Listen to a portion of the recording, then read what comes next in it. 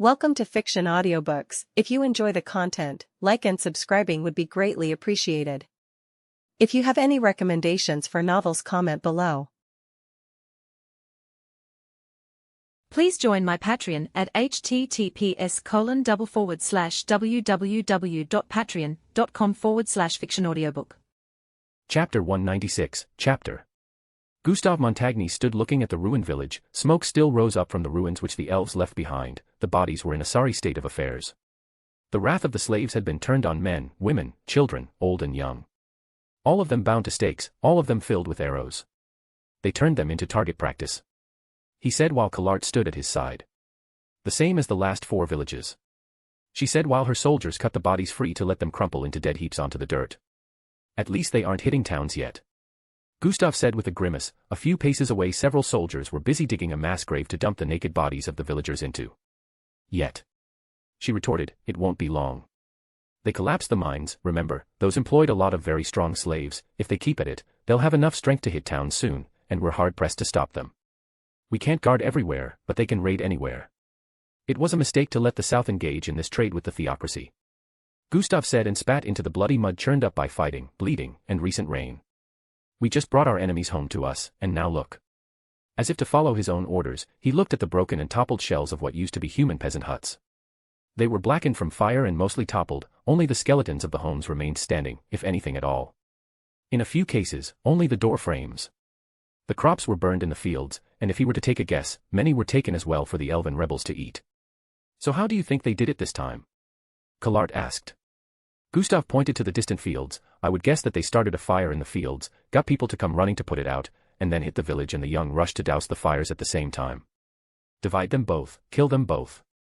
That's my guess anyway, since some of the bodies in the fields had buckets with them. We need to catch them, Collard pointed out. All right, Gustave said with scathing sarcasm and a steady unblinking glare at the advisor to the queen, let's just chase the elves into the great forest. That will surely have no drawbacks whatsoever. It isn't as if they don't have centuries of experience in combat in those conditions. And when we get there, we can cut our own throats and create a flood of blood to drown them all. She stared back at him and flicked back her long chestnut brown hair. Fine. Point taken. Gustave slumped at the shoulders with her concession. He heard the thud of a body being tossed into the hole. Another thud followed after it. If we can't catch them, maybe we can. I don't know. Confine them, he pointed out. If we establish a series of forts and keep patrols outside the forests, we should be able to minimize any damage that they can do and slowly wear them down. Collard thought that over. Forts were not expensive, the elves did not have massive armies, and all they needed to do was protect the villagers and deter elven attack. It made sense. I'll bring it up to the lords who have land around here. It took weeks of haranguing the local lords and explaining that they would have to prepare some security responsibilities of their own, along with one arrogant lord's slaughtered expedition into the forest, to convince them that Gustave and Collard were correct. But little by little, forts began to appear and the southern Holy Kingdom's peasants were taught how to man and defend them, along with each being provided with a dozen or so trained soldiers to help man and maintain these small positions. Further, the mounted knights of the various lords began to ride out on the fringes to look for elven activity. Mines continued to fall, places that had any sizable elven slave population suffered attack. But the troubles began to drop off. Which is why Gustave and Collard toasted their success in the dining hall of a local duke, their feet propped up on the table, leaned back with contented smiles. The problem was not completely solved as the elves still held the forests, but the threat was removed nonetheless. The frothing beer was a tad warm on the tongue, but the mug was big, heavy, and above all, full. They drank deeply and faced one another. Gustave's face was flushed red beneath his bushy brown beard as he said in an almost festive voice, now all we need to do is get this tax situation taken care of and we can head home. They should have no further issues paying what they owe to the crown, and if they object at this point, then they're just in rebellion, and will need to use the force we brought for show. Collard responded. Her face was more serious, her lips drawn into a thin line after consuming a deep draught, and then split into a smile. While it was possible, and she considered it more likely than Gustave did, she didn't think it much more likely. Until. Do you think Collard and Gustave have gotten word of what happened yet? Queen Calca asked. Her brother sat opposite herself and beside the bedridden Remedios. Days of travel over open roads were peaceful once the capital was out of sight, though the plumes of smoke continued to be a blight against the blue sky in the eyes of the queen. Now, safely in Calintia, they had the security of an armed force, walls, a more stable and loyal population, and Gotza was leading a force to reclaim the capital. A force that Remedios doubted was enough. It's hard to say, my queen, but the mob will surrender on their own, I'm sure. They have to, they don't want to risk harming Dash. Remedios snapped her mouth shut as she spoke when Calca's brother interjected. Shut Dash up. He spat at her. Not everybody believes in my sister's sense of justice as you do, Remedios. They don't value human lives as you do, and that is how we ended up in this mess in the first place. He slammed his fist on the table where he sat, and Calca jumped a little in her seat. Caspion's long, rich blonde hair was not in its finest state at that moment. The stress had clearly gotten to him, and when he saw his sister's reaction, he forced himself to relax. Sister. I'm sorry, but as much as I share your beliefs, we simply can't avoid the reality in front of us. Our brothers are scattered all over the place, the royal family isn't united, the South is withholding taxes, and now we've lost the capital, while the army that could easily retake it is engaged with events in the South. I still can't believe the elven slaves are demanding a separate homeland for themselves in the South. Enslaving them was a mistake, they should have been killed instead. Remedios chimed in again. Calca wrung her hands in her lap. It's all this corruption, I don't understand it, but I don't need to, do I? Sister. Caspond asked. She snapped her eyes up to her brothers, their clear family connection never more obvious than then. I can't do things the way I did them. Emperor Jerkniv had a problem with lazy and corrupt nobles, he got rid of it by getting rid of them, we can do the same. My soldiers, people who gave their lives to me, died saving my life and getting me out. We're going to retake the capital by any means necessary, and then conduct a purge. Every single official in the northern and southern Holy Kingdom, every single noble family, without exception, will be audited. Every single corrupt individual will be purged. The labor lost in the south with the rebellion of the elves will be replaced with them. My queen Dash. Remedios opened her mouth, and kept it open when Calca, with tears in her eyes and one fist clenched, slapped her across the face. This is your doing also. Kallart told me the truth. And you go and confirm it. And you too, brother. What point is there to a kingdom of laws that has no laws that the rulers respect? Bribing juries, blackmailing judges, threatening people with lives in their hands. Remedios rubbed her cheek as if she couldn't believe the stinging pain, and the Holy Queen raged on. The one you had condemned had a good reputation for protecting people. For saving lives, maybe what she did was wrong, but that clear corruption rubbed everybody the wrong way. What did you think was going to happen? How can I be trusted by the people when you act in my name to show that I can't be trusted? The Holy Queen spat the words out with such violent anger that spittle flew from her lips to land on Remedios' cheek, and the resurrected paladin could only lay there and take it. I was trying to protect people too. She said in a small, childlike voice, sympathizers with the demi-humans are too dangerous to leave alive. Spare one today, they'll kill tomorrow. Non-humans have to die, it's that simple. There's no other way for us to be safe, there's nothing fair about a human child dying by a demi-human claw, so there can be nothing fair about getting rid of the ones who help demi-humans. Calca sat heavily in her chair with an audible thump. We're going to set all this to rights. She said and pointed at Remedios, and you are going to help me, and you are going to follow my orders in both letter and spirit. Do you understand me, Remedios Custodio? Calca seethed with outrage, recalling the soldier dragged from his horse and the hate-filled peasant's eyes as a spear pierced the mouth of the valiant warrior. So much suffering, brought down by people with no real sense of justice. I have to fix all of this, but I'm going to need help to do it. I can't do it all on my own. The queen cursed her ill luck, and Remedios gave a slow nod. Yes, my queen. My sword is always yours, I swear it. That's a start. The Holy Queen said, and then rang the bell to call for a servant. At that moment, all she really wanted was a strong drink. Her capital may have been denied her, but a drink at least would not be. Chapter 197, Chapter. Gustav and Kallart listened with alarm. What do you mean that Hoburns has fallen? Hoburns can't fall. Kallart shouted as she shot to her feet. Gustav's hand reflexively went to his sword, but he held his fist tightly clenched around the hilt, the leather squeaking in the tense grip of his slowly twisting hand. It's us that let this happen, we did this, our corruption, our attempt to do good by way of evil, they lost their faith in us, and what is a kingdom if not the faith of the people in it? He cursed himself while sweat formed on his brow, his heart pounded and ached, his eyes squeezed tight shut as he heard the woman scream in pain as she was murdered atop the wall. It was no longer an execution in his mind. It was murder. I had her murdered, I knew it was wrong, I knew Remedios had done something, the peasant knew, everybody knew, and while looking into the eyes of my commander, I pronounced the sentence, maybe she would have been found guilty anyway, but maybe not. Nobody can know now. He was lost in his guilt and dismay while Kallart continued to shout at the page boy who knelt and relayed the message. Forget the taxes, we have to get back to Hoburns now. Kallart exclaimed and put a hand on Gustav's shoulder to bring him back to reality. He nodded numbly. Is the Holy Queen, is she alive? What about my sister? Kallart asked, then a half a second later, and the prince? she added belatedly without a glance at Gustav, her eyes riveted on the kneeling, trembling boy in the blue and white uniform with the royal crest on the center. All alive when word was passed to me, fled to Kalincha, I left while they were on the R road, the Queen commands that the royal army return to the capital city and take it back from the mob, my lady. The boy stammered a lot, his youthful face a deep red flush of uncertainty at their reactions. Right, of course, thanks be to the gods. Collard sighed and rested a hand over her heart. Then we need to go, we can't waste an hour. Gustav, how quickly can you get the army ready? Within the hour, but we shouldn't ignore the funds, the damage to Hoburn's will be enormous, we can't forget that. If we do, we'll just invite the same riots again when the army leaves. And I can promise the Southern Holy Kingdom will find an excuse not to pay while Hoburn's is damaged. Gustav pointed out. Collard frowned and rubbed her temple, forcing herself to calm down. Fine, we'll leave a sixth of the army to collect what we can while we take the main force back. Nobody will want to spark an outright rebellion over this. You're probably right. Gustav noted, not with the ongoing elf problem. With that said and done, they got moving. See you at the head of the army in an hour then, this is going to be a long road back. Collard said with dread. A dread Gustav shared. Albedo listened to the doppelganger with glee in her heart. The royal army was relatively undermanned, being composed only of the garrisons of Kalincha and other fortifications in the immediate area. She shivered, her wings trembling with excitement, her yellow eyes bright at the faceless doppelganger that explained what was sighted from the walls.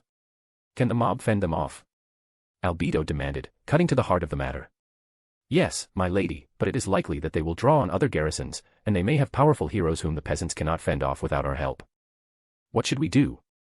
The doppelganger asked, cocking his head to one side. Even from down on one knee he could not resist a dramatic gesture or tone of voice, exaggerating the question greatly and spreading his arms out as if to embrace the guardian overseer. Albedo was now used to their over-the-top performances, perhaps Pandora's actor behaves as he does because of his race rather than by design. Albedo wondered but had no certainty behind her thoughts, at least being used to it now, she no longer rolled her eyes. It's time for the city to fall, we need the tipping point. How far away is the royal army headed by Gustav and Collard? 3 weeks. The doppel answered. Help the defenses hold until then, after that, cause their collapse, but in the days before that, make the royal army angry. Make them angry and frightened, and make sure word of what is done because the queen lost the capital, is carried south. The doppelganger exclaimed his devotion with an elaborate act of rising to his feet to make a deep, sweeping bow, of course, my lady. When the doppelganger was gone, Scanna and Ileana approached, so my lady. Scanna prompted and when the pair knelt, Albedo nodded her acknowledgement. Yes. Albedo asked, resting the side of her head in her palm while her arm was propped up at the elbow on the table. What's going to happen up on the wall? Scanna asked with a brief, wary glance out the window to the distant stones where the mob still patrolled. Some mild atrocities, this city is going to fall, and be reminded that this is a kingdom, they don't get a choice of ruler. The few surviving government officials and soldiers will be slaughtered in front of their comrades, painfully, to provoke an attack and retribution. With that, Albedo snapped her fingers, the corruption of this kingdom will be thrown into the flames and extinguished. The Southern Holy Kingdom will rise in rebellion out of fear of the queen as she will become, and a new world for this land will be born in blood and pain. Humans die, lots of them, right, Lady Albedo? Ileana asked, licking her lips and still darting nervous glances outside. It may not be lots, but by the end of it, let us just say that the humans will regret their mistreatment of you and your kind, Ileana. Albedo chuckled with malice and the elf prostitute cast herself at Albedo's feet with her arms outstretched and her forehead to the floor. I never dreamed that I would live to see my race avenged, not even in all the years of my lifetime, but in barely half a year I have seen, or will see, all of that and more. I'm yours, for your bed, for your sustenance, for your service, for all the years of my life, no matter how old I live to be. Ileana cried out with sobs of joy that wet the floor. Her golden hair lay scattered about, and Albedo glanced from the elf to the human. Aren't you going to rededicate yourself to me? The demoness asked with a bit of bemusement at the quiet prostitute, and Scanna turned her eyes from the window and back to her lady. My lady, I'm a peasant. Scanna reminded her mistress, she smirked up at the demon, I don't say a lot less somebody wants me to, but what I do say, I mean. I can say it twice, but it won't mean more on account of I meant every word the first time.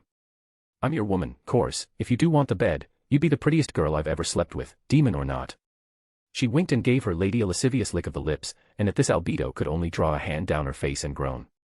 I am not very fond of humans, but of all your traits, never knowing what you will say next at least keeps you from being absolutely dull. The demoness giggled a bit. For now though, we wait, and we watch. Chapter 198, Chapter 2 weeks, and still the city had not fallen. 2 weeks, and only dispatches had come her way. 2 weeks, and order was still not restored. Pull some of the soldiers back from the wall and reinforce the capital. Kalka said with some reluctance. Remedios looked at her with alarm and began to struggle in her bed. My queen, the demi-humans might invade. Her deep and staring eyes did not have the desired effect on the queen.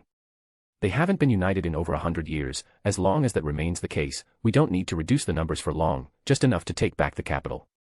They lack discipline, unity, and order. As long as nobody gives them that, we can quickly right the situation here and then. Kalka frowned. I believe some of the penalties involved with rioting can be modified. If they like fighting so much, let them serve at the wall. Every peasant caught with weapons or wounds from fighting will be sent to the northeast to the border with the Abelian Hills. That should increase our numbers more than we need. Remedios relaxed. She ceased trying to sit back up. My queen, she grunted a little and inched herself up on her pillow. It was thickly stuffed with goose down, the blankets were linen and the mattress thickly stuffed with cotton. It was the finest place to rest that the queen could have given her. Yet the restored paladin was constantly agitating to rise and train to regain her old strength. And we're going to the capital, my brother and I both. Kalka informed her paladin, and Remedios tried to rise again. Then I need to go too. Remedios insisted, only for Kalka to lay a hand on her chest and push her back down by force. No, Remedios. No. You are not fit to fight, or to protect me, or for anything right now but breathing and getting better. Kalka's eyes shimmered a bit and she choked a little as she spoke. Just be patient, you'll be up and about again before you know it. Remedios struggled against a hand that was not much stronger than a young child. I should be with my queen, not here. Damn it. Damn the dragon, damn the bitch, damn the demi-humans and their sympathizers, this is all their fault. I was just doing my duty and what did I get for it, damn them all. She cursed and looked away from her queen and back up toward the ceiling. Yes, your majesty. Remedios acknowledged, and Kalka slowly stood up. The queen was quiet for a moment, then another moment, and then another, until Remedios finally slightly turned her head to face her mistress and asked, My queen, is there more? Kalka nodded. She remained mute and folded her hands in front of her waist. Her lips twitched and moved as if she was about to speak, but could not get out the words. Finally, she took a long slow breath and said, I have been a fool. I was the queen because Caspon didn't really want the throne, and because he thought I would be better fit for it than he or our brothers. I was the queen because I was loved, and I loved our people. I was driven by my ideals, my dreams of a kingdom where nobody cried, where everyone was happy, and now look. She gritted her teeth and sucked air audibly between them. My capital falls to a rioting mob, the south withholds taxes, elven slaves rise in rebellion, and even my paladins no longer trust in my justice. I must own my part in all these things. I am the queen, therefore the gold coin stops in my palm. Kalka raised her hand and closed all but her pointer finger into a fist, and leveled the remaining finger at Remedios. But you, my brother, your sister, also have a hand in all of this. I was handled. I put too much faith in all of you, even though you believed in my ideals, you corrupted them at your whims. Kalart and Caspon's tolerance of the slave trade in the south. I was assured slaves are too expensive to treat poorly, and that they would live lives that made them grateful to be here rather than in the theocracy.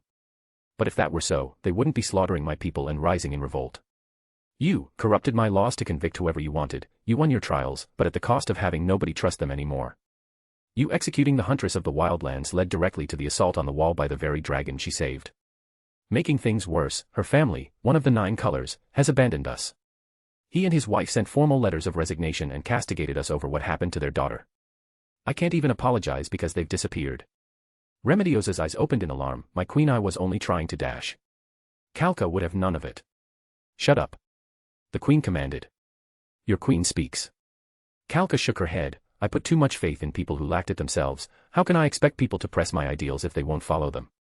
If my ideals can't work without destroying them entirely, they don't work at all. When all is said done, you will answer for what you've done. Perhaps if I had known more, the dragon might have become an ally, our northern border could have been easily secured. Perhaps the huntress was right. Perhaps if we treated the demi-humans with some kindness, we would not always be enemies. Perhaps if I had seen the condition of the elves, I could have ended their suffering, but I knew nothing, trusted everyone, and now, here we are. The rant ran out of steam, and for a moment the weary queen's shoulders slumped and her accusing hand fell away from where it pointed. Rest, Remedios, you will get the chance to work my will again, but when you do, you will not be doing so as the commander of the Paladin Order. And you will follow my orders, or you will wish you had. The queen's furious tears of anger never left her eyes, as if those two had been drained of energy. Remedios could only lie there open-mouthed and in disbelief as her beloved leader spun on her heel and left the paladin to lie impotent in bed, barely able to believe, or even process, what had just happened. Queen Kalka's carriage arrived with pomp and ceremony at the siege of Hoburns. Trumpets, drums, and cheers came from her soldiers, her banners on full display. The mob rule of the capital was so audibly alarmed by her coming that Kalka could hear their cries of consternation before she even set foot on the ground when her carriage stopped. She emerged into the crisp air of late summer that promised a cool and gentle autumn ahead. Her eyes followed the activity of the camp around her. A command tent sat a few feet away, and when her first foot hit the ground, Gotza was already in front of her and down on one knee. His big round head bowed before her, one hand on the hilt of his sword and his other closed into a fist over his heart. His armor had many dents and scuffs, and had obviously been repaired a few times. "My queen," he said in a gruff, confident voice, "welcome home." Kalka had to smile a little bit at that despite the grim situation. "I'm not exactly home yet, am I, Commander?" "Nearly, my queen. Nearly. We've almost breached the walls in several places, and we've had some successful assaults. We've also repelled several attempts to sally out here and stop us directly." He laughed a brutish laugh. "They won't try that again." Kalka tried not to think of the cost of life and blood that lay behind his laughter, and instead turned her eyes up toward the walls. "Do I have any supporters left inside?" "We asked about that, Majesty," Gotza said, and his lips went tight and drawn across his face. "We did lose some people as prisoners when we were pushed back from the walls, and we believe that some of the common bureaucrats and a few nobles may still be alive. They've hinted about it to us, but there is nothing certain." "Hinted?" Queen Kalka emphasized the word. "Exactly what do you mean?" "We asked about it at our first parley," Gotza explained, some of the vigor gone from his voice. "They said, it would be a shame if your arrows found the wrong marks. I take that to mean that they were threatening to use hostages as shields against our arrows, so, per your Majesty's policy, we prioritized the lives of the hostages and have used no archery unless we confirmed that there were no innocents there who could be harmed." "That must have made fighting difficult," Queen Kalka remarked in a passive voice of regret. Her eyes went down. "How many soldiers died for that policy, I wonder?" "Paladins and knights are supposed to protect the innocent, your Majesty. Nobody has complained but..." He swallowed. "I would be lying if I said it didn't make fighting harder. Many times we could have suppressed their archers, but did not because we couldn't confirm that no hostages were present. That is my fault too." Queen Kalka straightened up. Her blue eyes became like steel. "I'm changing that policy. I won't sacrifice the loyal this way. I won't hobble my army or my administration any longer. If they use hostages, they use them, and we will save whom we can. It's better than not saving anyone. As my queen wills it." Commander Gotza answered with confidence. Just like that, Kalka thought with dismay, he abandons my ideals. No fighting, no argument, no debate. Just, the queens will be done. Did anyone truly believe in them, or was I really all alone in trying to make them real? In that moment, a profound sense of loss hit the Holy Queen. Her heart broke in her breast, and it was all she could do not to weep openly, as if she were watching a precious child of her own body die in her own arms. A part of herself was dead, and nothing could bring it back. Chapter 199, Chapter. Collard and Gustav rode side by side at the head of the army. The pace of the horses was steady and strong, their hoofs stomping the hard-packed earthen highways while their heavy infantry made the march behind the long lines of cavalry. The taxes seized from many of the noble houses were only begrudgingly given up, and far behind the army came the wagon trains of collected coins, grain, and other vital goods intended for resale to support the throne. At least no word had come of overt hostility, but the reality of the situation was not lost on Gustav or Collard. Where once the peasants might have openly praised the passing paladins and knights of their beloved queen, they now just quietly kept their young and comely women out of sight, and now the peasants openly backed away or simply glared at the passing royal army. "We seem to be less popular than we used to be." Gustav made the neutral observation while only looking at Collard out of the corner of his eye. Collard in her magic robes made for a compelling and noble sight. Her long brown hair, the sharp features on her face, along with her steady eyes could unnerve others with a glance, and one could all but feel the magic from her. The only immediate response to his statement was that she tightened her grip on the reins of her white horse, and glared down at those who glared back at her in turn until they looked away and went sullenly back to work in whatever field they were in. Raising and striking their hoes into the earth, a routine older than the kingdom itself. Finally she spoke to him. "We can fix this. We just need to purge the corruption out of the kingdom and do what we can to restore the trust of the people. It may take time, but it can be done, Commander." Gustav kept his eye on her while still watching the road. "Will you be including yourself in that purge? How about me? Your sister?" Collard glanced over to Gustav. "What do you mean?" she asked innocently, her eyes completely removed from the road then. Gustav could not look at her further while he spoke. "Never mind," he muttered. "No. Not never mind, Commander. Speak." She hissed the order through gritted teeth. "You remember what started all of this? It was the trial of the Huntress. Yes, there were a lot of rumors, stories, and corruption events before. But that was the brick that broke the donkey's back. The story of the Huntress of the Wildlands was probably exaggerated, but with her public trial, her reputation went all over the place, and everybody knew it was a sham. I know it was a sham. And I know my former commander made it that way. He whispered the accusation at Collard, who sat mute on her horse. The mad-eyed archer's daughter, the child of one famous paladin and one of the colors, first sent to die, then given a show trial after a record of survival and success where most just disappeared never to be seen again. What was your idiot sister thinking? Gustav hissed back at her, his anger palpable. He yanked his head toward her and glared at her as she had glared at peasants before. Collard remained mute. Gustav, however, did not. He hissed his complaint and let out his fury with every word. I was the judge at that trial. I saw Remedio's face. I spoke with one of the whores who screwed her way through the jurors. There's no way I believe you didn't know what your sister was up to. She's too stupid to act on her own. She's just smart enough to know she needs other people to think for her, and to take credit for other people's work. Collard finally slumped, the heat left her eyes. You're right. I did know. She acknowledged. I had a hand in, not everything, but a lot.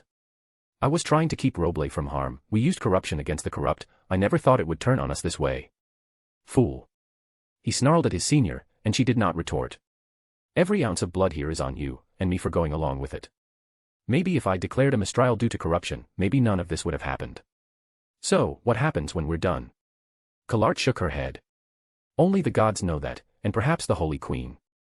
She was resigned in how she said it, and sluggish when she raised her hand to point ahead. There it is, Hoburns, and from the looks of it, the issue of who is in charge has yet to be settled.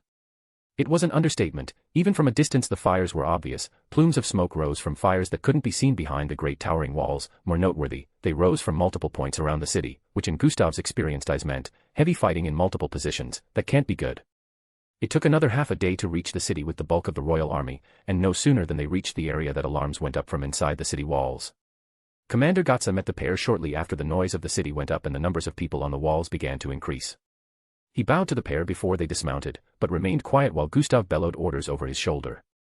First bannerman, see to the main gate. Second, see to the western wall. Third, see to the eastern wall. Fourth, see to the northern wall. Establish reinforced positions by nightfall. Hurrah! Hurrah! Hurrah! The paladins and knights on horse and foot alike raised their lances and banners as they cheered, and the nobles commanding each army began to move their units into position.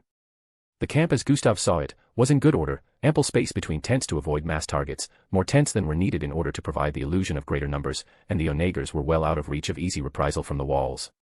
Various hulks of ruined rams sat at different intervals from the gate, but the fact that there were multiples indicated that the commander was acting with aggression. The soldiers who marched by were in good order, with clean if sometimes damaged armor, and even without looking he could see that Gotza's armor had battle damage. Leading from the front, good. Gustav reflexively approved of the big bear of a man and descended from his horse to extend his hand. Gotza clasped it. Sir, it's good to have you and your army here. He glanced up at the still-mounted Collard, and your magic, Lady Custodio. He added with a polite bow of his head. She returned the gesture. At least things are in good order, but why hasn't the city fallen yet, Commander Gotza Haben? Because the mob organized itself and has, much to our surprise, been steady in their resistance. We simply didn't have the numbers we needed. Gotza didn't wince at the use of his full name as a tiny rebuke. He knew quite well that he'd done all that could be done, though he straightened up a bit when he replied. They'll fall with or without you, but we're also trying to minimize the destruction of the city. What's the point in taking it if all that means is that Her Majesty becomes Queen of the Ashes? Good point. Collard answered with some chagrin, enough that she chose to dismount her horse and make a sort of apology. I'm sure you've done all that you could have done under the circumstances. I didn't mean to sound so critical.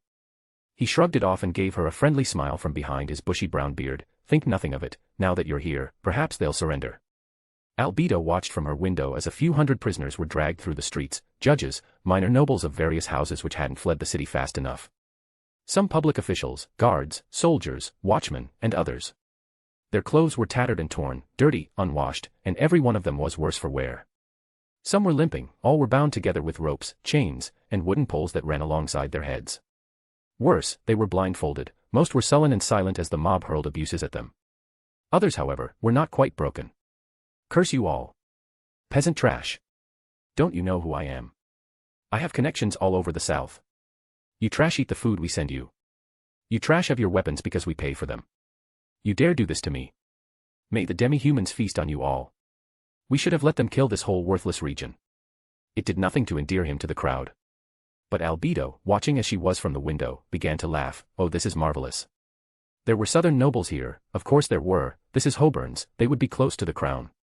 Albedo's laughter was grim like the cat looming over the canary. She licked her lips as hungrily as one as well, watching as the captives were dragged to the towers and hauled up the stairs, stumbling, falling, bruising, cursing, and screaming when they were struck by hate-filled peasants driving them like cattle.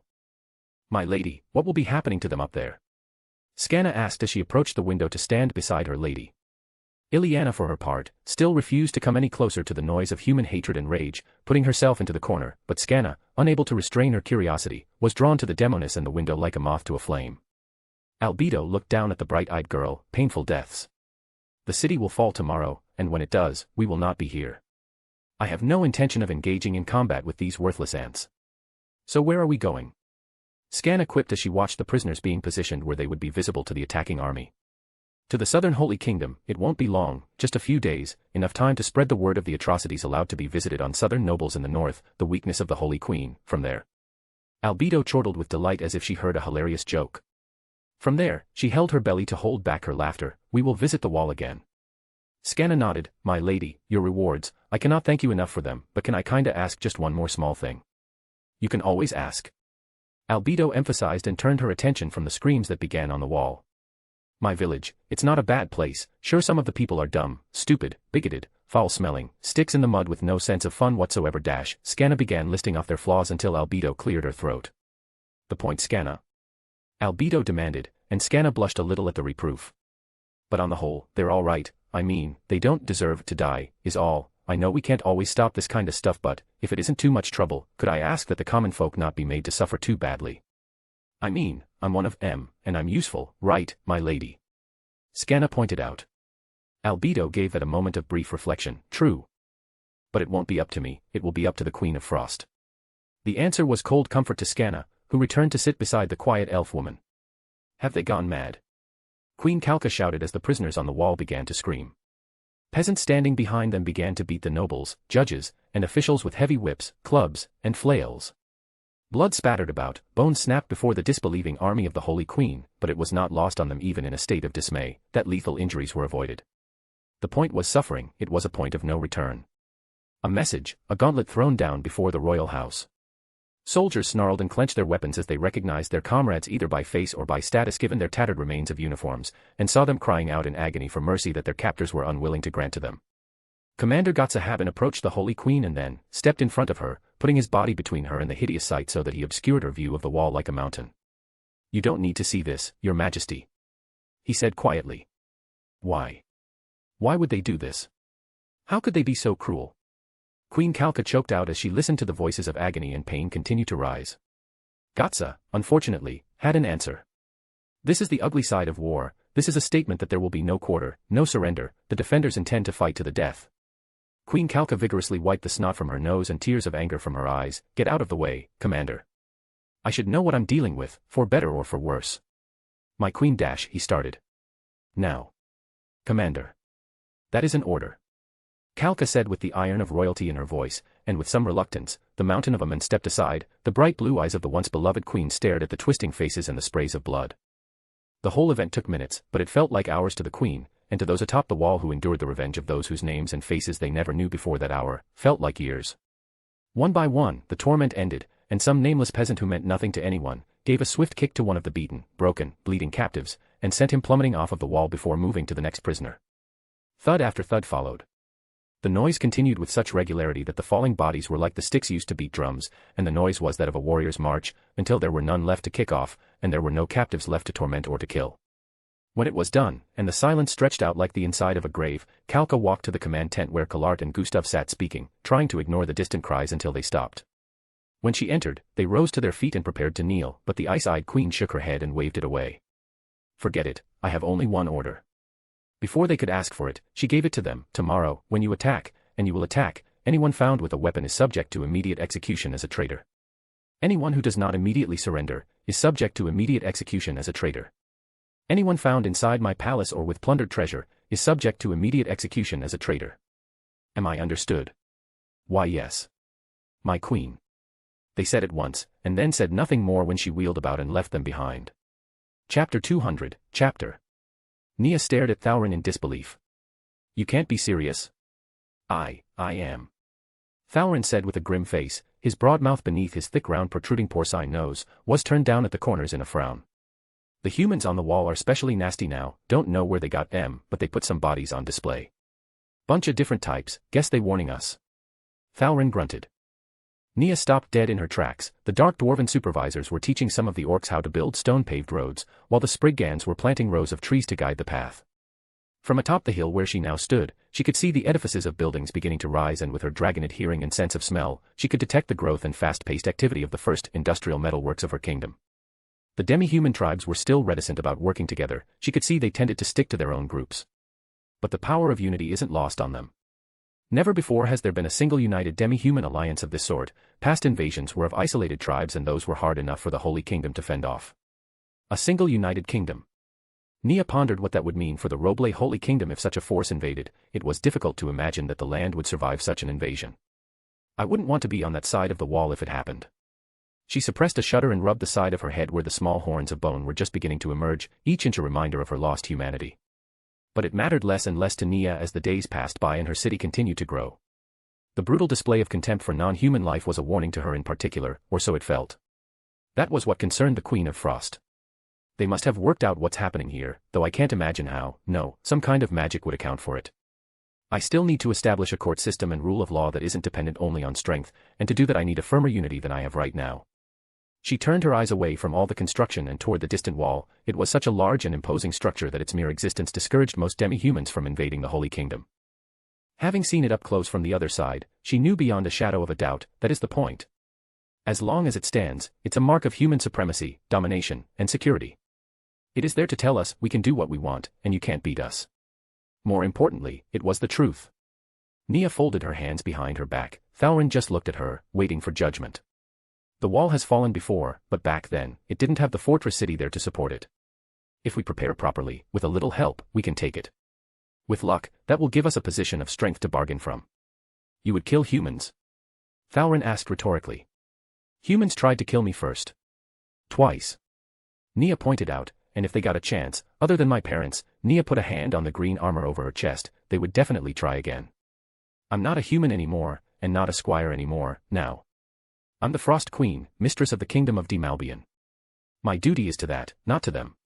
She answered her first follower. Then what do we do, my queen? The orc chief asked. Call the dark dwarf foreman to me, tell him I need to see him about some siege equipment, and summon the chief of the bladers. I need to know how he feels about night battles, and the Terapus chief, I need to know how much their strongest flyers can carry. Nia gave the order and he pounded his chest twice with a mailed fist. Yes, my queen. He grunted. We'll have to teach them a harsh lesson about the value of life, but when it is over, we should have both a kingdom of our own, in the truest sense of the word, and peace that no stupid paladin bitch will dare to breach. Nia said, more to herself than to anyone, and went to inspect another project. The atrocity was terrible, you have no idea. The Holy Queen let them execute every captured southern noble as well as her administrators and soldiers. Scanna whispered with hushed tones to the rapt tavern audience. They were the fourth one that day and the ninth one in the last two, and even without seeing them, Scanna knew beyond a doubt that the doppelgangers were busy spreading the word like wildfire elsewhere. Flames from candles licked the air and cast dancing shadows that made the green-eyed Scanna appear all the more fierce. Using every oratorical skill she acquired in telling stories, she relayed the word of the collapse of the northern government. From among the crowd of the upscale tavern, nobles and merchants listened with expressive eyes and open ears. Scanna's stomach didn't even rumble when she smelled the stew reaching its state of near perfection. The nobles, they defleshed, the officials, they lashed, I only barely made it out of there myself. Scanna touched her hand to her chest where the fine silk garment rested. The feel of the expensive scarlet cloth was such that she made the gesture purely for the pleasure of touching it again. With her hair neatly brushed and bound behind her, and her lips painted red and her cheeks touched with rouge, she appeared every inch the wealthy daughter of a well-to-do merchant. My friends and I hid in the sewers the whole time, sneaking out at night to grab food, and on the story went, the lurid pictures she painted of the brutal indifference of the Holy Queen to southern lives and the horrible deaths that met those who resided in Hoburns were laid out to haunt the dreams of those who heard the green-eyed woman speak. When she was done, Scanna accepted a few free drinks, some sympathetic hugs from those who believed she was of their class, and then she made her exit. The door shut behind her and she ventured out into the night to rejoin the Lady Albedo. Ileana shouted into the dense forest, "Do not shoot. I am an elf." She heard nothing, her ears twitched, the foliage and trees were so thick and plentiful that there were no shadows to speak of, only the solid sea of night through which she moved. "Do not shoot. I am an elf." Still she heard nothing. I am Ileana, once a whore of Wenmark. Please do not shoot me. I come with words of my savior. She announced again into the empty night and stepped forward. Despite a long life in the dark city, she still remembered the art of the silent step, and not even several human lifetimes surrounded by stone could tear her away from her love of the deep woods, no matter what borders those woods lay within. Her feet fell noiselessly over leaves that should have crunched, she avoided branches that she should not have been able to avoid, only her occasional words shouted into the nothing would alert anyone to her coming. The signs of elven presence were clear to her piercing eyes even in the dark, invisible even in broad daylight to the clumsy humans that might have thought to pursue them into their own ground. So, forward she went, until a voice finally shouted back. We see you. You are safe, come this way. It was a soft, but urgent and insistent voice. Ileana followed it until she found herself in the midst of a clearing. In the high branches, a number of elves sat clad in mixes of human peasant clothing and leaf-woven materials. A few wore animal skins and furs, such as wolves, bears, and others. They were well fed, which was different from when they were in bondage, but they were also armed, which was a vast difference. Many were armed with bows, some with captured swords, their faces were hard and often scarred over from the abuses suffered in mines or within the private hells of the ruined city. It was also noteworthy that those with bows had them drawn and arrows aimed at Ileana. She kept her hands up and slowly sank to both her knees. I am one of you. I swear. She cried out. Then explain your clothing.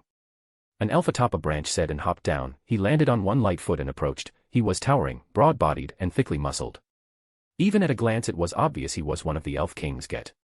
Not that the bastard would have cared about the fate of his son. He pointed a finger down at her. You're dressed in fine clothing, like one of the collaborating house whores that would see one of us lashed for the reward of a honey cake. You're well fed, and I haven't seen you. Any elf that isn't with us by now should have been dead a long time ago.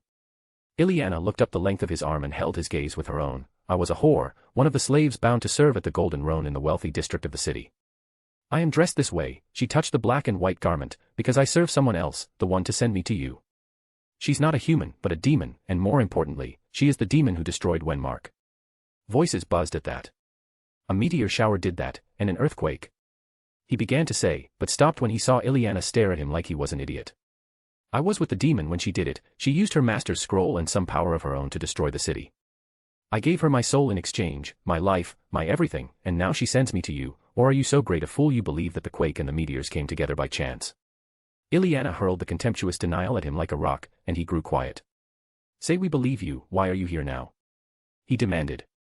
Chaos is about to consume the Holy Kingdom. My mistress is offering you a choice. There is very little chance that you can form an elven homeland in the forests here. Even if you could, there is no way it could last, but there is a place you'll be able to go, and soon, if you're willing to work with others who are not elves. Ileana promised, and seeing the bows slowly lower and the tension in the strings go lax, she lowered her hands and began to breathe normally again. What would we have to do to get land for ourselves? He asked with a tightly furrowed brow. Kill humans. Ileana said with a gleeful smile. It was matched by the others of her race almost immediately. Chapter 201, Chapter. Revenge is as common as fire in war. When the peasants on the wall tormented and executed the captive nobles and officials en masse and tossed them dead or screaming to their deaths down off of the wall, the soldiers of the royal army were incensed beyond reason. The very next morning before the break of dawn, a general assault on the whole city took place. The magic casters shot balls of flame or strikes of lightning at the defenders, the onagers hit walls and towers and fired indiscriminately. The crashing noise and thunderous echo of destruction covered the screams of the dying, and smothered even the roar of battle mania from the massed army of the Holy Queen. A ram with 20 soldiers was crushed by heavy rocks brought up just for that purpose, only for soldiers on tall ladders to take the position. The spray of blood and the toppling of severed limbs rendered the act futile when the gatehouse fell and the groaning chain of the portcullis coming up allowed the infantry and cavalry alike to charge into the breach. The leaders of the mob rallied their resistance again and again. Only for the heavily armored knights to charge into the massed ranks with lowered lances and skewer several like shish kebabs on the wooden stakes and to shatter the limbs of those who were too close to the flanks of the heavy armored horses. Butchery followed, and through it walked the Holy Queen. She followed her soldiers on foot under the shields and security of the commander of the royal guard, Gatsa Haddon, his soldiers, and Kalart Custodio. The bodies of the dead required her to step over those in her path, but bit by bit, block by block, she drew ever closer to her palace. Here and there a knot of people surrendered and were bound by knights, but her orders on the whole were followed. Sword-bearing peasants or those who carried the plunder of fallen soldiers from before were executed out of hand. The once loving eyes of the queen were turned to ice, and as an inexorable force of nature, her army rolled forward, capturing one building, one block and one square intersection at a time. Until at last, she reached the palace and before her eyes, Gustave Montagny's charged into the doors as soon as they splintered open.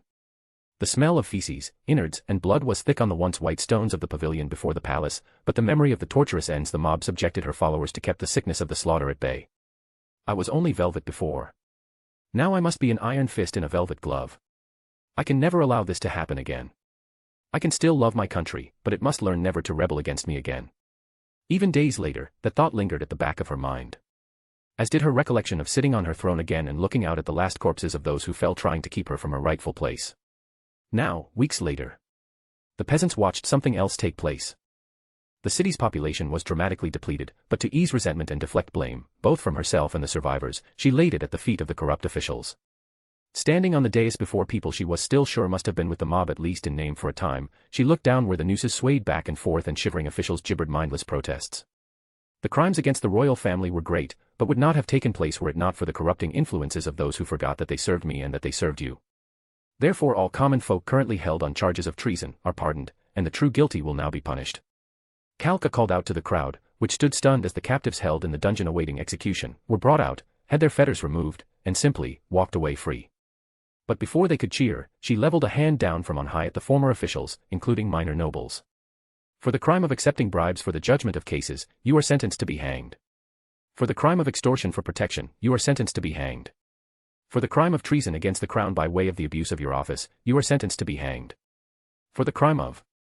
The death sentence pronouncements went on as gibbering officials were marched up to the scaffold, had the nooses put around their necks, and then were kicked off the little stools on which they stood a moment later. Necks snapped, bodies swayed, and 1 by 1, 2 by 2, 8 by 8. The purges continued. Only when, in the Queen's judgment, every official in the capital was either cleared or hanged, did she call her remaining council together into a private office. She folded her hands together on top of the smooth polished dark wooden table as Collart, Gotza, Remedios, and Gustav shifted with discomfort in their seats. Her smile was seemingly sweet, small, and polite. But a hard edge lay beneath, evident by the tension in her hands. The corruption that crippled the capital is removed, new officials are being trained from the survivors, and things are improving. The Queen said, but her ice-filled eyes did not show any sense of relief. But the reality is that our nobles failed us severely, the southern nobles failed to provide both the aid and the taxes we needed, and this poses a serious threat to everyone and everything. The corruption of our officials includes our nobles. Therefore I intend to send out an order for every noble household head or firstborn son to present themselves here in Hobarns along with 7 years of financial accounting from their estates. Any failure to appear will be considered treason. Am I clear? The Queen said it with the quiet calm of resolve that was more common among veteran warriors, and it left the table briefly struck dumb. My Queen Remedios began. Good, no questions. Queen Kalka cut Remedios off without mercy. Keep the army ready, if the south rises, we will have to go and deal with them. Every failing noble will be utterly purged, every disloyal element, purged. The nobility of north and south failed the kingdom completely, and that failure reached its tendrils all the way to this very table. Queen Kalka pressed her forefinger against the wooden surface, pointing down at it and glaring at her assembled council. What lies ahead will not be easy, but it will be a renewal of our kingdom when it is over. You are now dismissed. Prepare your armies and offices for fighting, I intend to end this quickly, at any cost. The Queen said and stood up, inviting no further words from any of them. They rose, one and all, mute, humbled, hopeful, horrified, all at the same time. They swallowed involuntarily, and bowed to her as she made to leave. My Queen. They said as one, holding the bow until she left them behind. Chapter 202, Chapter 202/Epilogue/End Volume. Epilogue. 1 month after the Great Purge began in the Roble Holy Kingdom. Ainz sat behind his desk with Demiurge near at hand. The stack of reports was higher now, and yet he found himself able to get through it, in no small part because of the company he was keeping. That, and the occasional unwritten report was a welcome relief, and a distraction. How are the 2 human children? Archie's sisters. Euryrika and Kudurika. Ainz asked when they took a brief respite from the ceaseless reviewing of new information. Demiurge's smile was far more broad than it should have been when it came to what he counted as inferior races, and recalling what the boy, for so Ainz thought of him, had done, that made the Allfather more than a little suspicious. Demiurge pressed his glasses against his face with his palm. My lord, the 2 continue to progress under Flutter's tutelage, their loyalty to Nazarick and yourself as the savior of their lives is drilled into them every day. In their eyes, you are a god. They do ask if their sister will stop adventuring after she settles into marriage, however. That wasn't quite what I meant, but that does explain his happiness, but perhaps that would be the foundation for a larger plan, to take in orphans from various wars and raise them with absolute loyalty to my kingdom and myself. Get them early, and in only 10 to 12 years I have a supremely loyal force that is educated and ready to work at anything I need. Ainz made a mental note of that idea, then thought better of it and scribbled it down on a piece of paper at his side. Orphan Ray's loyal SRV. It was just a quick reminder, but out of the corner of his eye, Demiurge caught the scribble, and in one moment his mind was spiraling into possibilities. Yes, of course, we can raise orphans as loyal servants to run the bureaucracy while we take our time with the undead corps of servants for the broader control of the land around us. It is utterly genius. Above that lay another document that mentioned the Reformed Adventurers Guild. Of course. That can't be a coincidence. He asked about them to prompt this very line of thought. Our adventurers of the future could be identified in childhood and trained from infancy to become a loyal corps of adventurers, fanatically devoted to the one who stayed. Ainz, however, moved on while the Archdevil's plans continued to spiral into ever broader implications of the years ahead. And how are the two teams doing in the Draconic Kingdom? Ainz asked. My lord, the 4 former Imperial Knights are slowly gaining strength and experience with their new bodies. Lena's made some mention of being rewarded with a new tail from Shaltir, but I'm afraid I am not clear on the specifics. But they are all holding their positions and keeping the beastmen at bay. The adventurers of Foresight are proving fanatically loyal. The priest, Roberdijk, openly proclaims you to be a god and preaches your name to those they rescue. Their considerable power seems to have plateaued, and I am currently researching level cap restriction breaking. Demiurge shifted uncomfortably on his feet and looked away from his master. The lack of knowledge on just why their limits were reached clearly bothered him. Ainz held out a hand to the Archdevil. Demiurge, the entire reason you research is because you don't know. If I knew the answer, I wouldn't have you working these things out. Seek the answer, and know that I trust you to find it. You, my boy, are capable of more than you know. The Allfather removed his hand and the Archdevil bowed his head. As you say, Allfather, but I am not less vexed. Ainz chuckled. That is true for all of us. He said, but how do they perform? Foresight and the 4, my lord, Demiurge said as he returned seamlessly to the subject, are competing with another in prisoners taken and rescues achieved. While they have not ventured against the cities taken by the beastmen, they and the other teams you have dispatched are allowing no further ground to be taken. Pandora's Actor, Lupus Regina, and Blue Rose have been establishing themselves as well, and both teams are rapidly approaching a tie with the others. Demiurge explained. In addition, both Queen Renner and the Wolf King and Wolf Queen of the Kingdom of Karn have asked your permission to send reinforcements to their sister queen, Draudelin. Ainz nodded. Make it so. Have them establish a system of forts and further tie down the beastmen, and send out additional adventurer teams of gold rank and above. The time will come when I will have to test the beastmen myself, and perhaps, as you suggested earlier, find a use for the queen's wild magic. Demiurge's sharp-featured face lit up like the sun at the possibility of his work coming to fruition. Now. Ainz shuffled through the papers on his desk, the dwarves and the Quagoa. My lord, the false history you so cunningly created has taken root in their mythologies, and while hatred remains over more recent history, the struggle against Chaldabaoth and their service to yourself in common has forced them to set it aside. The dwarves are slowly repopulating their old capital, and the runesmiths have had a great many children since the restoration of their craft. It seems any time they visit home, they come back with new names of dwarf women on their lips. Also, Gondo's work continues to bear fruit now that he has the time and resources he needs. As a result, we have equipped our most important teams with rune-crafted equipment and are ready to start expanding to common adventurers and military recruits from the local populations. In particular the former Dark Elf slaves. Right, them, and the lizardmen and frogmen. Ainz muttered as he refreshed his memory.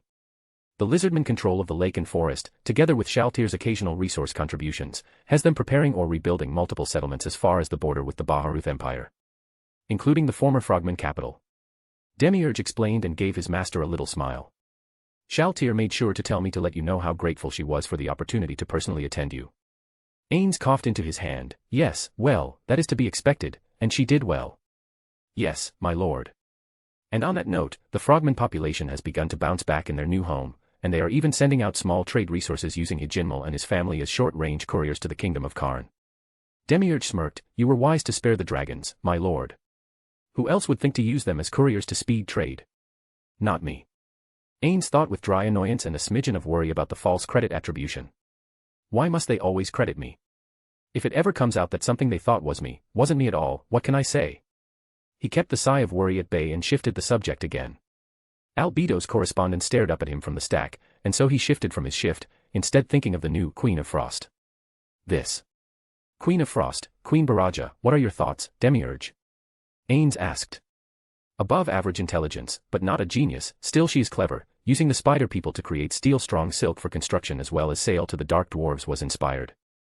Now that trade is opened up there, she has imported many experts from the Understone Empire to help build her capital and has reached out to the Dark Elves for a mutual treaty of defense against theocracy incursions.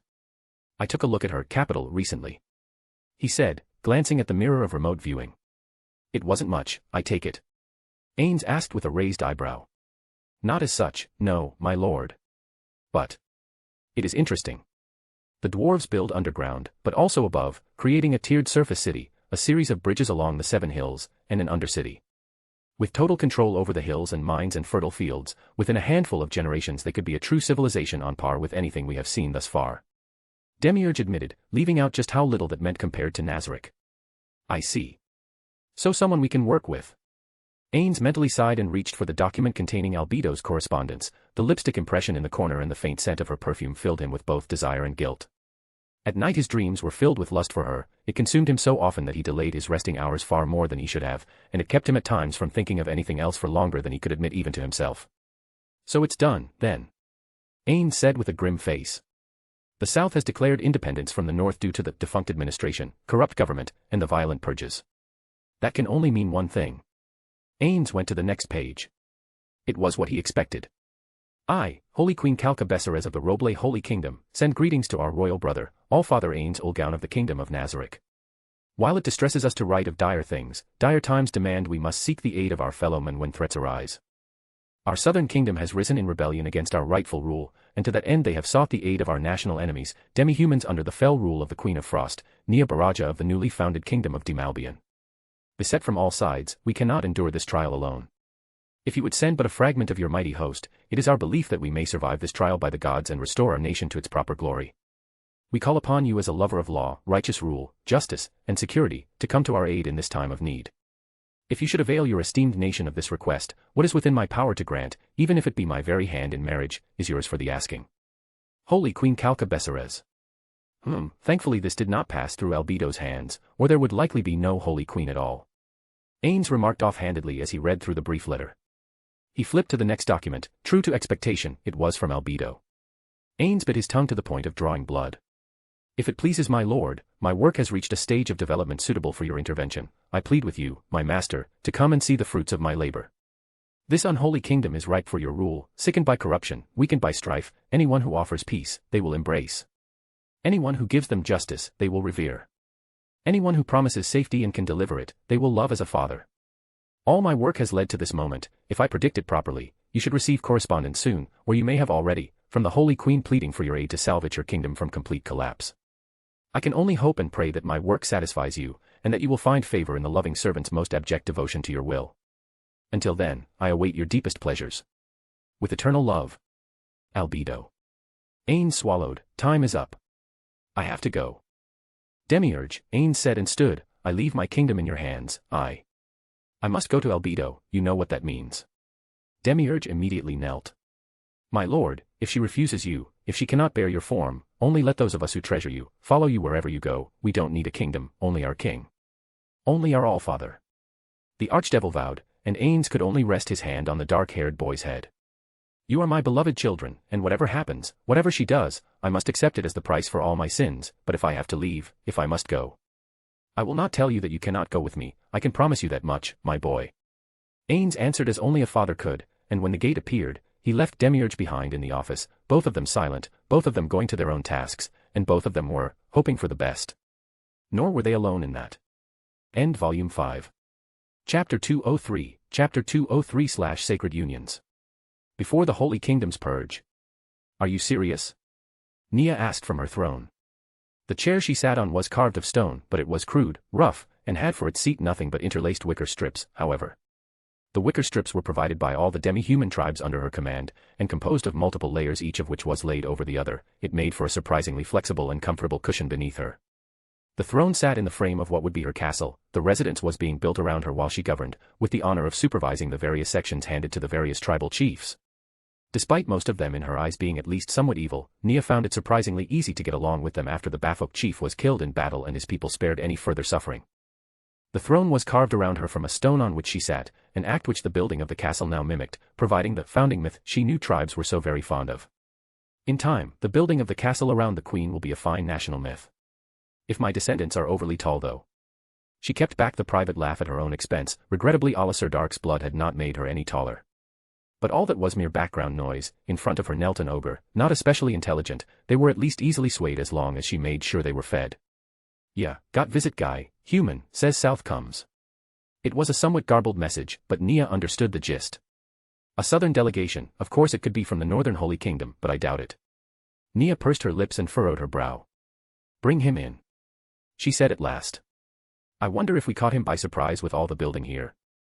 Nia almost laughed at that and reached up to scratch the slowly emerging horns on her head. The itch made her grimace a little, making her expression all the more fierce when a human came and escorted by two Spriggans bearing long spears crossed at his back. Their glowing green bodies pulsed with life, the tendrils of wood wrapped in green vines which trailed behind them had an ethereal beauty to them. Nia recalled that they yielded to her on the promise of control over the timber industry and harvests, and that they could supervise the planting of trees along every road she laid down to make up for the break in nature. Easy win, and a good one. She reflected as the human approached in front of the towering Spriggans that looked down from 3 heads higher than his own. He wore steel armor and, to her surprise, a red tabard over the front, one that was clearly wrinkled. A dead giveaway. "You're from the Southern Holy Kingdom, aren't you?" Nia said without waiting for a response as the human knelt in front of the Queen of Frost. "Yes, Your Majesty." How did Dash? His full lips stopped when she interrupted. She pointed to the tabard, "That is wrinkled, but not dirty. That means you kept it protected but not out. Northern Holy Kingdom people only wear blue and they're foolish enough to keep it on display at all times. Let's not get lost in the forest now. Tell me what you want, men of the South." He flushed a bit. He was a broad figure with a military build to him. He had a scabbard but no sword, meaning it was confiscated, probably by one of her guards. His lips moved a little, her brusque approach a novelty. His deep brown eyes searched her face. "You are the one in charge?" he asked as he looked her up and down. Nia's talons clicked one after another over the stone. "I am the Queen of Frost, yes. That makes me the one in charge.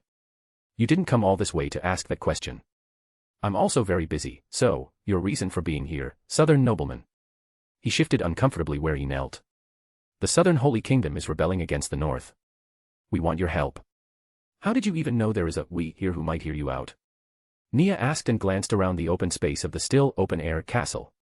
Demi-humans large and small bore blank expressions. "The North took a few captives, one of our people talked to some, we heard about the rise of a central authority here. I happen to be a bit of a gambler." He explained and could not hold back a smirk from his thickly bearded face. "And it looks like it has paid off. We'll see, human. You say the South is rebelling, what has that to do with us? We're busy building a kingdom here." Nia began tapping her foot and rested her head on her fist with her arm upright on the armrest of her throne. "The Holy Queen butchered our people, she showed no care for our lives, she let our families be slaughtered and turned on her own population. He snapped his jaw shut when Nia straightened on her throne. "The Holy Queen is still Kalka, right?" Nia furrowed her brow and looked at the southern noble with incredulity. "The one who condemned you to die, yes." He pointed out, and smiled inwardly when he saw the ice-blue eyes flash with brief anger. "Assuming I believe you, what of it?" Nia asked. "I live here now, I'm no longer a human, I'm no longer a citizen, I'm no longer anything." She tried to mask her thoughts, but she shifted a little, removed her head from her fist and sat up straighter, stiffer. "Your parents are human, aren't they?" he asked, and the hand Nia was resting on the armrest dug into the stone, the talons piercing the rock. She nodded. "They are. They were imprisoned by the Holy Queen on suspicion of treason, shortly after your escape." The nobleman pointed out, leaving the sentence dangling in silence between them. Nia frowned in spite of herself. She gritted her teeth. "Were they?" "Yes. Of course, if you care nothing for them or the people you used to defend, with your permission I will take my leave, Your Majesty." The nobleman bowed his head and waited. He did not wait long. "I didn't say that," Nia retorted, "but what do you propose I do?" "Seize the wall, invade the Northern Holy Kingdom, aid our rebellion. There are tens upon tens of thousands of you, and between us both, the royal family will have to submit," the nobleman proposed. "Why should I trust you, even if I agree with what you want?" Nia inquired, and he suppressed a smile of delight at the way she said it. "Because the Southern Holy Kingdom has no interest in ruling the North, we want only to rule ourselves. They are a buffer between you and us. If you seize the wall, then the wall becomes a buffer between you and your Western human neighbor. The slain theocracy is near to your border, isn't it?" he pointed out. "Don't you think it likely that at some point they and the Holy Kingdom would both turn on you? They won't just sit by while you build a real demi-human kingdom. Demalbian will be destroyed before it can even begin." Nia began to rub her chin. "You make an excellent point. I will, present terms to my Western neighbor. I will see what they say about turning over my family, see what manner of relations I can establish. As Your Majesty wills it," he said and bowed his head. Stay in a guest home, our quarters are still crude for now, but you may reside here until I have an answer. Nia promised, and waved to one of the Zern along the wall. Xin, see ambassador. Nia let it hang. Astraka. He said with pride. Duke Astraka. Yes, take the Duke to our best available quarters and provide him with whatever he requires. Nia gave the command, and as the human was led away she looked over to her left. To Raven, I have an assignment for you. Nia said, and the big orc put himself in front of her and went down on one knee to listen to her instruction. To Raven did not shake with fear. Not again. I have fear, no more now. He told himself, and felt it was the truth. At his back were 6 orcs and a wagon of goods, steel spat rope that was selling well among the dark dwarves, made by the spider people, furs from various monsters, as well as herbs rare in the Holy Kingdom that were more common in the Abelian Hills. As a single wagon, it was not even a caravan, and not a single one of the orcs was armed. They wore fine tunics as far as it went, befitting the status of a merchant as they understood it. Black leather clothing suitable for casual use, open-vested in the orc style to show off their big, broad chests, and some golden medallions which bore the crudely shaped face of the Frost Queen. To Raven glanced behind him one more time as they came in sight of the wall. The guards up above were already crying out the alarm as he raised his hands. I come for peace. Frost Queen sends with words. She sends with gifts. Offers of trade to neighbors. The outcry seemed, if anything, to send the humans into an even greater frenzy. At least they weren't shooting him yet. Yet. He thought, and waited. Go away. No demi-humans allowed. One warning is all you get, monster, and then we shoot. A high-pitched squeaky voice of an obvious battle virgin shouted down at him. He craned his neck to look up at the top of the wall. I am ambassador. I come for trade. For peace. Only Holy Queen can say no. Kill me, we have war. Frost Queen and Dragon will be angry. We let you see, we are not armed. Only goods and sealed letter for Holy Queen alone. It seemed to shake the confidence of the voice, as a moment later it shouted back, wait there. He did not envy the young man, always unhappy to have confusion. Always push up to someone else. Easier. Much easier. He thought, recalling the times he pushed hard questions up to his own father until he was the chief of a tribe himself. Thalrin was right. Frost Queen is good for orcs. Her promise to care for his family if he should die, filled him with confidence and courage that had failed him before, when her arrow was at his back and he was bleeding on Holy Kingdom ground. So he simply sat in the cart and waited. The other orcs took their cue from him and sat down on the ground around the cart with him. They sat for what felt like hours, but must have been less as the sun was not high in the sky when the gate began to open and some plate mail-clad paladins trotted out. They were 20 strong and moved to surround the wagon. Their metal gleaming in the light of the day, they lowered their lances so that the tips were each pointed at orc necks, 3 or 4 to each. The orcs remained calm and quiet. You better explain yourself, orc. A human said from behind his helmet. Did Frost Queen rules orcs, other demi-humans too, she wants peace, no war. Sends me for peace words, a letter for your queen from ours. Offers of trade. Agree to terms, we will not fight on any tomorrows. To Raven explained, and the human raised the visor of his helmet. Do you take us for fools? He demanded, incredulously moving his lance away and shaking it. His legs trembled so much that the horse all but cantered away, unsure of what he actually wanted to do. It stopped when his free hand took hold of the reins and tugged lightly. We do not take fools, only what I say. To Raven answered with a firm nod and held up both his hands beside his big round head. He snorted through his porcine snout, I say truth, Holy Queen and Frost Queen do not have to fight. No killing. Peace. Maybe she say yes, maybe she say no, but only she say. Or are you Holy Queen wrapped in metal? To Raven snorted, and the other orcs began to laugh, so, against their will, did several of the paladins whose lances with their sharp metal points, began to waver. The paladin, however, turned purple with anger. We will inspect your wagon, then escort you to someone higher, you'll be their problem then. His voice cracked at the end, and to Raven grunted. Then look, I speak true, nothing here, only peace offer. To Raven said with an emphatic nod, and raised his head when the tip of the lance pricked at his throat and forced his chin to rise to escape bloodshed. Go on. Inspect the wagon. The nameless paladin barked, and 2 dismounted to begin the inspection. First problem, done. To Raven thought, mentally breathing a sigh of relief, and waiting with patience to move on. Chapter 204, Chapter. To Raven and his little group of orcs could have been happier. The glares of humans reminded him of mere pale shadows of the mad-eyed archer who became the Queen of Frost. Arrows knocked in bows followed their every step, and his arms, like those of his companions, remained high overhead until they were led into the fortress itself. The door shut behind him, the cart of goods remained untouched, none of the humans seemed to want to touch it, as if fearing it was infected with one of the many diseases that cost so much mana to treat every year. At least they not steal it.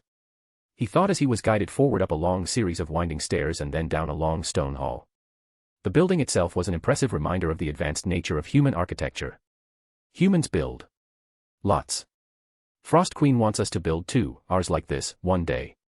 He felt a swelling of pride in his breast as he considered that, even now, his brethren and the other races of demi-humans were building the castle literally around their queen and her throne. The long sense of troubling inferiority, that they had not built as humans had, was being stripped away under the proof that they could do exactly the same or perhaps even better. The dark dwarves that served as supervisors were also acting as teachers, and his own son was showing aptitude in the task. We too will build great. He kept the thought to himself as he stepped through a ray of light from the outside that shone against the stone wall, briefly casting his shadow before he passed through it.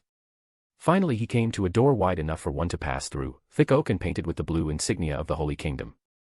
His escort, a sizable human of broad frame made only larger by his thick plate armor, went through first. Raven followed, but to the surprise of both the escort, and evidently the human behind the desk, he stopped 6 paces away and went down to one knee with his arms crossed at the wrist and resting on his knee. When the escort stood beside the one seated at the desk, Raven got his first real look at the figure. He was a wisp of a man with grey hair and a fading white beard that was immaculately well kept. A wrinkled face and balding head, Raven mentally made him the equivalent of an elder in an Orcish tribe. You know our ways. How? The old man asked, his eyes widening just a little. Frost Queen teaches us. Raven said. The old man looked up at the escort, and the escort down at the elder. They both gave a tiny shake of their heads.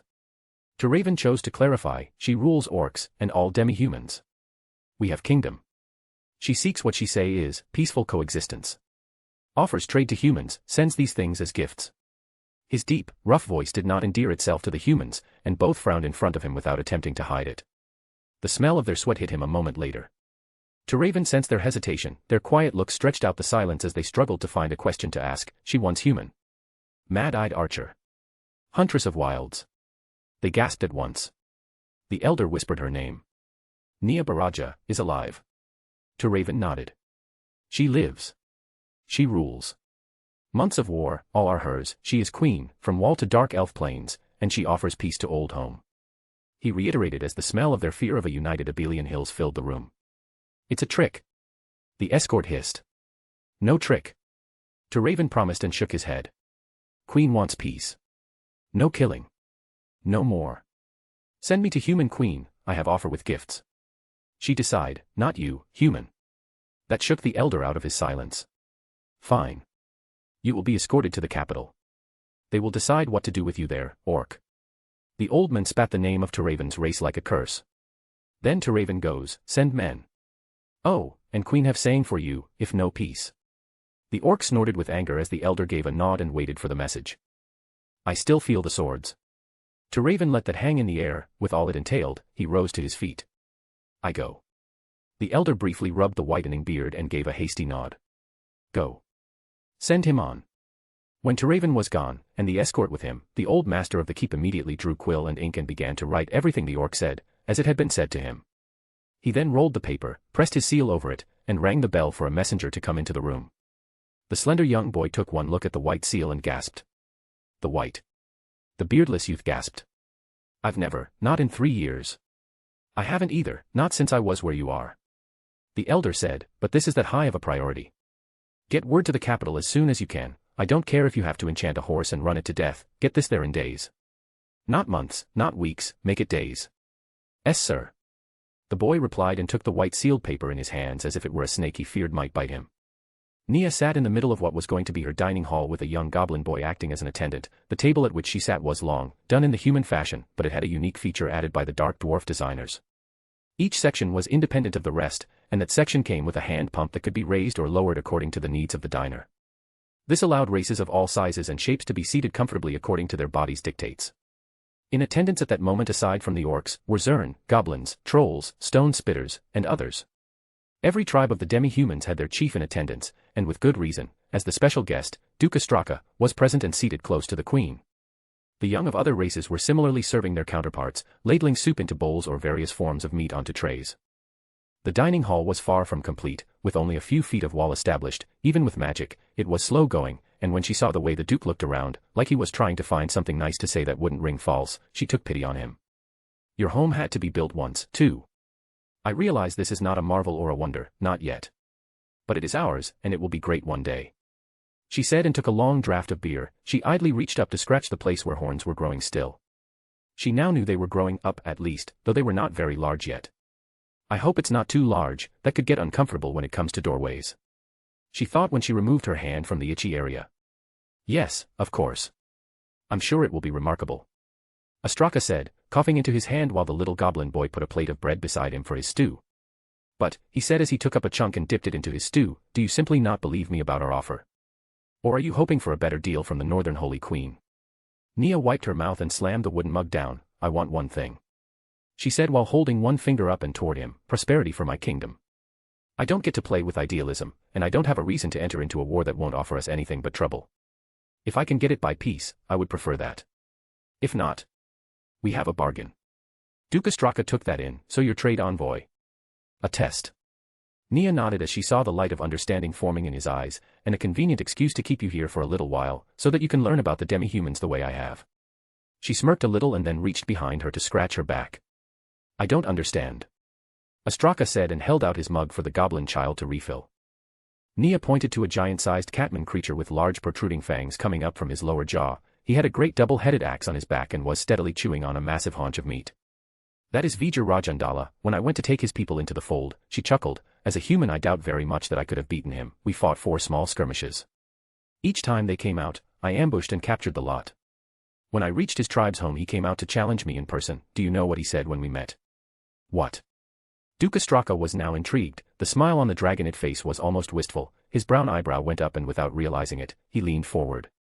At the far end, Vijay ate with gusto and chatted idly with a 4-armed creature Ostraka could not quite place, and took no note of the conversation between the queen and her human guest. He asked what I'd done with his people. His first concern was for his tribe. That was all he cared about. When I told him that I had taken them prisoner and that they were being treated as guests, he didn't believe me. So, I had them brought out. When he told me that I couldn't use them as hostages for the rest, I told him I wasn't, and I let them all go right then. When they went back to their families, I offered to fight him myself to spare both our people suffering, and that was when he gave in. Ostraka quietly took that to heart. The very human sentiment of the catman creature was all but unthinkable. But it didn't feel like the queen was lying. He is one of my most trusted followers now. These are all my people, they accept me as I am, something no human outside of my own parents ever did. Nia laughed a little, and some of the table paused to glance her way to see if they might enjoy a joke. She shook her head, and they went back to idle chatter. I won't treat you as a prisoner, Duke of the South. Nia promised. You are a guest. I will test the north. I sent a trusted chief of my people there, who I know will not betray me. If they fail, I will help you, but they will get their chance. Everybody deserves a chance. Till then, please enjoy my hospitality, get to know us in all our crudity, and see the potential of our kingdom. Then, you will go home safely. I give you my royal word. Nia said with a smile that might have been charming were it not for the ice-filled terrifying expression on her face that chilled his blood even to look at. Yes, I will accept your hospitality. The Duke said, I have brothers at home, a family, I want what's best for my country. I suppose, for now at least, that means getting to know yours. Then, in the spirit of optimism, a toast. She asked, and when he bowed his head, she stood and raised her mug. He began to stand, and within the span of a breath the rest of the table began to imitate the Queen of Frost. Chapter 205, Chapter. Information was so easy to gather when you had the people who were expected to carry it. Conveniently enough, the guards were from the same place. She flapped her wings from on high, and then, faster than any of them could understand what was happening, she descended with her bardiche, swung, and the heads of the humans toppled with soft thuds to the empty road. They rolled in the dust, the minds within the skulls looked around in utter dismay. The knights in their helmets, she couldn't see their faces, but their eyes were visibly wide. The messenger, a young boy, seemed more uncomprehending. It was as if he was wondering, just what is this? Why am I in the dirt? Why is my body falling? Did I have an accident?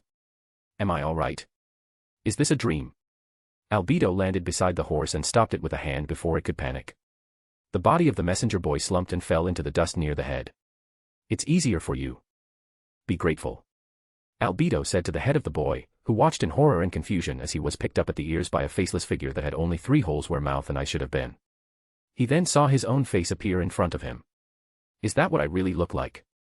He had the strangely calm thought while he listened to the blood drip down to the dust and stared at his crumpled corpse a few feet behind where the doppelganger stood. The woman, radiant beyond measure, seemed to be in charge. Mimic the rest of them, this is your assignment until the collapse. When the demi-humans hit the wall, make sure they succeed. He understood the horrifying implication of her words, and he tried to scream, his lips moved, but with no lungs, no air, nothing happened, and his eyes began to close just as he saw more of these faceless creatures come into view.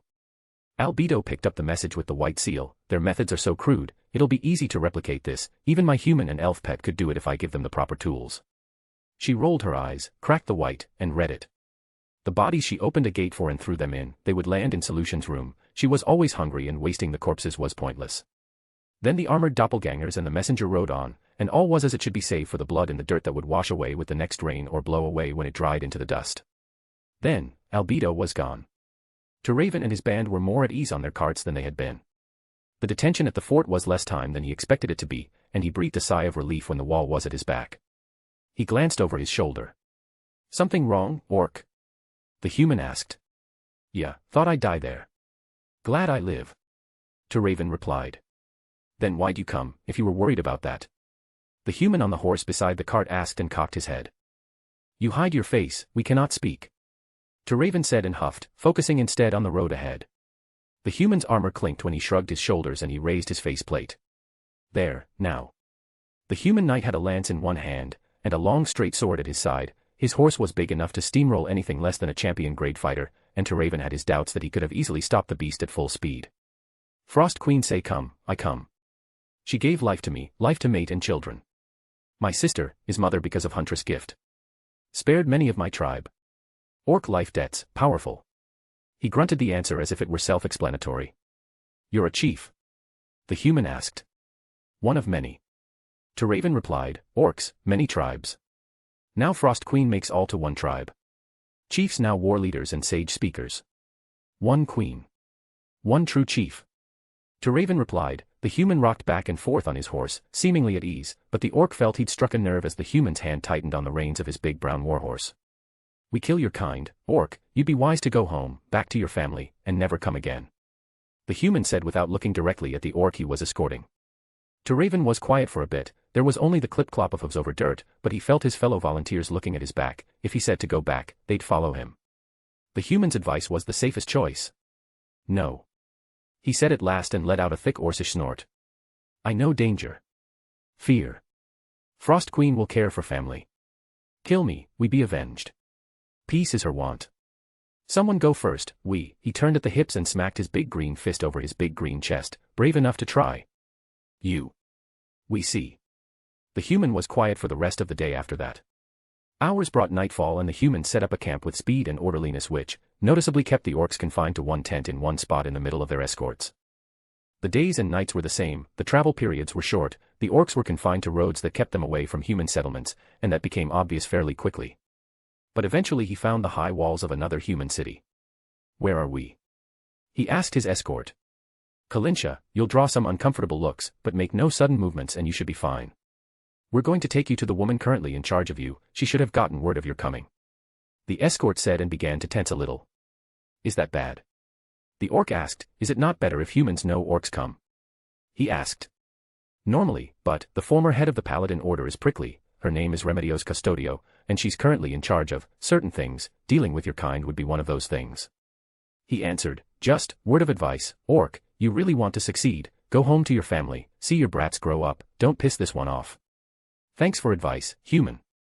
I hear. I try to follow. I want to see home alive. Raven said and tensed his grip on the reins a little more as the noise of the iron gates rising in front of him reminded him all too much of a dragon's maw accepting prey that offered itself for devouring. Remedios tapped her fingers on the desk. She glared at the paper in front of her.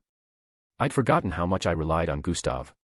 She thought with reluctance, her unofficial demotion was entirely technical, her loss of strength after dying, the fact that he was doing a good job in her place, and the Queen's both relief and displeasure at once, it made things confusing. A kingdom where nobody will cry, that's the dream, isn't it? That's what I worked for, why is she mad at me for doing what I did? Okay, so technically that was a human, but justice belongs to the wronged, not to the traitors and criminals and demi-humans and... She shook her head, it felt like something was amiss, like something was wrong, like there was a shadow just out of sight or an item just out of reach. Everything felt off, like an itch that couldn't be scratched. She continued her anxious tapping, willing the paperwork to disappear while it remained defiantly under her eyes and waited for her to actually do it. That anxious stalemate between her work obligations and her stubborn resistance to things she should have only had to take credit for, left her grateful when there was a knock at the door. The heavy thud gave her the excuse she needed to tear her eyes from the hated paper and focus on something else. Yes, what? She snapped. The door opened.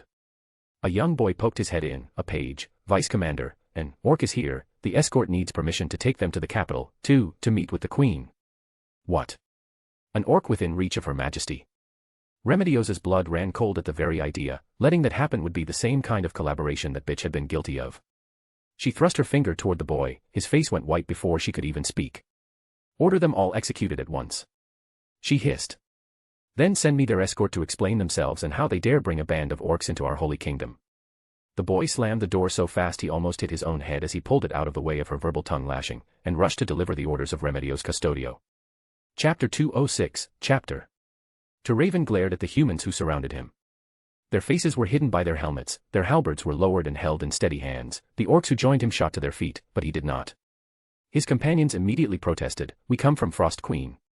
For peace between us. What have we done? What have we done?"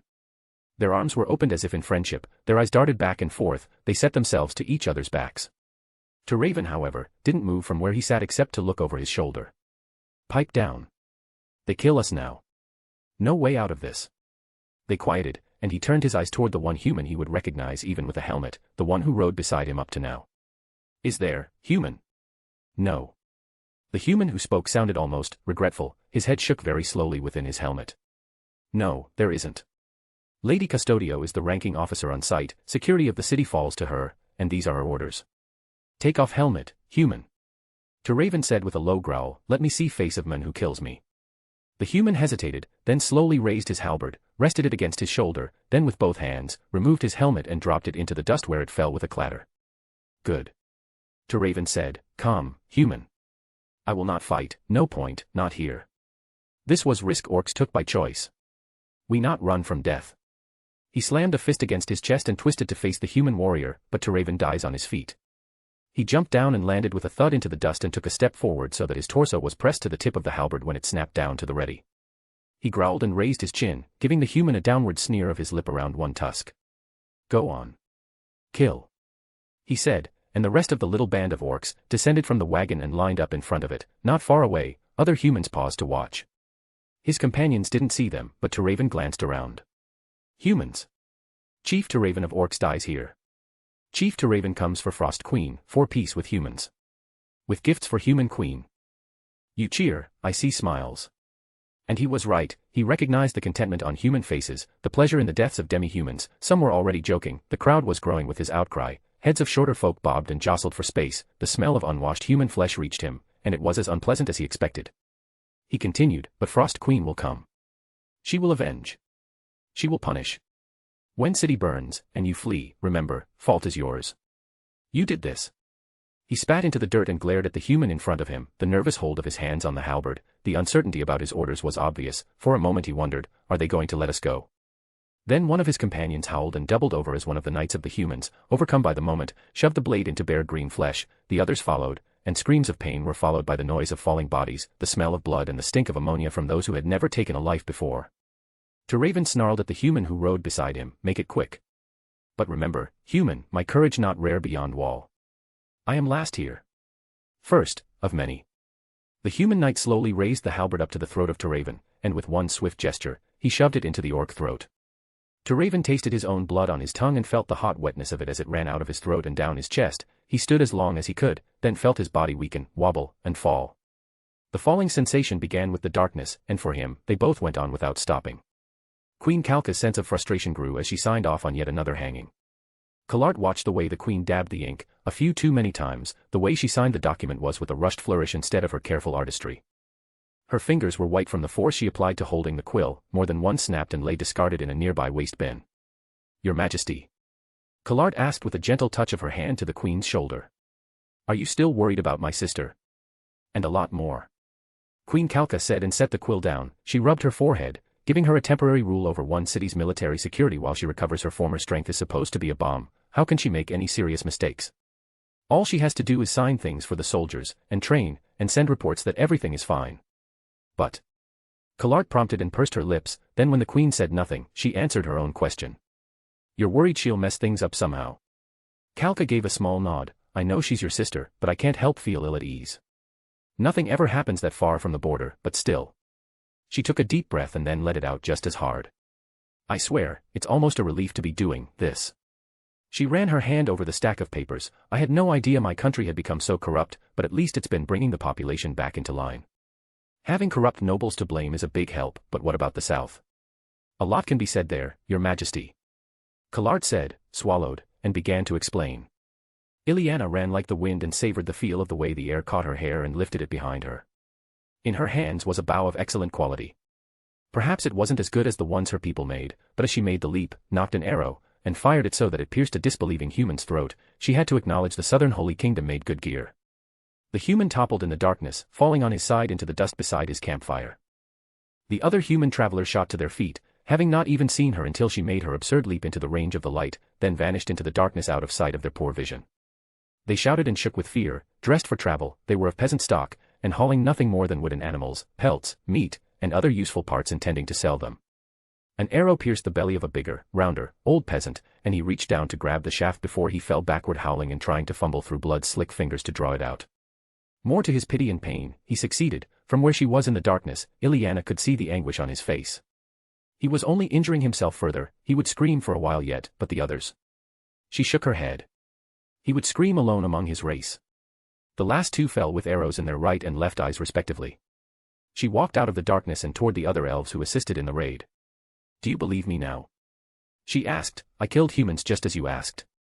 She didn't wait for an answer, instead she went on. Now, put these on display. She raised her voice to speak over the screaming human. Put these on display, she shouted as his screaming went higher, and...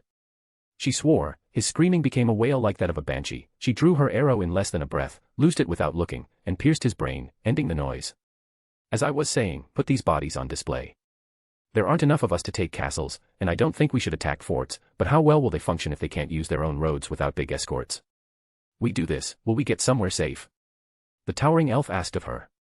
He had a hard edge to his voice, like he still wasn't sure he believed it. Yes. My lady doesn't lie to her servants.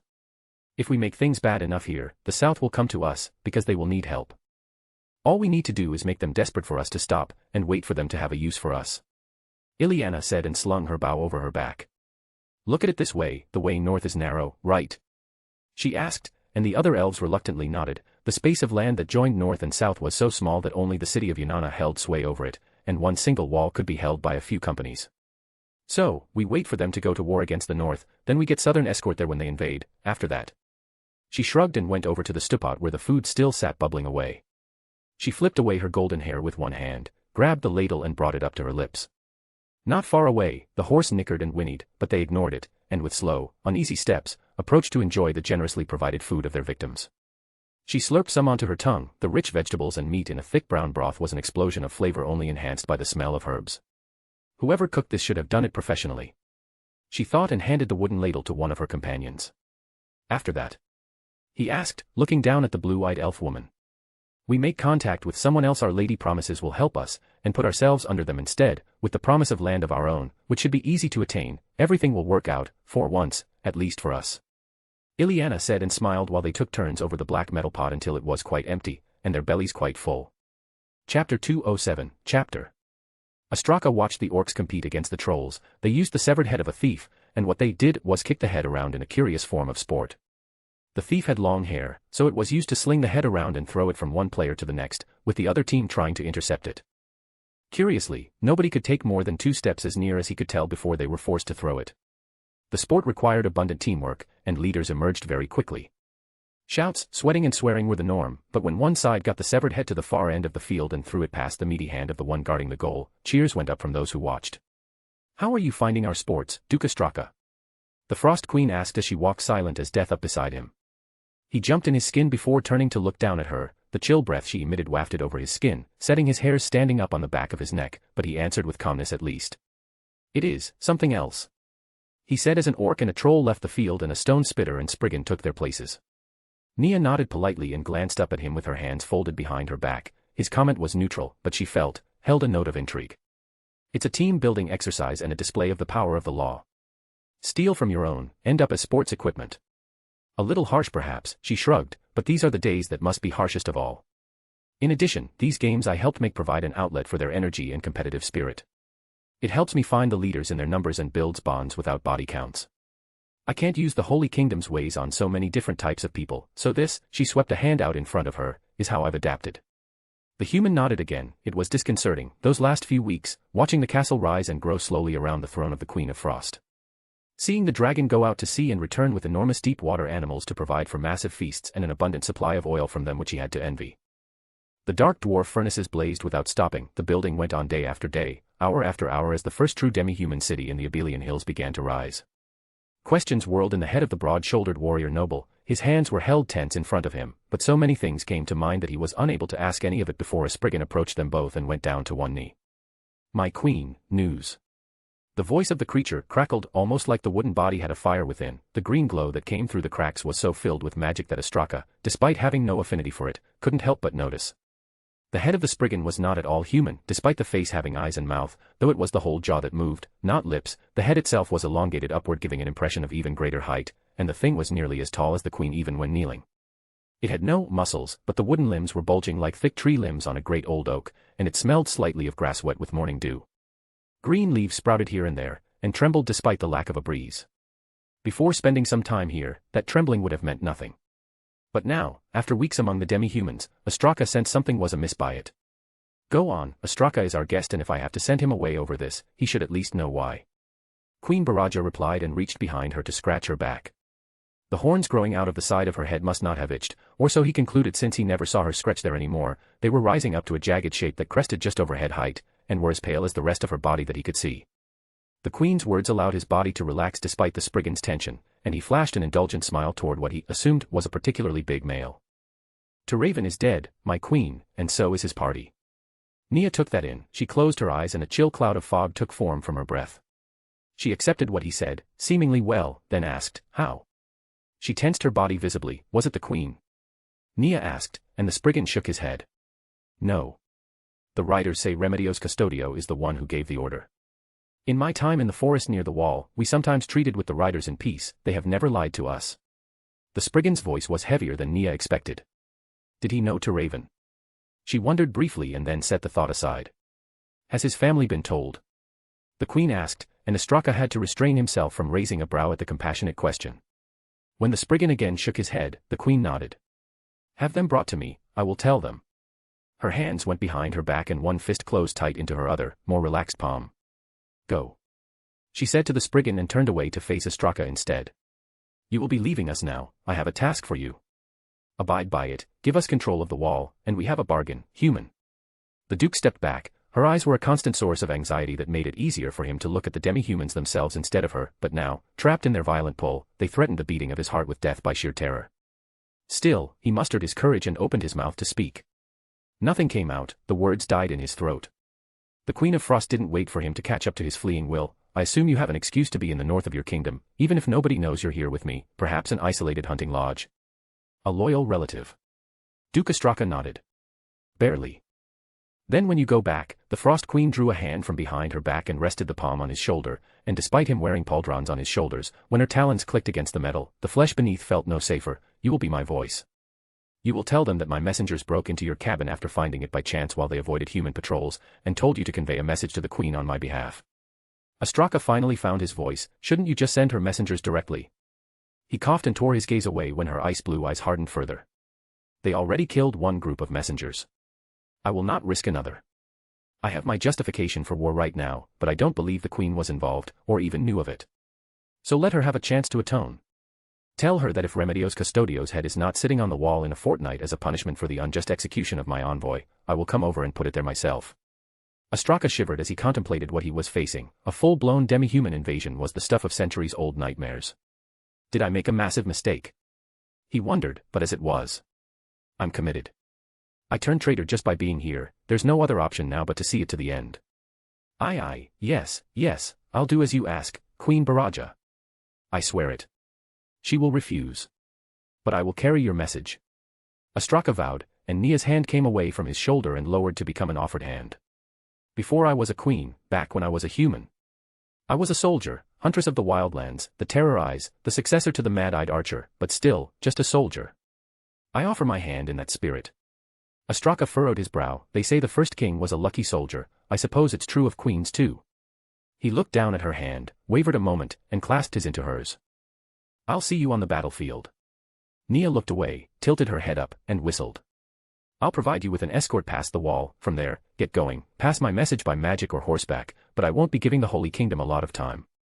So don't waste it, and don't waste the time of the South either. She instructed as a Magellos approached. Get him home. Nia said without giving him a chance to respond. Oh, she added, and try to get my parents to safety. I don't want them used as bargaining chips against me when the Queen learns who I am. Astraka bowed his head, and departed. Chapter 208, Chapter. Ainz felt his heart pound in his chest when he looked at the gate in front of him. His eyes darted up and down the whirling vortex, the proof of magical skill beyond anything he'd yet to find in this world. In retrospect, I should have been more concerned about using it the first time. I had no idea it would actually work after all. After things have settled down, I need to put Demiurge onto investigating the laws of magic. Ainz thought, briefly glad to distract himself from his more immediate concern, which came roaring back an instant later. When I step through, I will see Albedo. It's been quite some time. She is the last floor guardian, revealing myself to the others, the common maids, the other area guardians. That will be easy compared to this. This is the hardest of all tasks, if only I hadn't done that to her. The guilt weighed heavily on his soul. He could not help but think of Shaltir and her urgent desire to be with him, the longing for an intimate touch that he just couldn't give to her, and knew without a doubt it was 1,000 times worse for Albedo. He swallowed, removed his mask, and wiped his face. The dreams he had of her only exacerbated his anxiety. He rubbed the ring on his hand against the glove which sheathed it. Nominally with it on, he needed neither sustenance nor rest. But his all-too-human spirit screamed for it anyway. You've put this off long enough. She's probably wondering what is taking you so long. Do it. He ordered himself, replaced his mask, and stepped through the gate. Albedo stared at the space waiting for the gate again, and again, and again, and again. How long? How long? How long? How long? Her heart fluttered and pounded by turns while she waited for her beloved master to appear before her. How many months since she'd seen him? How many nights had she lain alone and reached between her thighs to think of his body on top of her own, and all the things she craved to do with him and him alone? A virgin succubus is so absurd. She thought in wry moments of self-awareness, yet her busy work, his absence, and the reticence of the only man she desired had kept her innocent. But this was the day and the appointed hour he would reappear, and all her work and the work of the useful tools she'd found for her use, the elf slave, the curious peasant merchant, even the turned human in the north, all brought them to this moment. The Holy Kingdom was ready to explode in civil war. It would take only one more push to make it happen. Albedo wrung her hands, only her natural total control over her body kept nervous sweat at bay. Please, please appear. I can't take it anymore. She felt like a bowstring drawn with an arrow nocked and ready to loose, but the powerful archer that held it neither relaxed his hold nor let her go. Her every fiber stretched to the point of breaking, and despite holding on as best she could bear not one more moment. The whirling vortex appeared a half a moment later. The crackling of power and magic held its pattern, the endless swirling, her beloved on the other side, half a world away, and yet he was also only one step from her, and all she could do was wait. Her heart rose into her throat when he didn't immediately appear. Her bright eyes focused, stared at the vortex. Come on. Come, please, appear, appear. She felt that longing that had been stirring for months in her breast become like a tornado, and tears welled in her eyes. Though she was fairly sure her lord didn't know she knew, the fact that he was now fully male at least was something she was aware of. I thought before he'd found a way in order for us to, but then why leave? Why not let me stay with him at night and work during the day? Why keep me so far away from him? She wondered that far more often than she liked to admit, and the answers all terrified her. Worst of all was the possibility that he doesn't want me. Only slightly worse was that he enjoys my suffering. That made her weep more than once, that he put abiding love in her only because he wanted to enjoy hurting her by not returning what he made her offer up to him with every fiber of her being. She recalled in detail the moment it happened. Watching her god erase part of herself, the urgent wanton sluttiness her maker had built into her mind, it was surreal. I might be the only guardian to have seen how they make us how we are. It was a great privilege, like a child in awe of seeing a new life born. He took away part of herself, and then, just like that, he wrote a new part of myself, an abiding and deep love for him and him alone. The way it exploded in my heart the very moment his work was done, the final act of true creation in Nazarick, and it was inside of me and me alone. I thought I was so blessed, but how long has it been, and I am still empty. She swallowed hard, trying not to work herself up, Her wings spread out in all their glory. For this meeting she even wore the clothes she wore in Nazarick, the white dress with the golden spider web over her breasts, a perfect look for their first meeting after so long apart. And still the void lingered, and she found the limits of the control she had over her body. She could keep the sweat at bay, but her bright yellow eyes were overwhelmed, tears pooled like a pond which she swiftly wiped away so that they wouldn't blur her vision of his coming. A footstep came through, everything seemed to happen in slow motion. Even though his foot touched the floor like anyone else who might walk along anywhere, such was his aura of command that he seemed to float, at least to her eyes. Like he was naturally above the world, his flowing robes and majestic air was every bit what she recalled and then some. She tried to speak when the void vanished behind him. She opened her mouth to say, "Welcome, Master. I can't wait to show you what I've done." Her mouth closed. Nothing came out. She opened it again as her arms opened like her wings at her side. She tried to say, "Welcome, my lord, to your next conquest." Though whether she would have meant herself or the kingdom or both even she couldn't have said. Again her mouth closed, the moment hung between them. Albedo broke. "My love." She cried with wild desperation and cast herself to her knees directly in front of him, her arms and wings wrapped around him at the thighs, and she buried her face in his flowing robes and began to shake her head back and forth. "I've missed you. I've missed you. I've missed you. I've missed you, so much. I wanted you here for so long, thank you. I couldn't have waited another day, it was torture." She did not, could not, close her mouth. The words tumbled out like water past a bursting dam, casting stone with wild abandon. Ainz, for his part, froze. The reality of it all hit him with the force of a volcanic eruption. All this time, he thought while she buried her face in his robes and lost all control over herself, "I was thinking of myself and my own fears. This is what I left her to suffer, the child of one of my best friends. I knew she wanted me, but all that entailed, the longing that ate at her, the way it frustrated her, how she must have wondered why he sent her to work so far away and made her stay there to get it all done." Guilt raged through him with the force of a typhoon storm. As conflicted as he was, there was one thing Ainz knew. He loved them all. "They're my children, and I hurt one of them." The realization hit him like a punch in the gut, and all he wanted wasn't a kingdom, or an empire, or even his friends. "I want her pain to stop. I don't want her to hurt." That much he knew beyond any reason or doubt, and his hands with agonizing slowness went around her to hold onto her back, which he began to stroke. "I'm sorry, Albedo. I'm sorry. I didn't mean to do this to you," he said, and that was all he said, over and over, until she could look up at him again. Chapter 209, Chapter. The Queen of Frost sat on her throne holding the sheepskin scroll. Paper was still in short supply unless made by magic, and very few could use the simple spell for it since there had been no real need before. They spent so much time fighting each other that practical things for a civilization just didn't matter. Now here I am changing all that. I shouldn't be annoyed, but... She scratched at her now more ample bone horns. "I am." Her pale frost blue skin caught the light of the day and she contemplated it for a moment when she looked away from the scroll's contents. The blood of Alisur Dark had truly marvelous and widespread effects on her body aside from healing what should have been fatal wounds. Nia was anything but displeased with the result. Stronger, faster, able to compete with monsters that were unthinkable for anything less than Remedios herself, the hybrid form the Queen of Frost now had was an absolute joy. She scratched her back, but damn it itches a lot. I wonder if I'm growing wings too. That was a pleasant prospect at least. She refocused on the scroll. The prospect of an alliance with the South was more than a little tempting. I need more knowledge to build a proper kingdom. The dark dwarves are helpful, but they are very few and passage through dark elf plains is both time-consuming and expensive. I still can't believe I managed to get the demi-humans to even consider something important beyond personal strength. She snorted at that. The power of unity had been on full display from the first time she incorporated a non-Orcish tribe into her forces and managed to start bringing the smaller groups into line. One by one and two by two the others fell accordingly, some by hook, some by crook, others by blade or dragon's breath, but now united, they were still learning to work together. Being of somewhat minor noble stock, Nia knew better than most people that the past invasions of her homeland by demi-humans had all failed for one simple reason. No discipline. None. Every tribe for itself. She recalled the lesson she learned that they hadn't truly intended to teach her, and as she looked at the scroll she knew the unvarnished truth. If I do invade again, I will do what nobody else has done before. Barring something unforeseen, I will win. Demalbian has discipline. They are now coming closer to being like a fist, not just twitching fingers acting according to their own will. A pang struck Nia's heart. 4 years of loyal service, they'd still turned on her at the drop of a hat and tried to kill her. Yet it was her home. That was her kingdom. She still felt an ache in her heart for the people she would drive before her if her army went west. The scroll she held contained the list of units, numbers, and mustered supplies. One suggestion for augmenting their supplies had been very straightforward. We could simply eat humans. Nia recalled shooting that one down immediately.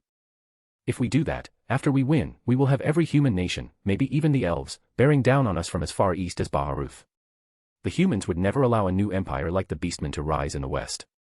And with the kingdom of Nazarick making waves in the east, I don't like the idea of potentially antagonizing them too. No. We will capture humans, but we want legitimacy, to exist, to grow strong, and more enemies is not what we need to get there.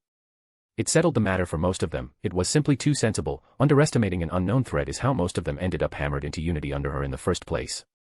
A mistake nobody wanted to repeat with unknown powers and a united human crusade that they could bring down on themselves.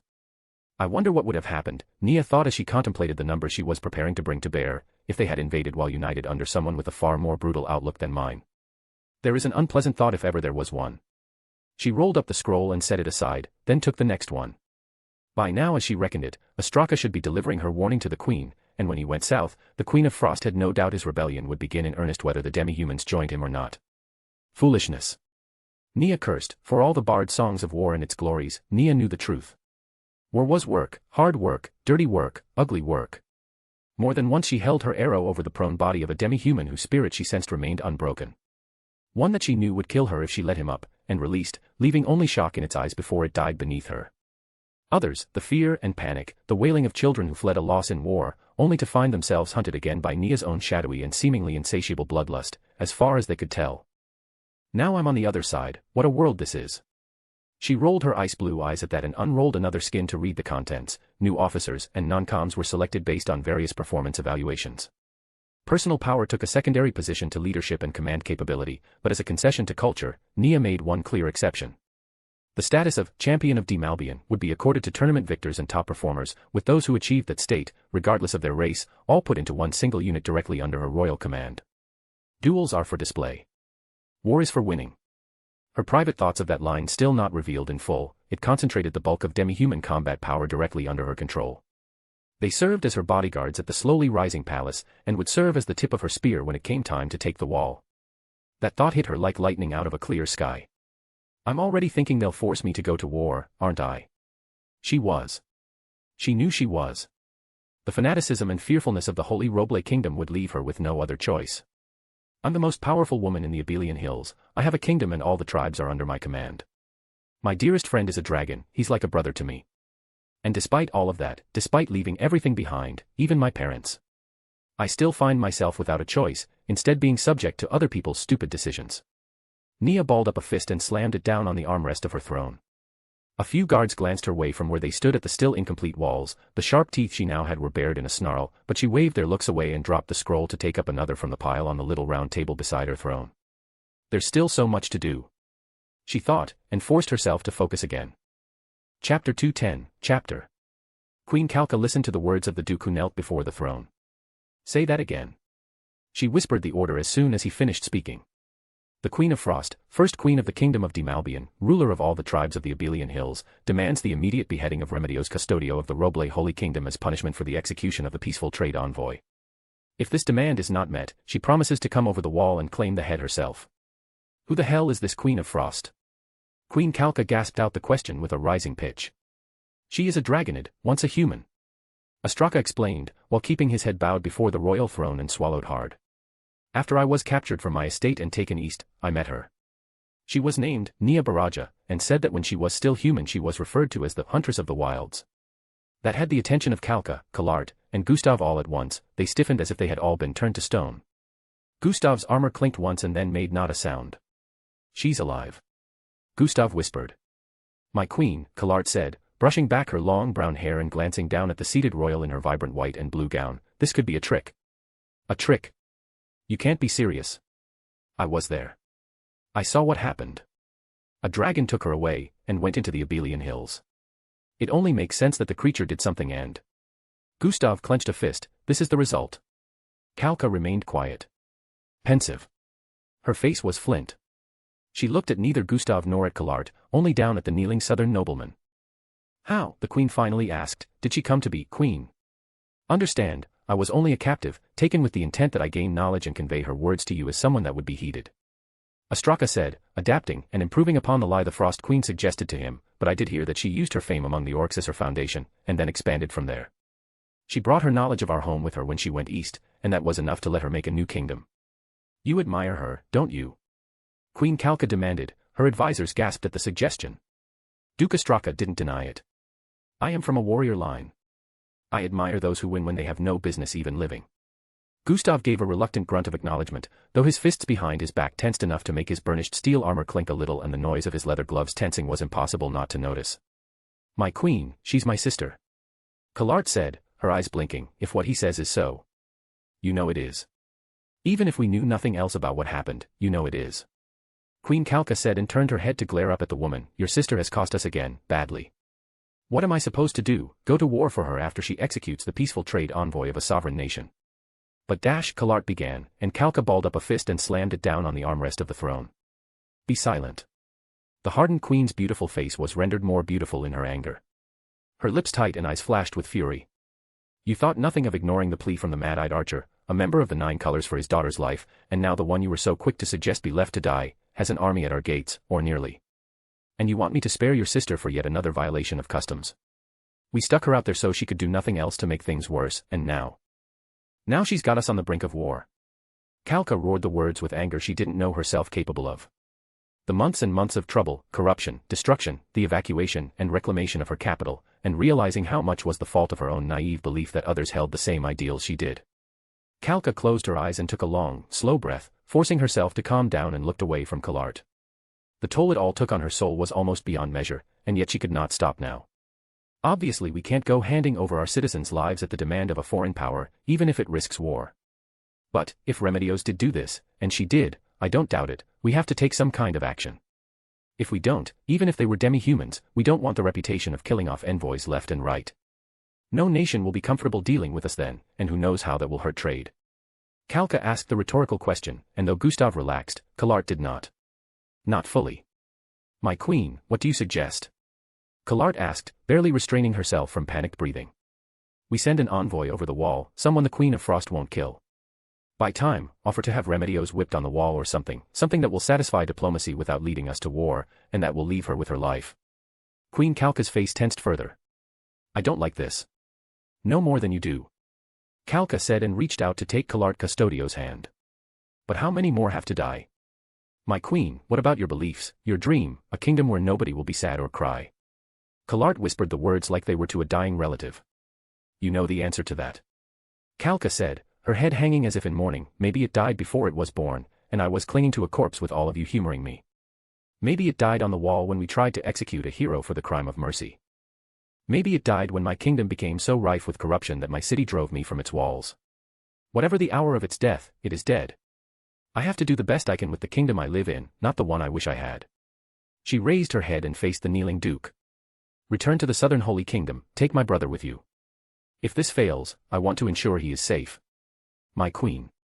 Duke Ostraka said and rose to his feet. He began to back away, fully ignored now that his business was done and the queen turned her attention elsewhere. Gustav, you will go beyond the wall as my envoy to the Queen of Frost. Plead for peace, make the offer to her in person, perhaps she will not kill you at least. The queen suggested. I was the judge at her trial, it seems more likely she would kill me than not. He frowned and bit his tongue. No, I'll go. I can think of no one better for this than myself. I will pack my things and leave at once, and if I perish, I perish.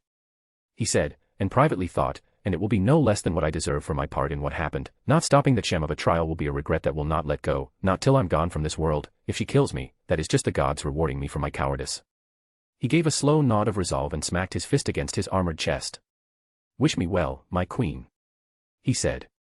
Come back safe, Gustav. That is an order. The queen said, and he could not keep back a smile from her. Even if her own was tiny and forced, she remained a golden and radiant beauty that naturally drew out his every protective wish.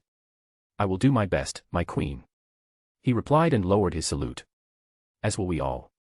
Kallart added with an anxious swallow. So will we all.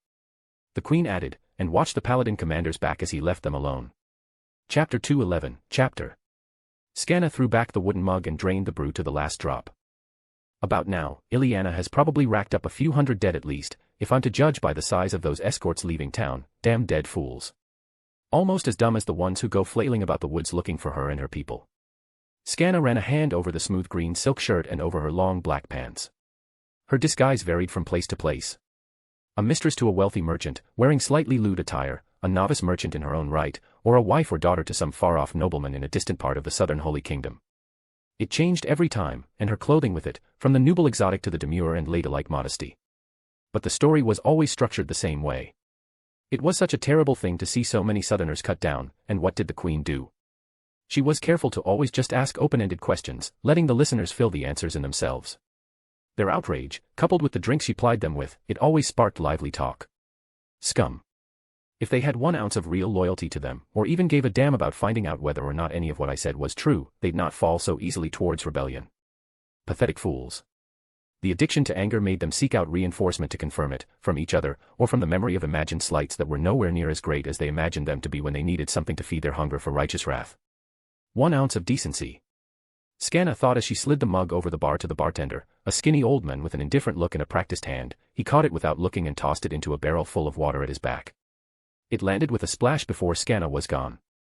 The woods were easy to find both night and day, and leaving the town without being seen was almost as easy as finding the woods. The auburn-haired girl's bright green eyes caught the light of the moon and glowed like the eyes of a cat. A little Cheshire smile swept over her face. I love my job. Scanna thought with a silent titter of breath in the cool night air. The demoness instruction had worked wonders in their months of time together. From the tumbling in forms, to the occasional fencing with the doppelgangers, Scanna's always lean dancer frame was now tight as a drawn bow, and her skills with a sword, once little more than for showy dancing to entice the hungers of strong men, were now sharper than real swords themselves. She jumped as soon as the guard on the low stone wall passed out of view. Her body easily cleared the 15 feet of stone and she landed quiet as a cat's paws on the other side. Normally her departures from various locations would be to bring Ileana word of some prize ready to leave a town or village, but on this occasion, Mistress will be summoning us back. It left a thrill in Scanna's gut that made her every step lighter as she loped over the open ground, silent but aware, until she reached the woods. The road went around by many miles. Of course, here was the dangerous part. She began to whistle and hold her hands up as much as she was able, tangled amidst the trees and bushes in the shadows. The night, even given a deeper shadow by the canopy of green overhead, posed no real obstacle to the now experienced agent of the demoness, but the deep growth that served as the shield of the elves was quite effective at slowing Scanna down. She whistled the signal tune until she heard someone whistle back. Bold of you to whistle back. She called out into the dark. Ileana came into view from on top of a high branch, her feet shoulder-width apart, a bough slung on her back and her golden hair flitting lightly in the breeze. She rested one hand on the trunk of the tree from which the branch grew and smiled down at her from a stone's throw away. You'd know, my friend, you'd know. Ileana gave a mirthful smile down at the first, and thus far the only good human that she knew, and hopped down from branch to branch when the mirthful smile was returned to her. The former prostitute crossed the distance between them, her feet crushing the soft grass and crunching the fallen leaves under her high-booted feet, and embraced her comrade tightly breast to breast. Where Scanna smelled of fermented beer and hot stew, Ileana smelled of grass and autumn breezes. The elf woman kissed her comrade's cheeks in contented greeting, and then they stepped away from one another, if only by a forearm's length, and clasped their hands together at waist height between one another. I take it my information helped?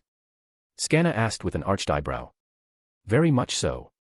Ileana said with a sharp, affirming nod. Come see.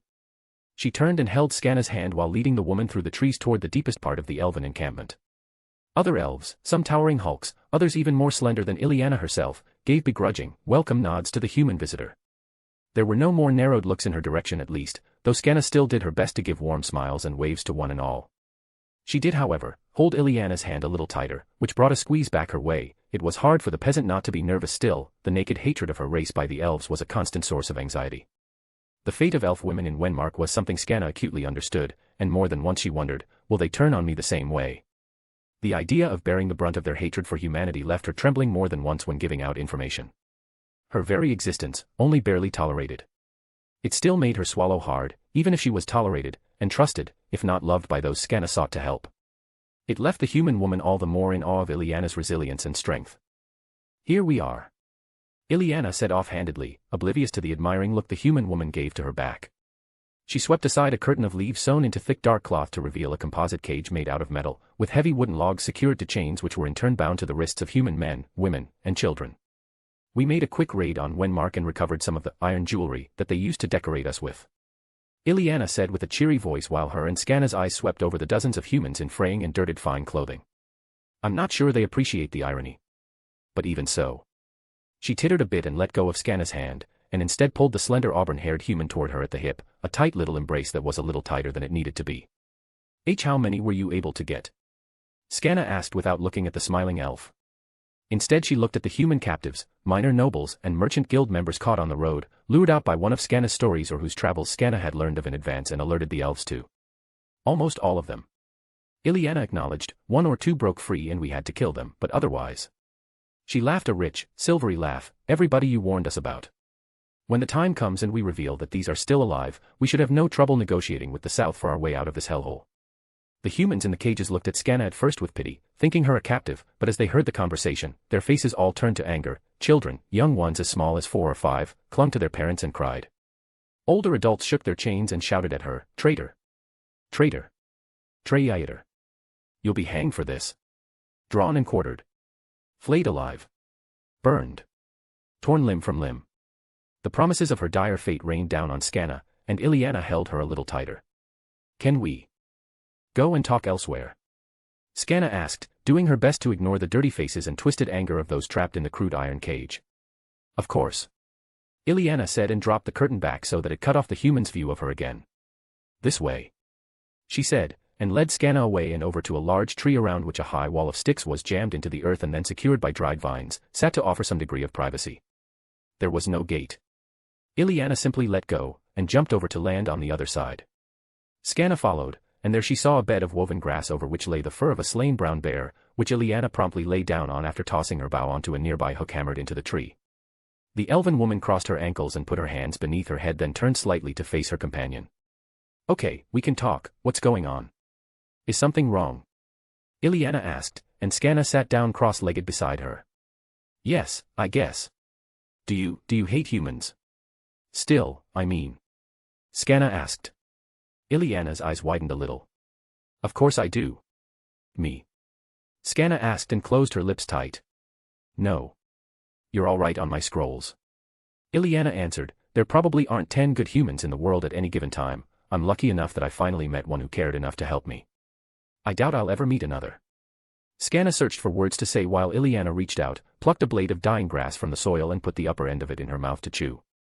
"I'm not going to hurt you, Scanna. If that's what you're worried about.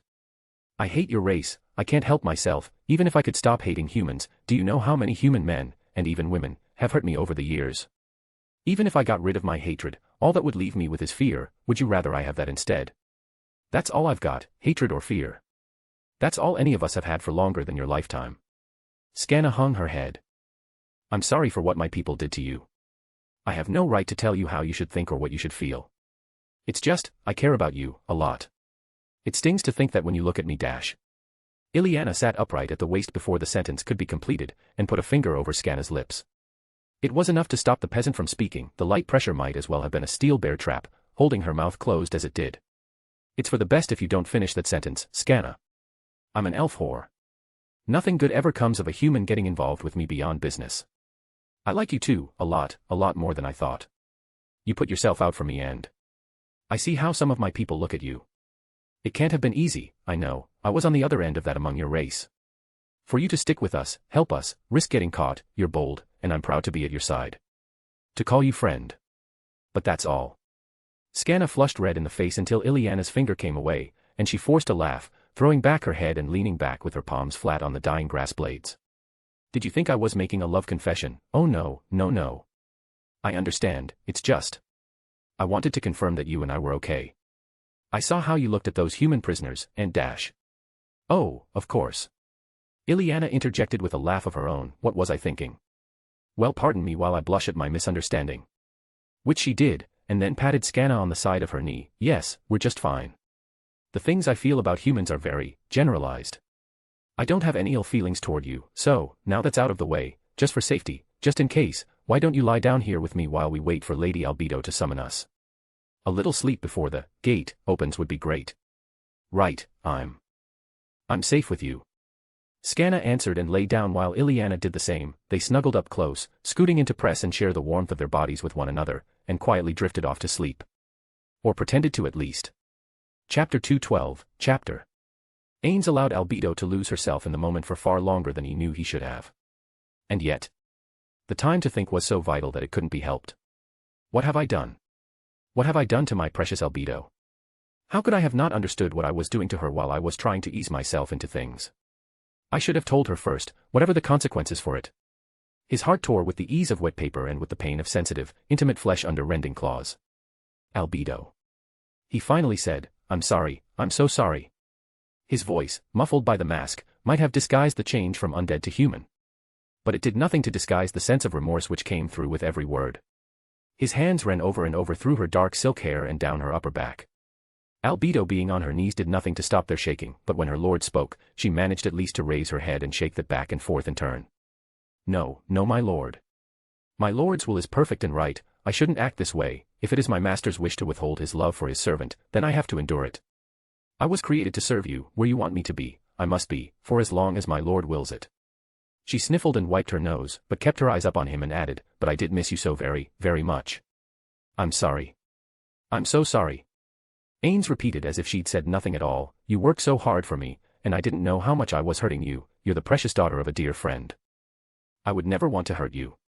The simple statement that she was, the daughter of his dear friend, lanced through Albedo's heart, a brutal, piercing dismissal of the way she loved him, and from the core of herself that was opened up by the piercing strike, out-fountained words she had uttered 1,000 times in her own mind. No. I'm more than that, my love. So much more. She cried out, I'm not a child. I'm a woman in love. Love I want to give to you and you alone. Love you chose for me, as a woman, not as a daughter. Her words were frantic, blunt, bold, and they rained down on Ainz' resolve like vicious blows, not because of what she said, but because it opened up his overwhelming sense of guilt. A memory stirred, distant now, but present nonetheless, of a powerful executive that wanted the pretty wife of a junior worker and so threw an office party. Though the men Suzuki Satoru had not personally seen what took place, the story made the rounds. A little white powder in her drink got her away from her young, naive husband and alone, and the executive had his fill of her, only to discard her when he was done. A special loathing existed in his mind for that executive, though now as Albedo's powerful hands pulled at his robes with teary eyes he was hard-pressed to distinguish himself from the one who used the employee's wife.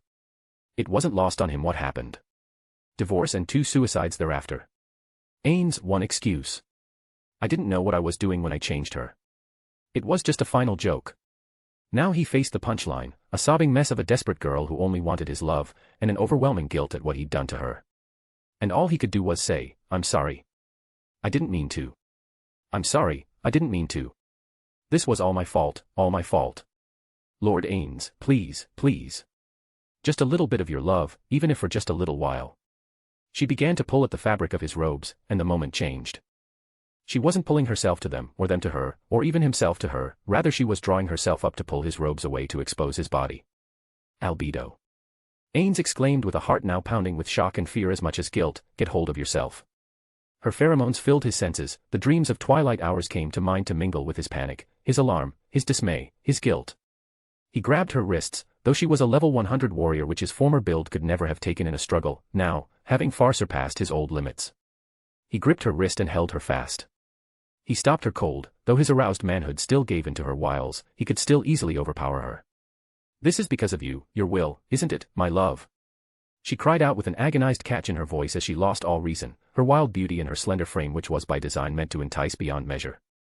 Only his doubt about how she might react to his humanity kept his sense of control at bay. Albedo, my body, I have to tell you dash. I know, my lord. I know the truth. She shrieked the words and resumed drawing herself up. He fell on his back, more out of shock at her words than by the strength of her body. You are a man, a whole man now. I've known for months. Longer. Since before you went to the dwarves. She shouted, and he froze, shock enveloped him. I was so careful to keep her at bay, and it was all for nothing, she knew. She knew and I dash. Ainz' realization ripped apart what was left of his resolve. I tortured her for nothing. His human heart wept a sea as she pulled his robes away and exposed his naked chest. She straddled him then and pulled her dress up over her head. She cast the gift of her creator into the corner of the room with the utmost contempt. The wooden floor of the expensive room might as well have been filth to her before that hour. But in this moment, Albedo considered it to be the same as sacred ground. Her breasts heaved as she tore away the sash that bound the undergarments which concealed his manhood, and with a swipe of her fingers she tore the cloth away. They were panting, both of them for different reasons. Only his mask remained. For a moment Ainz thought she was going to tear it away. Her hands were slow as glacial ice to his high-level body. He could have stopped her. He had no doubt about it. What did you expect? He asked himself, and her hands found the edges of the mask of jealousy. Then they did nothing, they didn't tear it away. Ainz relaxed himself. My lord, may I see? It was a question as out of the blue as a lightning bolt on a cloudless day. You can never go back, if you do. Ainz said and brought his hands up to hers. His shaft was still responding to her pheromones. Overwhelming heat rose from both their bodies. I can't bear it. I can't. She said, and in that moment of rare clarity she asked, all the others saw, haven't they? Ainz had no will to lie to her. Yes. Am I so unworthy, cursed? She asked, coming for a moment, back to herself, perhaps due to his own seeming lack of response to her actions. Of course, look what I am about to do. The naked succubus hung her head in shame and then drew her hands away to cover her face as if she had a mask of her own. This was supposed to be beautiful, this was supposed to be beautiful, this was supposed to be beautiful. She choked out the words and began a soft, whimpering cry, her body still straddling his own as the depth of her crime, attacking a supreme being, settled into her head. My lord was right not to trust me, to exile me. She said, as she now came to consider her assignment. Albedo. Albedo no. No. No. No. Ainz said and reached up from under her to grasp her arms and pull them away from her face to expose her weeping yellow eyes and her trembling ruby lips. Listen to me, let me tell you. Ainz said and began to relay it all to her, the moment of the change, his concerns over the loyalty of the denizens of Nazarick. I suppose I must blame my own human heart for being so irrational. As if my friend's children would ever be anything but loyal, it was a stupid thing for me to fear, but I feared it anyway. Albedo gave a weak, fragile smile. This truly does explain much, but, your mask, may I, my love? Ainz allowed her hands there again, and this time he did not stop her from pulling it aside. My lord is handsome. She said and touched the cheek of his face, a little dark beard stubble bent under the light touch of her fingers. I knew my lord had all his manly parts restored, but not that he was human. A spike of alarm shot through Ainz' heart for a moment until he saw that her smile did not vanish, instead growing only stronger. I should have expected as much out of a genius. He admitted, and his head rolled to the side to look away from her. It seems so obvious now, I should have come to you first. But he reached up, not for her heaving breast, but for her own face. You're my friend's child. What I did so thoughtlessly, it was wrong. Your feelings, you told me once it wasn't a problem. That is true for you, but not for me. How can I do what you want when it isn't what you were meant to be? His face twisted into a mix of confusion and pain, his eyes welled up with tears. I'm sorry. I'm so sorry, my Albedo, but please, rise, put on your clothes. I can't. We can't. I can't. Ainz said a little more firmly. If she had pressed on, his resolve hung like a fraying thread, he would have relaxed, and let her do as she wanted. I'm here now, let that be enough, please. He urged. She gave a quiet, submissive nod and rose from off of him. His robes were not truly off of his body, only cast down. As she rose and went to obey him, putting on her dress again, he rose himself and began to close his robes as if nothing at all had happened. But it did. She had her back to him while she dressed, and shameful though it was, he could not help but look. So Albedo caught his eyes when she ran her hands through her hair, pulling it from out of the confines of her dress to tumble down her slender curving back. She lingered there a moment, sharing the eye contact from across the room, and then folded her hands demurely in front of her waist before saying, My lord, my servants should be ready soon. If it pleases you, we can begin to go over our plans for the last push before this kingdom is doomed to fall into your hands. Ah, yes, let's do that. Go ahead, Albedo. Ainz stammered for a moment as he fixed the mask back over his face and then followed her over to a waiting table with two comfortable-looking chairs just begging to be used. Chapter 213, Chapter. An envoy from the Holy Kingdom. Nia asked the messenger, her brow furrowed and she leaned forward. Her back itched, she reached behind her to scratch the protrusions that were beginning. Just like with the horns, how much of me will be left by the end? It was a half-held thought of no real consequence to the Queen of Frost. The messenger was a Bafolk, one of the survivors after killing the Grand King Boozer. I suppose there is something to be said for the demi-human reverence for strength. Killing him solidified my reputation. They have no idea that when I was human, I was nowhere near as strong as everybody thought. She let out an exhale that cast out the fog of her breath. A cool autumn air wafted over some of her exposed skin as she contemplated what to do. Yes, my queen. And he says you know him.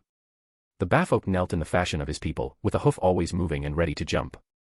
They were fantastic jumpers, a thing she kept in mind for when she went for the walls. His statement, however, caught her ear. I do. Did he give a name? Nia's ears pricked up. He says, Gustav Montagnes, commander of the Paladin Order. The Bafolk huffed, a sign of contempt at the long title. Nia, however, shot to her feet with such force that she nearly toppled her throne. Gustav. Are they mad? She snapped. While not well known to her as a person, she knew what he used to be. And she would never forget the moment when last they saw one another. When he saw her sentenced to the sword and the stake. They're either insane, or this is an insult, or an offering. Is that what this is? Nia wondered, could they be offering his life in exchange for Remedio's custodio? That thought made more sense than simple madness. Regardless, she had to respond. It had been some time, even knowing it would take a fair bit for Duca Straka to deliver his message, and even more time for him to get home and start his own rebellion, so if nothing else. Sending him is legitimate, one way or the other. Nia reasoned. When she'd shot to her feet, the guards lining the wall stared at her, their weapons tensed, but she shook her head. Call for Alisir Dark, it's time we make an impression on the Holy Kingdom. The Bafok rushed to obey, and Nia clenched her sharp talon-tipped fingers, clicking the ends together as she took a slow walk out of what was rapidly becoming a growing palace. The wall was nearly complete, with one marvelous design feature she insisted upon that would be the last one to be added. A Magicine mechanism that would open the roof to allow Alisir Dark to join her. A home isn't a home if your friends can't come in. She reflected as she turned her eye toward the distant horizon as soon as she passed through the doors guarded by both a Spriggan and an Aegina. It's still strange to think of having a dragon as a friend, for that matter, having any friends is a novelty. She mused and cracked a smile at the slow rising sun. It was a nice feeling. Some of the chiefs of the demi-humans she'd come to like more than she was willing to admit. They had a directness to them that made their company enjoyable. They said what they meant and meant what they said, and as long as she treated them with respect and was willing to risk herself for them, they were loyal. I can't ever go back. Nia came to understand, there was nowhere else in the world she could belong, not really. Humans would never welcome me as I am, and didn't even want me when I was one of them. What are the odds of any other monarchs ever really giving a damn about a demi-human, unless they're one themselves? She asked the question rhetorically and half-snorted. The rumors carrying her way about the distant kingdom of Nazarick tickled at her brain, but it was difficult to credit those very much. Even if it were true, they were far away, and it was unlikely she would ever meet the ruler there. I have enough to think about right here, right now. Nia thought as the shadow of Alisir Dark covered her body when he passed over her and began to circle closer and closer to the ground near where she stood. Nia, he said, and then let out a rumble of amusement, or should I say, Frost Queen? He asked. Nia put a hand on his massive snout by the nostril. She stood just to the side of it, in full view of his single, giant eye. Just call me your friend, that's good enough. She said and tapped his nose, and also call me ready to go. The envoy will be at the old Outrider posting, I'm sure of it. Outrider posting? Alisir Dark asked. Nia nodded. Yes, for all our enmity, some trade has always taken place between the wall and the demi-humans, not a lot, mind you. But those scouts that were there did come out this way to find out what was going on sometimes, and they built up some good relations at least. Good enough that they have a few designated areas where they could generally rest without being immediately killed. I've never been there, but I know what to look for from word of mouth. Then let's not keep them waiting, perhaps their surrender will be brief. Alisir Dark said with such a serious voice that Nia almost took it seriously until she realized it was his way of joking. Her face split in laughter and she smacked his nose with her palm again. Oh come on, you. She quipped and rushed past his head and bounded from the ground, off of his foreleg, and up onto the back of his neck. The broad white wings of the frost dragon battered the air, causing nearby trees to sway, rock and threatened to come up by the roots before the dragon's rising body grew too distant. Soon they were well aloft and soaring through the air, the wings beat and tail lashed until the great dragon could simply glide ahead on the currents of the air. Nia pointed to a little cluster of trees covered with white petals native to the Abelian hills. They were long, slender things at the trunk, but burgeoned at the top like mushroom heads, broad around, and always grew in threes. The great white flowers gave off a powerful smell, and from them hung white vines of exceptional thickness, with length enough for several paces worth of length to coil on the ground. Land there, Nia said, and Alisir Dark looked behind him to see where she pointed. I smell nothing. He said, even from here, I should detect some hint of human. You wouldn't. Nia said, those trees hide everything within them. Goodness knows why, but it makes a perfect hiding spot for wayward humans. Or at least a few of them.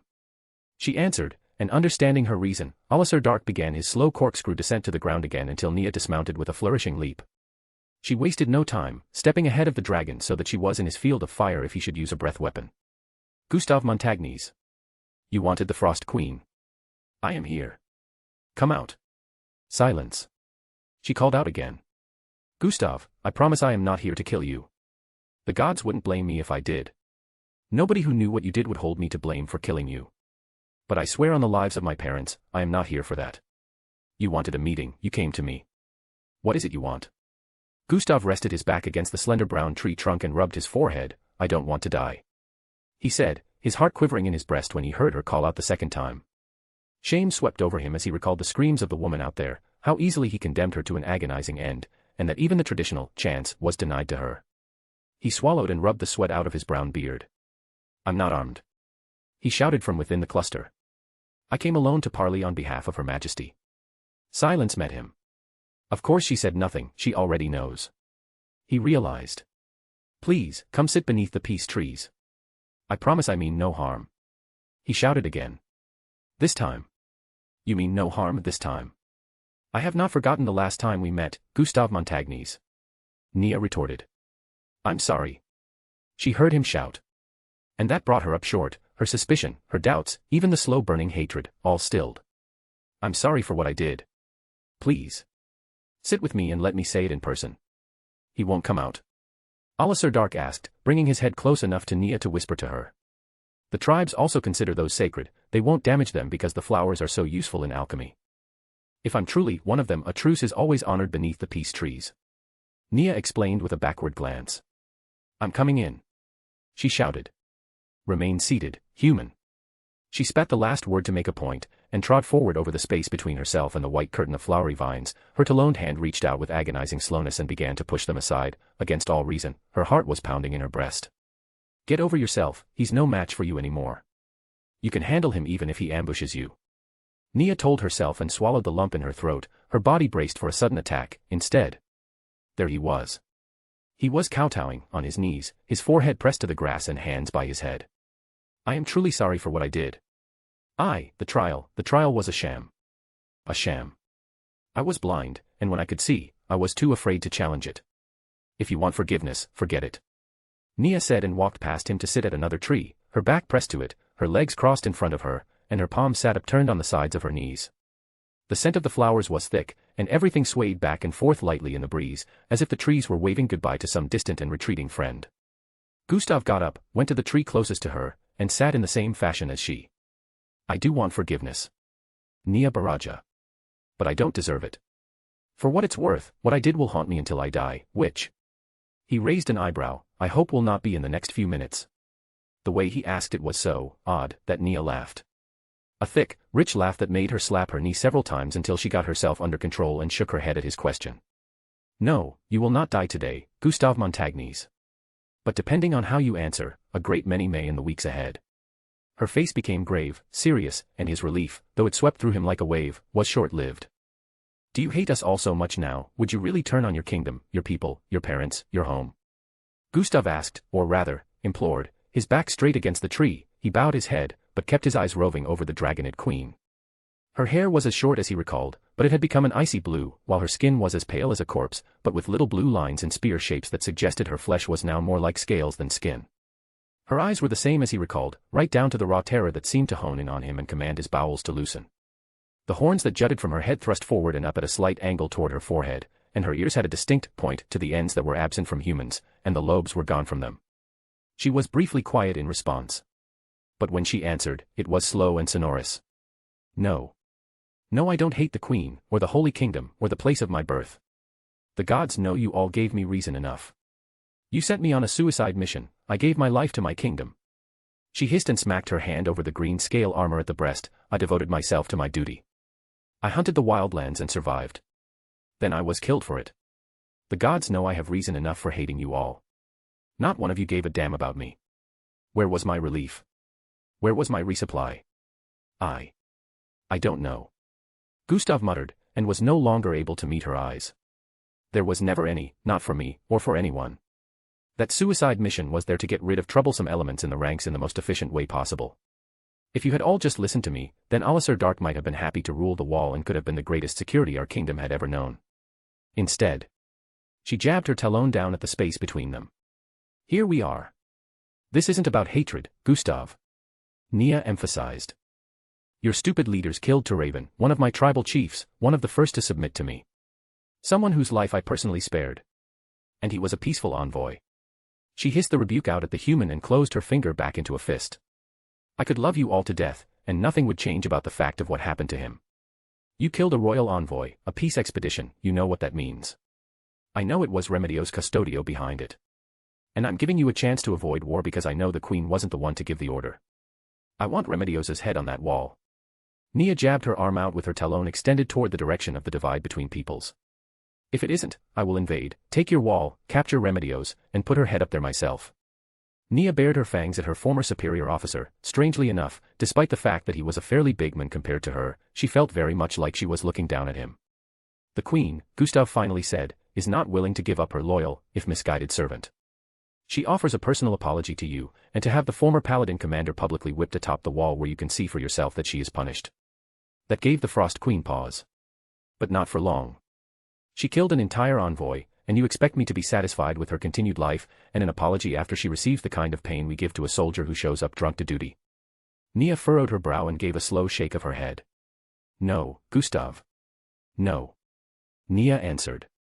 Think very carefully about this. The Northern Holy Kingdom has been decimated by demi-humans before, but it has always triumphed because the demi-humans did not work together. That has changed. I am forging a true nation out of them. I know my homeland intimately. I've been in some of the fortresses. Don't think I can't or won't use that against you all to bring this to a quicker end. If I go over that wall, I won't be as destructive as the demi-humans before me, but I promise you, the Roble Holy Kingdom will never be the same again. Gustav raised his head. Meeting the narrow, vicious eyes of the dragonid before him, he mustered his courage, and said only, if. Chapter 214, Chapter. Goddamn demi-humans, demonic curses, trash and scum, pests, slaves, and plagues. Remedios mumbled under her breath while she rocked back and forth on the horse as it meandered on the long road back to Hoburn's. The capital of one of the great human kingdoms, it was not as populous as Kami Miyako or Baharuth, but its history was rich and strong. The one blight, its border with non-humans and the inability of her kingdom to properly cooperate with the slain theocracy to purge the Abelian Hills. The thought occurred to every ruler to come to the throne for the past 100 years. We have them surrounded, if only we could invade from both sides. On paper it was a sound strategy, but even for all her dimness, Remedios saw the one fatal weakness. Some of the damned demi-humans are inordinately powerful, and one of their heroes could stop a unit cold. The thought wasn't far away, and it kept her up more than one time at night. The one great fear was paired with that one great failed hope. That one day the demi-humans might find true unity and invade. Now, if the message that had her on the road read true, she was going back to Hoburn's precisely because that was happening. Kingdom of Demalbian, and of all things. Her. The traitor. Remedios looked over her shoulder. A prison wagon rolled on behind her and she clutched her cloak a little tighter to her when the autumn breeze picked up. Inside were the parents of the traitor that became the Queen of Frost. The ex-member of the Nine Colors, the mad-eyed archer and his wife, a former paladin of great renown. Remedios let her horse slow down and shifted it to the side, allowing the horse-drawn wagon to roll forward and catch up to her. She sat up a little on her horse and looked into the window. The couple was asleep. They looked worse for wear, clad not in the honored gear of Holy Kingdom warriors or nobles, they now wore prison garb with bright yellow XS marked on the front and back, the woman resting her head on the shoulder of her mate, and him resting his head on hers. It's hard to believe that they could be the parents of a traitor and a monster. Remedios acknowledged that much, privately. A bruise, ugly and dark, swelled up half of the face of Nia's father, a blow Remedios recalled giving in vivid detail when he got in the path between Remedios and his wife. I was just following standing orders, kill demi-humans who cross the border. What's the problem? They're all supposed to die, we just tried to execute someone for letting non-humans go, how long ago now? Remedios tried to recall and could not. It all blurred together. And yet reading the letter she received from the Holy Queen, it couldn't have sounded more displeased if the woman had been swearing at her.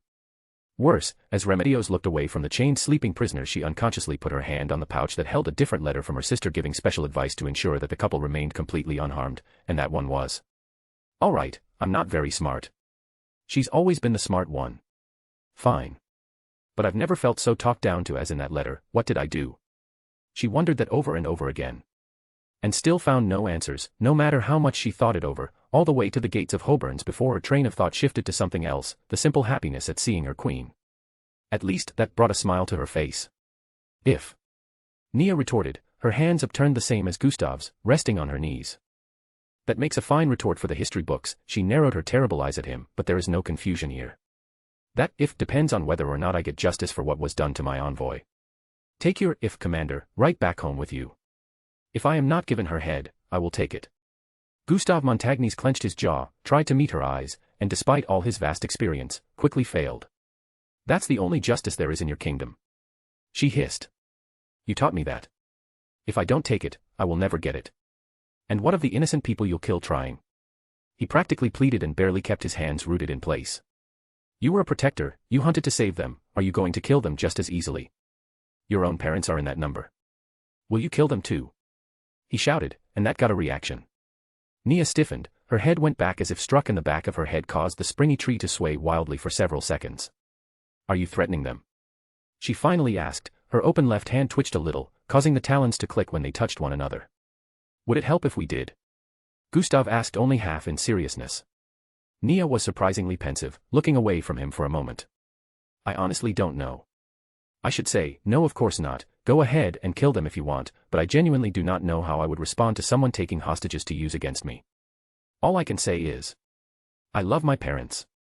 But they taught me to do my duty, and what I thought was right. If I sacrificed my people for the sake of hostages, I don't think I would deserve to be here. I guess, if you want to hurt them, you can. But if you do? Nia asked rhetorically, placing emphasis on the word he used before to dare her. I remind you, I will have far more hostages than you, and if my former kingdom kills my family, there will be no reason left to be kind. Now, are you authorized to give me Remedio's head or are you not? Nia demanded once again. Gustav denied it with a shake of his head. No. We can't just give up a citizen like that. She can be punished severely, stripped of her rank, her honors, and beaten to within an inch of her life. But not 1 inch more. Nia finished, and he nodded his assent. Then we are done here. The Queen has made her choice.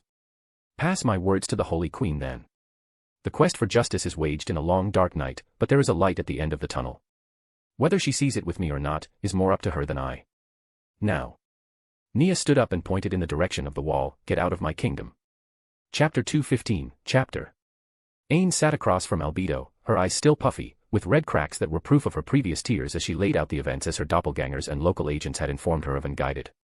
When she reached out her hand to him from across the table, he accepted it, even squeezed it a little bit. So you enhance the corruption already rotting from within, you stoke the fires of rebellion in the South by helping a slave insurrection begin, and using a homegrown agent to help push a narrative of resentment toward the Queen for her actions, and put agents at the wall to let the demi-humans in when they invade. Does that summarize everything? Ainz asked, while trying desperately to focus on the business of kingdom breaking, but he could not turn his face away from Albedo's, the longing in her bright eyes, longing I put there, he reminded himself, ate at his conscience. Mostly, my lord. Albedo replied, I did leave off your actions, privately helping the new queen in the Abelian Hills. The elf servant I took has also been taking hostages from humans for some time, a bargaining chip to use later. My lord did instruct that casualties should be as few as possible, and I admonished both my servants to remember this.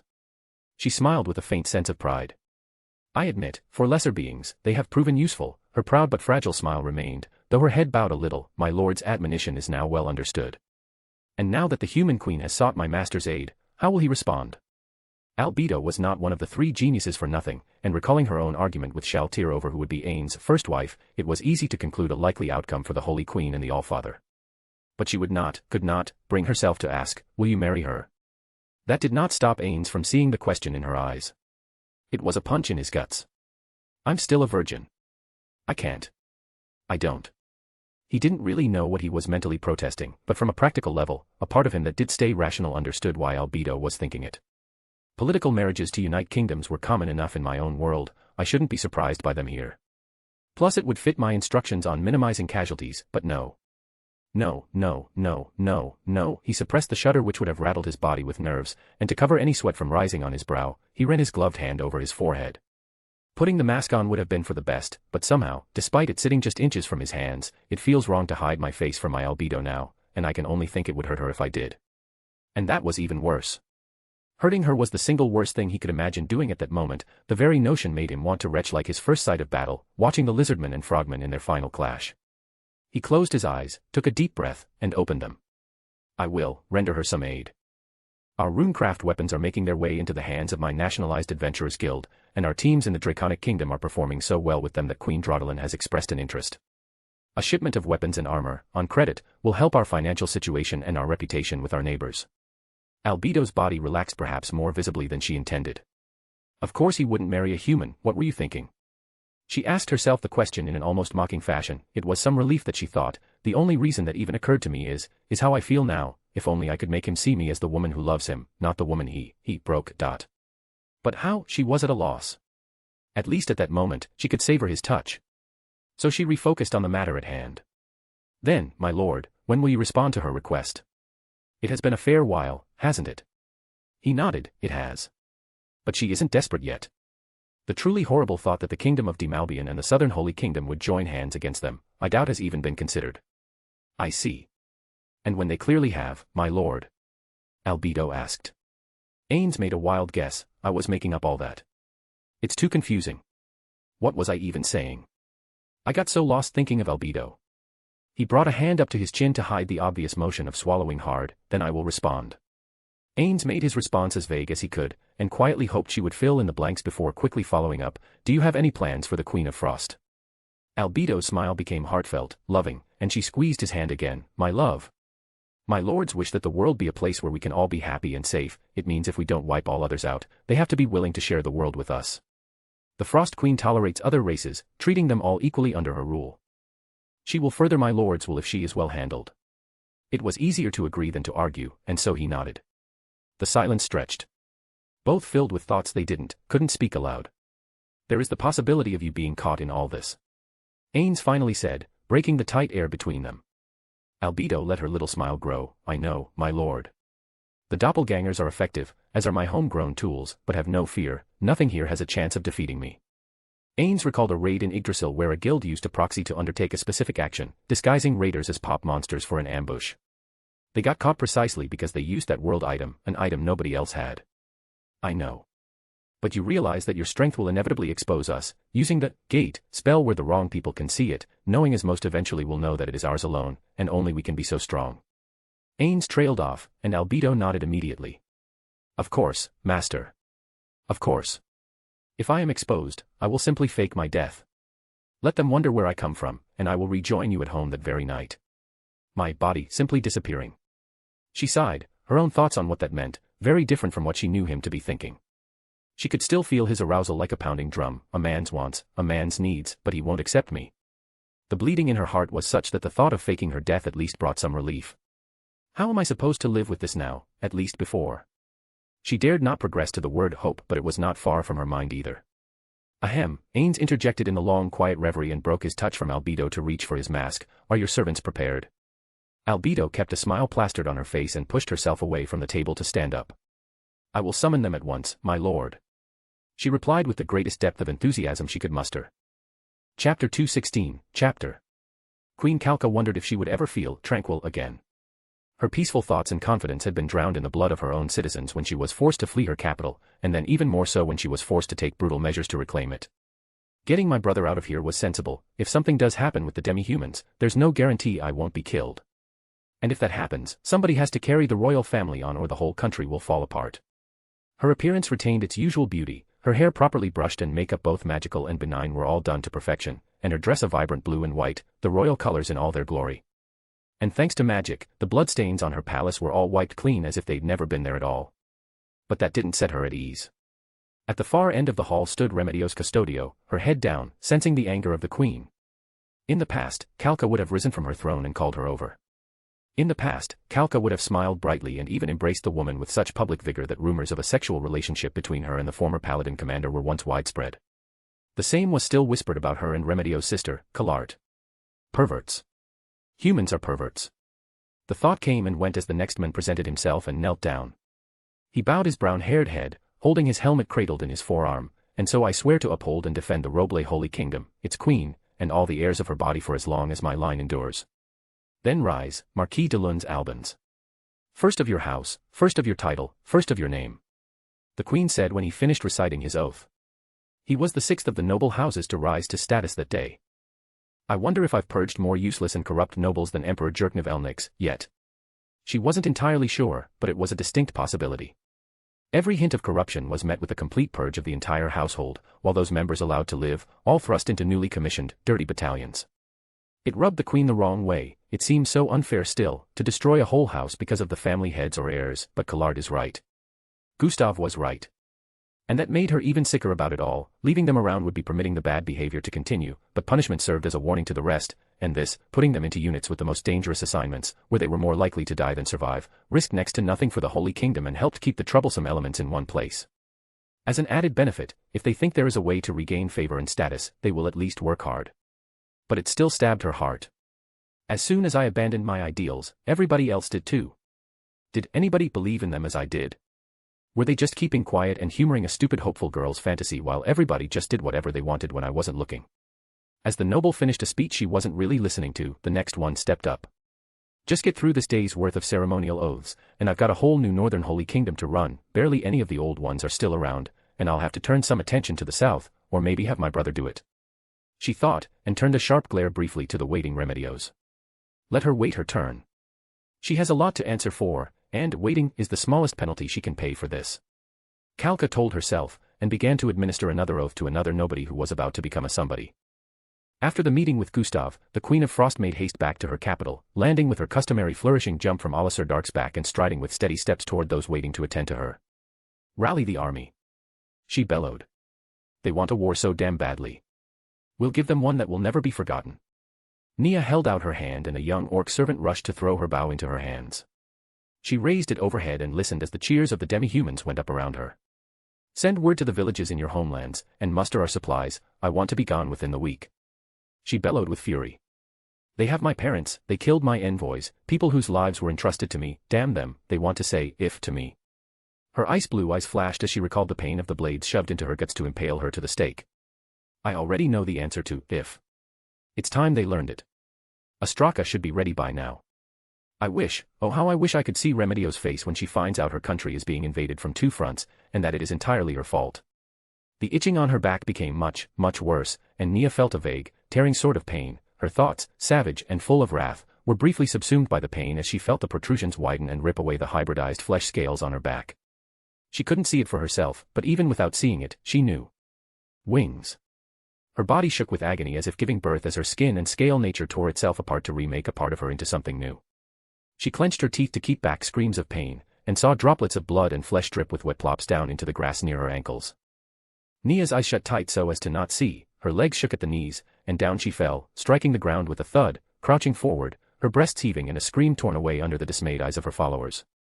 And then they sprang free, her appendages, with a fabric-like noise of a sail catching the wind, her wings sprang into being, twice as wide as her body was tall, still dripping blood that fell down like a red drizzle of rain into the grass and dirt. The Queen of Frost continued to breathe hard and looked up and over her shoulder. They were firm-looking things, with finger-like bones running down from a long curving one over the top, and each segment filled in by a leathery dark surface. Nia reached out to touch it, her trembling fingers caressing the unimaginable. It felt vaguely like skin, but also not quite. More like skin with thick calluses.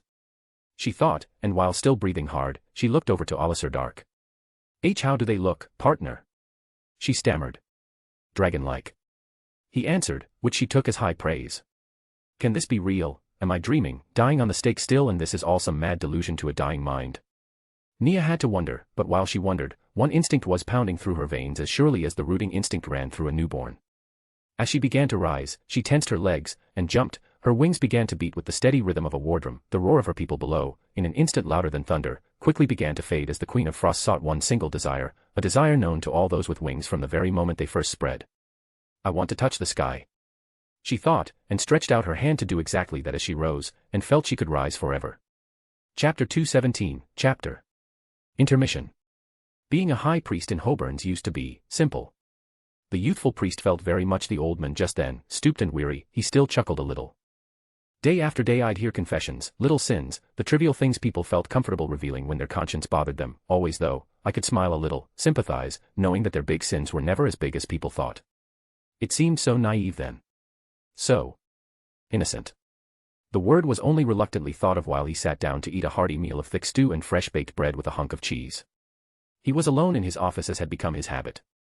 The warning the young woman gave to him around a year earlier proved to be more accurate than he ever imagined. The lying, the adultery, the corruption, and destruction. He hung his head over his food and prayed to the gods for mercy to be had on his kingdom. So much went so wrong, and the only relief became his rituals. He flung himself into his duties in the temples with the fervency of his passionate youth, daily preaching on the steps as well as before the altar to the gods. We must renew ourselves. He thought, and shouted it in a moment of inspiration, his body tingled as if the words themselves had come from some divine agent. We must renew ourselves. That had distant and absent ears turned to him, arms open to embrace them as a grandfather would his children and grandchildren. We must become new, let the old ways pass and renew our kingdom in the midst of strife, as a mother births her child in pain, so our kingdom is in pain and we must bear it to birth something new. The gods spoke through me. I wonder, if it were not for that woman, would I have been mindful of so much going so very wrong? Could she have been one of the gods? It is said that their agents sometimes walk the world to test mortals. Did she choose me? He ate his food in silence, and contemplated what to say to yet another building crowd that waited for his message. No, not the god's message. A goddess, one of our goddesses, gave me a warning for my message of love. I was tested, and found worthy. I have to work hard, and help my kingdom be worthy too. Queen Renner sat beside her consort on the throne, a letter in hand which she was hard-pressed not to smile over. Lord Mammon and Lady Evil Eye are making a shockingly effective team, wouldn't you agree, my dear Climb?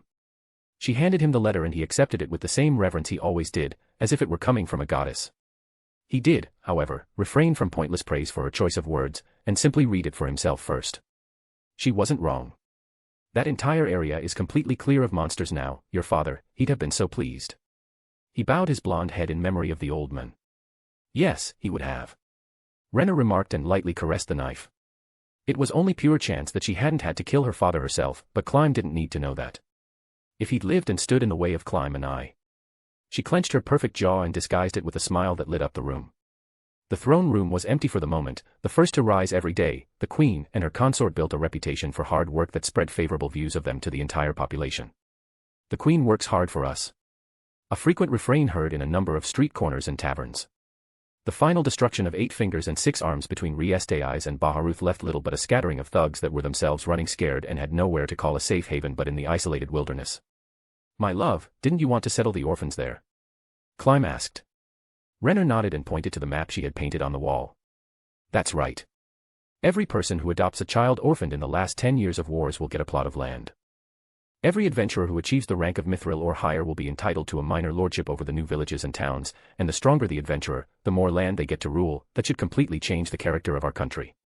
For the better, my love, for the better. Climb grinned as he pictured talented adventurers flocking to Riestai's for a chance at the nobility.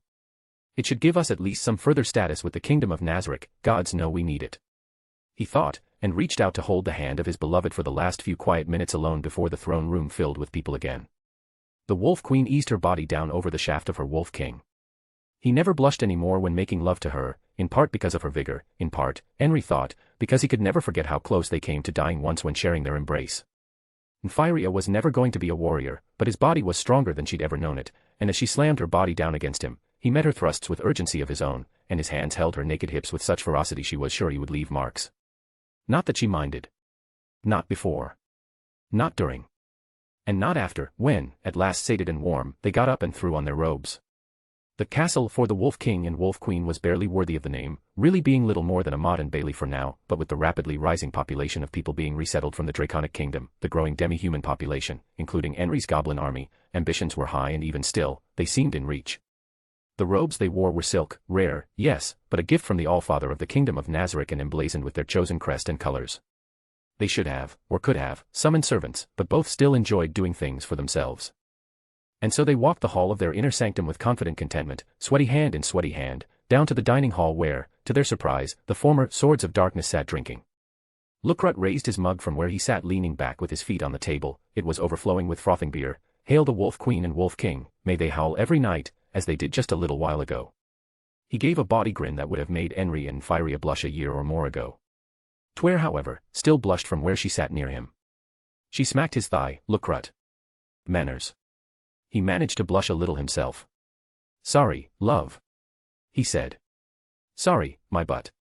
Ninya muttered from behind her own frothing mug. Now, the Queen and King are here, we should at least show we have some manners around the people we're supposed to guard. Peter muttered, where Dine simply looked as innocent as he could, and at Henry's guess, hiding a knowing grin behind his big, cherubic face. For people who are supposed to be guarding the place, you are all conspicuously not doing that. Nymphyria said, unable to be really bothered by their absence. The goblins got it tonight. Lucrut explained, to Brita. He said, and Henry immediately understood. To Brita. The rest of the Swords of Darkness raised their mugs and drank.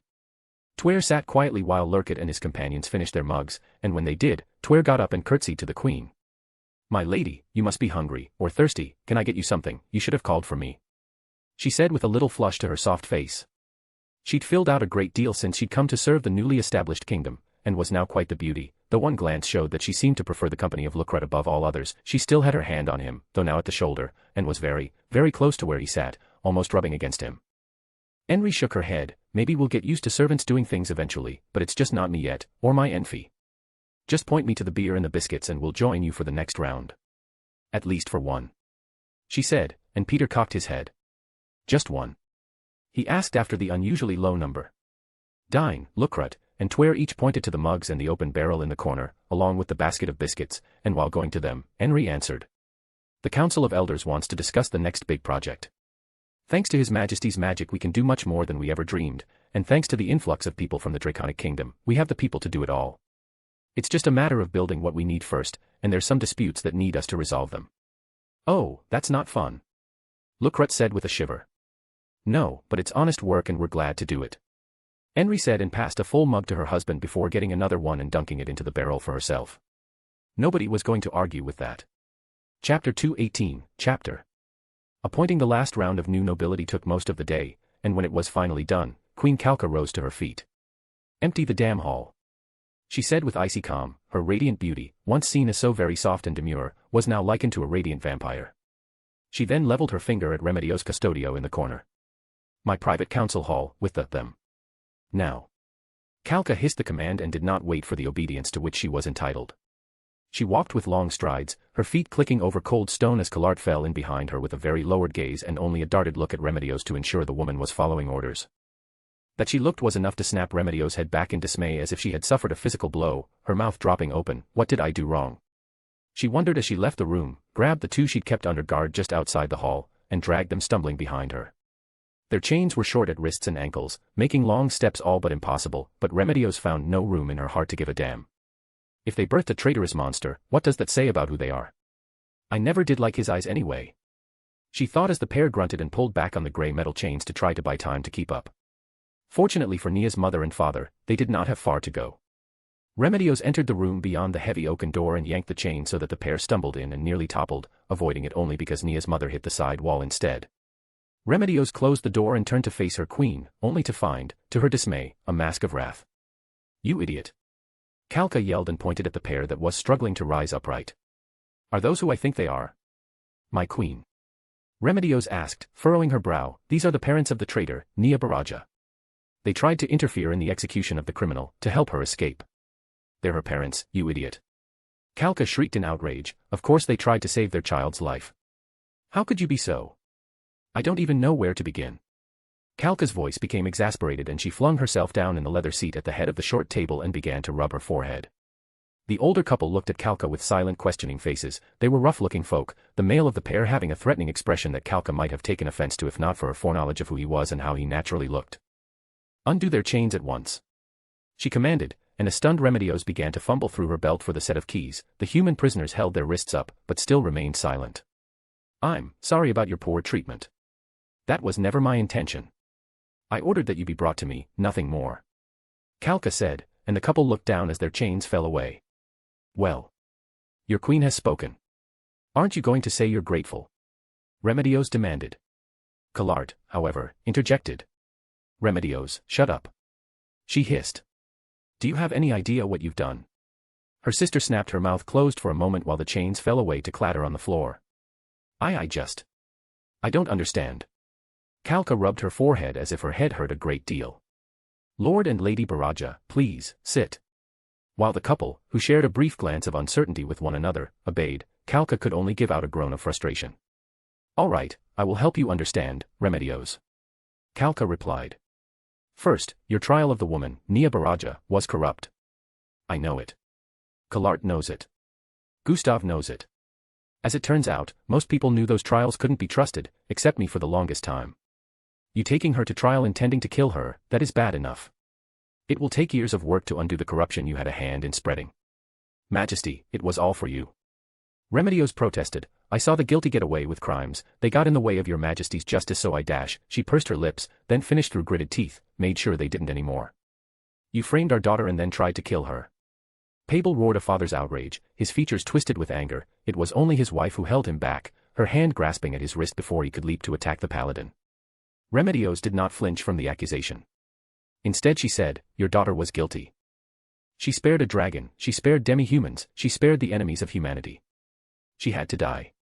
And you failed to kill her. Calca pointed out with such sharpness that both fell silent. Now, thanks to you she has become the Queen of Frost, and has united the entire Abelian Hills into the kingdom of Demalbion. Remedios began to tremble, dense as she knew herself to be. A united Abelian Hills was a worst-case scenario. I'm not finished. Kalka hissed. Caught off guard by the Queen's statement, Nia's parents sat mute. Yes. Your daughter is alive. The dragon who took her was the one she saved, but she is changed. Kalka emphasized. A human, in charge of demi-humans, how can this be? Pabel asked while his wife shook her head in denial even while her eyes welled up with contradicting relief. She is no longer completely human. Dragon's blood has changed her, and evidently. Kalka briefly hesitated about whether to say it, given the myriad of ways knowledge came her way, but resolve settled in her heart, and she began to explain to them, and to Remedios, what she knew of the events beyond the wall. The rise of the Frost Queen, her partnership with the dragon, the conquest and consolidation of power might have been vague, but it was like a shadow. They knew the shape and outline, if not the details of the events as they happened. Remedios turned white as a sheet. And that brings us to the envoy. Kalka snapped. Aye. Remedios began to repeat. Remedios, shut up.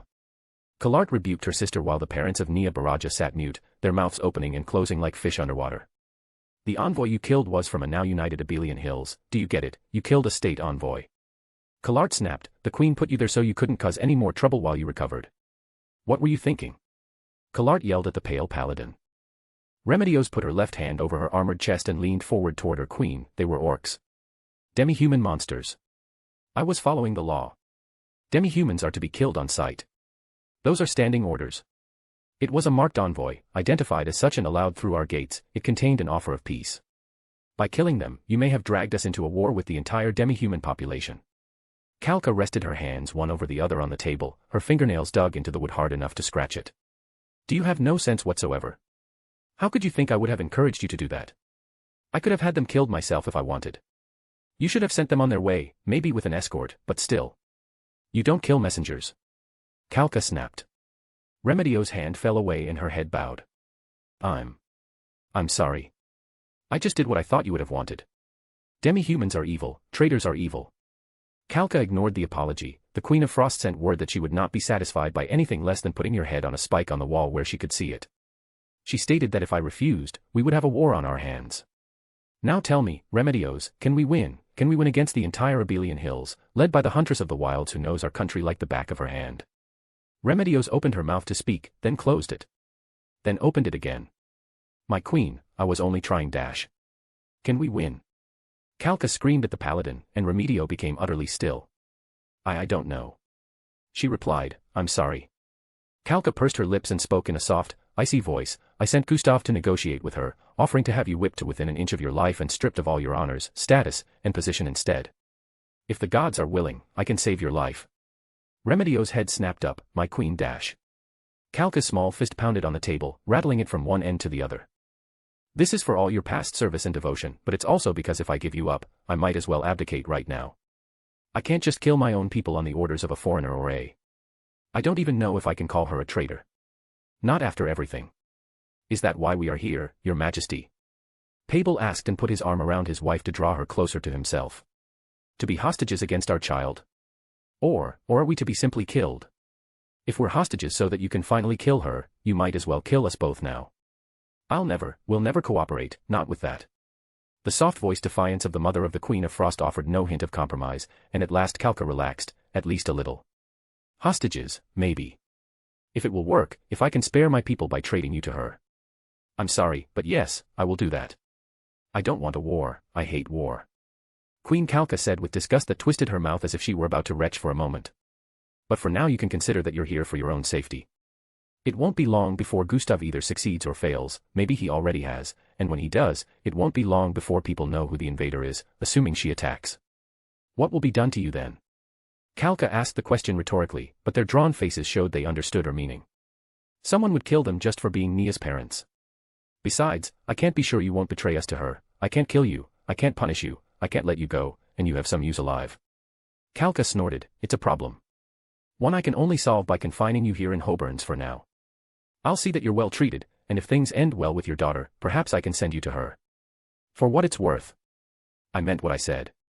I'm sorry. I truly am. Queen Kalka said, closing her bright and fury-filled eyes. Pabel set his jaw and clung to his wife just a little more tightly. We were loyal. This is our reward. No. Kalka said, her eyes welling up, are you going to force me to say it?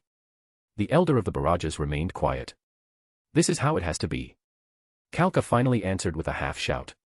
I don't want things to be this way.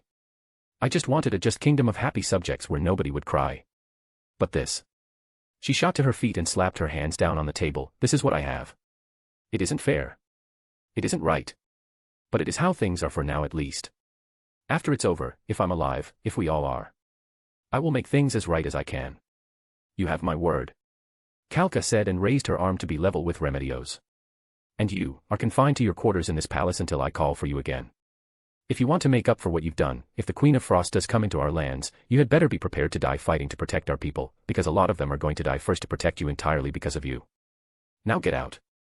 Kalka snarled the words out, and with Remedios' heart swelling with outrage and shame in equal measure, the disgraced paladin slunk out of the door. Kalart.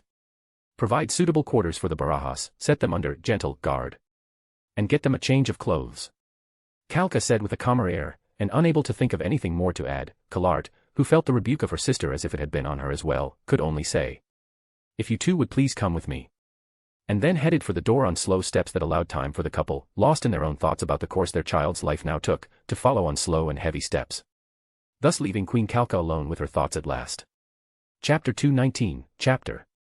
Gustav's heart was tight in his chest, he could barely breathe, the eyes, those narrow, vicious eyes so filled with fury, the same as the day he let her be lashed to the post to die. I couldn't tell her, I still hear her scream at night. I couldn't talk her down, maybe I didn't have a right to. Maybe this is what we get. Maybe this is divine retribution for our corruption. If it is fitting. I'd have offered my own life if I thought it would do any good.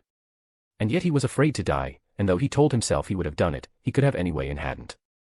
Don't blame yourself, only a mad fool offers their life on the mere hope that it may possibly save someone else. He shook his head from atop his mount, he was days away from the wall and on his side of it again, making him safe. And yet the chill still swept over him as if those eyes were lingering on the back of his head. Next time I meet her, I have to try to kill her. That was an ugly thought, could I? He wondered. The huntress of the wilds had the greatest senses in the Holy Kingdom. Rumor had it that she knew danger was coming from so far away that she had time to prepare 100 traps before her prey came within 100 yards. Her former skills as an archer. She was also the only one who could imbue her arrows with mana, making her uniquely deadly at a great distance. And that was before her metamorphosis. Gustav gulped. Before her present state, he was confident he could have beaten her up close, but now. There was no way to know. He looked around him on the road, seeking answers among the autumn blooms of the trees. While most plants began to die in autumn, a handful had one final bloom, fruit trees and flowers that would fall to the ground the day before the first snow. The flowers would provide the bedding of the fruit, the snow would cover both, providing water, and when the snow melted the fruit would sink into the mud, the fruit would shrivel into a fertile seed, and a new tree would begin to grow. Countless poets had written about it over the years, though Gustav never paid much mind to poetry. It was something he liked at least, like a last defiance of the winter before it came.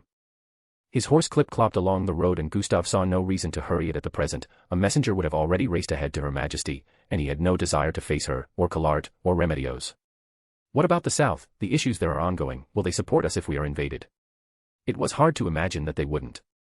The demi-humans were always the traditional enemies of humanity. Whatever happens now, it's out of my hands, all the world's a stage, and as for my part, whatever happens. I think I must have played mine very poorly. Gustav weighed and measured his character, found it wanting, and recalled the words of the peasant whore who mocked him the night after the trial, who taunted him about her role in its corruption by simply playing with the nobles. She may very well have just brought us all down. One peasant, no. I can't hold it all on her, I did nothing.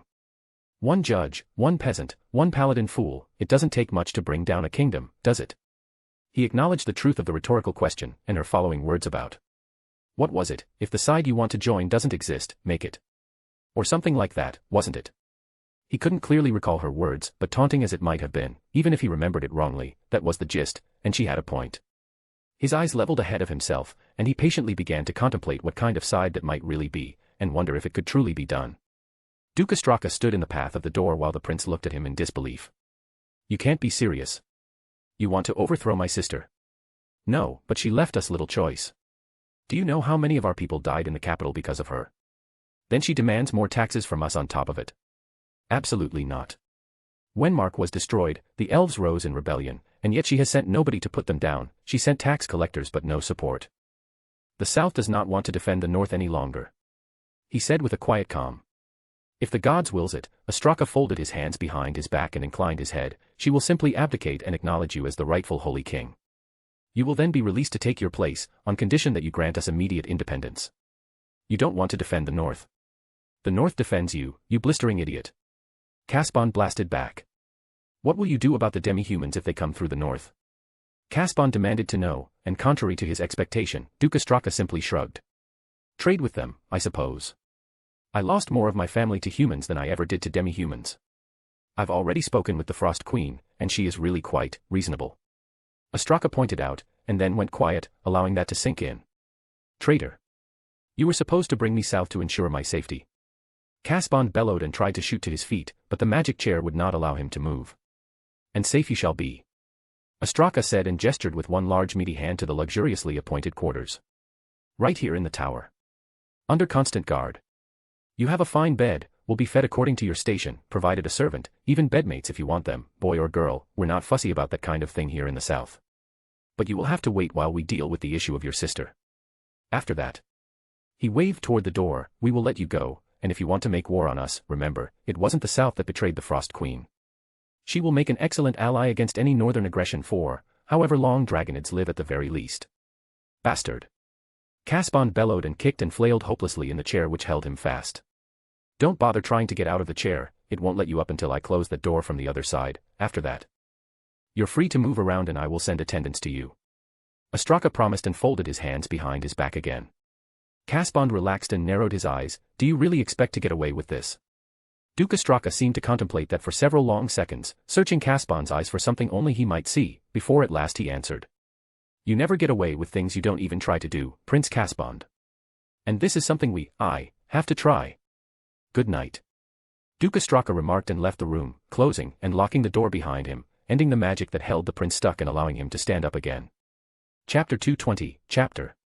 Ileana woke up with the peasant girl clinging to her, the soft feel of steady breathing caressed the elf's sensitive ears, causing the nearest one to flick about periodically. Despite waking up, for a long time Ileana simply didn't move. There was no need, and that felt best of all, the fur was soft and faintly tickled where it touched bare skin, and above in the tree, birds were already starting to chirp. The sun had not yet fully crested on the horizon, that much she could be sure of given that it was still almost pitch black. She glanced out of the corner of her eye to the sleeping human woman and realized something quite unexpected. I didn't have any nightmares last night, what an unexpected thing. It was a wondrous thought, though her more candid reasoning quickly became, at least I don't remember any nightmares, which is basically the same thing. The human woman must have started to cling to her arm at some point during the night, needy girl. Ileana pondered, though without criticism.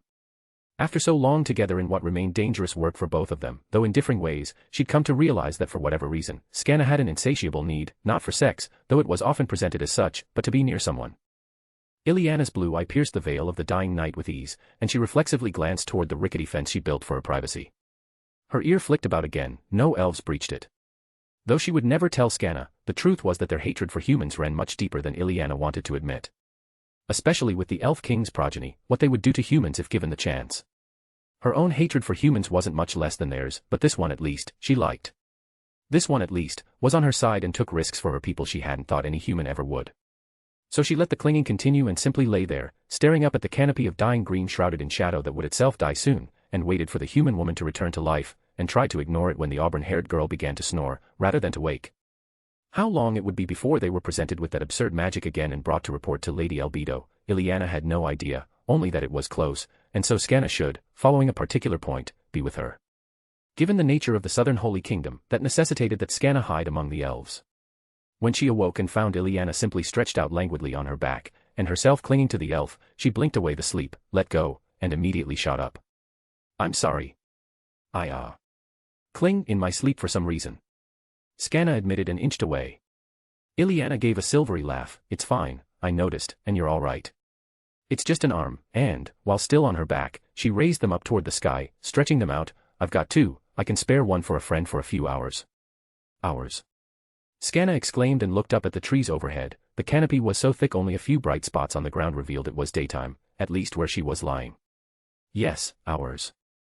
Don't worry about it, nobody is going to do anything today, you're our only link to the outside world, and you're stuck here till we're called back to Lady Albedo.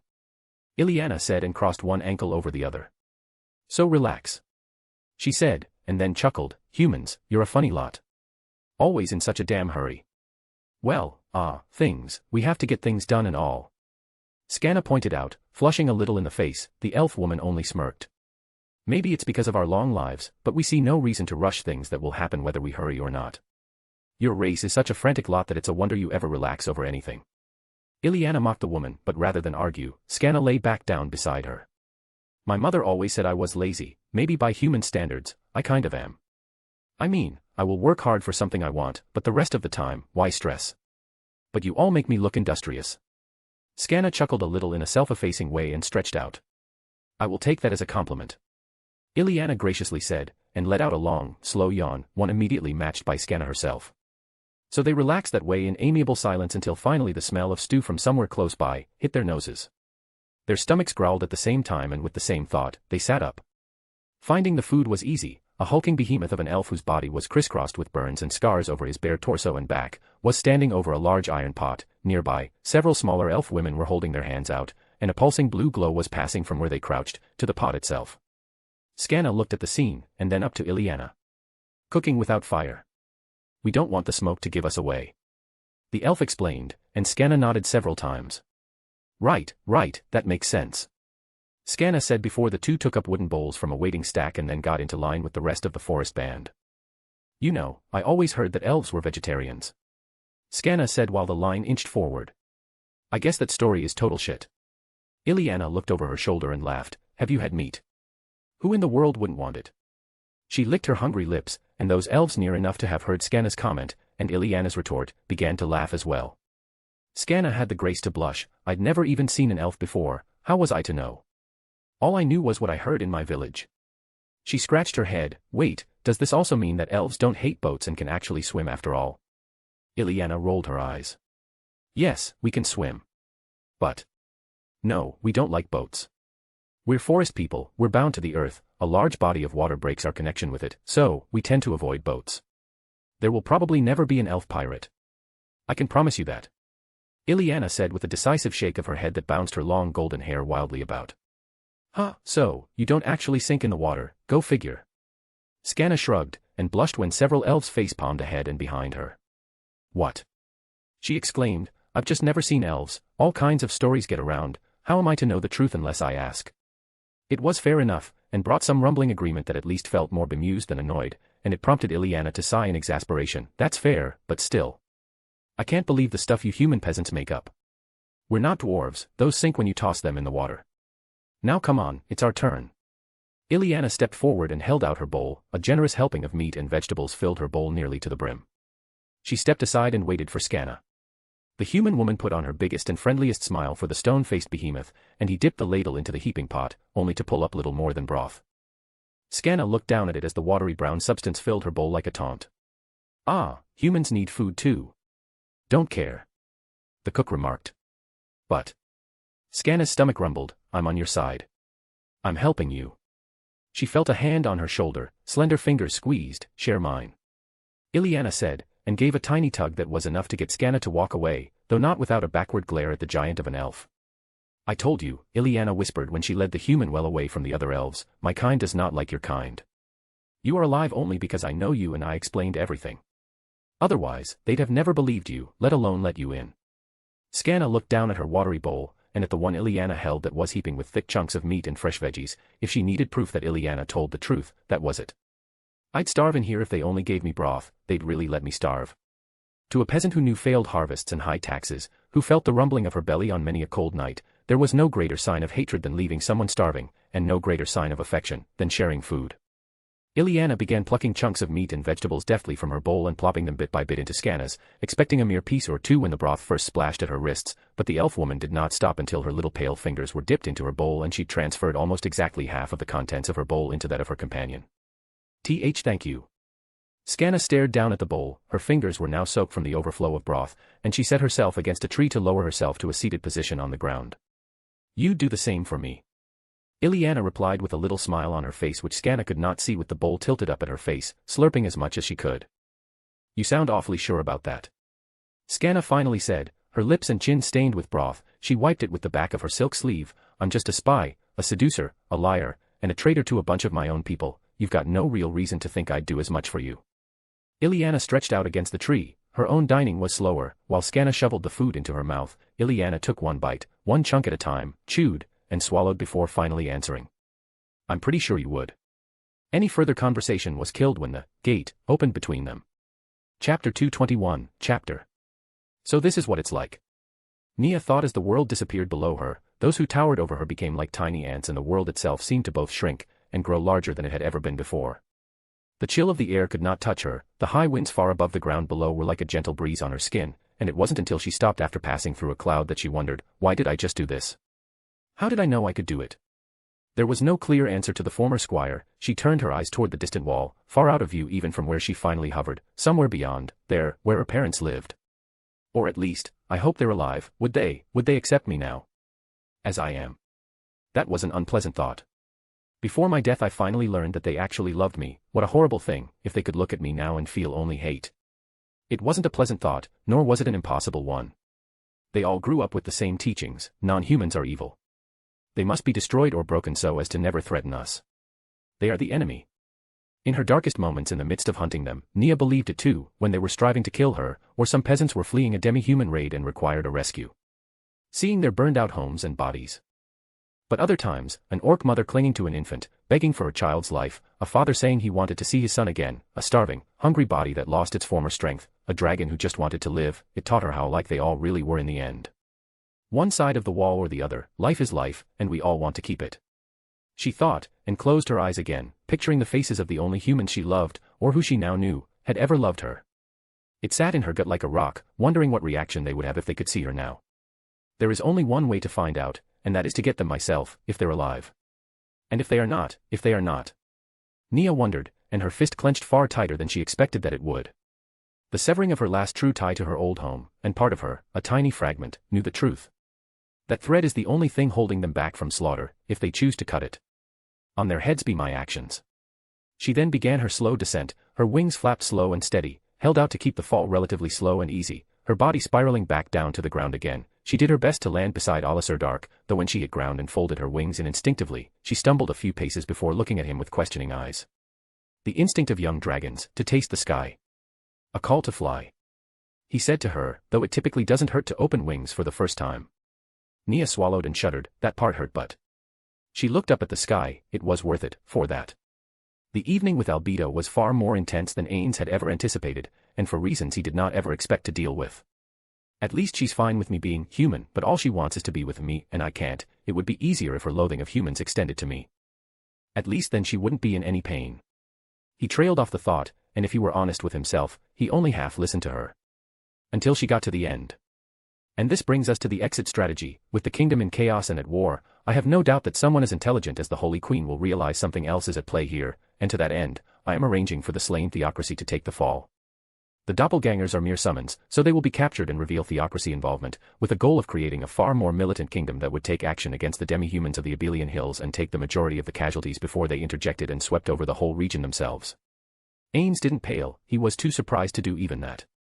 You sound certain, he said after a long minute. Why would they believe that the theocracy would take such an action, and what about Wenmark? Your destruction there was far greater than their magic could manage.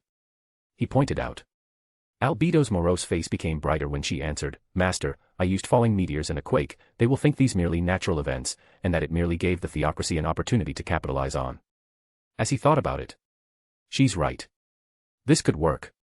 The slain theocracy is the greatest potential threat to my domain. They accept no other races beyond humanity. I can't let them remain diplomatically strong. He swallowed, but kept the noise to nothing. Why, you did remarkably well, Albedo. I'm very proud of you. I'm sure Tabula would offer all his praise to you. Her face became bitter, twisted. He would offer only trash in my eyes. She spat out, and then lowered her eyes when she saw the open-mouthed shock on her master's face. Forgive me for speaking out of turn of a supreme being, master. She folded her hands onto her lap and kept her eyes downcast. Albedo. Ainz only said her name, almost like it was a prayer. What is it? How could you say that about your father? What can I say about a father who abandoned me, and worse, abandoned the men I love? Albedo exclaimed with sudden passion, leaning forward across the table. She held her hand over her ample chest, covering where her demonic heart beat. He hurt you by leaving, they all did. You are the only one left. The one who stayed, the last, your dash, she paused, love, heart, future. 1,000 words of affection and desire ran through her from the tips of her toes to the top of her head, but unable to bear rejection a second time, she said only, praise, is the only treasure I can hope for. Ainz took that in, so much came to mind, but his courage died, his will died, and instead he looked away from her and said, I should meet your subordinates, are you finished with them here, or have they more to do? They have only one task left, and then they will be fit for their reward. Albedo answered, and opened the gate as Ainz donned his mask and stood from the table. Moments later, a pair of women came rushing through the magic of the gate as if they thought nothing of it, and immediately went down to their knees before Albedo. Welcome back, my servants. Albedo said and put a blessing hand on first the elf, then the human, and then stepped aside to gesture to her master. This is the Lord you serve, Allfather Ainz Olgown, ruler of the kingdom of Nazarick.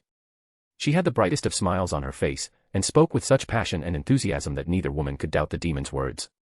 Both Ileana and Scanna prostrated themselves reflexively, bowing their heads and pressing them down against the floor after they bent at the waist, hands cast forward in submission. Lord of Our Lady.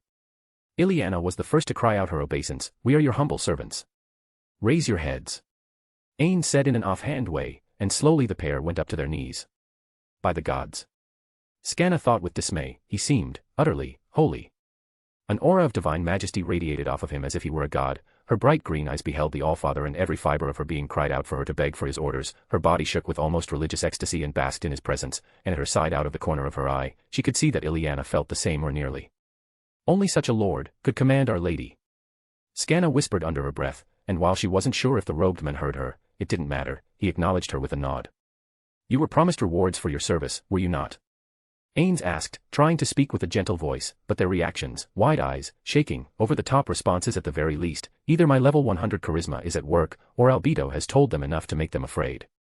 Which exactly it was, he was unsure and could no longer ask, so he focused on the immediate, and what he could ask.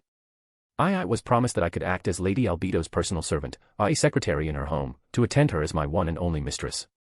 Ileana replied, stammering all the while, and flushing bright red in the face. Acceptable. Ainz replied succinctly. It hadn't occurred to me before, but she doesn't have any truly personal servant to look after her needs. In retrospect I should have thought to assign her a maid or, I should see to the same for every guardian with abundant responsibilities outside of their floors alone. And you? Ainz glanced from the elf to the human after privately filing that thought away. Scanna's bright red face did not regain its true color, my wish, it seemed so shallow and worthless now. She hung her head, shamed about herself for the first time in her life. I was offered wealth. Lots of it. She said, and she could sense his disappointment in his answer. You will have it. He replied to her, as well as a suitable home after this for all your loyalty. Thank you. My lord. Scanna said, but could not raise her head again.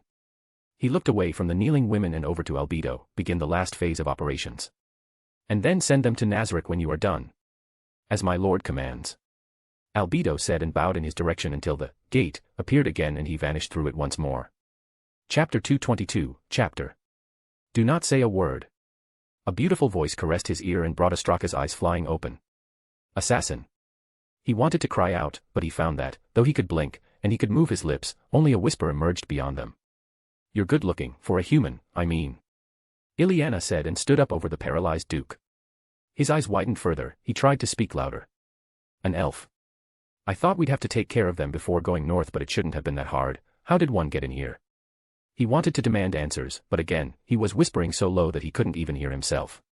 She seemed not to mind. You're probably wondering how I got in here. She said and put a finger over his lips. Just say I'm a magic caster with high stealth skills and leave it at that. It doesn't really matter. What does matter is that you now know I can get to you. Blink if you understand how important to your future that is. Astraka blinked. Good, it's the same reason you can't really move much. Ileana made the cryptic statement, then asked, may I sit? She didn't wait for an answer, but instead pulled a chair away from a nearby table, drew it to his bedside, and sat down as if it were her own. I know you think you have to deal with my people before you can go north, but I'm going to offer you an alternative, a better option. Wouldn't it be convenient for you if you had the finest scouts, rangers, woodsmen, and archers in the kingdom? Don't you think that might provide an excellent advantage over the queen? She asked, his widening eyes told her he understood. Good-looking and smart, aren't we a winner in life? She chuckled at that. So I can skip the market pitch and jump straight to the offer. When Mark is dead. Everybody who owned us is dead. We will never be owned again.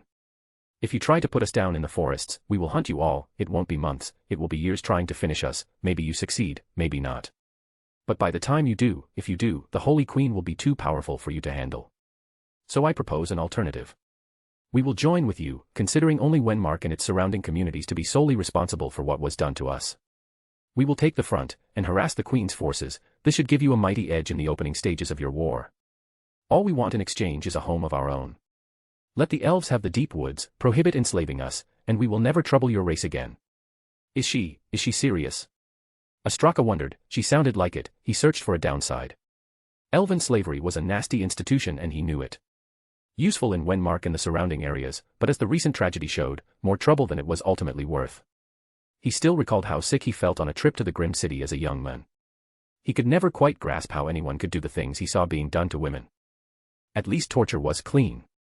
She must have been one of those. No elf this beautiful would have remained untouched in a place like that. Her request makes sense, it costs nothing, and if I control the labor force that reoccupies the mining districts and rebuilds Wenmark. The possibilities unfolded in his mind, and the answer crystallized in his head with such obviousness that he could see that she saw it in his eyes. HMPF, is that empathy I see in there for me? She asked and patted his cheek. You're not all bad, I suppose, but do we have a bargain? Squeeze your eyes tightly shut if we do. Ileana instructed, and he did as she said. Good, my elves will be following the wooded paths north. We still prefer to avoid your kind. When we see your army pass Yanana, we will do our part. Ileana promised, and remember, if you betray us, at least one elf can come to you at any time, and take your life. She said, and stood up. She then took up the blanket and covered him at the head saying, Don't worry, the poison will wear off, it's really even better stuff than I thought. Ileana then went to the window, allowing him to hear her steps so he would think she was leaving that way. Then when the gate opened for her, she skipped through with glee, and found herself again in the room in the northern Holy Kingdom that served as their headquarters. How did it go? Scanna asked as soon as Ileana returned. The green-eyed woman had a warm little smile on her face from where she sat at the table still scribbling out the clues that would suggest the slain theocracy was behind some of the corruption and upheaval in the Holy Kingdom. Ileana approached, gave a gentle hug to Scanna when the woman stood, and then sat down opposite her companion to explain. Very well. He has no idea how I got in or out and thinks I'm just really good at getting in and out of places. Duke Ostraka was quick to agree, and I don't think we have to worry about being betrayed. All that we have to do now is dash. Scanna interjected with a casual wave and a most dismissive airy roll of her hand at the wrist. Fight your way across the Holy Kingdom while being hunted by Queen Kalka's entire army, hoping you're not betrayed by Ostraka, and reach a wall meant to stop entire demi-human armies, while hoping the Queen of Frost joins the war and will also accept your entire population into her new kingdom and not be as bad as or worse than the humans. Is that all? How hard can that be? Ileana snapped her jaw shut. When you put it that way. The hand which had been reaching for a quill, stopped, hesitated, started to move again, then stopped as worries began to replace her earlier enthusiasm. No.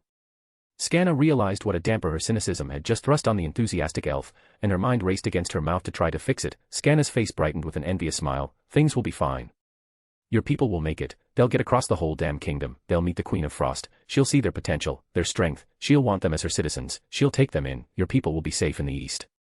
They'll have farms, and grow crops that will make Malbian the envy of east and west, north and south, and you'll go back with Our Lady, serve her faithfully, be safe and happy forever after. Everything will work out. Scanna insisted, and it was enough for the elf woman to smile back. And after all these miracles come to pass, and it's all said and done, what will you do? Ileana asked, and the auburn-haired woman leaned back in her chair, her neck resting on the top of the backrest, staring at the ceiling. If you want the truth, I honestly don't know. It wasn't until I knelt before a living God that I ever realized how empty my wants were. I like sex. I like drinking. I like dancing.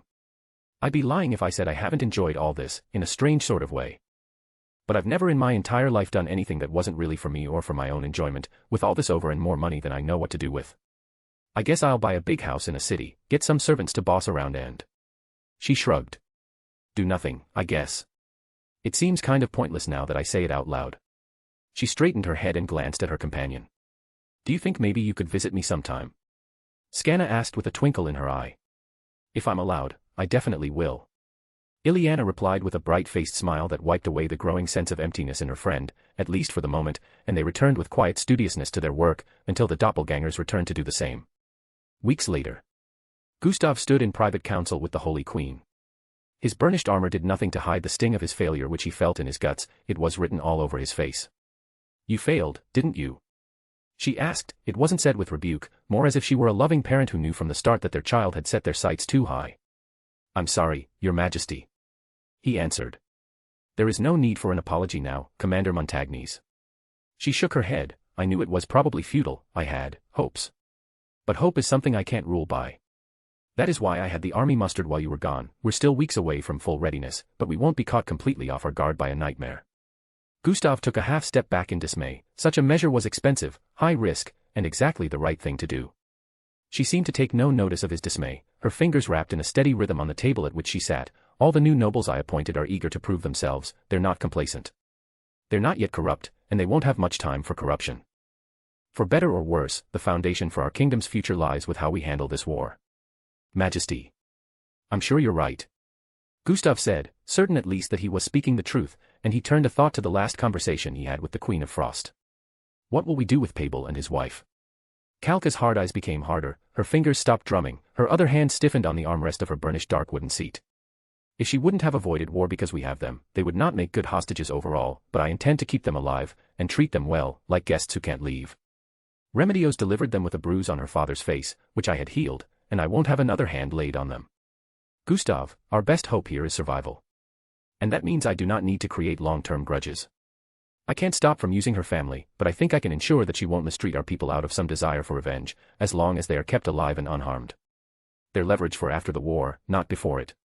She cleared her throat, and Gustav did the same. He kept back his private thoughts. This version of Kalka is far more sensible than the old one, but I will miss that starry-eyed loving belief, that absurd idealism that we could really make a perfect kingdom. We killed it, all of us, and now there are 2 Queen of Frosts in our part of the world, and having one of them is the only reason we'll survive. He was proud of her, he pitied her, he wanted the old queen back and couldn't wait to see what this new Kalka would do next. A whirlwind of thoughts and emotions rampaged through his mind, and it all came together in a single thought. I have a job to do. Whatever his queen was about to say next was cut off when Collart burst into the room without knocking. She was panting, breathing hard, her eyes wild and her hair in disarray. The demi-humans. Queen Kalka exclaimed and shot to her feet at the same moment that Gustav turned to look at the sudden disturbance, his hand instinctively going for the hilt of his sword before seeing who it was. Collart rushed within, slamming the door behind her. No, Your Majesty. It's the South. The Southern Holy Kingdom has declared themselves for Caspond, and they have invaded. Yunana has already fallen, towns and villages are being abandoned and pillaged. They demand that you abdicate the throne immediately. Queen Kalka's jaw set tight as she took that in. How could things get any worse? Give me that wall. Nia bellowed from where she hovered in front of her horde, her wings batting slowly to keep her bobbing aloft, her sharp taloned finger pointed the way ahead, and the humans who looked down at her from above looked on in total horror. Correct me if I am wrong, partner, but isn't it customary to catch the enemy by surprise? Alisir Dark asked from where he stood beside her while the demi-humans rushed past. Yes. But their vision isn't especially good. I want them to know I'm coming for them, I want them to break, run, and spread the word. They can't do that if they fall all over themselves and die in the dark. There's a time for shadow and stealth, and there's a time to really put on a show. This is our opening gambit, and there's no better time to create terror in their minds. Nia answered without looking up at him. Now, are you ready for your part? They'll be in arrow range soon. Ready. Alisir Dark said to the Dragonid. Was she like this when she was fully human? She sounds dragonish. He wondered, her fearsome gaze, steady, unflinching, focused on her goal above all else. It was hard not to favor such a person, and when she gave the nod, he rose aloft and sped toward the wall. His icy breath swept the top, the cries of humans went up in alarm as the dragon brought death from above, ice swallowing up bodies and stopping hearts in chest after living chest. The few who loosed their arrows, forgot their demi-human targets, and the pathetic steel points bounced off his naturally armored skin. From her place at the rear, Nia looked on in disbelief as she saw the unthinkable happen. The portcullis is opening, they're opening the gate, is it a trap? She wondered, or do we have unknown allies over there? The Queen of Frost wondered, there was one certain way to know for sure. She took off as fast as her wings could carry her, the bow on her back still waited for use in its custom leather sheath. She shot between the lines of her roaring warriors, and saw, humans killing humans. Allies, we have allies. She cried out in her head with mental elation and rushed back through the way inside. She let out a dragonid battle roar and pointed to the way within. Though many of her own were already climbing the walls and toppling stone, many more were waiting their turn, and the option of an easy way in was not to be ignored. Orcs, Spriggans, Nagas, Trolls, Bafolk, and countless others barreled through, and like a dam that burst above an unsuspecting town, the courtyard was flooded. The tens of thousands of soldiers who held the fortress were still pouring out of their positions, charging forward and howling for blood. Nia took a man by the throat, ascended into the air, her sharp ears heard his gurgle, his limbs flailing about, his weapon dropped far below, the roar of battle rose like the noise of a storm, the smell of blood and less noble fluids filled the air. The wind raced by her chilly body, and the Queen of Frost got a good long look at the warrior of her former homeland. He was young, barely a man. And his terrified eyes were filled with the realization that he was about to die. His struggle to escape her grip became a struggle to hold on, his legs tried to wrap around her, his hands grabbed at her arms and wrist, but he was easily batted away. Part of Nia screamed at herself over what she was about to do, but down below, her people were fighting, dying, and pressing the humans to the breaking point. "Goodbye," she said, and let go. Watching for only a few seconds, he screamed, hands and legs flapping about trying to find something in the empty air to grab onto, some lifeline that didn't exist. She winced a little when he landed. He hit not the ground, but a clump of his own people, his body shattering and dying instantly, and leaving several other humans equally dead or seriously injured. Nia then angled herself down, and dove back into the fray, heading for the gate that held the army in and prevented escape. They're near breaking, give them a way out, and it's over. She knew without a doubt. The side gate was less well guarded now, the breach point having drawn the most violence to it. Not even 20 yards away they were packed like apples in a barrel, but where she landed at the door, there was nobody. At least, not there. Nia folded her wings in and began to go up the stone steps, the noise of the outside hiding the echo of her footsteps. She wound her way up to the top where the wheel could be found, along with the crew meant to man it. A single oaken door stood in her path at the top, a troublesome obstacle a lifetime ago. Her talon-tipped hands went back, then thrust forward to dig into the wood. They sank in as if it were soft and moist. She then gritted her teeth, and tore it away from where it sat, casting it down the stairs behind her to tumble and splinter out of view before it came to a stop. The little skeleton crew meant to defend the interior of the gate immediately went for their swords. They were not front-line soldiers, and wore only leather armor or banded mail, though they carried short swords ideally for their confined space. They were ill-suited for war in the same way as paladins or even squires. Nia charged, her hand caught one at his wrist. She twisted, snapping the bone and cutting off the scream by thrusting her other hand into his throat. The blood poured out like a fountain as she spun and droplets hurtled about before letting go of him, sending the dying unfortunate as a missile weapon into his charging companions. They tumbled like the little wooden pins used in 9-pin bowling, a pile of tangled and struggling limbs.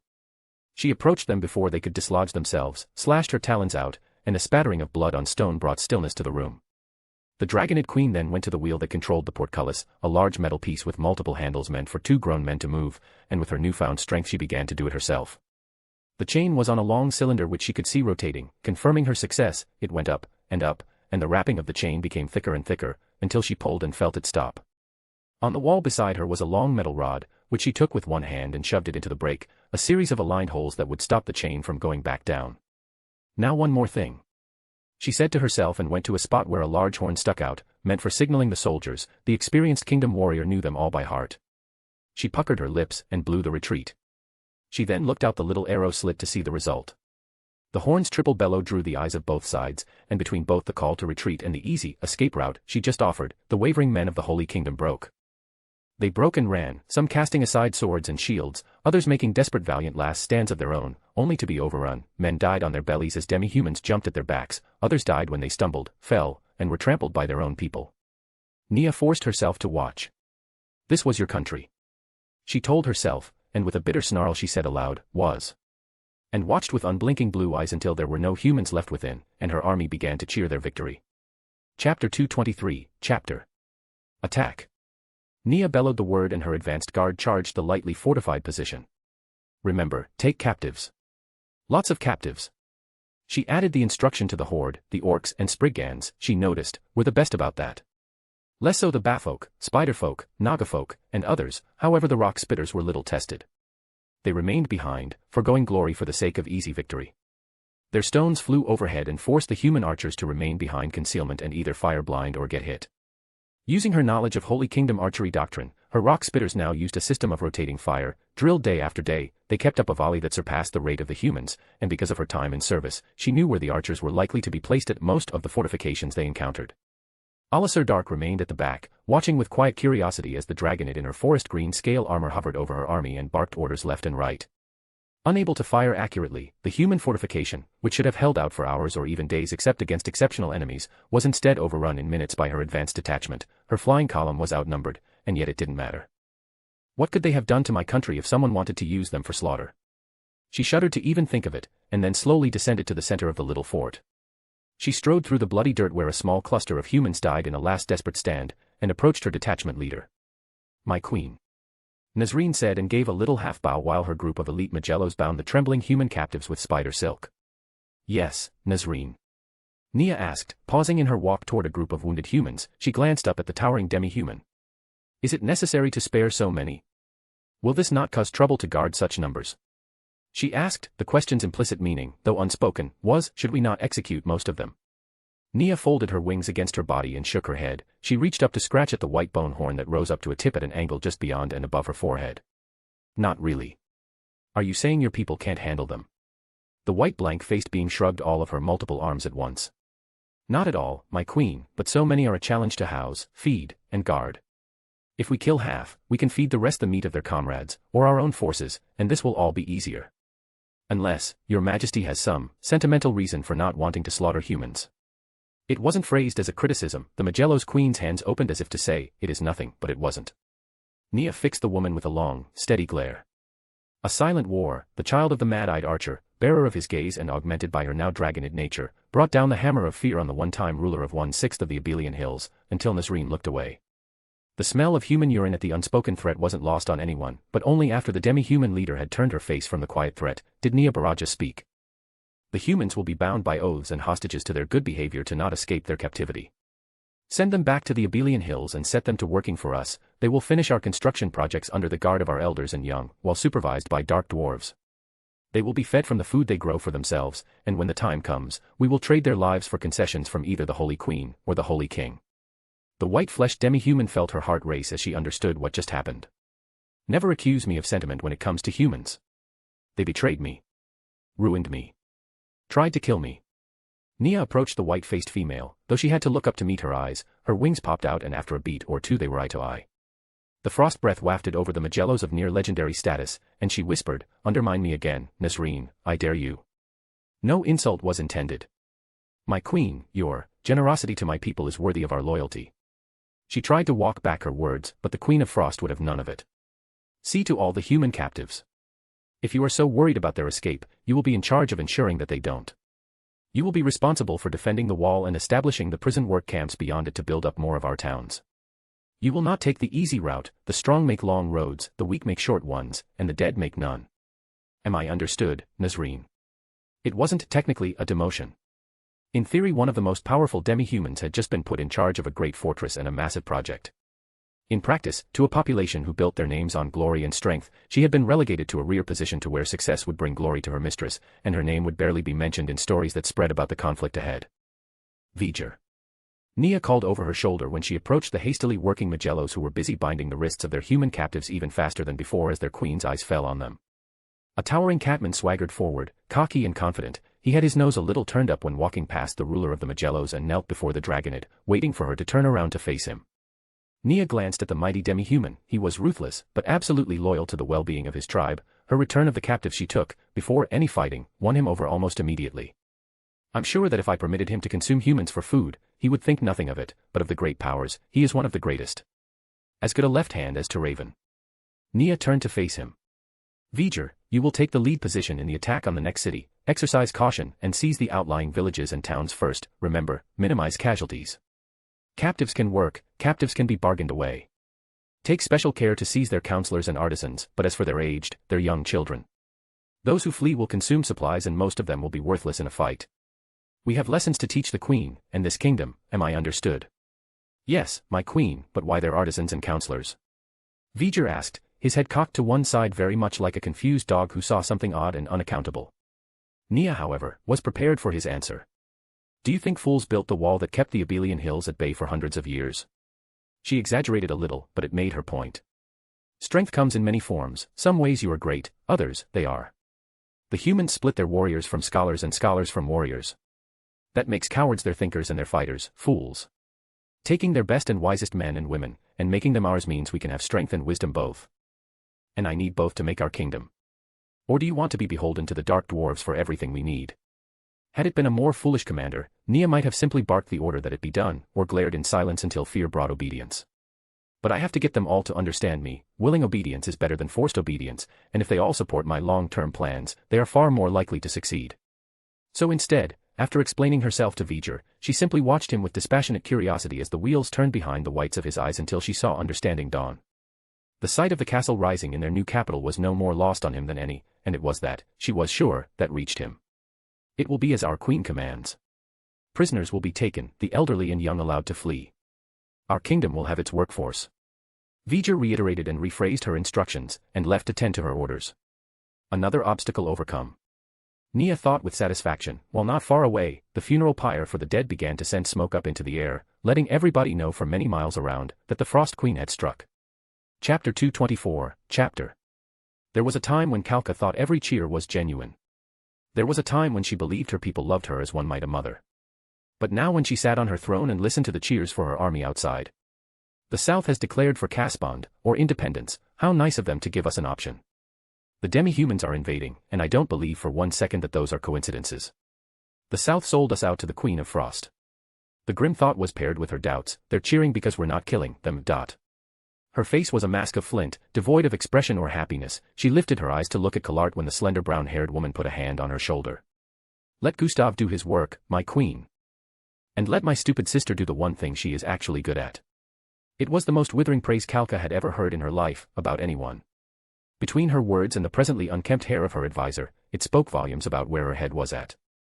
You had the army raised, that was the foresight we needed, the soldiers of the South are not as good as ours. Collard squeezed the queen's shoulder when she felt Kalka shiver a little. Gustav can beat them. And demi-humans are formidable, but so is my sister, in this at least. Any further conversation in the otherwise empty throne room was ended when a boy rushed in, breathing hard. He wore a pageboy cut, hair trimmed near to his ears, and he could not have been older than 10. His brown eyes were big enough to draw notice, and he was of very slight build. More notably, he was well dressed in colors not of the Holy Kingdom. A tabard over his white uniform bore the insignia of the Kingdom of Nazarick. Kalka and Collard tensed at once as the boy rushed in and knelt before the throne. His eyes went down as he rested his arms over one knee. Queen of the Roble Holy Kingdom, His Majesty, All-Father of the Kingdom of Nazarick, has heard your call for aid and sends his answer. She felt her throat tighten, words wouldn't come out, though she couldn't say it to Collard. The Holy Queen's doubts about what to do were such that abdicating seemed like the best possible answer to save her nation. The messenger boy waited for her orders, but though her lips moved, no words came out. Collard folded her hands behind her back beside the throne, and after clearing her throat said, the Queen will hear the words of her royal brother of the Kingdom of Nazarick. The boy reached into a brown leather pouch and withdrew a scroll. Rather than hand it over, he unfurled it and, holding it tightly open at the top and bottom, he read out loud. His Majesty the All-Father hears the plea of his royal sister, and sends aid to her in this dire time. Within days of the receipt of this message, Her Royal Majesty will be given 500 sets of rune-crafted armor and weapons with which to equip her elite soldiers. Kalka found her voice immediately. Rune what? The pageboy seemed prepared for this, as he lowered the scroll and raised his eyes to her and said, Runecraft is a means of creating magic items at no material cost, Your Majesty. It can only be made by the dwarves who live under my lord's service. No-cost magic items. Collard exclaimed before her queen could truly comprehend the implications. 500 sets. She furrowed her brow. Shall I continue, my lady? The boy asked. The queen nodded. In addition, our All-Father has offered to render his personal magical aid to ensure your success. As to compensation for his efforts, this can be discussed at length on his arrival with his shipment of material aid. The boy then rolled up the scroll and bowed his head before extending it toward Collard. The advisor stepped away from the throne and accepted the document, her footfalls audible on the stone in the otherwise silent chamber until she ceased to move when she was again at Kalka's side. Then. I await his lordship's arrival with great anticipation. Kalka said after a moment's hesitation. She then glanced up at her advisor. Collard, join me in my quarters. Then looking at the young boy as she rose to her feet, go to the kitchens, eat your fill, then return to your master, but warn him of the danger of the demi-humans. We have not yet gotten a handle on them. Not to worry, my lady. The boy beamed up at her, his bright, soft face took on a cherubic blush with a contented smile. I am very good at not being seen, and nothing can harm my master. The doppelganger kept quiet his inner laugh, and made his retreat as quickly as the royal left the hall. Collard's feet moved like those of a jig dancer at a peasant festival, her eyes were wide as saucers as she followed after her queen. Never that the long-haired priestess could recall had Queen Kalka Besserez moved so quickly in her castle, except the one time she was forced to flee from it. Kalka did not wait for Collard to catch up, nor did she wait for the guards at the door of her quarters to open the room for her. She walked in, grabbing the knob herself to walk past and leaving it open for Collard to close when she followed. As soon as the queen and her comrade were alone, Calca rushed to her makeup counter with the towering oval mirror. An enchanted item, the mirror could show her both the front and back of her head without needing to be moved, making it easy for her to do her hair herself or to see a servant's progress. She snatched up a brush made of wyvern bone and prickle beast spines and began to draw it through her hair in swift but practiced motions. For a long time neither the queen nor Collard spoke, the queen only gave a steady swallow and a gulp. Collard raised and lowered her hand several times to help her queen with the long flowing golden strands. It was a common routine for them both, but now it felt different. "May I help, your majesty?" Collard finally stumbled out the words, and the queen stopped in mid-brush. "Yes." Calca answered succinctly, but rather than hand the brush to her best-loved servant, she said, "I offered to marry the Allfather. You know this, don't you?" Collard gave a little nod. Her lips sealed tight as a drum, the queen could see the nod in the mirror and resumed brushing. "I don't know anything about him, not really. His magic is powerful, he is tolerant of other creatures. Beings. Races. At least tolerant enough that the slain theocracy has taken issue with his kingdom in private. They even reached out to me to sign off on a joint letter of condemnation. Which I refused, of course." Calca answered and a little smile formed on her face that twitched a little, but held. "That was for the best. I doubt he would come to our aid if we had condemned his practices. But as long as he is a good king to his people, it should be fine, right?" "All right, your majesty." Collard answered, but Calca heard the hesitation. She looked over her shoulder, away from the mirror. "You don't approve?" Calca asked. "Your majesty, demi-humans have always been our enemies, anyone friendly with them is someone we should at least be suspicious of." Collard pointed out. "It was humans who tried to kill me, and humans whom I fled from, who drove me out of my very capital, remember. It wasn't demi-humans." Calca said rhetorically. "The demi-humans are invading because one of us killed a royal envoy, the elves are rebelling because we kept them as slaves. From the moment the Allfather took his throne, what little I have heard has suggested a wise king who got all races to agree to his rule, while we have only made enemies inside and outside of our borders." Calca added, her voice bitter and frustrated. She threw her brush down to the floor where the bone clattered on the stone and skittered away. Collard moved to fetch it while the queen sat, but the ruler of the Roble Holy Kingdom did not sit in silence. "He is wise, at least, but if I marry him for the sake of peace, for help ending the danger to my people, I will need to produce an heir for us to unite the two kingdoms, and I dash." "Oh," Collard said when she picked up the brush and returned to her queen. Rather than give back the brush, she began to attend the long golden strands herself. Queen Calca had no experience in intimacy, rumors of the lust between herself and her queen were thoroughly false, and Collard was sure that rumors of dalliances with her sister and the queen were equally so. "My queen. I realize what this means for you, but you won't be expected to leave the Holy Kingdom, and it was always going to be necessary to have an heir for the throne." Collard said, and Calca answered. "I know this. I've considered various candidates before, high-ranking southern nobles, even theocracy cardinals, but knowing it, and being prepared for it are not the same. Do you know anything? Vigorous kings tend not to want to wait till wedding nights." Calca blushed just a little at her cheeks and Collard stared down dumbly for a moment as the question sank in. Worldly enough not to blush, and only caught off guard enough to slow down in brushing, she cleared her throat. "I do know a few things, I will tell you what I can." Calca pricked up her ears, and listened in earnest for every scrap of knowledge the masterful caster held on an entirely different sort of magic than either usually used. Chapter 225, Chapter. A dozen humans of Queen Calca's army were riding on light, young horses. Far from being the most heavily armored scouts, they wore little armor, favoring speed and maneuverability. They were scouts, wearing leather helmets with only a little metal sewn into the lining to offer some protection. The road they marched over was simple hard-packed earth, funding for paving it was simply never available. If anyone asked the nobles why not, the answer would always be, peasants don't need to travel that much. But it made the going much slower for soldiers who did, not that the nobles gave that any real thought before. The humans carried bows and short spears, good enough for defense, self-provision, and intimidation if they encountered any of the usual hostile elements. The elves smiled from the shadows, happy in their good fortune. These soldiers left a village behind not long before, nobody would come for them for some time. 6 elves knocked their arrows, drawing their bows so slowly that the creaking noise of the bending wood was almost non-existent. "Are you going to let them have you again?" The giant bear of an elf bellowed, and the marching humans turned their heads toward the sound of his shout.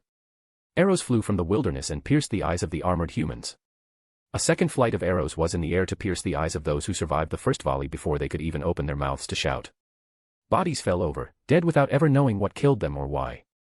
"Search them." The largest elf barked, "See if they have any information, then take any food, arrows, or anything else we can use, then leave the rest behind."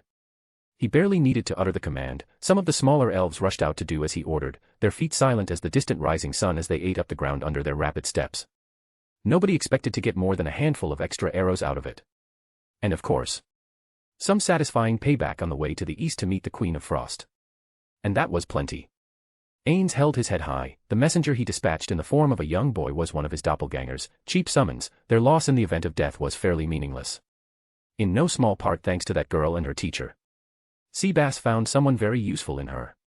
The Baharuth Empire's magical research was more than a little noteworthy, with means of scribing scrolls quickly, though at some cost in animals, it offers great potential for the future. And so the use of doppelgangers to simulate the royal procession of a visiting monarch went smoothly. Nobody was the wiser that it was almost a total fiction and Ainz was in fact spending most of his time in Nazarick. It should reach demi-human ears before long, and in accordance with my plan. Albedo's plan. Ainz corrected the thought and paused for a moment to let his heart find its rhythm again. They will set out to capture me or disrupt me.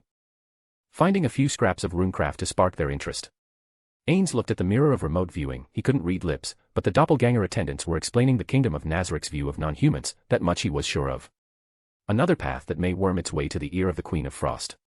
Ainz considered, and looked over his shoulder when he felt the gentle touch of albedo. He immediately stopped caring when he saw that her yellow eyes, bright as the sun, were dulled and wet with pools of tears. And my lord. She had weak knees, they were clearly shaking. The hand she put up on his shoulder was the only thing holding her up. In her other hand she held one of the letters dispatched to him. Ainz knew what it was. The request for aid from Queen Kalka. The document included an offer of marriage. My lord, is she, are you, if it pleases you so much, I don't have to look like me. I can be her. I am a succubus. I can be anything you want me to be. She half cried out, half whimpered, aspect of the succubus, object of desire. And then, albedo was not albedo.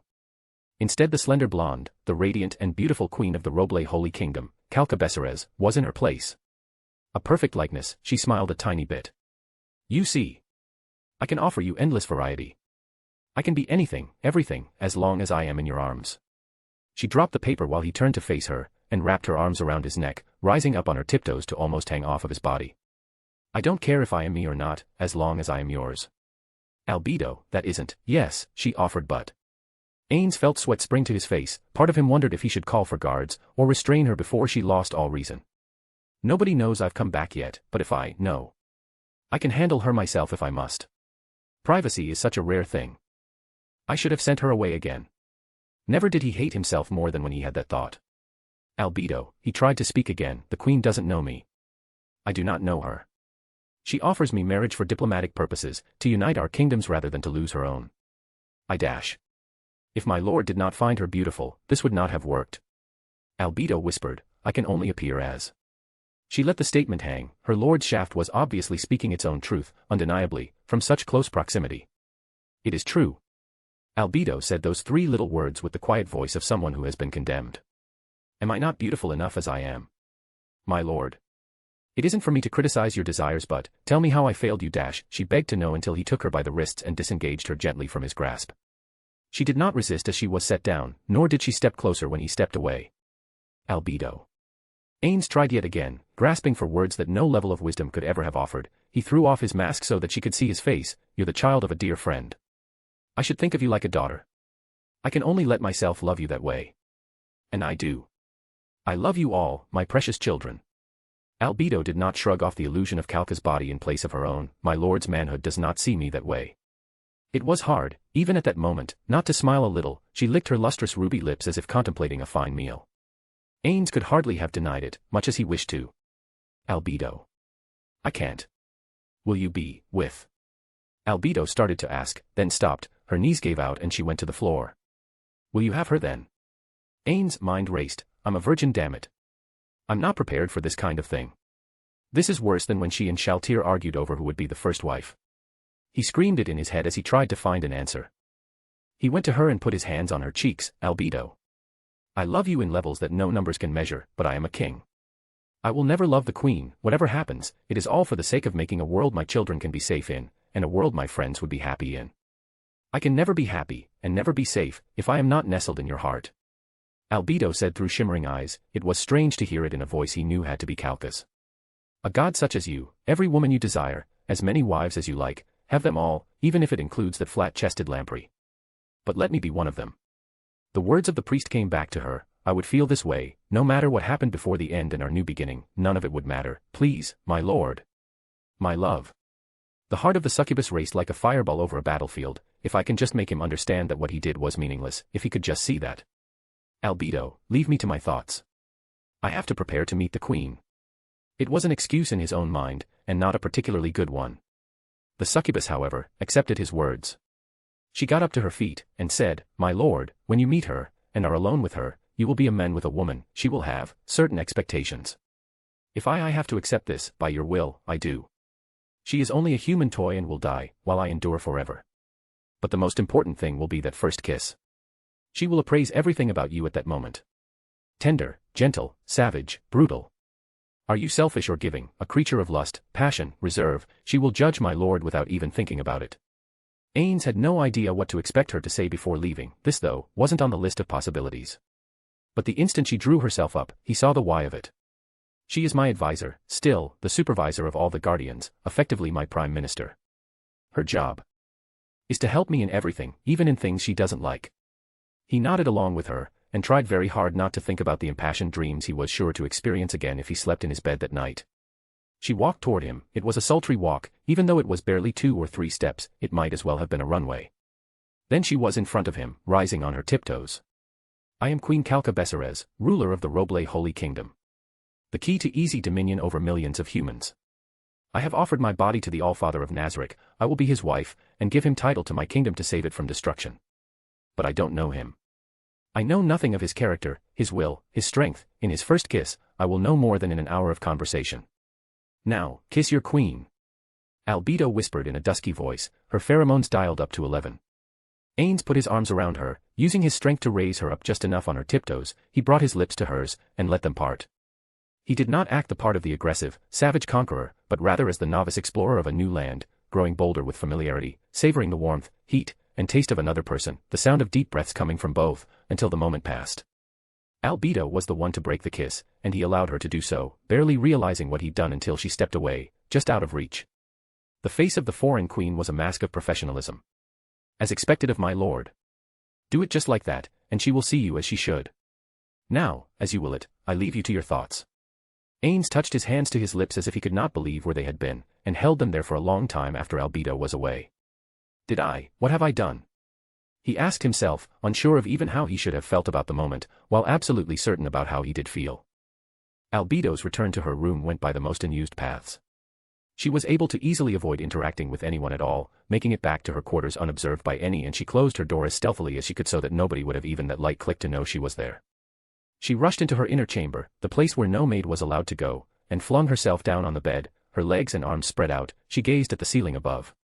My first kiss. Albedo sighed, and lay there all night unsure of whether to sing or cry or give in to her lusts until sleep came at last. Chapter 226, Chapter. Gustav formed up the line with practiced ease. He knew better than to arrange a fight where the elven archers could be brought to play. Importing elven slaves was just asking for trouble. We won't make that mistake again. The death toll they'd taken on his scouts was not worse only because the elves were few and scattered over a wide range. Over the weeks of scouting, Gustav learned one thing with certainty. If my scouts return alive, the enemy is not there. And so he guided his forces on a long path around the elven-dominated forests that made up the southern half of the northern Holy Kingdom, and sacrificed the villages and small towns to potential pillage in order to get around the armies of the rebels. How many died because of his decision? Could all this have been prevented if I had just annulled that damn trial then and there? Perhaps not. The South might still have turned on us, but I would be facing the rebels with 100,000 paladins instead of 25,000. It was the one advantage that Queen Calca had over both sides. The Northern Holy Kingdom's paladins were all loyal to Queen Calca, himself, and Remedios. In that order though. That, he suspected, was the true reason why the Queen hadn't simply had Remedios killed. Soldiers were not much for politics. Kill their own, you're the bad guy. It's that simple, fuck around and find out. He recalled the phrase a crude soldier once used about demi-humans probing the forests. The one conflict in it all, he knew was going to come up hard and fast when the truth came out. When they learned that the Huntress of the Wilds became the Queen of Frost, when they learned the trial was a sham to kill a hero and Remedios was behind it.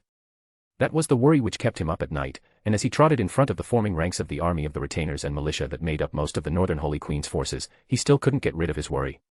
Allowing demi-humans to live was forbidden, but anyone who looked into the eyes of a mother of any species that was just trying to protect its young, or a dying father trying to rise one more time to buy time for its own to escape, knew the pangs of pity for the other side, and more than one had given in and let someone flee at one point or another. It's only a matter of time, and what then? Gustav asked himself just as one of his warriors rode up atop a large warhorse of mottled brown and white and shouted. "We're ready, sir. All we need is your order." "Not yet, let them make the first move." Gustav pointed toward the hill a fair distance away.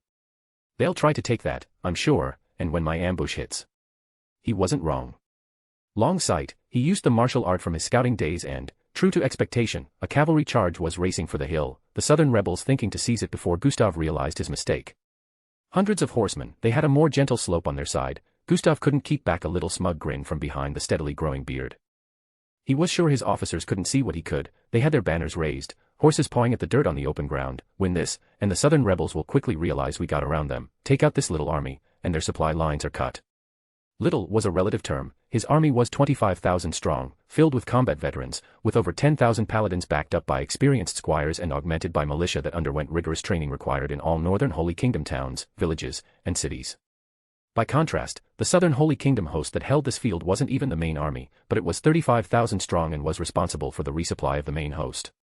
If I could have bypassed it too, I would have.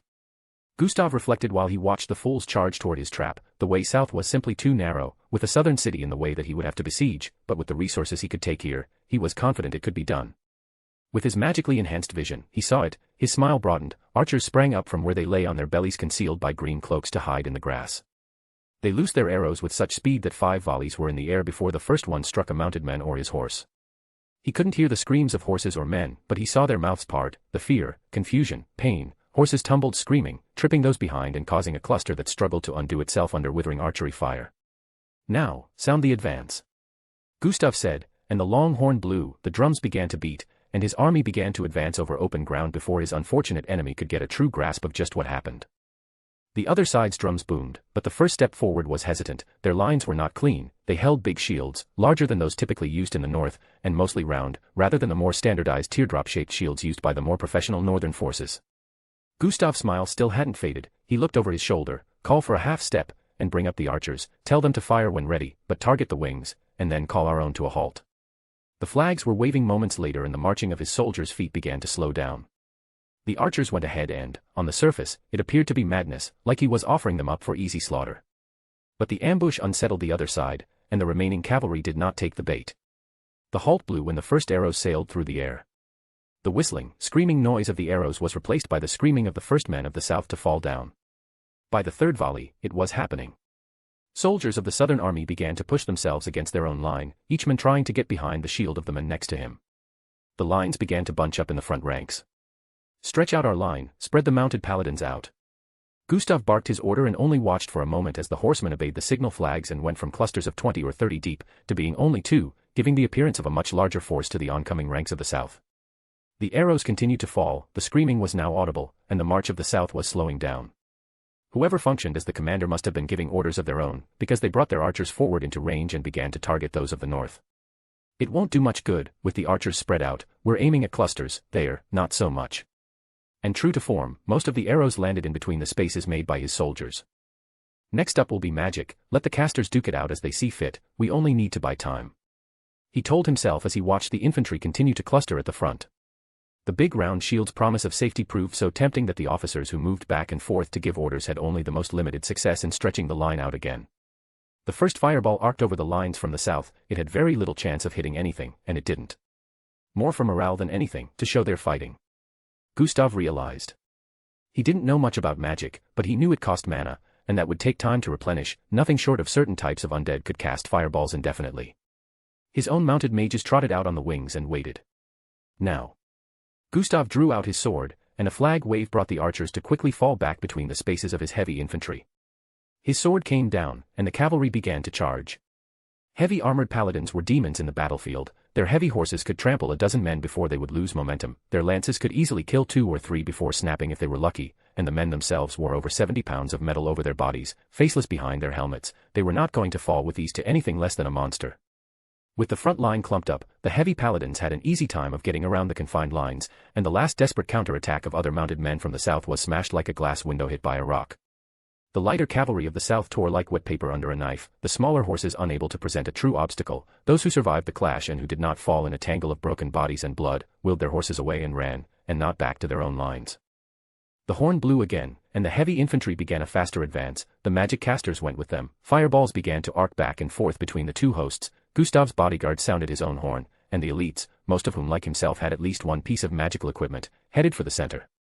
With the southern lines clustered up and wavering, fireballs consuming men and horses, and arrows striking pain, death, or fear into those who had never tasted battle before, the conclusion was decided before Gustav's lance could find a target. The teardrop-shaped shields of the heavy infantry proved maneuverable, lighter weight, and effectively blocked most blows. The bigger, heavier round shields were useful in formation, but in inexperienced hands they got in the way of their own wielder, obscuring their vision and leaving the lower body vulnerable, while also being heavier and more tiring even to lift. Screams and blood both filled the air as swords went up and down, maces spattered gray brain matter over green grass, and the noise of dying voices calling out for divine aid covered the noise of any orders or will. Set on their heels and lacking the same experience, discipline, or equipment, the southern army began to fall apart. Gustav could not see the first men run, but those who felt the pulse of battle as surely as they felt the sweat on their brow and running down the crack of their ass, knew exactly what was happening. Gustav's sword pierced the throat of a young man holding a bright steel sword. It didn't even have blood on it. The moment slowed as if it was by the way his battle senses guided him. He saw the blade in fine detail as if he'd made it himself. No nicks, no scratches, fresh, clean, new, unstained. And it fell from nerveless fingers to land point down in the dirt beside the body of the battle virgin Gustav had just pierced. The young man looked up at the sky, his mouth not even moving in a prayer, his dying thoughts a silent wondering about how this could happen to him. The look was familiar enough to all veterans. Every young man sees himself as the hero of the story, not one of the countless dead whose bodies pave the road that heroes walk over. It's always a surprise. It was an afterthought, meaningless and empty now, and the current head of the Paladin Order simply pressed on, taking the battle virginity of countless figures whose bright blades would never be sheathed or drawn by their owners again. Until he stopped. The last holdouts began to break and run, the thunderous noise of metal armor and thud of heavy shields being thrown away, the calls to flee replaced all enthusiasm for a fight, and just like that. The fighting was over, all but the cleanup. If we can conscript more into our ranks, fine, the ones we can't, maybe hostages, maybe bodies, we'll see, but this is a fine opening blow to those treasonous bastards. Gustav thought, taking a cast-off banner of the south, he wiped his sword and face clean of mud, blood, and sweat, and savored the cheers of victory that followed which drowned out the cries of the wounded and the dying as if they were not there at all. Chapter 227, Chapter. Remedios stared down at the demi-human, a Spriggan scout. It towered over the tallest humans, its limbs flailing about. 2 or 3 grown common men were struggling to hold it in place. Their heels dug into the dirt, and still it dragged them as it pulled its arms against the ropes. Stupid. They should have used metal chains, they shouldn't have dropped their guard when the light left its eye sockets. They fell for the trick, but won't fall for it twice.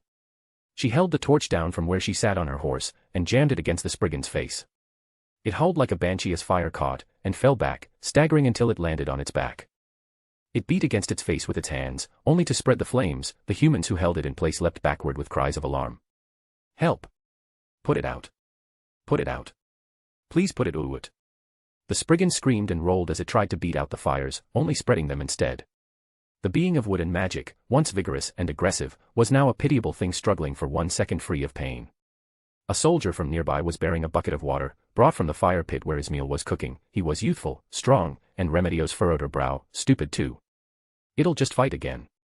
Let it burn more. She thought and held out her hand. Stop. Let it burn a little more first. The soldier looked at her with dismay, mouth agog, while the Spriggan screamed, mercy. Please have mercy. It howled a drawn-out plea as it pounded the licking orange burning tendrils with its leafy hands. Half its face was gone and its brown limbs charred before Remedios lowered her hand. Now. The soldier had a cold sweat on his face that caught the fading light of the sun and made him almost reflect the light of the dying day. He rushed the last few steps forward and tilted the wooden bucket over the fallen Spriggan captive. The water splashed down over it like a tiny waterfall, and the Spriggan ceased to struggle as the last fires on its body were doused away.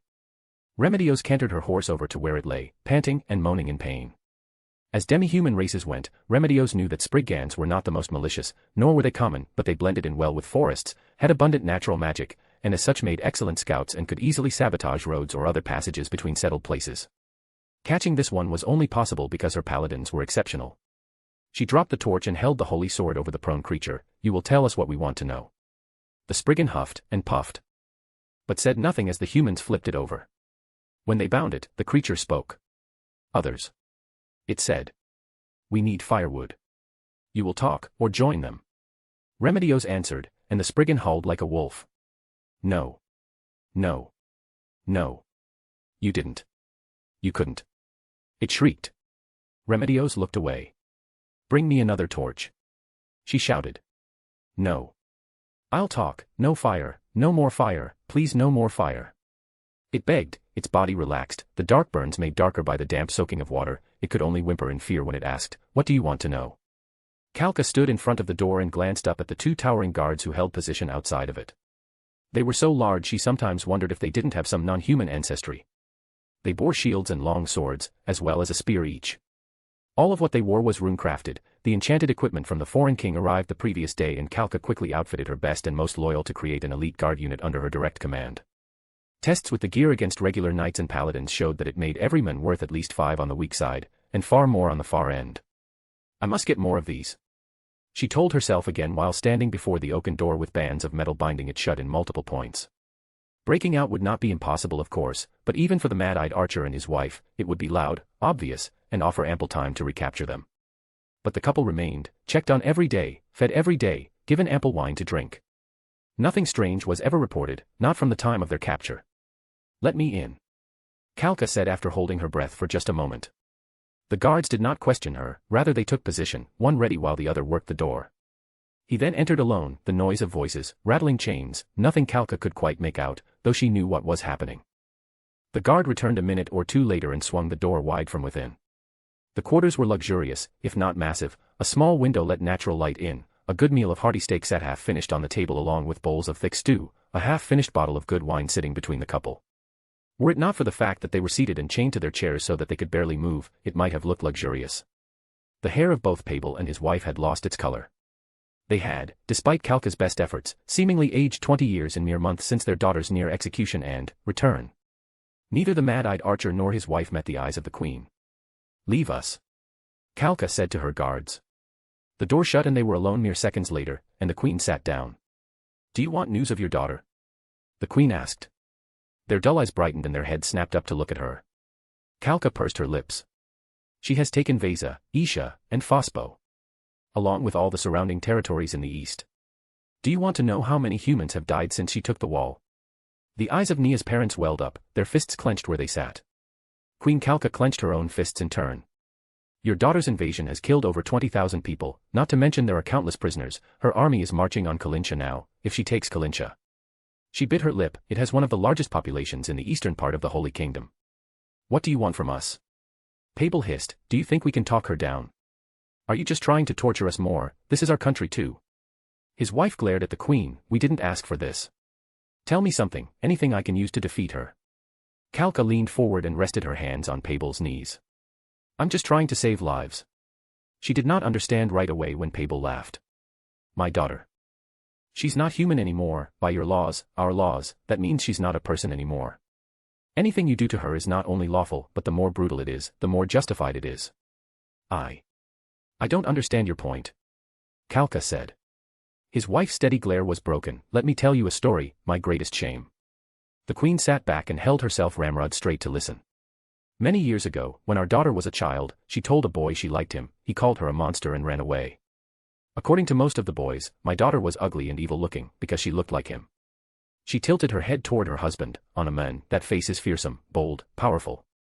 On a girl. She might as well be deformed. After struggling to be liked and accepted by the others, she came to me and said how frustrated she was, and she was mad at her father for her looks. So.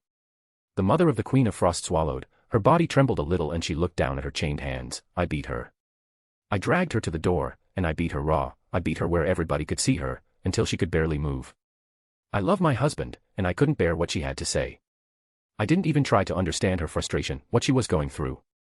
I was single-minded, and do you know what that got me for all my efforts, Majesty? Kalka's eyes widened, her own pride in her beauty was such that the struggles of the huntress of the wilds cut her to her core. She shook her head. She never made a sound after the first cry of surprise. Not one. Not when I slapped her face, not when I picked up that damn stick and bruised her from her behind to the bottom of her calves. She just took it and wouldn't look at me. I think that's why I beat her harder. I wanted her to say something, to scream, to cry, some response to show she understood. She seemed so strong that I hit her worse than I would have if she'd just cried right away. Pable's wife began to weep a little bit, but after gulping several times, she went on. She didn't speak to me again for days, maybe weeks, it's hard to say, she never talked about it again, she never said that about my husband, her father again, but a part of her, I killed, and something else was born. She never complained about anyone tormenting her, she never asked for my help, or anyone else's, she never told another boy or girl she liked them. I failed her. But from that failure, came something else, something unbreakable. A note of pride touched the voice of the mother of the Queen of Frost, she threw herself into her training, so much so that even though she was still barely a child, with just a little help from my husband, she earned the right to try for a place in the Paladin Order. That unbreakable thing was her stubborn will, she would never, ever quit when she was sure she was right. I made her silent, but she made me pay for it too. She didn't call me mother again until she was due to go to trial, when I finally told her I loved her. Her bleary, teary eyes stared with the promise of violence at the Queen. You want my help to defeat her?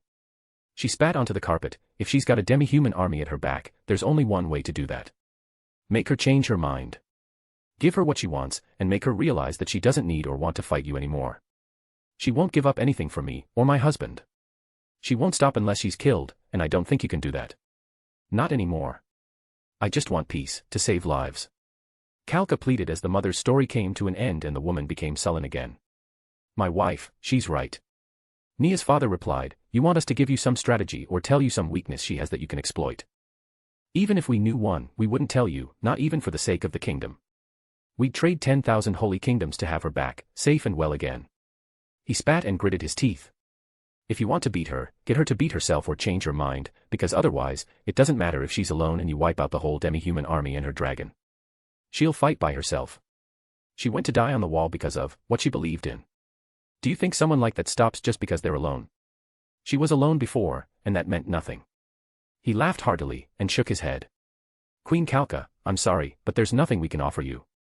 Not for 20,000 dead humans, or 200, or 2 million, but even when she was a relatively weak human, she was an immovable object.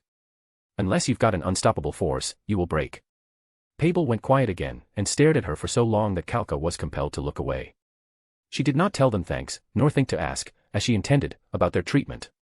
Their words were like ice around her heart, and, like ice, it hardened her resolve regarding the coming visit of the Allfather of Nazarick. More than anything else, she was resolute. I will have my unstoppable force. No matter what. Chapter 228, Chapter. Ainz' arrival in Hoburns drew instant attention. The ink-black carriage with its magnificent red and golden trim pulled by massive Sleipnirs, and the dual lines of soldiers on horseback ahead and behind and gleaming bright armor taken from Nazarick's own treasury were quick to draw the eye. As an added measure, he doubled his escort to include soldiers in rune-crafted gear, making the spectacle diverse to the point of being awe-inspiring. His banners flapped in a breeze that wasn't there, enchanted so that they would always wave. It was pure indulgence, but it had an effect as the carriage rolled through the streets. The soldiers of the city looked down at their own armor, steel for the most part, and touched it as if it just occurred to them that their pride in their equipment was misplaced. It wasn't until, at every block, the herald announced that the Allfather of the Kingdom of Nazarick had come to throw back the threats to their lives that the cheers began in earnest. Ainz looked outside the window of his carriage, extending his powerful, thick arm to wave to the population. His escort for this mission was made up totally of humans. Going in with undead would have been more impactful, but probably counterproductive for now. To make the world that my children can thrive in safety, I must ease everyone forward. Cheers became more genuine and more frequent as word spread faster than the carriage rolled, and though the guards of the city did their part in keeping the roadway clear for his procession, it was really the people that Ainz was interested in. They were rather dirty, most of them, but they were adequately fed if not overly so, but their numbers were lower than he expected given what he knew of the population. I did specify that casualties should be kept down, but then again, even albedo can't control everything. Humans have an abiding love for killing each other. He recalled the brutality of his world and it only compounded his resolve. I will do whatever it takes, my children will live freely one day. His nerves still got to him as the distant castle loomed. It towered over Nazarick in size, at least, above ground, though he doubted it was much larger given how much of Nazarick was below. The great spires of the castle rose to spear-like points that seemed to stab the sky. Even with magic to account for some of the work, Ainz couldn't help but be impressed.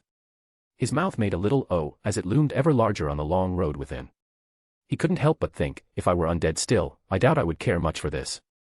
I don't miss that emotional dampener, not even a little bit, even for the difficult things. When Demiurge works out how best to resolve this little problem, I will have to specify just what needs to change and what needs to stay the same. Finally he reached the long straight stretch that would carry him into the inner courtyard of the castle. The last portcullis ground its way up with a steady clinking noise even he could barely make out, and then he was within. The carriage came to a stop and his servants, acting by rote as if they'd done it for a lifetime, moved to open the door and allow him out. They were boys of lesser nobility, tokens of retelling whose families were looking for a chance at settling some of his vast unclaimed lands. In this they demonstrated their superior knowledge to the Wolf Queen and Wolf King of Karn, who hadn't thought of such methods of diplomacy until it was done. Still, they were quick to respond by offering to contribute to the build-up from their massive forest harvests. Between the two human nations there would be years of work and profit ahead. But these were reteling's noble youths, most under the age of 15, but still gifted in poise and prepared to represent their house as well. Their short hair was cut off at the ears and their clothes embroidered with thick padding at the shoulders to create a mild bulge which made the bright red and black dyed fabric pop more to the eye. They wore white leggings to protect their skin from dirt, and short brown leather shoes with brass buckles, all polished to a shine. Ainz gave them a polite nod as he descended from the carriage, and the boys blushed bright red, their faces beamed with bright smiles even while they bowed to their master. From atop the steps, Kallart and her escort gasped as they watched him look at his servants while he spoke to them. They were hasty thereafter, and he began to make his way toward the red carpet that was rolled from the center steps all the way to stop just in front of his feet. He speaks to them, looks at them, nods to them. Kallart observed his curiously familiar behavior toward his servants, and her head began to race. The human king of Nazarick was a truly towering man, head and shoulders above herself, and though he wore the robes of a caster, and carried a golden staff in hand which even from where she stood, she realized was worth more than a king's ransom, that all felt like it was merely surface adornment. He drew the eyes by presence, and they could not let go. Her breath began to quicken as he came closer, his steps were slow, measured, every inch a king, which set his earlier behavior toward his servants even more at odds than before in her mind. When he put a single foot on the base step leading up toward the wide-open double doors, she shouted, "His Majesty! Allfather of the Kingdom of Nazarick! We bid you welcome." On either side of the step stood a row of servants in bright blue and white garments holding long brass horns. They put their lips to the small ends and blew, trumpeting his arrival to alert the whole of the palace within to the coming of the foreign king. Kallart gave a deep bow to the lord, in part out of respect, but in part because the moment she looked at his face. My God! She'd thought, it's like being in the presence of a deity who has come for tea.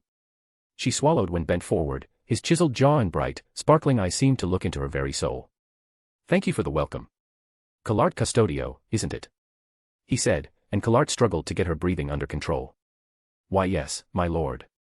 She said as she slowly straightened up and pushed her freely tumbling brown hair back behind her again. Please, let me take you to my queen and tell me of your journey. She spun on her heel and led the king through the hall.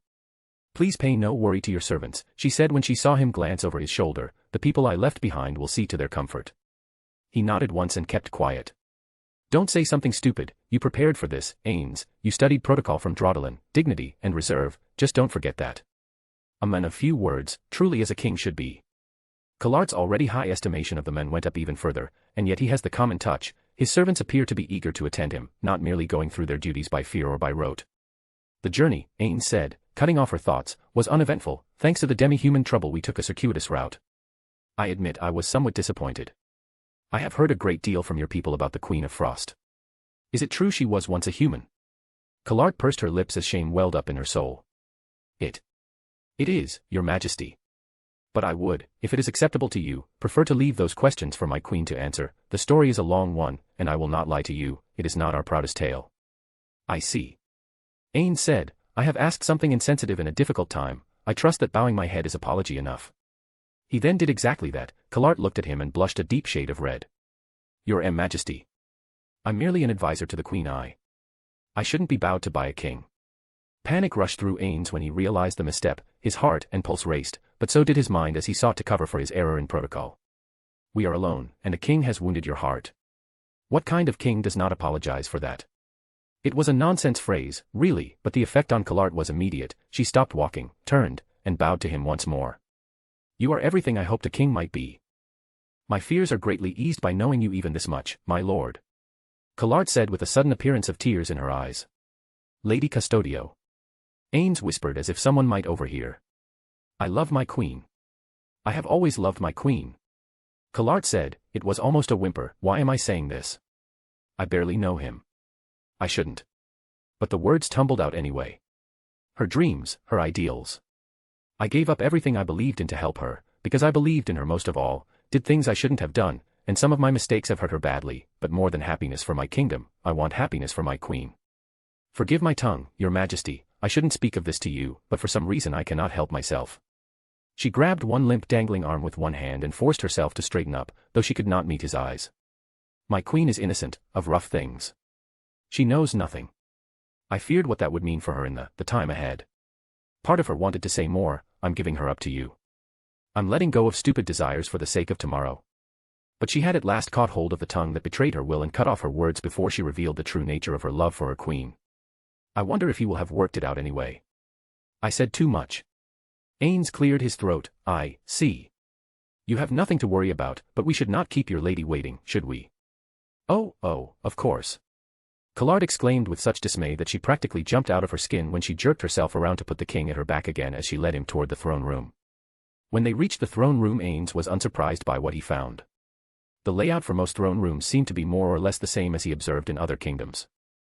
The throne at the far center, nobles lining the sides where they could speak among one another, standing only, nobody seated. They were dressed in a fashion somewhat more subdued than the servants, though blue and white colors were a running theme in doublets, pants, and dresses that flowed down to the ankles.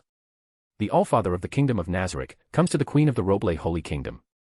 Collard called out, and a single loud drum followed her words, and then as Ainz approached the throne, the rest of the room gasped as Calca, clad in a dress slit to the thigh, stood up from her throne. The blue lining around the white came to a point at the base of her throat, and the royal symbol embroidered in the brightest hue of blue immediately drew the eye to her chest. A breach of protocol if ever I saw one. Queen Draudelin never stood for her visitors, nor did anyone else. Ainz recalled and felt his confidence grow just a little bit further. It spoke to the nature of her situation. The queen welcomes her guest with pleasure, Calca said in a birdsong-like voice. Ainz felt his magic detection ring suddenly go off, a faint warmth on his finger, and for a fraction of a second, he hesitated a step. Right, she is known for using magic in cosmetics. He recalled and took the remaining steps without hesitation until he was before her throne. I am honored by your hosting me, Ainz said as the queen raised her arms and held them out toward him. She didn't descend from her place, standing up was breach enough. You are too kind, Lord of Nazarick, she said with a resounding echo. If it pleases you, we have prepared a banquet in your honor. Ainz kept his face as neutral as he could, recalling his life as a salaryman and looking at what he expected based on his observations of other kingdoms. Jumping straight to a feast was uncommon at best, the only time he recalled it. Yes, when Solution and Seabass took our teams to the Draconic Kingdom. Dire straits, just like when a business or a department is in trouble, they jump quickly to the social event to build bonds rapidly. I would be delighted to sample all that the Holy Kingdom has to offer, Ainz said, and mentally smacked himself. That might be taken the wrong way, he thought, recalling what Albedo said, and the contents of the letter requesting his aid. Only then did the queen descend from her throne and offer out her hand for the black and red-robed mage king to take, her fingers slipping into his own with grace and delicate motions, contracting only slightly and raising her eyes to meet his face. She flashed a charming pearl-white smile up at him that was framed by ruby lips that could only be done with the aid of magic-enhanced lipstick. He nevertheless went with the moment, and hoped for the best. Nia looked at the empty town. This is the third one. The fields are burned or cut, and nothing of value remains, they're just gone, she said and looked over her shoulder to the rest of her initial guard. They knew we were coming, she concluded, her wings snapped out with annoyance, her teeth gritted. It doesn't matter, they have to feed everyone they keep from capture, and there's only one place they can go. Kalincha, V'ger said as he came closer. Nia nodded. Exactly. That city can hold everybody, but I don't believe their scouts caught us. Have any of our scouts not returned? A clutch of Spriggans, my queen, he said in his rough sort of way. She heard his talons scrape over his palm. V'ger, she knew, had grown fond of Spriggans. They let his people rub against them, and they would often scratch their fur, making for a kind of quiet ecstasy that though V'ger wouldn't say he loved, she often found him engaged in. That's it then. If it is Remedios they sent to deal with us, I have no doubt she tortured the Spriggans for information, and probably got it. She thinks nothing of doing terrible things to non-humans and humans alike. Nia remarked, her palm opening and closing, scraping talons over scales to create a light scratching noise like nails over a chalkboard. I see, V'ger said with a quiet growl underlying his words. Nia looked over her shoulder to the giant catman. She glanced up at him, her ice-blue eyes and frosty breath hit him with the full force of a winter's fury. Burn the town. Take your time, turn the whole thing to ash. It will slow us down, but I want them to know I'm coming. And then? Kalincha, V'ger asked. Nia laughed. No, not at all. That was my plan, but if Remedios is so eager to give us a free hand out here, we'll take it. She, and probably the Holy Queen, are thinking I'm going to just take the cities and move on. Why should I play into their hands? We're going to draw the bitch out, burn every single town and village on the way to Hoburns. We'll see how she likes holing up there when her precious queen is in danger. She won't like that, I take it. V'ger asked. No, she will not like that at all. Nia said, and began to bellow out a laughter that spread from her, to him, and to those much too far away to know why they were laughing. Ileana handed the last paper over to the doppelgangers operating in Hoburns. Hours of writing and approving writing from the doppelgangers left her weary and drained. She slumped forward with her head on her forearms and expelled a large exhausted breath against the shiny table, fogging it briefly just as the last doppelganger closed the door behind it. No wonder she had us doing this, huh? Scanna asked with a sparkle to her eye as she looked at the weary elf woman. Beer. Wine. She asked, and Ileana looked up and nodded while keeping her sharp-featured head resting on her slender arms. Yes. I swear, they may be good seducers and talkers, but they have no idea how to write things that make sense. Editing, that's what they call this. I don't know how people manage it. Ileana rolled her eyes with a groan. And yes, wine. Thank you. She said and watched with still steady disbelief as the human woman went, without complaint, to the little enchanted cabinet that kept their drinks cool. Scanna bent forward and bounced alternating back and forth on her feet and hummed while she rummaged. It was strange still, to see a human lift a finger for her. A wondrous thing, even. Maybe because she's a peasant, maybe because she's just so free-spirited. Ileana turned the curious thought over in her mind. Scanna was easily the most free-spirited person she'd ever seen. Always quick with a song, a joke, or a quiet flirtation, she seemed to care nothing at all for anything but pleasure, and accepted Ileana without any hint of reservation. Hey. Scanna. Ileana said with a hesitant look that went first away from the auburn-haired woman with her head in a cabinet and then toward her again. Yeah. Scanna asked as she got out a bottle, then saw Ileana's face, and reached in for a second. How come you didn't tell His Majesty everything? You had more than money on your mind. I know you did. So, why? Ileana asked, and to her surprise, Scanna did not meet her eyes, rather she set the bottles down on the floor and put her head back in the cabinet to search for another bottle. Because the first thing, money, it's all I really wanted.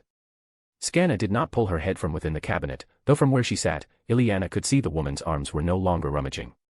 The rest. I just felt like if I said what else, he'd say I was a liar. It was really like meeting a god. I couldn't say anything else. You don't mean that. Ileana said as Scanna finally emerged and pulled out a third bottle, and then took up the first two and approached the table. The shapely oval face of the human woman still bore a smile, but after months and months with her, almost every day, Ileana knew it was just plastered on, it didn't come from within. Sure I do. Scanna said, shifting it to a smirk as she set the bottles down on the table one by one and went to fetch cups. I'm a greedy, selfish peasant. I love pleasure, sex, dancing, singing. That's all I want to do and all I've ever done. I like being me. It's a great grand party, all of it, and then we die. Why pretend otherwise? Ileana sat up in her chair and was quiet while Scanna poured into cups of stone, listening to the sloshing red liquid fall into the grey ornate chalices. She held her hand out to accept the first cup that her companion poured, then waited until Scanna had poured one of her own and sat in the opposite chair. Then why haven't you sold us all out? Ileana asked, and Scanna's bright green eyes briefly widened. Ileana focused her bright blue on the human. I'm not a human. Neither is our mistress. You be a heroine of your country, gain wealth beyond measure, a noble title, sell us out, send me back to hell. You should have no loyalty to either of us, but here you are. Scanna looked down into her cup and dipped her finger into the red liquid, twirling it around a little. I couldn't do that to you. She blinked her eyes almost too fast to follow. I like to party, to do all those things, but that doesn't mean other people's unhappiness means nothing, you know, it's just dash. Some things are worth more than money. Ileana gave a knowing smirk to her companion. Scanna laughed and removed her finger from her cup. She took a long drink, drained it and then held her cup out and picked up the bottle to refill it. You tricked me. Sneaky elf. Scanna's chuckle was matched by the smirk on Ileana's face, which grew noticeably larger. See, you're not so bad. You don't have to pretend to be loyal to only yourself, that's just silly. Ileana said and let her own gentle laughter fill the space between them before she finished her own cup. I guess. But it's true also, serving something is just not my style, it never was. I get what I want and move on, that's what I know, and it's why I've laughed a lot more than my mother ever did. I'm just happier being on my own. Cut and run when things get troublesome and move on. We all get the same end, so why live harder than I have to? Scanna asked and drained her cup. So, if all you care about is pleasure. Ileana raised a golden brow at the human and asked another question. How come you haven't made a pass at me? I know you have played with women before. Scanna did not blush, instead her face became very grave, her smile and laughter were gone and her eyes actually shut, if not tightly. A heavy breath came out and her hands shook a little. Because my race is why you ended up where we found you. I admit, you're beautiful. I like you, but nothing I could do with you would ever make me other than just like the ones who made you live in a nightmare. Even I've got standards. Ileana took that in and looked down into her cup. Are you telling me you actually feel guilty? Little bit. Scanna answered in a clipped sort of way, spitting out her words. I can't really tell what's fun for you and what's going to make you cry, and I don't want to make you cry. You too pretty for that, you get me. Ileana nodded a little, layers upon layers, with you, Scanna. Layers upon layers. The elf reached over and tousled the auburn-haired woman's soft strands, then sat back and held out her glass. Top me off, would you? Scanna's eyes went very tight for a moment, before the touch on her head passed, and she nodded to her companion before reaching for the bottle again to tilt it out over the waiting cup of stone. Chapter 229, Chapter. Remedio's frown sat on her face in the command building as if it were part of the architecture itself. She hadn't smiled since burning the last Spriggan scout. At least those demi-humans make good firewood. She glanced at the crackling fire, the head was still burning, the eyes were empty, but the sparks of the fire burning within, the little tongues of fire that made their way out of the eye sockets, gave the impression of life where there was none. She felt a warmth in her spirit that had nothing to do with the flames themselves when she glanced at the burning kindling which had once been a living Spriggan. But the reports she was looking at in the highest tower in Kalincha, those vexed her. Why isn't she attacking? She needs this city. I have a ballistay ready to deal with her dragon, I've got supplies enough for a year-long siege, but why isn't she here? Remedio stood up from her desk with such force that her chair toppled back and slammed to the floor, her hands tense on the surface of her desk. She went to the larger map on the wall. The glow stones cast white light about the room. She folded her hands behind her back and stared at it, placing another crisscross set of lines on the map where the next plumes of smoke rose up. Another village, she's burned 30 of them this week, and a dozen towns, but the casualties are very low. What is she doing? Remedios asked herself, and struggled for an answer just beyond her reach. She thought back to the moment on the wall, shoving her sword into the guts of the treasonous bitch. I should have done what she wanted. If she'd gotten a quick death this wouldn't be a problem now, but she deserved a slow end. That's the whole point of that kind of death. An example to others about treason. Remedios exclaimed inside her own mind, and her mailed fist shot out and struck the stone. Her fist pierced the rock and sank halfway to the forearm, scattering stone chips and chunks around her. Damn it.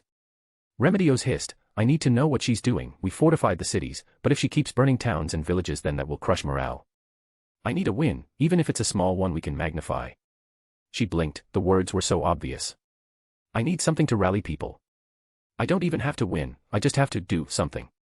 She reached for the bell and rang it several times, calling in one of her aides. He entered, his face drawn and thick with worry, his beard less well kept than she would have liked. He snapped a salute of fist over heart, without the pre-war crispness she preferred. Gather a battalion, we're going to launch an attack. Remedios said, and he immediately stiffened up. Ma'am. He barked his enthusiastic reply. Nothing large, but we need to put these animals to the test. Remedios replied, now go, make sure they're ready to go by morning. Ma'am. He said again, and departed, leaving Remedios with a smile on her face despite the sight of another distant plume of smoke rising far, far away to kiss the distant sky. Ainz did his best to move with the music of the Holy Kingdom, his hand held on Kalka's waist as the woman moved to the sound of the music. Following his lead, she kept her eyes fixed up on his. Thank goodness I was lucky enough to watch a ball in the Draconic Kingdom. If I hadn't seen that, I might have learned nothing, but still, am I doing this right? Ainz wondered. Queen Kalka seemed to sense his uncertainty as he darted his eyes to look at others as they moved to the noise of the fife and the stringed instruments. You're doing fine, Allfather Ainz. Kalka whispered to him. You were not expected to know our dances. You can relax with me. Ainz felt the hint of tension in his hands that he thought he'd hidden, melt away under her gentle smile when he looked down at the Holy Queen. Thank you. I am afraid I am not a gifted dancer. It was tempting to lie, but he thought the better of it. I would never have guessed. Kalka said, her right hand was up against the side of his chest. He was too tall for her to reach his shoulder easily. Her other hand was held on his waist, her words had the echo of sincerity, her eyes warm and kind. But even if I had, you come to help us, we would be cruel and foolish both to make fun of you for trying what is new to you. That is more cynical than I expected from your reputation. Ainz said quietly as they slowly twirled away from the center. The dance of the Roble Holy Kingdom was a particular spiral-like process. While the queen was the center at the start, the whole whirled out slowly until that which was at the center was eventually out on the far edge. No couple was dancing alone, but rather the whole court danced as one, and it was now that they were on the outer fringe that they could speak with quiet candor. Kalka's smile, once warm, trembled and became bitter. You know what has happened, my idealism died the day my people came to kill me. I know better now. My dreams ruined waking lives, it brings me to where I am now. I hope, she looked away from him, that this is not a problem. Her words carried a great deal with them, he couldn't have missed it if he tried. His heart skipped a beat. Albedo's work was responsible for much of that, he was sure. I'm the villain in her world, and she doesn't know it. He felt vaguely ill, but the events of the past left him heartier than before. A part of him ached for the woman in his hands. They would do the same to me, she worships the Four. She would have killed all my children.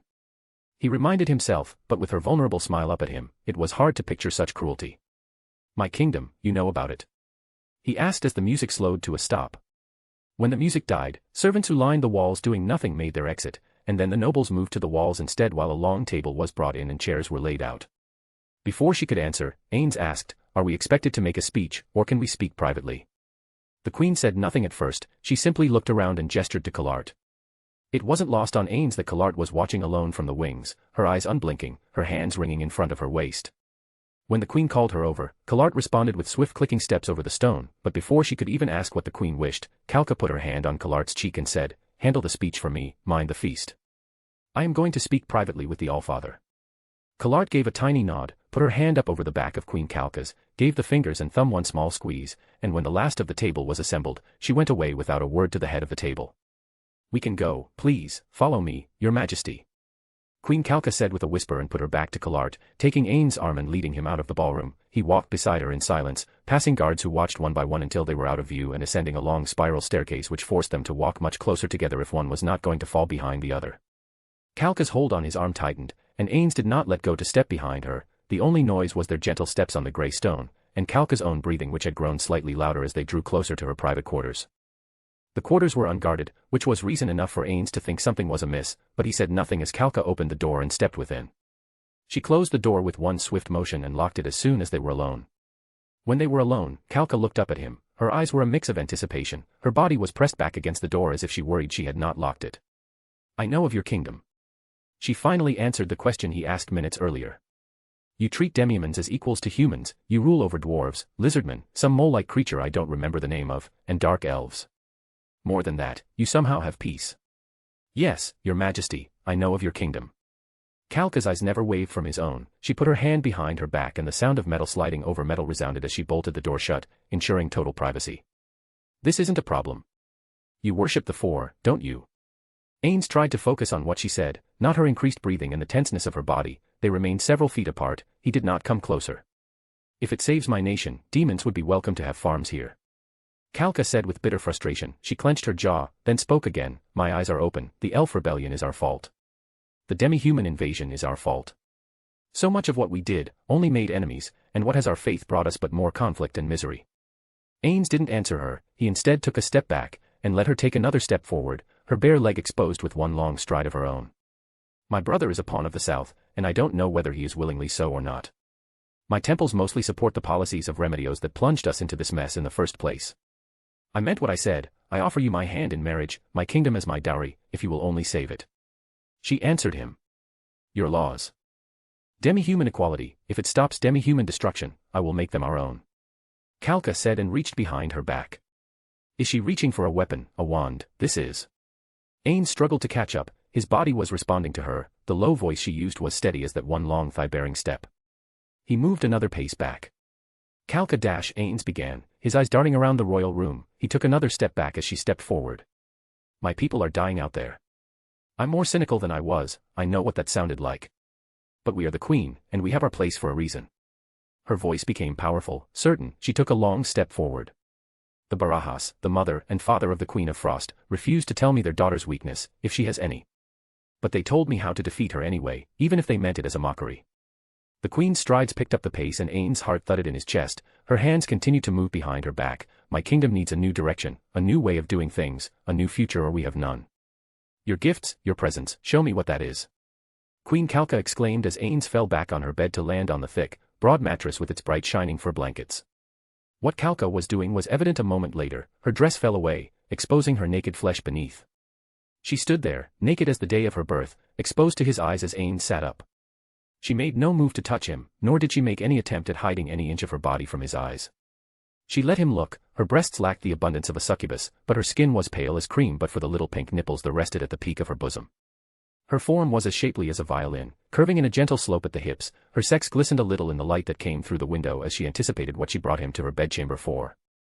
He sat up straight, nor was his back the only thing to straighten upright. He was briefly at a loss, his mouth went dry, his lips moved, her eyes looked away. Does my body not please you? Am I not to your liking? Kalka asked, her mind waged a silent war with her hands. They moved to conceal herself from him, and she forced them back away, leaving them to tremble at a stalemate with an unspoken insecurity. Is it that your lordship is like me? Kalka asked, a tiny and reticent voice came out where a powerful one had been before. I know. Ainz stammered and half-shouted, that is, you are beautiful, but, what do you mean, like you? The question at least would buy him time, and he mentally suppressed a sigh of relief. Meaning you prefer your own sex. Kalka explained, and that brought a blush to her face, though she did nothing to cover up. No, she said a moment later when she saw his arousal poking against the fabric of his dark robes, that isn't it. You are one of those sorts. Ainz asked, in his exploration of the new world, little was written on the subject except for one thing: the strong are expected to produce children, and so too are royalty, meaning dash. Oh. He realized. I see that my lord understands. Kalka's voice became a little more confident, a little smirk on her face as some of the previous insecurity fled with the obvious rise of his manhood. Kalart. Ainz guessed. Kalka approached and put a hand on his robed shoulder. Seated as he was, their height was nearly equal. Yes. But nothing ever happened. Nothing could. She is my servant, and her family is from peasant stock, so no matter how high she rises, a servant is all she could ever be. As long as I rule, that is how it is, and my brother, no. Nobody else in this kingdom is fit to rule. Even when I was a fool, a naive fool, it was because I wanted what was best for all. That is still true. If I leave the throne to anyone else, they will do only what is best for a few. So. I am trapped. We are the queen, and so we must be until we die. Her use of the royal we, he picked up, was her formal expression of office. Not just one person, but all persons. He realized, and it was difficult not to admire her in that moment, he was lost in that thought to such a degree that he did not notice she was pulling his robes off of his arms. It set them on a common ground that Ainz had not considered. If my lord is not of that view, then. Kalka brought her face close to his ear so that her cheek was pressed against his own as the falling robe bared his torso. We have a bargain to seal between nations, as only kings and queens can do. Lie with me, and make us one. She said in a dusky, throaty voice, then brought her face back, and before he could say anything more as he opened his mouth, she pressed her lips to his, capturing them in a kiss. I don't know, but wadash, 1,000 thoughts began and died in a second, and 10,000 thoughts died in 2. Her hands moved over his body, tearing his robe away. The throbbing of his body and its hungers left him gasping when the kiss broke. She was pressing him down toward the bed, and for an instant all other worries and fears melted away to nothing as the warmth of her skin and her breath began to mingle with his own with her body's intimate touch. Shut up, Ainz. He told himself and did his best to remember what lessons he learned from Albedo, in order to seal this bargain well. Chapter 230, Chapter. Ostraka sat in his command tent and listened to the scout report, unexpectedly an elf. He knelt before the Duke, ignoring the human guards as he made his report. And that is what I found, Duke Ostraka. I see, so they did get around us. They must have ranged very far. We will have to extend our lines. But if they don't want us to bring our own supplies, we will have to take their own. Duke Ostraka remarked in an offhand way. He then looked to the guard at his right hand. The command tent was what one would have expected, a fine chair for the leader, nothing for the rest, a wooden table that could be assembled and disassembled with ease thanks to its mobile legs, a map of the immediate region, and tan fabric from which a few glowstones hung from small strings to light the dim room. Give the elf enough for 3 days' travel and send him back to his unit. 3 days? The guard asked, half dismayed at the command, his hand tensing around his halberd. He may have to take a circuitous route to get back alive. Ostraka explained while he stood up. The elf raised his eyes in shock at the evident generosity. Thank you, my lord. The elf was gone with his escort a moment later. Get the army moving. Ostraka said, pack up camp, and put the word out to the other commanders, we're going mobile now, no more large encampments. His guard, true to form, was also a senior leader in his own right, and the metal of his expensive helmet clinked as he took a step back as if to withdraw from the order. My lord, are we not going to open our supply lines again? Ostraka shook his head. And face Gustav Montagnes in open battle? With tens of thousands of paladins and squires? Absolutely not. Our army isn't seasoned enough for that. The north is a hard place, Count Richin, a very hard place. Demi-human incursions, year-round training, we haven't a prayer against the army they can leverage against us. Not as we are. That is why I went to the Queen of Frost for help. Giving up elven slaves, opening up trade, these are minor concessions for victory. Sire. Count Richin was a vigorous, powerfully built young man, broad as a farm boy and a talented warrior with dark brown hair and hazel eyes, and a long confidant of Duke Ostraka. "You heard me, Richin," Ostraka said. "The slave rebellion proves we can't hold them. We should have just used short-term criminals or even paid workers, keeping elf slaves around just so the mining magnates could keep their labor costs low. How many hostages do the elves have to keep us honest now?" "Many," Richin remarked and drew his lips tight across his face. "Exactly. Getting them back will seal the deal with the rest of the nobles, remaining friendly with the elves for when they abandon us." Ostraka laughed when Richin's mouth opened and no sound came out.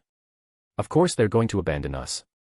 We enslaved their men, raped their women, used them like toys. I have no doubt at all that they'll go over to the Queen of Frost as soon as they can."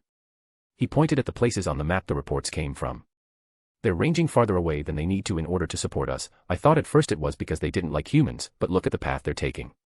He traced his hands along the paper, directly to the Queen of Frost. "Well, indirectly, but nonetheless they will intersect if nothing changes.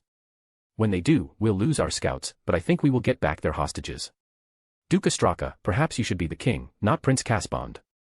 Count Richin said it with a smile, but the Duke shook his head. "No. I'm not interested in kingship. I want only what is best for my country, and Queen Kalka's rule, it is proving a poor fit for all of us, north and south alike. If she concedes to her brother, I'm happy to go back home and rule in peace for the rest of my life," he said and stretched his arms out once. "Now, get us moving. We're going to start hitting towns for supplies. Gustav may have cut off our supplies, but he can't go south. It's far easier to defend than to attack. Meanwhile we can go everywhere. He's expecting us to try to take that position back. Instead, I'm going to move on Prart. Take it by surprise, and all the supplies they have, and then go east. Let him chase us down if he wants. We'll be long gone by the time he realizes what I've done. My lord is as clever as ever." Count Richin's grin was big on his face and his steps were quick, long, and confident as he left the tent to give the Duke's orders to the army. Kalart watched her queen depart with the foreign king, and inside the breast of the second most powerful woman in the Roble Holy Kingdom, a heart tore in two. But she kept her face stoic, stern, and strode on steady steps as measured as any dancers until she was at the head of the table. "Matters of state keep the queen occupied with our king," she said while standing ramrod straight and holding aloft a crystal goblet of dark wine. She smiled brightly when I turned to face her while her own torn open heart turned to ashes in her breast. Her hand raised the crystal chalice and held it out as the nobles both new and, the few surviving old, raised their own and stood on their feet. "We drink to the new future of our nation. From the ashes of this war will rise a phoenix, and may we all rise with it. May we all rise." The noble men and women of the Holy Kingdom, many of whom came from the senior ranks of the military, and others from the wealthiest merchants, all shouted their toast in unison, and meant it. "My queen. I hope he is gentle with you, as I would have been, and treasures you, as I would have.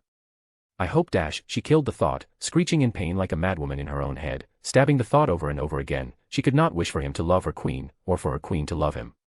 It was never going to be. She told herself, and began struggling to let go, like a drowning woman clinging to a rope, and deciding she would no longer try to pull herself to safety. Only to find that she was tangled up in it and couldn't let go even if she wanted to. It will all work out, for the kingdom, that's what matters.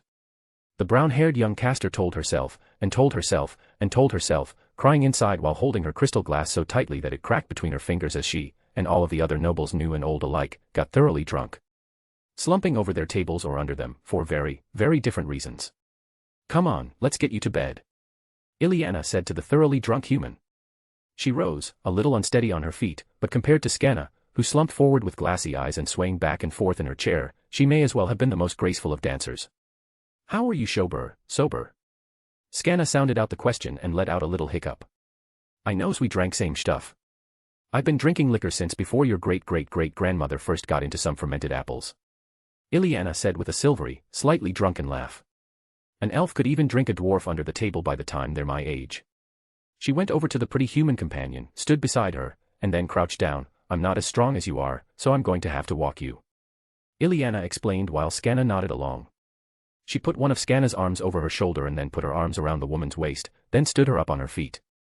"Just try to walk with me as best you can." Scanna did as the elf wanted. She tried to move her feet. "No fair, cheatin' by bein' so long livin', could drink you under the table if I had time, just time." Scanna's glassy eyes fixed on the elf as they walked, or rather, staggered into the bedroom of the expensive suite. "Sorry, real sorry," Scanna mumbled as the elf got her over to the bed and flopped her down. "For what?" Ileana asked while she began to undo Scanna's bootlaces and pulled them off the woman's feet and tossed the brown leather to thud down on the floor. Scanna abruptly lurched and vomited both the earlier meal and the wine out onto both herself and the bed. Ileana sighed, and Scanna said it again, "I'm sorry. I'm so sorry. It's just vomit, it's nothing I haven't seen or made before." Ileana said with a good-natured laugh before going over to where the wash basin sat and dampening a cloth. She returned and wiped the brown fabric over Scanna's face and then wiped up the vomit stain off of the fur of the bedding as best she could, ignoring the chunks of half-digested meat and bread and the foul sour smell before dumping them into the chamber pot. She wiped her hands clean. Scanna was still repeating the same 3 words when Ileana returned and began to undo the laces of Scanna's vomit-stained shirt. "Come on, stop apologizing for whatever it is, and let's get you taken care of." Scanna's body was hard to the touch, harder than Ileana expected. The drunken woman cooperated as much as she could. "Come on, I'm not going to leave you soaking in your own vomit all night," Ileana said and slowly pulled the steel-like arms out of their sleeves. "How on earth are you so strong?" Scanna laughed. "Dunno. Dancin'. Play fightin', schwords, pretty good, got Miss Albedo to show me stuff when you were out, hurt like L. Oh." Ileana replied. It seemed strange for a woman who so proudly and often proclaimed she cared for nothing but pleasure. "Was it, for fun or?" Scanna shook her head and flopped back on the bed, heedless of her bare breasts heaving with every deep breath. "'Cause I like you," she said, and drifted off to sleep, leaving Ileana behind with more questions than answers. Strange girl. Ileana laughed and recalled how many of her past clients were thoroughly drunk, and how to treat them. She rolled the human onto her side and ignored the sound of snoring when it began to cut like a double-headed saw through a tree trunk. "All right, so I won't sleep great tonight, at least, I won't have a hangover in the morning." She managed one more laugh at herself before running her hand over the glowstone by the bed, and plunging the room into darkness before drifting off to sleep beside her companion. Chapter 231, Chapter. Albedo refused to cut off the mirror of remote viewing. A tiny part of her was annoyed with the human that was on top of, underneath, and alongside the Supreme Being. Their limbs entwined in a state of steady lust-slaking hunger. The human, she sneered at, appraising her as a woman appraised competition, and tilted her chin up in arrogance the queen could not see as Albedo found the woman wanting. "Perhaps not bad as humans go, but nothing compared to my divinely given perfection. And I require no makeup or artifice." Albedo chuckled while the woman cried out as the Allfather found his rhythm. That was what caught Albedo's eye more than anything else, what pleased her lord, what he desired, what he wanted, what were his habits.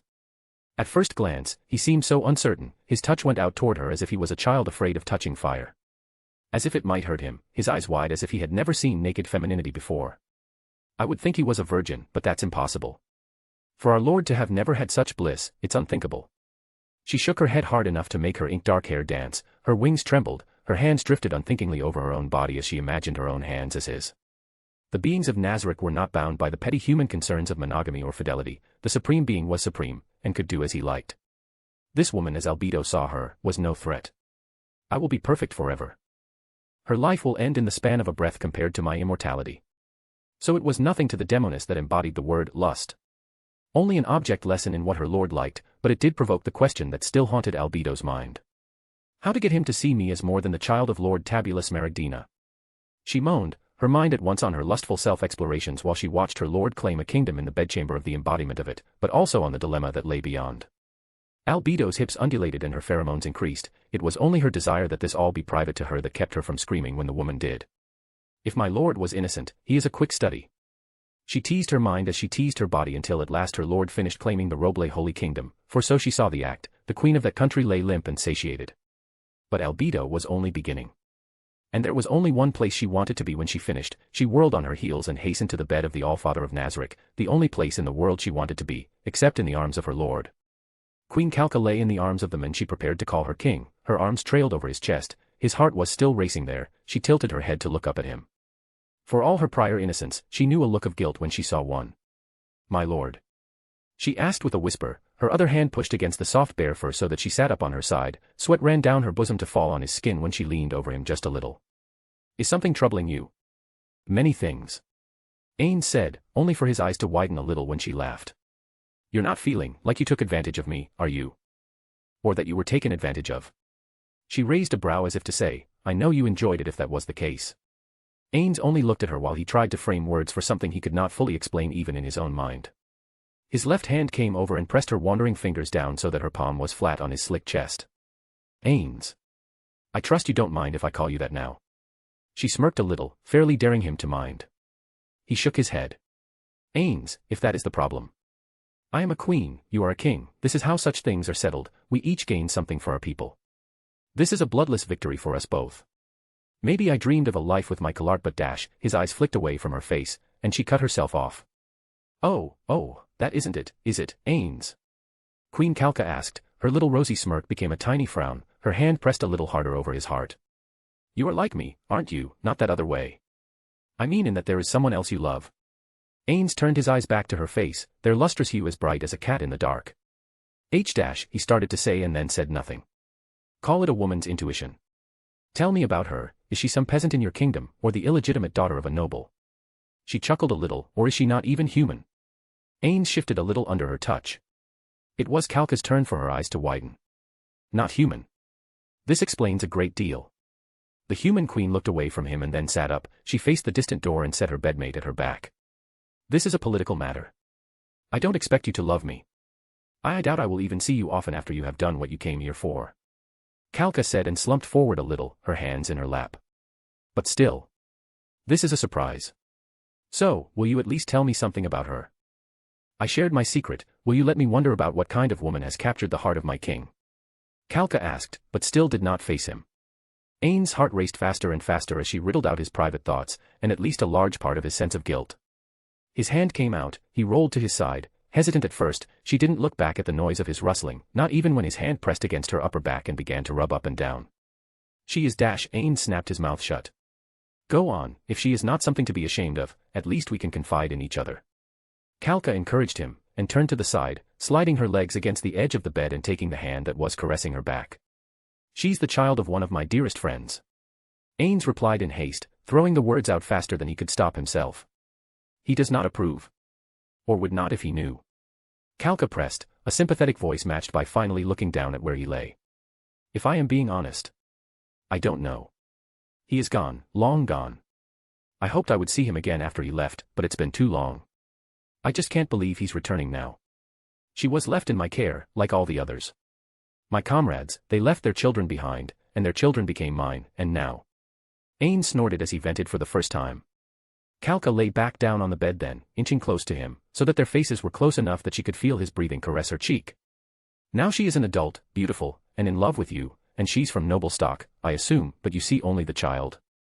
Kalka guessed, and the truth lanced through him like sunlight piercing night. Yes, but there is more. He said, the weight of his action pressed on his chest and forced the words to flow off of his tongue. I did. Something terrible to her. Kalka frowned, you didn't molest her, did you? Ainz violently shook his head, so much so that his loose dark hair whipped audibly against the sheets. No. He insisted, then closed his eyes, worse. Worse. Kalka frowned a little and kissed his forehead. Go on, if I'm to be your wife. I'm to be a more intimate confessor than a priest. Magic. I am capable of magic of the sort you can't even begin to fathom, magic beyond even what your gods could use. Ainz admitted, and Kalka only held her tongue. The story of the battle on the Katsa plains had long since reached her ears, and all investigations of just what spell or even tier of spell he used, had come up empty. What did they say? Even the most wild stories about the gods had nothing like this. You don't believe me? He asked. She put an arm over his body, he was so warm, she inched herself closer and pressed her lips to his, the kiss she gave to him was long, deep, passionate, and she rolled him on his back and herself over top of him, pressing her breast to his chest, and only then did she break it. You are the most powerful magic caster in the world, Kalka said with confidence as she arched her back over him and then straddled him at the waist, but I just pinned you. She gave him a playful wink and let out her little gilded laugh at his surprised expression. She then put a hand on his cheek and said, magic comes in many forms, and this is one of them. We researched your spell, the one you used at the Katsa plains against Baharuth, and we found nothing like it in even the wildest of our stories that even the priests consider mere myths. If you tell me it is greater than the gods, I am prepared to believe it. Ainz's body relaxed under the queen, she lay herself down on top of him, pressing her ear over his heart to listen to its beating. So, what has this to do with what you think you've done? Ainz went on, in a particular place at a particular time, some kinds of magic could be done, and just as easily undone. She was with me, and no words exist for this, but I used one of those magics on her. It was a mere whim, something I thought would never matter because I could immediately undo it. But then, the magic, I guess I could say it died, it was sealed away, perhaps that's the better way to say it. But either way, it is gone and even the gods couldn't unlock it again. You made her love you, didn't you? Kalka's words were not said as a question, more like an accusation, and Ainz accepted it as such. Yes. I took who she was, and made her something she wasn't, and I can't fix it. I was entrusted with her care, and I destroyed her. Ainz put the back of his hand over his eyes. I did a terrible thing, and compounded it by putting distance between us that tortured and tormented her. I was a selfish fool, and I don't know how to make it right. I don't think it even can be made right. Kalka took that in, and listened to the rapid, jagged heartbeat. If she had any doubts about the truthfulness of her future husband, they died with what she heard inside his chest. The power of a god, and the foolishness of men, what a combination. Kalka thought and began to kiss the place where his heart lay, pressing the warmth of her lips there again and again. She was fairly sure his hand was covering up quiet tears. She wanted to see, wanted to know. Her eyes looked up his length from where she kissed the flesh over his heart. More than once her hands inched forward along his side, ready to take his wrist and pull it away. Part of her was sure, he wouldn't stop me, even though he can. But pride was prickly, and her own heart felt near to bursting in her breast. I killed my first horse. Kalka said out of the blue. What? Ainz asked. I don't understand. Kalka rushed her words, pushing herself up against his body so that she hovered over him. My horse, when I was little. Father gave me a beautiful horse, I loved it very much. I would spend hours brushing her mane, feeding her. She had a pure white coat, and bright, big eyes. Most horses are actually stupid, did you know that? This one though, it was smart. I could see it thinking, if you know what I mean. I did everything with her. I wouldn't even let our servants wash her or rub her down. She was my greatest treasure. I took her out a lot. I practically grew up in her saddle. Kalka laughed at the pleasant memory, then fell quiet.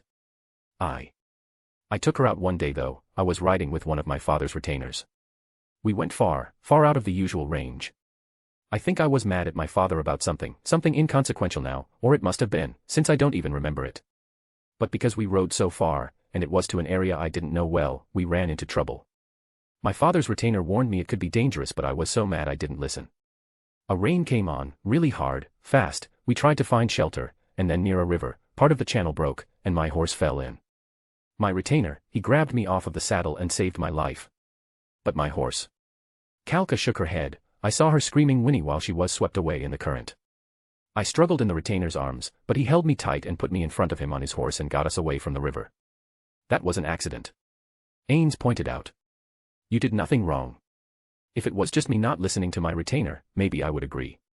Kalka said with a quiet, childlike voice. But after the rain stopped, I demanded that we go look for her, and now that I was out of danger, he was obedient. He raced down the river, and we found her an hour later. She was battered, bruised, broken, bleeding. Broken tree limbs ran through her body like wooden spears. She was just flailing in the now damp riverbed. Just screaming the way dying animals do, kicking around like mad, trying to get up, but she couldn't. Kalka said and paused to wipe her eyes. She let out a loud sniffle and swallowed with a deep gulp before going on. She was suffering, hurting so badly. I wanted to get a healer, a caster. I tried to tell the retainer. Kalka clenched her fists and turned her knuckles into a deeper shade of white, but he asked me, for her, or for you, and at first I wanted to scream at him. But then I knew what he meant. She was dying. She was suffering. I could send for a healer, but there was no way one would make it in time. We didn't have any potions. I didn't know any herbalism and neither did he, so. I held out my hand. He gave me his sword. Kalka held up her left hand. It was big, compared to me. A knight's long sword doesn't weigh a lot, but they're big, and I'm sure I looked ridiculous, tramping through the mud holding a sword. I went around behind my horse, put the tip to her chest where I was sure I could hit the heart between her ribs, and pushed. Kalka swallowed. I loved her, and I destroyed her. She isn't a horse. Ainz pointed out and let his hand come away from his face to come up and brush Kalka's tears away from the corners of her eyes. No, my lord. But while you did do something bad, you're not taking responsibility for it either. You said it yourself. You put her at a distance and all it did was torment her. If there is no cure, nothing you can do to change it back. Isn't it kinder to embrace it? You can't kill her like I did my horse, but you can make it right by accepting what's in her now. Kalka pointed out, and patted his cheek. You may be the most powerful man in the world, but when it comes to the heart, you're a fool. She said, but she said it with a forgiving smile as if she expected as much. Ainz took all that in. I thought he finally began, but she again cut him off. I think I like you, Ainz. Kalka said, and tittered a little. That is a relief. I admit I was worried I wouldn't. But you thought wrong. There's no need to finish that sentence. Now that we like each other. Can you manage a few more times before we sleep? I keep feeling like we're being watched, and it feels naughty. I kind of like it. Silly though, isn't it? She laughed a little and took his manhood in hand to slip into her folds again. Ainz sighed as he felt the tight embrace of her body again, and shared in her amusement and then in their mutual enjoyment, until just after she drifted off to sleep when the thought came to mind, the mirror. But what are the odds, he wondered, that Albedo was really watching? Lo, he was sure, and thus reassured by lying to himself, he drifted off to sleep, and in his slumber, he felt black wings and arms as soft as silk and stronger than steel, embrace him, and Albedo's voice was in his ear, make love to me. She urged, and his night began again through dreams. Chapter 232, Chapter. The smell of smoke was thick in the air, but despite that, Nia stayed a ways back from the flames, if anything, much farther than she needed to, over near Nazarick. So, she said, looking up at her companion with a playful smile, I guess not caring much for fire goes with the rest of, she waved her hand up and down her body, this. Yes. He remarked in his rough sort of way, had he been human, or even demi-human, he might have shrugged as if to say, you're not missing anything. I stay alive, get stronger than I dreamed, and get to fly, but I don't like fire anymore. Nia tapped a taloned finger on her chin and looked away in a mockery of deep thought, yeah, fair trade. She lagged and smacked the dragon on the talon. I really can't thank you enough, but with all that said. Nia looked past the burning husk of an empty town, why isn't she chasing us yet? Could she not have figured out your plan? Nazarick asked. Nia frowned. She is an idiot, but even if Gustav is off fighting Astraka in the west, my line of march should be obvious, oh, wait, no. She really is that stupid. Nia smacked her face with the palm of her hand, if Gustav were with her he would have worked it out. Anyone else, even if they figured it out, nobody would want to actually tell her and risk making her mad. So, what will you do? Nazarick asked. Nia thought it over, standard practice for the Holy Kingdom is probing attacks, so she will probably send out a battalion-sized element to the rear somewhere, using Kalincha as the headquarters. It was stupid of me to think she would be smart enough or bold enough to predict me, even if it was obvious. Couldn't it be some clever stratagem? Nazarick asked, my son, when he was alive, read a great deal, and talked often about cunning little folk who use strategy as a replacement for physical strength. Nia put her hand on his talon. Nazarick seldom spoke of his former life as a mountain lord, but bits and pieces she picked up from him while tending his wounds had teased out something of a story. I'm very sorry for your loss. I'm sure he died bravely. I'm sure they all did. Dragons, as she knew of them, did not have the same depth of bonds that humans felt, but in those moments when Nazarick spoke of them, she felt sure she heard some bit of contentment in his words. Think nothing of it, this world devours weakness. The demon emperor has the mountain now, if they are lucky, they are dead. If the rest of us are, Jaldabaoth is content with just the mountains. Nia cleared her throat, we can only hope. But no, Remedios is an idiot, there's nothing clever about her, but stupidity can be unpredictable. Still, if she doesn't have scouts coming in, then beyond our little smoke signal she's blind. That means she'll follow doctrine and try to probe us. She brought her fingers to her lips and blew a shrill, high whistle. V'ger. She shouted, and the giant saber-toothed catman emerged from amidst the smoke of the burning town. Caught in his light grayish-blue fur were chunks of wood and other debris, but no blood. His broad dual-headed axe was resting over his shoulder as he swaggered out, his ears twitching while the thunderous noise of a crashing and collapsing building came out behind him. My queen? He asked, his thick dark lips drew back as his jaw opened. It gave him a peculiar-looking smile almost that Nia was sure couldn't have been the same meaning as it would have on a human's face. The bitch hasn't chased us yet, so I think she'll send out a group to try to grab us by the tail and give us a tug. Take some of your best, lay in ambush and... Nia hesitated, get it together, this is necessary, there's nothing different about killing humans than anything else. She told herself, and then said, don't worry about survivors, at least not many. She said, and then explained her intent, leaving the giant catman's tail dancing behind him. Your Majesty. I will carry out your will, but... He reached down and took his tail in hand, would they really pull this? Nia's stern face fell apart into laughter as the catman stroked his long furry tail. V'ger, just go, and come back alive, if you do encounter Remedios herself, be careful. Nia's face managed a brief moment of seriousness at least, she is an idiot, but an extremely dangerous idiot. V'ger gave a slow nod and let go of his tail, my queens will be done. He said, and left them behind. Gustav sat in his command tent, or what was, now, his command tent, formerly belonging to the unfortunate enemy commander. Hours after his victory, he recalled his elation, big smiles, drinks all around from the southern stores of beer, even a feast. Now. Days later. My scouts aren't getting anything and the Duke hasn't made any attempt to come and rout me out of his supply lines. What is he thinking? That left a vexed frown on his face and he stared at the map, willing his enemy to appear on it. Where is he? General Gustav Montagny's voice bellowed out and his fist went up, then down on the table hard enough to splinter a chunk off to spatter down in the mud that coated his feet. Outside, thunder rolled on, rain again, this is the third day in a row. I hate this part of the kingdom. I swear. He swept his fist out, opening it just in time to take the mug of beer in hand. It sloshed out, some wetting the cloth map, some landing in the churned-up earth, the rest, he guzzled and then wiped his beard with the back of his hand. At least no new supplies are making it north, I can be sure of that. He thought with some satisfaction, taking the fight into the south with the river cutting through Yunnan and the fortifications standing defiantly. It rubbed him the wrong way. But what can I do? I could take the city, but I would lose thousands by doing it. He got up and went to the keg, more southern stuff. Outside, soldiers were busy milling about. He could hear the clinking armor, their idle chatter as they went about their duties to prepare for the inevitable fight. The mug filled rapidly when he pressed the lever. The dark amber liquid had a rich smell that had him smacking his lips before he got a second taste. The worst part of war is the dying, the second worst part is the food, the third worst part is the waiting, and the only good part is the winning.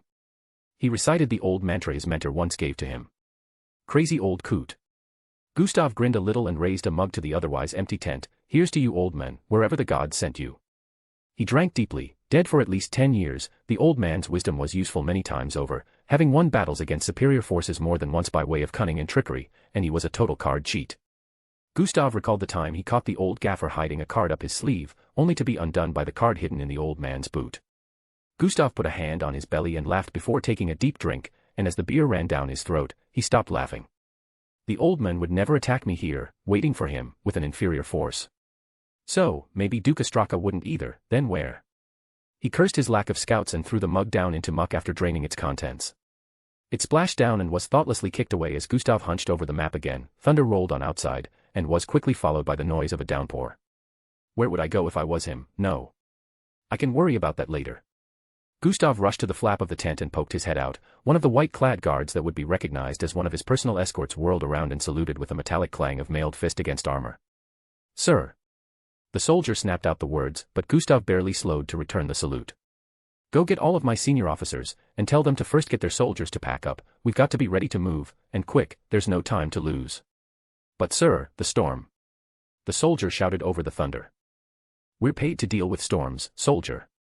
Gustav bellowed, now go. Gustav then ducked back into the tent when he was satisfied to see the soldier begin to run, splashing through the rain to convey orders. With that done, Gustav returned to the map and tried to think of where his enemy might have gone. Where are you hiding, you clever son of a bitch? He wondered out loud, and searched the quiet drawing for the answers as if they lay hidden within. Chapter 233, Chapter. Ainz' eyes fluttered, his lashes batting fast as a butterfly's wings. Something felt strange. Good. But, he looked around, this isn't Nazarick. The furnishings were, by old world standards, marvelous, intricate ornately carved wooden dressers, a glass mirror, oval-shaped with golden trim with a white ivory carved and stool in front. Makeup counter. I don't have a makeup counter. Oh, wait. The feeling grew more intense. He heard a faint, slurping noise. His eyes flew wide and he lifted the blanket to find the Holy Queen's mouth between his legs, focused on his manhood. Good morning. She laughed at the dumbfounded, open-mouthed, wide-eyed look on his face and sat up, flipping the fur blanket off of them both. Some of you woke up before the rest of you, and I'm told that this is the best way to make sure a man wakes up happy. She gave a teasing little smile and stretched out with her arms overhead while still kneeling at his side. Her hair snapped out once at the sharp gesture and then tumbled down again. Gee, good morning. Ainz stammered, and Kalka's smile disappeared, becoming a little more serious. How do you feel? It was your first time too, wasn't it? She asked, and Ainz' face blazed a bright red. I thought so. She patted his chest reassuringly and said, it's okay, nobody will hear it from me. Everybody has a first time, and you were mine too. It wasn't what I expected, but it wasn't what I was afraid of either. She said with an arch little grin on her face. Ah, yes, well. Ainz rubbed his face and looked away while trying not to respond too eagerly to the way her hand was moving up and down his shaft. I thank you. I wanted us both to enjoy it. I didn't know you were, that way I mean, and if I had dash. Kalka arched her back and laughed, patting his chest with her unoccupied hand again. You would have refused me. She gave him an arch look and waved that hand up and down the length of her naked, shapely form. Ainz' blush intensified again just as it was fading. Ah, well, it's just. Kalka shook her head. We are the monarchy, we must produce an heir to the throne and protect our people. If it were not you, I would have likely ended up having to marry Duka Straka to end his civil war and secure my status and then throw back the demi-humans, if we could even manage it as one united kingdom. I can't begin to guess about that. She pursed her lips, her hand had continued to work his manhood while they spoke. You're a good king, that's good enough. We don't have to love each other, just our children, when you go back, and leave me behind after everything is done. If you can love your woman without loathing her for it, do so. I won't mind. Just make sure we prepare this kingdom for everything it will need. All else to me, just doesn't matter. She then covered his mouth in a kiss, straddled him, and they groaned together as she was filled again. How long their copulating might have gone on was questionable, hours upon hours, perhaps most of the day, but they were prevented from it after some time by a steady knock on the door.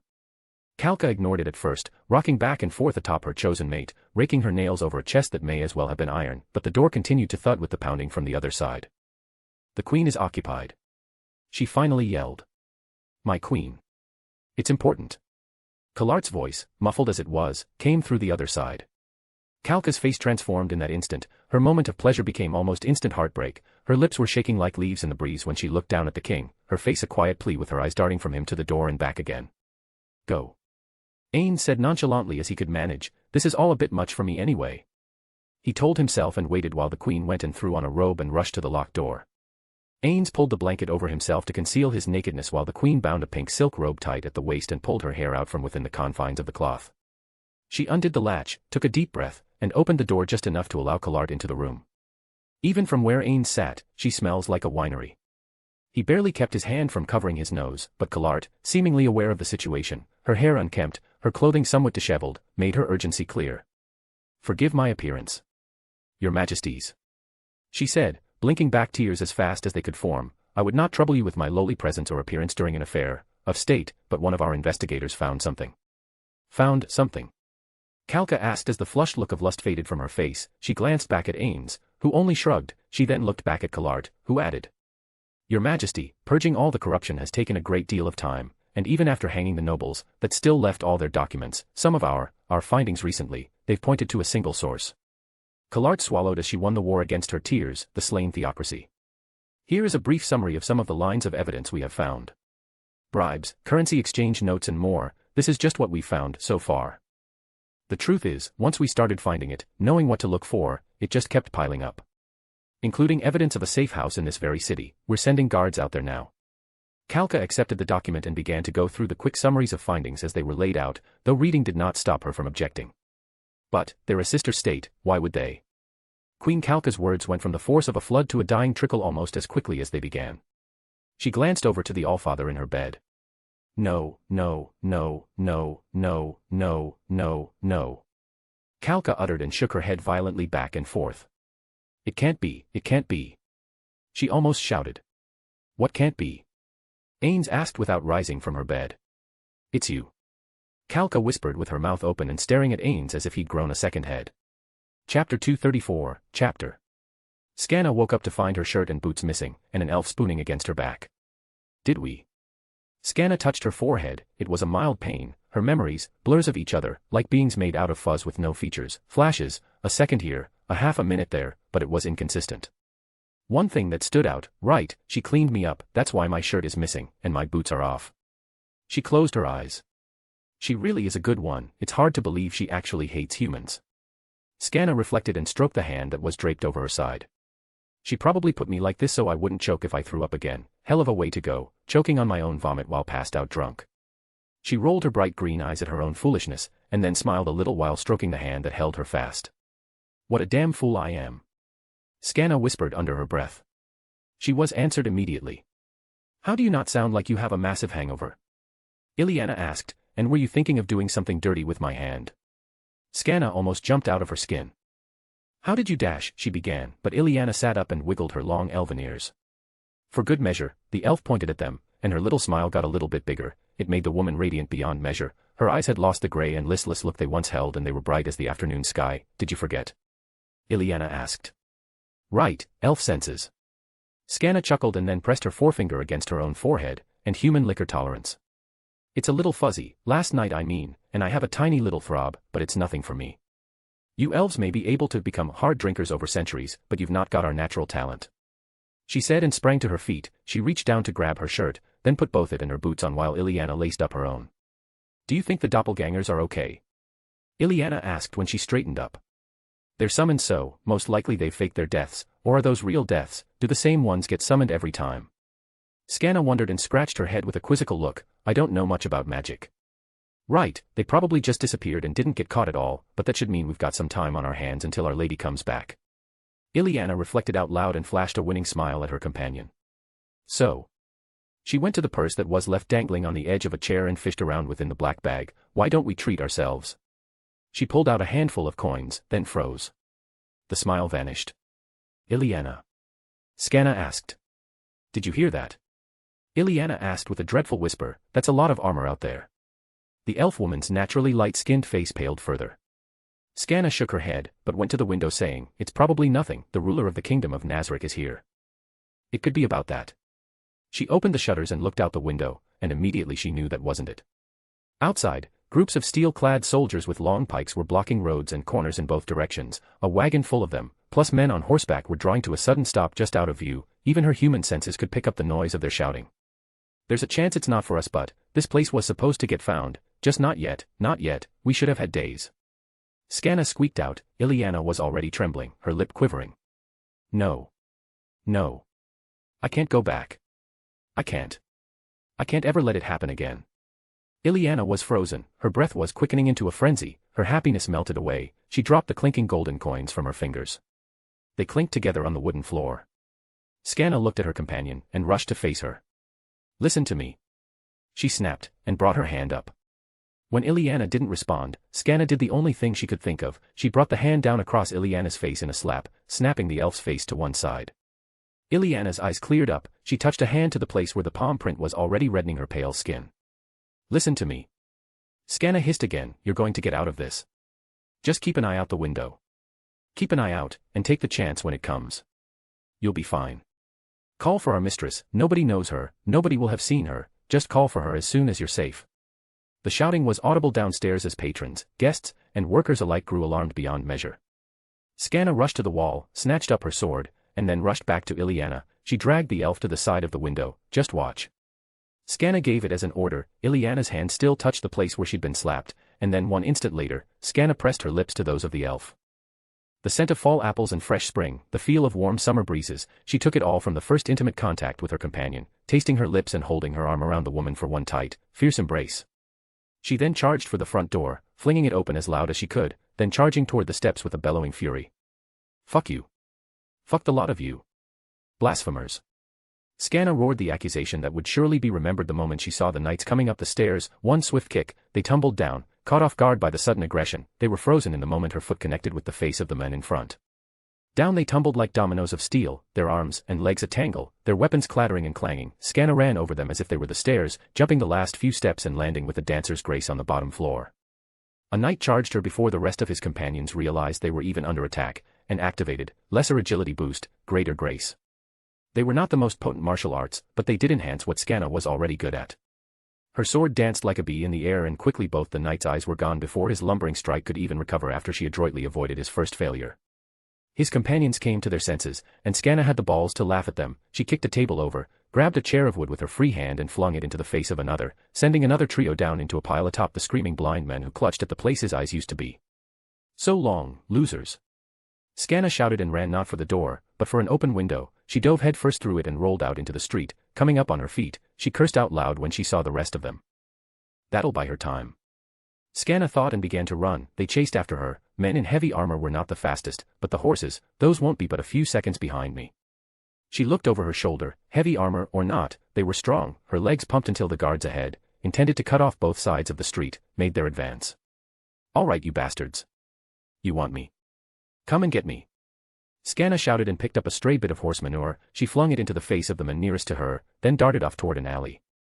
They lined up 4 abreast, and advanced down the dead end. Scanna looked at the wall ahead, then on either side of her, not even any crates. I could go up top but... Phuck. She cursed, if I do that. She whirled to face them, teeth bared in a snarl. The gods curse your stinking country. She hissed, spat into the muck of the dank alley, and charged the advancing 4. Her sword darted out, deflecting the jabs of their long pikes, at least as best she could, 4 more fell in behind the first, and raised their pikes up to shoulder height, then 4 more behind those, raising their pikes up to head height. A wall of steel points were inching toward her. Little sharp jabs she could turn aside individually, became multiples. Her shirt ripped open and blood began to run down her breast. Please have gone, please, please. Scanna prayed to nothing, as there was nothing left that she believed in. Her eyes welled up and she blinked her tears of anger away. she yelped as her arm took a gash from a thrust and switched to her other hand to use the sword again. The knights murmured, and Scanna's predatory smile returned. Ambidextrous folk were both dangerous and rare. She caught a knight in the eye again, but no sooner did he go down than the one behind took his place and she was forced farther and farther back. She glanced behind her, the rear wall was closing in, the blood loss from a dozen wounds was taking its toll. She stepped several paces back, then held out her sword as if she were going to hand it over. The knights hesitated, doubt etched on their faces as her vigor and defiance seemed to simply vanish. Scanna snarled with fury and shouted, "Okay, fine. I heard this line as a girl and I always wanted to say it. Surrender." One of the knights called in that brief space of time. "Your mother should surrender, you shiny polished shit." Scanna yelled and ran to the wall. Using all her acrobatic skill, she planted one foot on the wall, pushed off, caught the nearest wall with her other foot, and flipped head over heels toward the lot of them with her sword held in both hands, back arched, legs back, and howling, "You'll never take me alive." The pikes of those raised aloft are what caught her, alive, until she sank on them. The metal pierced her armorless body like a knife through butter, the weight of her own flesh ensured she was completely impaled, it tore through her chest and came out her back, and then brought her down to lie on the filth of the alley. The knight dropped his pike, his fingers shaking, the groaning of his comrade at his back was fading as a unit magic caster healed him. "She's dead?" he asked. His commander smacked him on the back of his helmeted head with the palm of his hand. "Your pike is through her heart," he said and gave the limp body of the auburn-haired woman a nudge with the toe of his boot. "What do you think, idiot?" "So, who do you think she was?" the soldier asked as he crouched down to draw the pike from her body with a sickened squelch and the sound of tearing meat. The commander nudged her corpse over from its side onto its back and looked down at the hollow, vacant eyes. "I don't know, who can say? We'll probably never figure that out, but she sure sounded a lot like theocracy to me. They're fanatics over there. Probably from one of their intelligence scriptures. Maybe Agante or something," the commander muttered. "Secure the area," the commander shouted, trying to disguise the nervousness in his own voice while he pushed his way between his clustered comrades and sped without quite running, out of the dark alley and back into the street.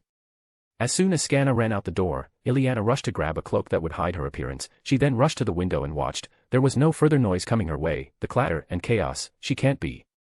Ileana thought and shook her head until the corner of her eye caught sight of Scanna in the street. No. No, she can't. She can't be.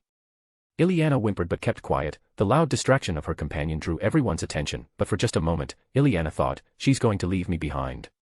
The human hurled manure at the nearest guard, and that frantic fear that pounded through the elf woman's chest was turned to a heart-rending silent wail when she saw that, rather than away, Scanna turned down an alley they both knew had a dead end. The guards followed, save for a few who took positions to keep the traffic at bay, but they faced the wrong direction. The rest were after Scanna. "Stay safe," she begged the gods, and with nobody looking in her direction, Ileana climbed out the window and with one deft jump, caught the overhanging roof. She hauled herself up as silently as she could, and began to run, leaping from rooftop to rooftop. She stopped and flicked her ears up, secure in the certainty that nobody was around, and listened. "Come on, you can jump up here too, you might need a little help from the walls but I know you can do this." Ileana went to her knees and bowed her head. She clasped her hands together. "Please, please gods, any of you, hear my prayer. Save Dash." The prayer died in her throat. Scanna's shout and curse of final defiance died in a half-scream that became tomb silent. "No, she's not dead, she's not, she should have made it." Ileana whispered her defiance of the world's truth, then scrambled to her feet, turned, and ran as she listened to the distant guards talk about Scanna as a corpse. "She stayed down there to keep me safe up here, why, no. It's not fair. It's not fair. It's not fair." She wailed in her mind and touched her lips where one last frantic touch had come and gone, and she did not stop until she was across the city and able to hide in another alley. She found a place in the dark, an old barrel behind a shop. She snuck inside, pulled the lid of the barrel over top of her head, and wept quietly in the darkness until the sun finally began to set. Chapter 235, Chapter. Me. "What do you mean, me?" Ainz asked. His heart began to race for a very different reason. He cocked his head. "You're joking, aren't you?" He flashed a doubtful smile at the pair, but Kalka shook her head. "No, Ainz, all of these are dated after our refusal to condemn you for your treatment of non-humans. We wouldn't sign what they hope would be a joint statement of nations that would pressure you into extermination or subjugation, and I can only think that this was why. They wanted a government that would take a hard line against any kind of demi-human tolerance." Ainz relaxed, his heartbeat began to slow and he looked down at the fur blanket over his lower body. Queen Kalka held the paper back out to Kalart, and Ainz said, "I am sorry for our part in all this." "Your part?" Kalart asked with a sudden surprise on her face with blinking eyes that tried very hard not to look at the naked king, even covered up.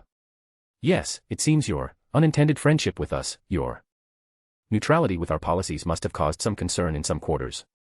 Ainz said and rubbed the light fuzz of unshaven hair on his jaw. I suppose your analysis must be correct, as expected of the Queen. He cleared his throat and asked, how does this change the future for you? It was a telling question, one that set both Kalka and Collard on edge. The brown-haired caster took a step toward her Queen and without thinking, put a hand on the small of her back when the Queen faced Ainz. Kalka's eyes fell away from him and down to the floor. Her hands folded together in front of her waist, then, as absent of thought as Collard, both hands went up toward her belly where her palms pressed softly against the cloth and toward the flesh beneath. Am I Queen?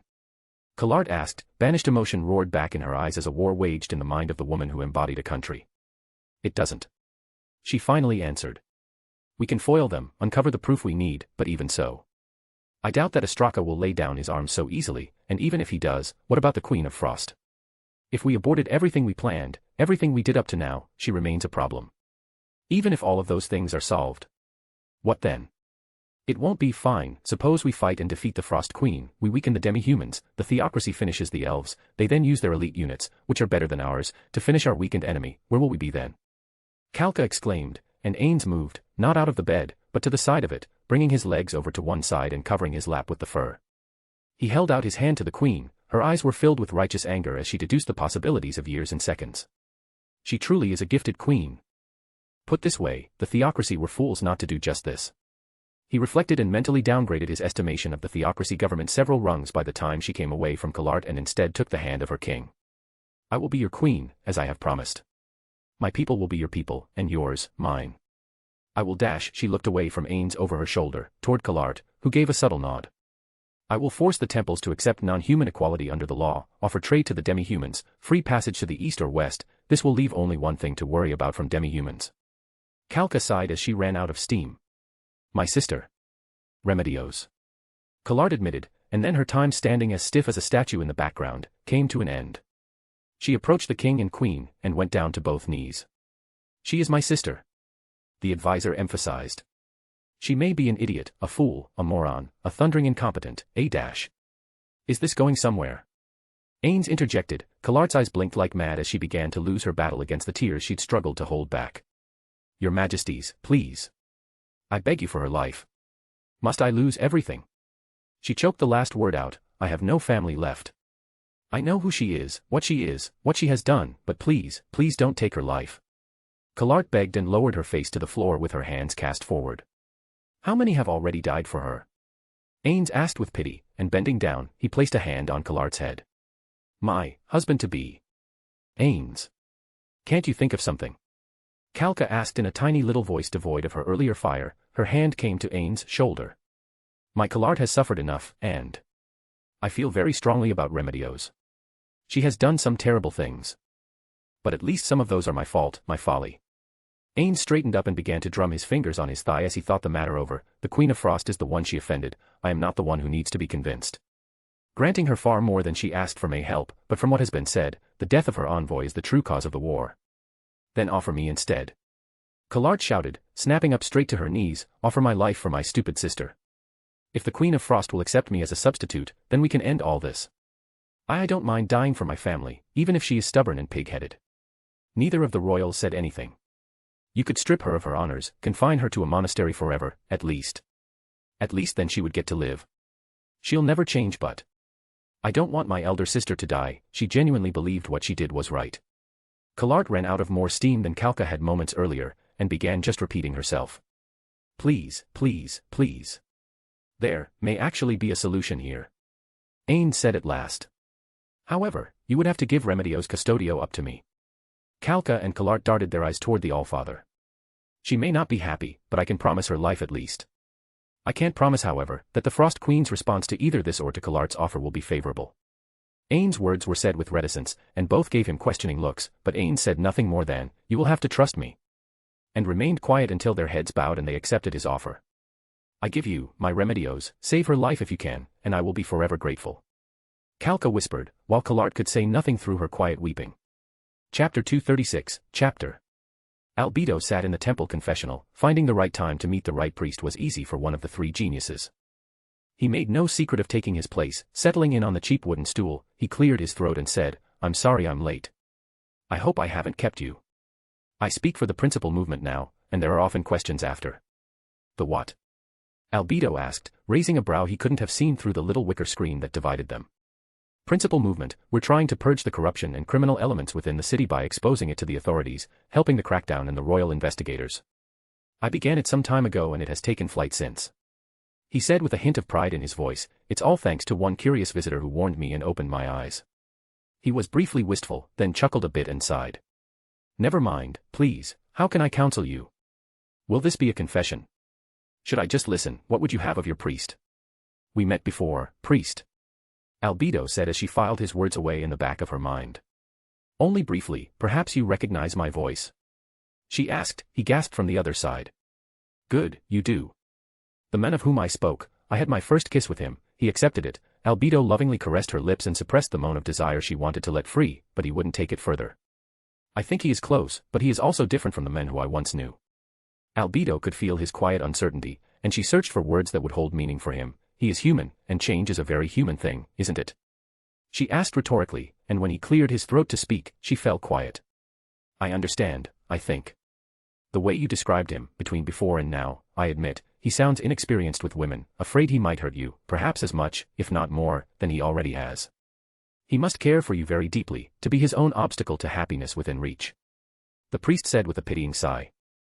Nothing I can tell you is a magic spell, but you love this man who cared for you after your father vanished. Yes, even though it has been so long, I have not forgotten your story. It moved me. If I had a sure answer, I would give it. But what I can say is, you would have loved him no matter what, am I wrong? No, you're not. Albedo instantly shot back, she inched closer to the screen that divided her from the priest, her breath quickened, but she kept it quiet. Make that clear to him, show him that what he did, in the end, did nothing. If others care for him as deeply, as must be the case, show that you're different only in how you want to express it. The priest advised in an almost forlorn voice, his hand touched the wicker as if to reach through to offer her comfort, his palm flat against it, he added, if there is no more. I wish you the luck of the gods, and blessings to fall on a happy union. Albedo thought over what he said, the man has a point, every one of us loves our Lord, any one of us would give our bodies, hearts, anything to him. I'm no child anymore, if I ever was. Perhaps, a slight change is in order. Then she rose to her feet. You've performed a great service to me, priest. She said with an imperious look down at the divide between he and she. My Lord's will is to give evil for evil, and good for good. We will not meet again, but all debts are repaid by his will. The priest was rocked to the core by the power of the woman's voice who washed over him, stunned to silence by its perfection. He heard her leave the booth, and part of him craved to do the same and have a look at her. No. This works because we are never known to each other. I must stay true to my vows. He clamped down on his impulse with iron resolve, and waited out the rest of his shift in patience.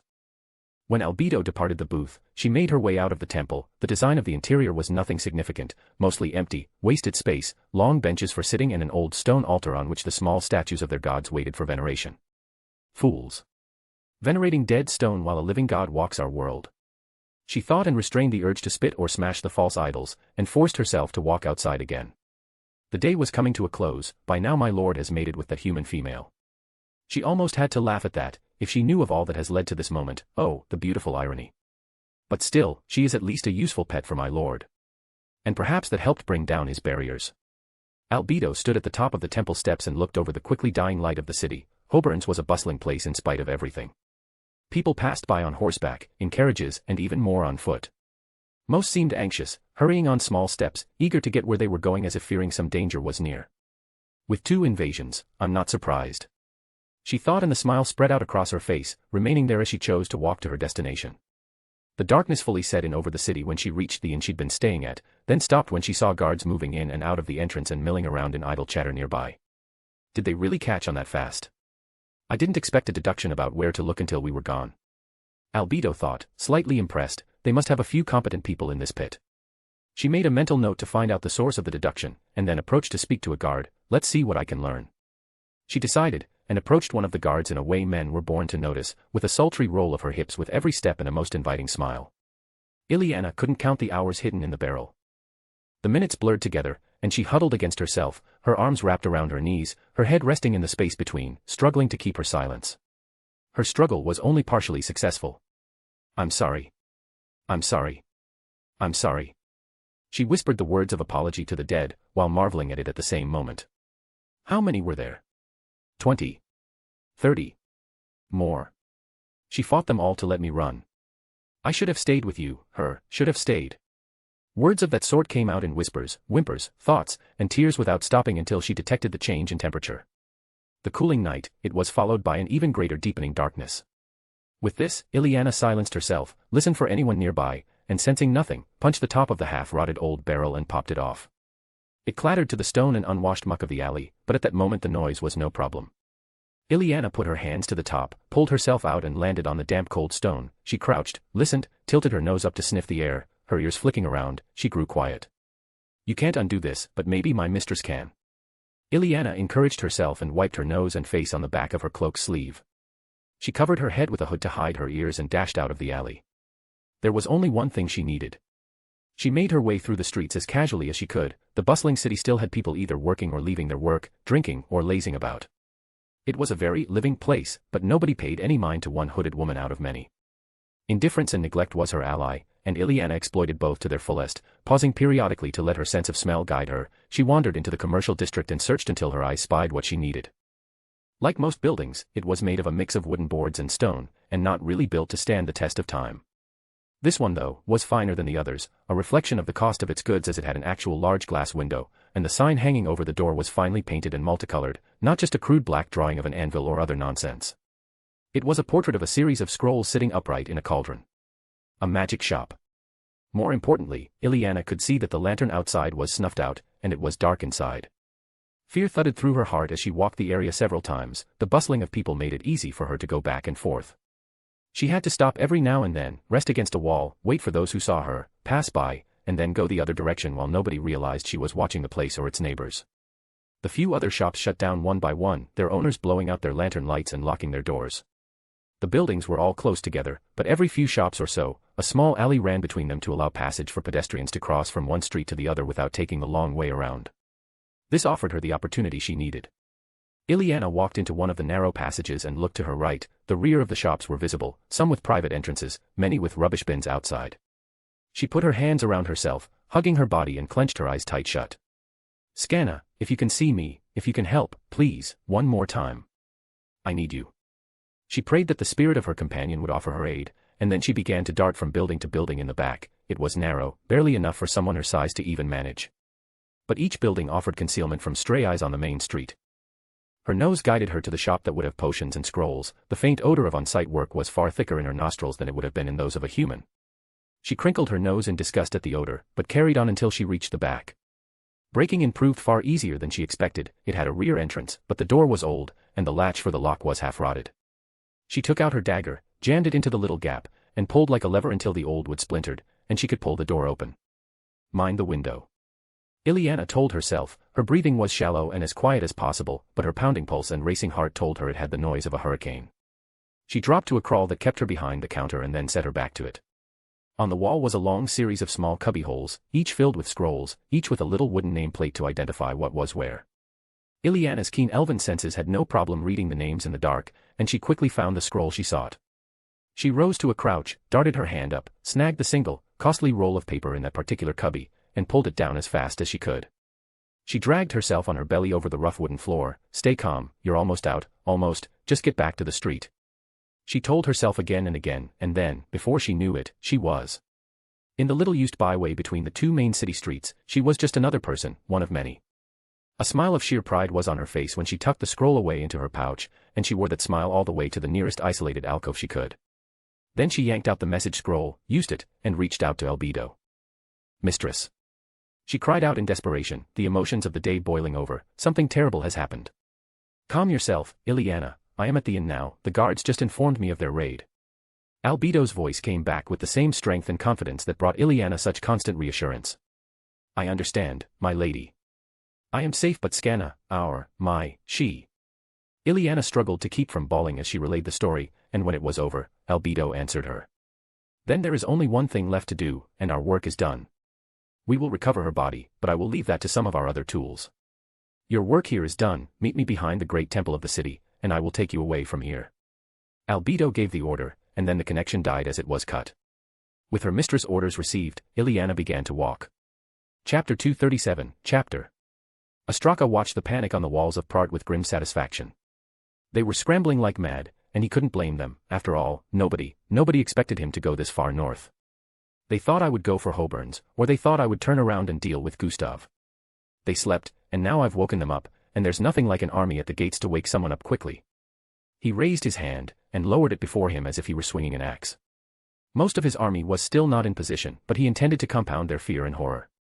The ballistae, scorpions, and small catapults were readied and fired from wherever they were. Ostraka whistled as he watched the sharp straight flight of the giant arrows, the round stone launching ballista, and the long high arc of catapults. Speed is armor. Ostraka recalled the phrase of his mentor and shouted for the lines and ladders. Sloppy. He admitted to himself as warriors scrambled to follow the sudden orders. Thankfully, the walls were thinly populated, the hour was late, most of the city's protectors would be drinking or eating. Catch them now, they're unready, if I wait to form lines they'll be twice as strong. His soldiers were following orders, the alarm bells were going off all over the city, the steady and unbroken clanging noise was drowned out by the screams of the population. The stampede of humanity ran all over the long roads. Somewhere, some soldier was shouting at his commander that they were under attack. Somewhere, a civilian of some sort was shivering in fear and disbelief. The long lines of soldiers bearing high ladders rushed past on all sides. The impact of stones and long arrows on the defenders was notable. They froze briefly with each impact. Garrison. He thought, but each time they froze, it was only for an instant before they returned to their tasks when each rumbling strike ended or each shot went overhead to crash down into the city below. Howls of pain were carried through the air, some from his own as the first ranks came near to the top of the ladder and were forced to fight against clusters of defenders. A man fell screaming from the top when the line he was on was cut and then went silent when he landed with a thud. He was not alone, others fell from their line as they scaled the wall, only for more lines to replace them. A ladder began to fall back as men holding a long wooden pole pushed it away. The men high up cried out, they begged, they pleaded, their voices carried even to where Ostraka sat on his horse, and he watched. Mercy was not coming from those on the wall. The ladder fell, some clung to the wood, others jumped and tried to grab the air, praying to the silent four gods that a hand would come out and catch them. Some fell screaming and clutching at broken legs, others did not scream at all, and a few rushed to the next ladder to attempt to climb again. But the scarcity of defenders and the suddenness of the assault gave Ostraka the edge he needed. For every ladder that fell and every line that was cut, 4 or 5 more remained in place and his soldiers roared out their courage as they fell on their outnumbered enemies. More and more were taking ground, swords went up and men fell down, the scent of blood grew thick enough to reach his nose, and his household banner rose atop the wheelhouse. Wails went up from the city, the noise redoubled, the gate began to grind open as his soldiers did their work. My conscripts and militias might not be worth much, but my household troops, they are a whole other matter. Ostraka's smile of pride spread wide on his face and vanished when he drew his sword and raised it overhead. Cavalry. He shouted, charge. His squire blew the horn to sound the cavalry charge, and he stormed toward the entrance. It was more open to his entry than a horse starting her shift. The cavalry came first, but behind him he could hear the noise of drums calling for the infantry advance, and out of the corner of his eye before he entered the city he could see those who had been climbing ladders descend and follow the easy path into the city. His sword slashed out at a half-dressed soldier with a slightly drunken look on his face, the blade cut across the unhelmeted head, and then his body smashed into the charging horse. He fell thudding and bouncing away. Ostraka didn't see him again. There was only one destination. Take the royal governor, and the whole thing falls. What could possibly be easier? And their soldiers charged on against the flimsy, unprepared defenses. V'ger watched the battalion of Holy Kingdom soldiers on the march. Our queen was right, they're on the road, and just the way she said. Horsemen at the front, archers in the middle, infantry at the rear. The Spriggan scouts kept a close watch from the forest, playing to their strengths. They kept well out of view and reported only through animal noises, avoiding the use of magic that most assumed got their brethren caught before. He continued to watch while the humans made camp, daylight creatures. They slept in the darkness that many of his demi-humans thrived in. The camp was orderly, tents went up and formed a circle, horses all confined to one place near where their riders slept. Soldiers took evenly spaced watch positions that all covered each other and set fire stakes at a distance that would illuminate movement. My queen's point is well taken. Order, discipline, these are weapons too. V'ger reluctantly admitted, thinking back to his people's customs everything was haphazard, chaotic and resolved with blows that slowed progress down. It was hard not to think of her other innovations. A trio of elders chosen at random to judge, and none know which is which but by writing.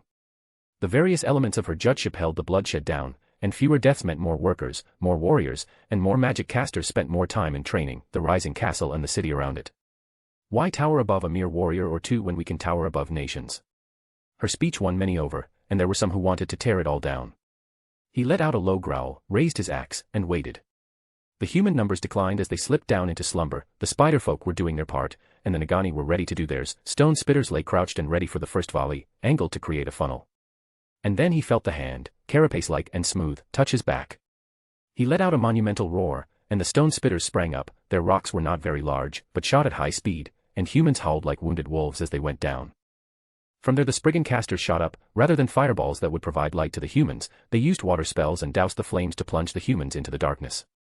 V'ger charged into the camp, bellowing war cries that ripped through the courage of lesser men. The disciplined ones in the human ranks quickly tried to form up lines in the dark. Their forms, gray and white to his night eyes, were more successful than he would have thought. Where are they? How many? The orcs and the Zern fell in on the left of the camp, hacking and dissolving whatever they could. The noise and shrieking of warriors kept the humans off balance, and V'ger's blood sang with joy as he got to do what he did best. His axe sliced through a human neck and sent it spinning away into the darkness, the body falling as a lump to the dirt before he moved forward to the next group. Light began to fill the camp as paladins used spells to give them the means to see. A fireball soared out into the darkness and a hissing scream of an unfortunate snakeman was joined by the smell of roasted meat, and another lump of dead flesh joined with the earth beneath their feet. More hits along vast parts of their line of camp. The disarray grew only worse. Soldiers fumbled with shields in the dark, struggled to find comrades. The order was broken, and discipline with it. Even still, V'ger's advance seemed like it took forever. Humans began to break ranks and flee. The noise of armor retreating replaced the noise of armor advancing, while the sound of screams of fear replaced the noise of humans barking orders and humans shouting challenges to their enemies. Without their discipline, this is easy. V'ger thought as he watched the ranks begin to break and run through flames. Men abandoned their comrades in their desperation, leaving bonds of friendship and blood behind in an effort to save themselves. The battle, with the sprays of human blood flying through the air and limbs sailing into the night like tumbling bugs flicked away, had become a massacre. Secure the survivors, he bellowed as the noise of fighting slowly began to die down. The groans of the wounded, human and non-human alike, were plentiful. Even at night, at a disadvantage, they made us pay a price for victory. He reflected on that while cleaning human blood off his axe, wiping the red stains away with the banner of the Holy Roble Kingdom. Plunder their camp, and make one of our own. Short rest only, then we get moving. We have a queen to join. And a capital city to take. V'ger roared his cry of victory and savored the smell of fear off the human captives as crude bonds were formed from tent ropes and stakes, and the demi-humans began to divide up the winnings from their victory. The humans lay slumped forward, many bleeding, heads bowed, while stakes were hammered down into the dirt. It wouldn't offer good security, but under watch, the humans would be slowed. A few screams reached the new camp, coming from deep in the woods, as humans were reminded why they shouldn't venture there without weapons. Now for the next part of Her Majesty's plan. V'ger let out a low, vicious laugh as he trod on thunderous footsteps with his tail lashing behind him when he passed the defeated soldiers. While Nia did not enjoy fire like she once did, its warm orange tongues licking the air, its vibrant little sparks briefly defying cold and the air before their lives were snuffed out, she did find that she still liked hot food. She sat around the center of her camp and tore at a haunch of roasted venison with her multitude of sharp teeth. This body makes meat eating even easier, and it tastes better too. She licked the juices from her lips and listened to the Zern prince tell his story. Z, as she'd come to call him, was something of an amorphous blob, but he had a sly, understated sense of humor that never failed to bring a smile to those who took the time to listen. So then she said, "You think you're slimy? Hold my beer." He said, and the mixed array of forces fell to laughing.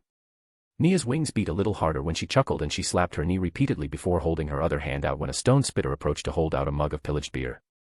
"Your Majesty," he said, and she gave a grateful smile to the stone spitter that probably looked more fearsome than she meant it. "Thank you," she said, tempering his sudden freezing in place as if he'd done wrong. After he heard her words, he bobbed a little in the way his lumpy, stone-like race often did when they were happy, and withdrew. Nia turned back to face the other chiefs and princes who made up her current retinue. The chatter was amiable, and went on and on as the dying of the last embers returned night's dominance. It happened so suddenly that Nia didn't even notice it. She went quiet during the next round of laughter from the array of demi-human races. For just a second, their faces, bodies, all seemed to have melted away in her eyes. It was just like. It's like what I saw with the others, the paladins, the squires, even village trainees. They were like that with comrades. Wait, do I have comrades? She cried out inside her head, her body snapped straight and she stared around the flames which, one by one faces lost their variations of laughter and fell quiet, staring at their now silent queen with eyes that went into various modes of concern, from wide to narrow according to their race. "Your Majesty," Z asked, "is something amiss?" Nia snapped out of her daze and vigorously shook her head. She drained her mug, tilting her head back to take every bit of amber dark liquid into her throat, then dropped it and bit another haunch of meat away, anything to hide the expression on her face. Chewing audibly she mumbled out, "No. Everything is Gwet," she exclaimed, using the stuffed face and to disguise the emotional tone and hoping the fire hid her happy tears. "In fact, She said when she had control of herself and swallowed a large chunk, I would say this is perhaps one of the best days of my life. Before anyone could ask just why on earth their queen would call a common meal around a fire in the midst of a military campaign of revenge. One of the best days of her life, they were interrupted. Nia. Alisar Dark said, his broad, long head rose from where he lay curled up nearby, his long neck allowing him to loom above her with ease. He didn't address her by title, nor did she ask. She looked up at the dragon and gave him a fang-filled toothy grin. Yeah, Ollie. He winced. No. I refuse that nickname. If you must shorten it to, sir. I understand that is a respectful term at least. Ollie makes me sound like one of those performing clowns that humans use to entertain their offspring. Nia chuckled. No problem, Alisar Dark, what is it? She asked, and he winced again as she refused his chosen nickname. From anyone else, it might have been a horrendous breach worthy of turning them into a meal. But her hands had cleaned his body, her fingers sewn his wings, her bleeding body scavenged for things to nurse him back to health, and now his blood was in her veins. So he confined it to a mildly annoyed flinch. Finally reaching the matter at hand. There are people coming. Stealthy, and they do not smell like any race I know. Alisar Dark rumbled the words out, and the whole campfire froze. Are they close? Nia asked. In the camp, though even human gods only know how, and their gaze is fixed on you. He muttered. They could be the servants of the Queen's new ally, but if they're not hostile, or if they are, wait, let them come to me. Nia whispered, and when she relaxed, so too did the others. Chapter 238, Chapter.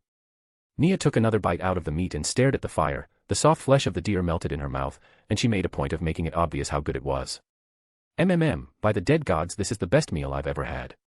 She exclaimed into the night, and there's so much of it.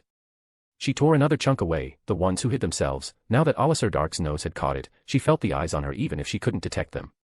It was hours into the night and still they hadn't made a move. They don't feel hostile, so what are they waiting for? She wondered, and picked up the mug she'd dropped. The rest of her party went along with her exaggerations, picking up her cues. Who knew that food could taste this good? The beer, if humans make this, I'd be glad to trade with them. Oh, the stew. Nia was just dropping her mug into the dust and smacked her lips with gusto when the noise hit from where nobody should be. A growling stomach. You're caught. She said to the empty space on top of one of the multitude of crates scattered about. I know you're there, your stomach gave you away, and so did your smell. You might as well give in. Shit. The empty space cursed, and whatever spell or skill was active, vanished. On the empty crate sat a slender elf with his face painted with black and green stripes, a black and green striped shirt, and pants to match. The elf held his hands up as the demi-humans shot to their feet. I'm not here to fight. He shouted in a booming, half-panicked voice. Wait. Nia snapped, and her companions halted in mid-motion. Her hand went out palm up, and she stood up from her seat on the old log. She faced the elf. Always eat before getting close. Spells and skills, they do a great deal, but I don't know any spell that can take care of all the other stuff and silence a growling empty belly. Still, you got very, very close to me, and that has my attention. Whether that is a good thing or not. Nia turned the full force of her gaze on the elf, and let him tremble as he filled in the end of that sentence himself. Yes, I think you'll be pleased. My name, the elf stammered. No, that doesn't matter. I was living in Wenmark, the city was destroyed, I was a slave, like all the elves there, we rebelled and got free, made a deal with Duke Ostraka, he's your ally, right? Nia grunted, yeah, he is. What of it? He's also a human, from the southern Holy Kingdom. We don't really like them much. He's not so bad, as humans go, I mean. He's dealt honestly with us, but we got hostages of his people too, so he has too. But when everything is over, what then? We won't go back into chains, and we can't trust the Holy Kingdom so. The elf lowered his eyes, unable to meet the vicious eyes of the dragonid queen. I see. Nia answered when she finished his unspoken words on her own. You're hoping to move into Demalbian, we're not humans, and we need labor, you want to. She stroked her chin. I guess it isn't really switching sides, more like you want to be under new management, is that right? The elf's bright eyes sparkled when his face rose up to meet hers again. Yes, your majesty. He went down to one knee and bowed his head. Accept us as your subjects, all of us. Give us land of our own to farm, give us equal standing in your kingdom to all your other subjects, and we will be loyal for as long as we live. How many of you are there, exactly? Nia asked as she thought over his request. Men, women, and children, including some half-elves, we number some 15,000, but he cleared his throat and raised his head to exclaim, we have no elderly. No one you would call a burden. All of the adults and young are strong, and are very young, they will be. Nia's stomach immediately knotted up. There's only one good reason that there would be no elderly among their people. The disposal of useless tools, Alisar Dark's remark to her that she had clearly never seen the slave institution before, came back to mind. Perhaps he was right, and even though that is a lot, there is abundant land, including some from tribes that never saw reason. She settled on her decision with ease. Agreed. You bring your fighters and scouts over to my army, swear eternal fealty to me, release those of my ally you hold as hostages, spend 2 years working, learning, or teaching in my capital, and every elven family of 2 or more will be given an omnidirectional bowshot of land to farm in some of our unoccupied lands. Unmarried individuals will get half that. Then we are yours. The Wenmark-free elves are your subjects, your servants, for as long as the kingdom of Demalbion endures. The elf made his vow as sincerely as he could, his voice clear, even sonorous, the nervousness gone with the promise of a future. How long will it take you to bring your people this way? Nia asked, skipping any ceremony and jumping straight to the point. The elf blinked, taken aback, he hesitated, looking up at the night sky while he thought, weeks. We have been ranging farther from Duca Straka as the days have gone on, but we are scattered, and we stick to the forests to avoid humans and trouble. Fine, communicate my acceptance however you do, and get your non-combatants to the border, we'll send word to take them to the capital as free citizens, get the rest into my army, ready to fight. Nia gave the order to the nameless elf, but before that. She pointed to the deer roasting over the flame.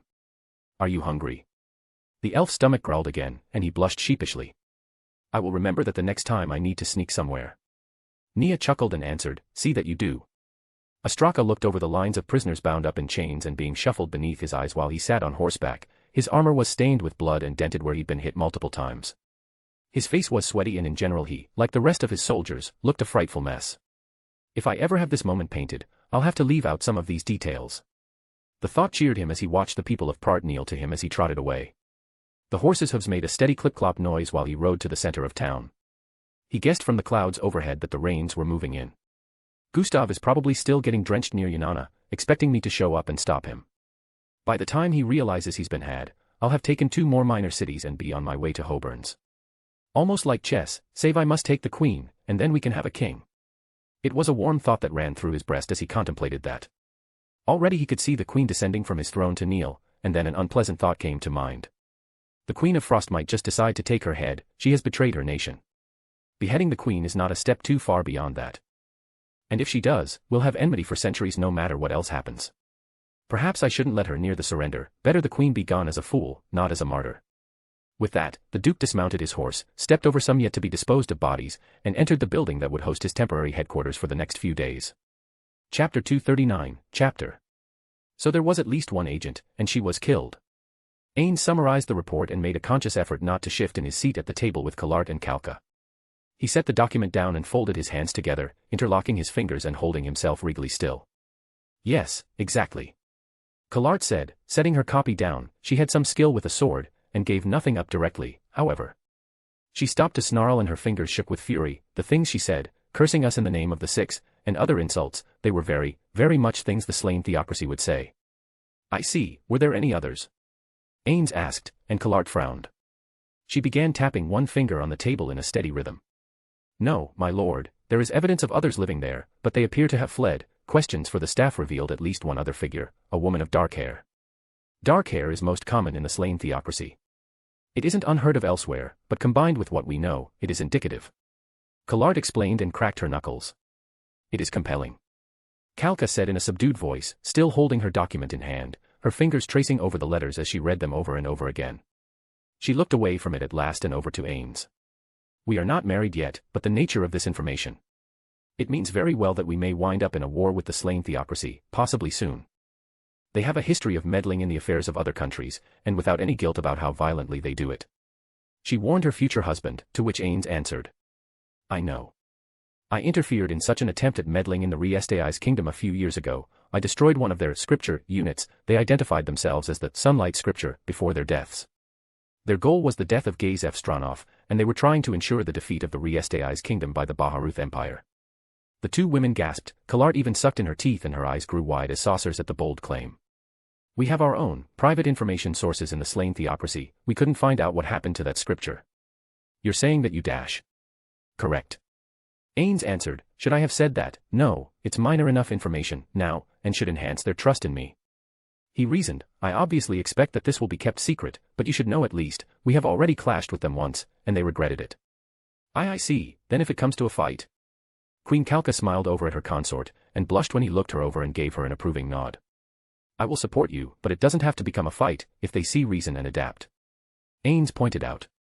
They're fanatical human supremacists. They will never accept your reforms, your majesty. Collard replied with a tightening of her lips. Is that so? Ainz asked the rhetorical question and let it hang.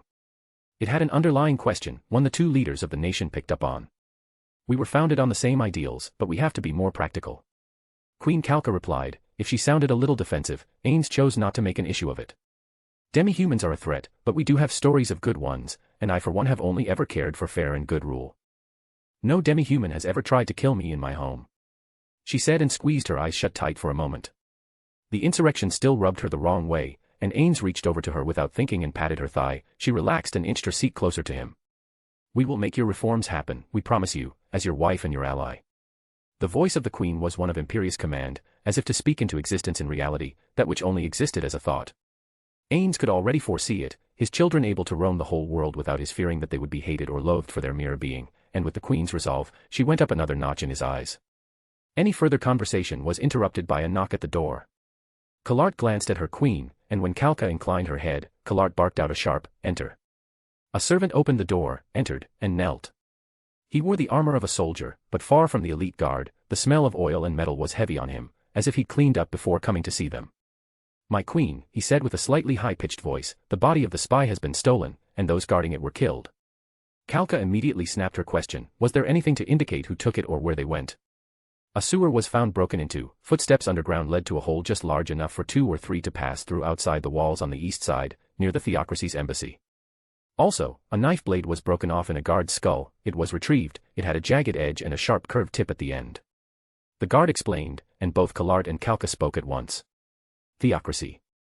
The pair said, and when Ainz looked from one to the other with questioning eyes, it was Collard who spoke to explain. That type of blade is standard for their covert operations, if we needed more proof that this was their work, we have it. Collard rubbed her thumb and forefinger back and forth against the outer bridge of her nose. A new enemy, we have Astraka in the west, Nia in the east, her lower lip began to tremble. If only my sister hadn't dashed, Collard cut off her words and looked away from her queen. Damn her. Collard cursed under her breath. The look she gave to the queen, and what Calca herself had said to Ainz the night they lay together, he took initiative and looked at the soldier, you may go. The young man beat feet to leave as fast as he could and shut the door behind him, nobody noticed if he saluted or not. Who Collard blamed for Calca's marriage and seemingly losing her forever was not lost on him, and pity stirred his heart. The broken look on Collard's face was so very much like Albedo's, am I so cruel as that, maybe, but I don't have to be. Collard. Ainz said with a voice of resolve, drawing her eyes to him, he didn't wait for her acknowledgement, I will not be residing here, and the queen will not be joining me in my home, it's simply not feasible. As I am gone, of course there will be concerns in some quarters about what happens when the king is away. He cleared his throat and tried, unsuccessfully, not to turn at least a little red. If you were to keep my queen happy, I would not complain. She and I have a sort of understanding about certain things that need not concern you. Mind her for me, obviously permit no other men into her chambers, a favor to this foreign king, you understand. Ainz's statement was off the cuff, improvised, but it had their immediate attention. You would not object. If I were to mind her fidelity to ensure the legitimacy of any heirs to the kingdom. Collard asked the question as if she were dying in a desert and wasn't sure if it was a mirage offering her water, or a real person. No. I would not. I trust such a burden is not too much for you, and that the queen is not insulted. Ainz turned his focus to Calca, whose face became a bright red as Ainz essentially offered them both a blank check in their arrangement. And no. Of course rumors would be abound, and it would hurt diplomacy in our bond if it were rumored that I might have cavorted with a knight, or a lord, or a paladin, and passed an heir off as yours by deception, but someone to guard my virtue would alleviate those rumors before they even begin. And I can promise my lord that any heir to the Roble Holy Kingdom will spring from him alone. Calca's insistence was as certain as the sun, and the near-crying face of Collard became something else. Before his very eyes, it wholly transformed from borderline broken to such elated wide-eyed happiness that her whole body began to shake with joy. I will do everything in my power to ensure my lord is satisfied with the sanctity of the queen. I will put my faith in you both. Ainz said, studying their faces with great interest, the shining light in their eyes, brown mirroring blue, their smiles, broad, genuine, the polar opposite of the sorrow and mourning looks of misery and loss, the dull listlessness that tainted Collard and which he wondered if Calca hid, vanished in an instant. Albedo. He only thought of her name, nothing more. But nothing else was needed. A few human prisoners sat around, limp, waiting, watching as the victorious demi-humans plundered everything in the human camp. Some of their fellows were clearly unconscious, some from pain, others from simple exhaustion. But a few watched. The simple small tent stakes used to hold them into the ground were nothing. If anything, it was sloppy, effective only because their wrists were bound behind their backs. Shaba was one of those men. His wounds looked worse than they were. A head injury bled a great deal, and he pretended unconsciousness. The heavy blood coating on his face gave him the appearance, with a little acting, of a man half dead. The demi-human guards watched him the least, while he watched them the most. His legs and arms remained intact, and though his heart raced in his chest, he kept his breathing slow and shallow, watching with one eye cracked while the demi-humans took whatever they wanted. An attack on Hoburns, on the Queen herself. He shivered. It was unthinkable. I have only one thing I have to do, carry that word home, but how? He wondered, until he saw a demi-human hand bottles of liquor to the stone spitter guards watching over him and his friends. His broad chest tightened to keep his face from smiling. The two guards tilted back their heads and began to drink, regardless of their duty. First one bottle, then two, and as the camp activity declined and demi-humans wandered away, slept, or otherwise occupied themselves, he bided his time. Shaba's body was tense each time he whispered, "PST, when I say go, we go, no questions, no time, just go, and follow where I go, pass it on." The liquor kept flowing between the guards. They began to sway, their big, robust bodies and speech both began to waver, until the pair simply fell like trees cut by angry woodsmen, crashing down onto their bellies just as a cloud moved over the moon. "Go." Shaba hissed, "They can see in the dark, but they're not expecting me, or the rest of us to run. If we can just reach the woods, some of us might make it back to Kalincha to warn General Custodio. We can't let the demi-humans reach Hoburns." He cried out in his head, and then pumped his legs as fast as he could. The other human prisoners yanked their wrists up and ran as well. The demi-humans were sloppy, securing only wrists rather than legs, and so it was several vital seconds or more before any demi-human even noticed they were gone. The prisoners' holding area was close to the edge of the camp. The woods came closer and closer. His legs were already tired. Curse the day, so heavy, if only I had rest. Shaba whined, but kept his legs pounding the churned-up earth beneath his feet. The other captives acted as he did, those who were able to move, at least. The alarm went up. He could hear the roars. They rang in his ears, the cries of, "Prisoner escape," and then at his back, a cry as a human was hit in the back, snapping his spine and sending him screaming onto his belly in the dark. Nobody bothered to help him. Another rock shot past Shaba's head, the breeze and whistle it carried, "That will haunt me till I die." He heard a burst as a skull shattered from the impact of another stone, the sickening crunch of bone and brain matter, followed by the thud of another body that none of the prisoners would, or even could have helped. The woods were drawing closer, so much closer. Just a little bit more. He cried out as he heard two more voices scream at his back. What for? He didn't know. He looked over his shoulder. They were clutching their legs and rolling in pain as the demi-humans caught up with them. He turned away. "Nothing you can do, just run, run, and don't stop. Don't look back. Just get to Kalincha," he thought, and dove into the deeper darkness of the forest, out of easy reach of the larger demi-human foes, and he began to pray to the gods. Please, oh please don't let it be too late. Chapter 240, Chapter. Gustav grimaced all through the rain. He grimaced while watching his soldiers tramp through the muck, through watching them hug their cloaks more tightly to their bodies, and worse than that, he grimaced while dividing up his forces. 5,000 men here to keep up the illusion for any Yananyan scouts that were still in our position. The more of us they think there are, the longer they will wait to reinforce Ostraka. It took most of the day, and soldiers were forced to sleep in the mud or share the few intact tents that night, but in the morning they were able to go. If I were him, I would go for some place with abundant supplies, and that means a city. It has to. And the nearest city with ample supplies is Prart. It's a guess, but as good a one as any. He considered the gamble he was taking, and his shoulders bowed forward, heavy with the weight of his decision. His brow furrowed and his hair, once vibrant and bright, felt and looked whiter in his eyes with every passing hour. Is it better or worse if I'm right? Gustav wondered that too. The grimace on his face held fast as he conducted the forced march. His soldiers ate while they walked, paused to relieve themselves, and marched again. March till your feet drown, then march some more. A commander yelled somewhere at the far end of the line. Camp was grim that night, no tents, only bedrolls, and in that, Gustav joined his men. He lay on his back, covering his face with one thick blanket to protect himself from the rain, but all it did was press soaked cloth over his face after a few minutes. His bones were soaked, his boots were little pools, his clothing was drenched beyond reason, his body shivered and he could not keep his cough or sneeze at bay, not even in his sleep. Only the fact that he endured with his soldiers kept them willing to suffer it in turn.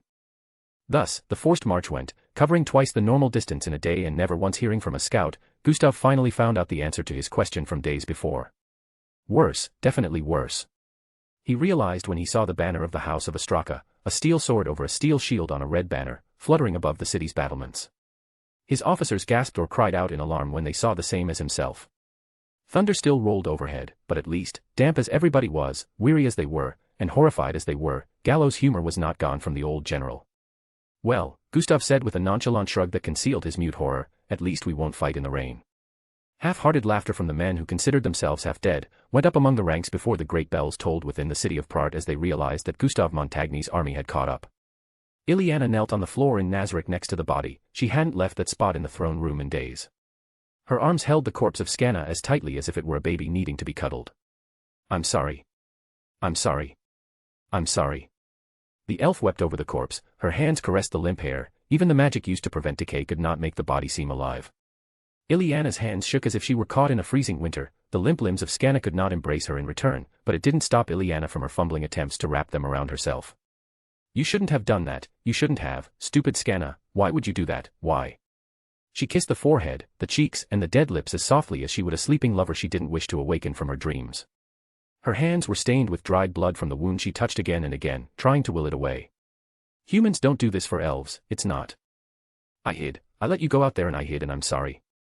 The days of her ceaseless mourning made it almost routine. She knelt there, indifferent to her own filth as her mistress left her to attend to other matters.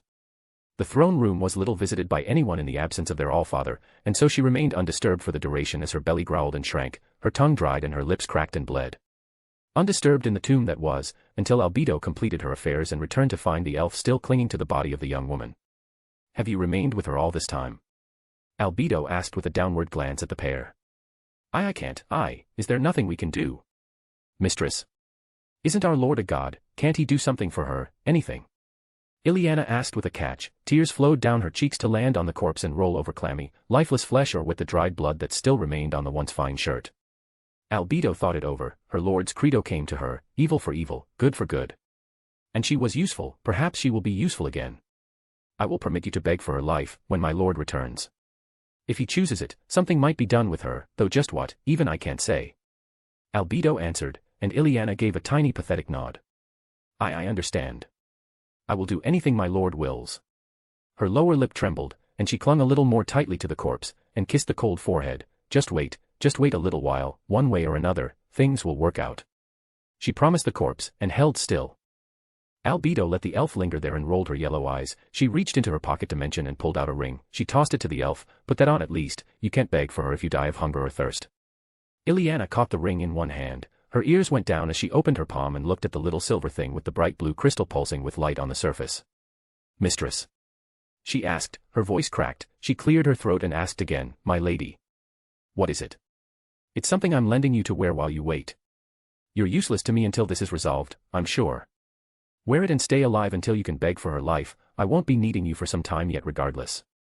Albedo said with crisp abruptness, and Ileana hastened to slip the ring on. "Understood, my lady."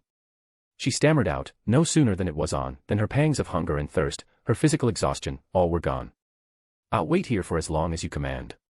Even if it is another 1,000 years."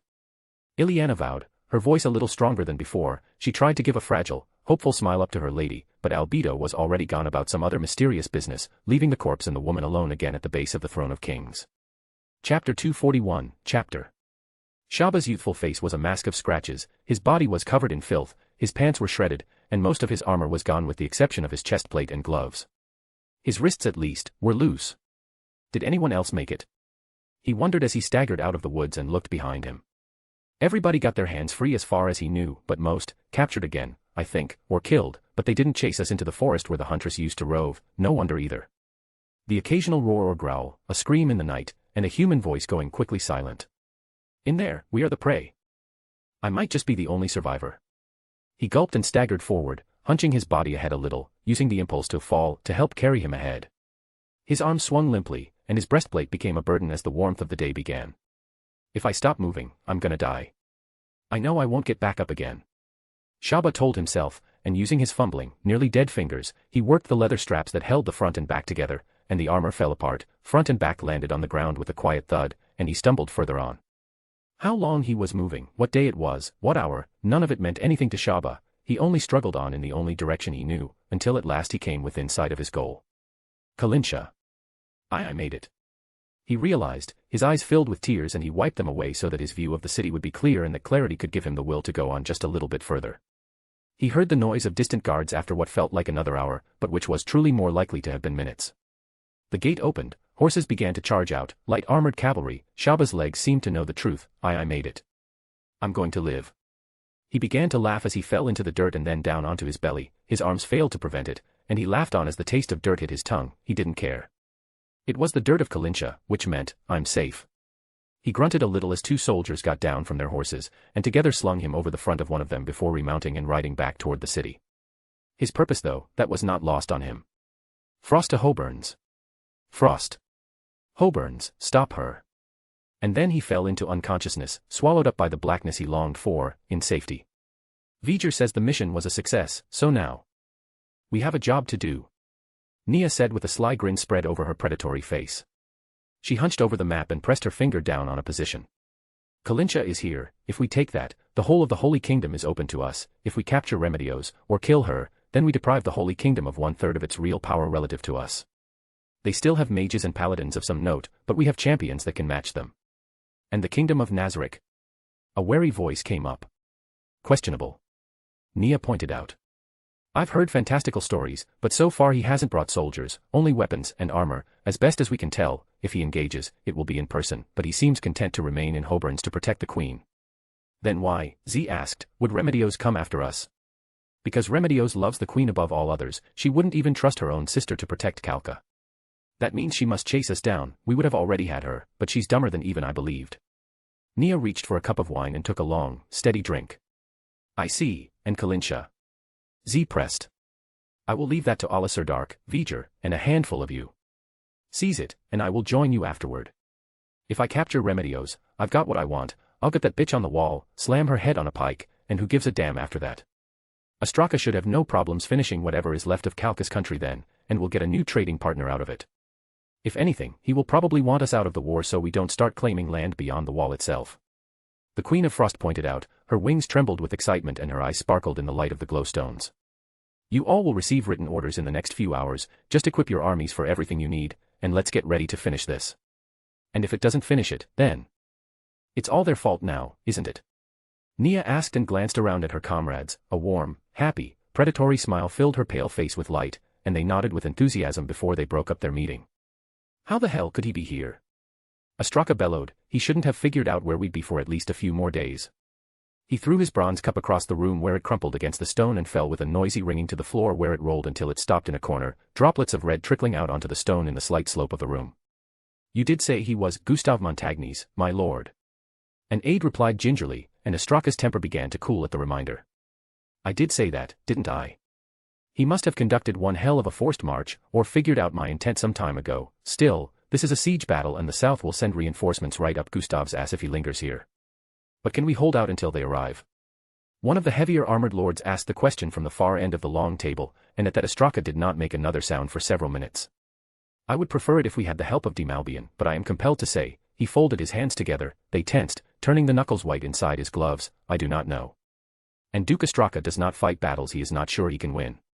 Murmurs of confusion and approval alike went up and down the long row. Then, what do we do? Astraka wasn't sure who asked the question, but he didn't care. We escape, let him lay siege to a nearly empty city, and then we go on to take another.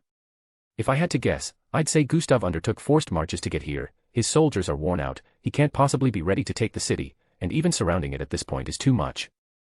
He can't risk scattering his forces when we can sally out and attack them piecemeal. Astraka said with a casual smile on his face. So we leave in the morning, my lord? The same person asked. No, tonight. We can undertake our own forced march. We leave a small core unit behind to just buy time, while we take the bulk of our army and supplies out of here and on to the next target. Remember, we need the Holy Queen to submit to our demands. We don't need to occupy every city, just Hoburns. I'm sure Demalbian will be along soon before too long, and even Gustav can't handle both armies alone. Astraka said and smacked his leg with satisfaction. Get them ready, select volunteers willing to buy time, assign some if you can't get enough, but we leave by midnight.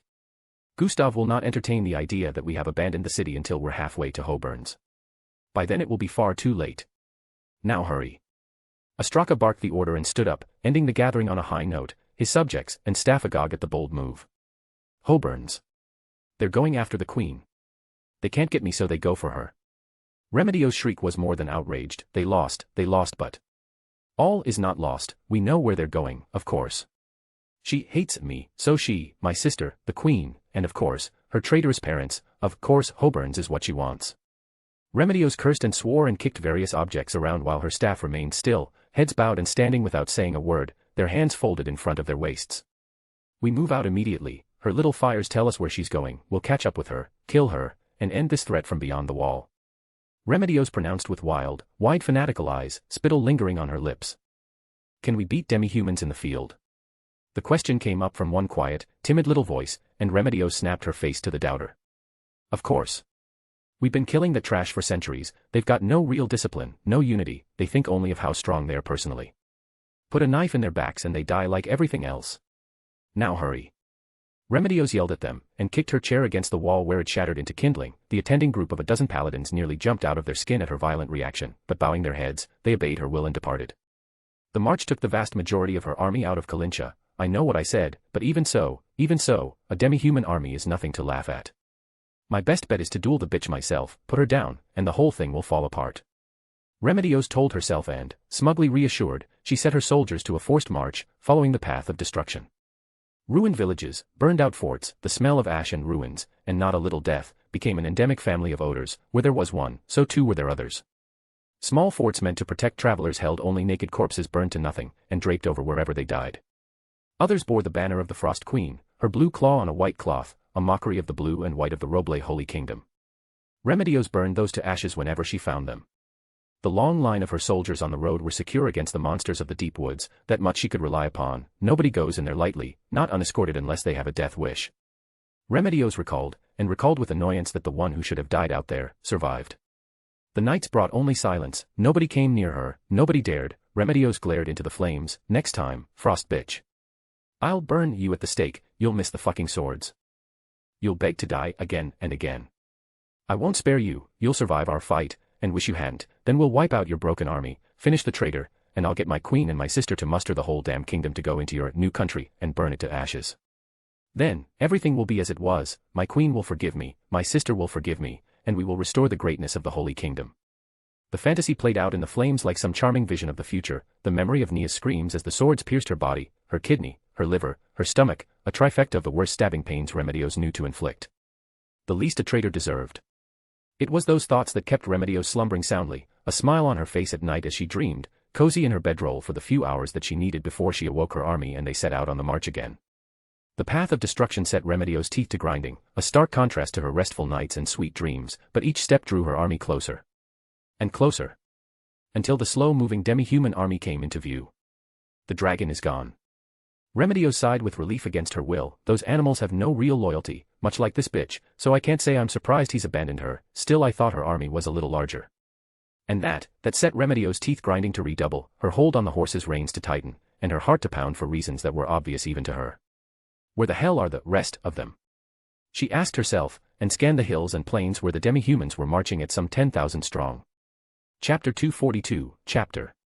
I still can't believe she left. The queen was right, threaten what they have to protect, and you can lead them where you want. V'ger thought with no small amount of glee.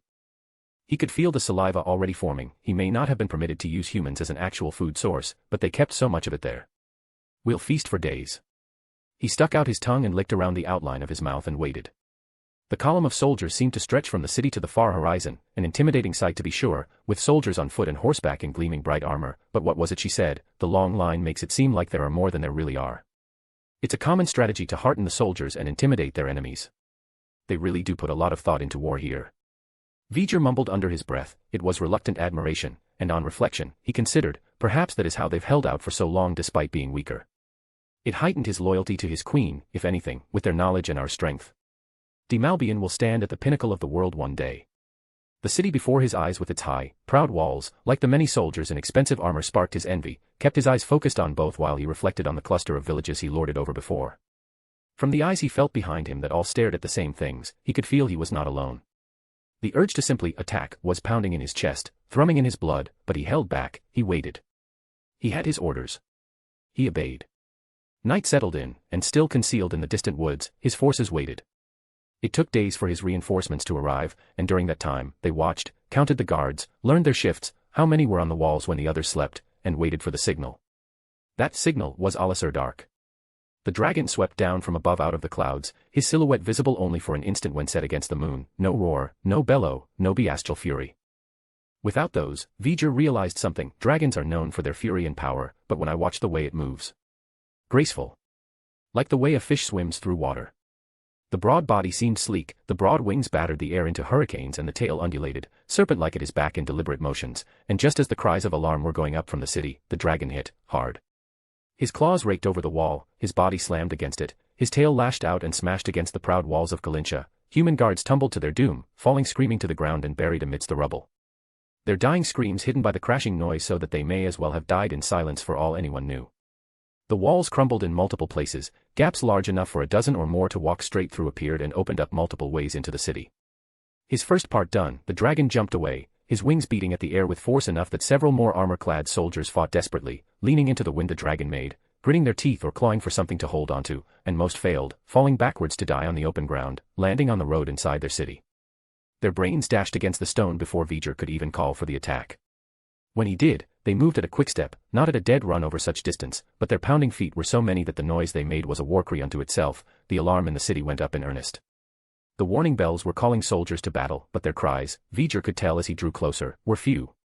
More common were the cries of terror. He detected what he now knew of as the cries of human women and children, and the cries of men who had no taste or experience with battle. Brave. But foolish. V'ger thought to himself as the desperate line of humans in armor lined up in short, deep rows to try to hold him and his forces back from the paths they now had into the interior. The human paladins were shouting the names of their martial arts, some of the squires on foot were doing the same, arrows flew overhead and fell behind him. He smelled demi-human blood, and heard demi-human cries of pain as the volleys of the human archers continued to exact their price. The pace picked up, the quickstep became a charge, the light jog became a dead sprint, and V'ger's axe came down, chopping not flesh, but wood from a long pike. His free hand grabbed another, lifted it, and with it, the men who held on and would not let go. His terror-stricken face was clearly visible to V'ger in the darkness. A bright light made it even easier mere seconds later as more magic was brought to bear. He brought the pike down in a low, sweeping arc, knocking humans out of their formations and opening the way in. A paladin in polished armor charged into the gap. Rolani of Kalincha will not let the city fall. The paladin cried out, and drew out a glowing white sword as he leapt toward V'ger. Kalincha will fall, let it or not. V'ger snarled and blocked the blow of his challenger. He hooked the sword in the inner curve of the axe and gave it a pull, only to freeze. The human did not budge. Strong. V'ger remarked. The human didn't seem to care for the praise. He pulled back, and for seconds the two were locked in a tug of war, straining their bodies and grunting it out as the fighting went up around them, swarms of demi-humans filling the gaps and taking on the badly outnumbered humans. The tug of war was broken when the sword was twisted and pulled away, and the two circled one another, each more wary of the other. They darted in at once. V'ger played to his height, bringing the axe down toward head, shoulders, and torso. But the human paladin, augmented by his martial arts, was avoiding them with the artfulness of a sparrow avoiding a hawk, striking back, playing to his height, and attacking V'ger at the waist, thighs, and calves, places difficult to defend. V'ger snarled as pain scored his body when the human drew first blood. The noise of humans around him was nearly gone, and at a glance, he could see why. This paladin is the last one here. He smirked. The demi-humans around him were already storming through the rest of the city. Fighting was clearly thicker farther away as the undermanned garrison tried to create choke points to make stands. It won't last. V'ger chuckled and leveled his axe at the paladin. Your city is already in the hands of the Queen of Frost, human. You are beaten, even if you are still alive. They were circling one another. The face of the paladin was twisted in wrath. He held firm, without trembling or fear, raising his white blade up to his shoulder and pointing the tip toward V'ger. Even if that's true, that doesn't mean you'll live to enjoy it. The paladin spat, and the little white glob made ripples in a puddle of mixed human and demi-human blood, and as if it were a signal mutually agreed upon, the pair charged again. The sword parried the axe parried the sword. The armor of the paladin took blow after blow from the axe, denting, cracking, and V'ger felt the wounds pile up on the thick hide of his body as his own blood stained his fur.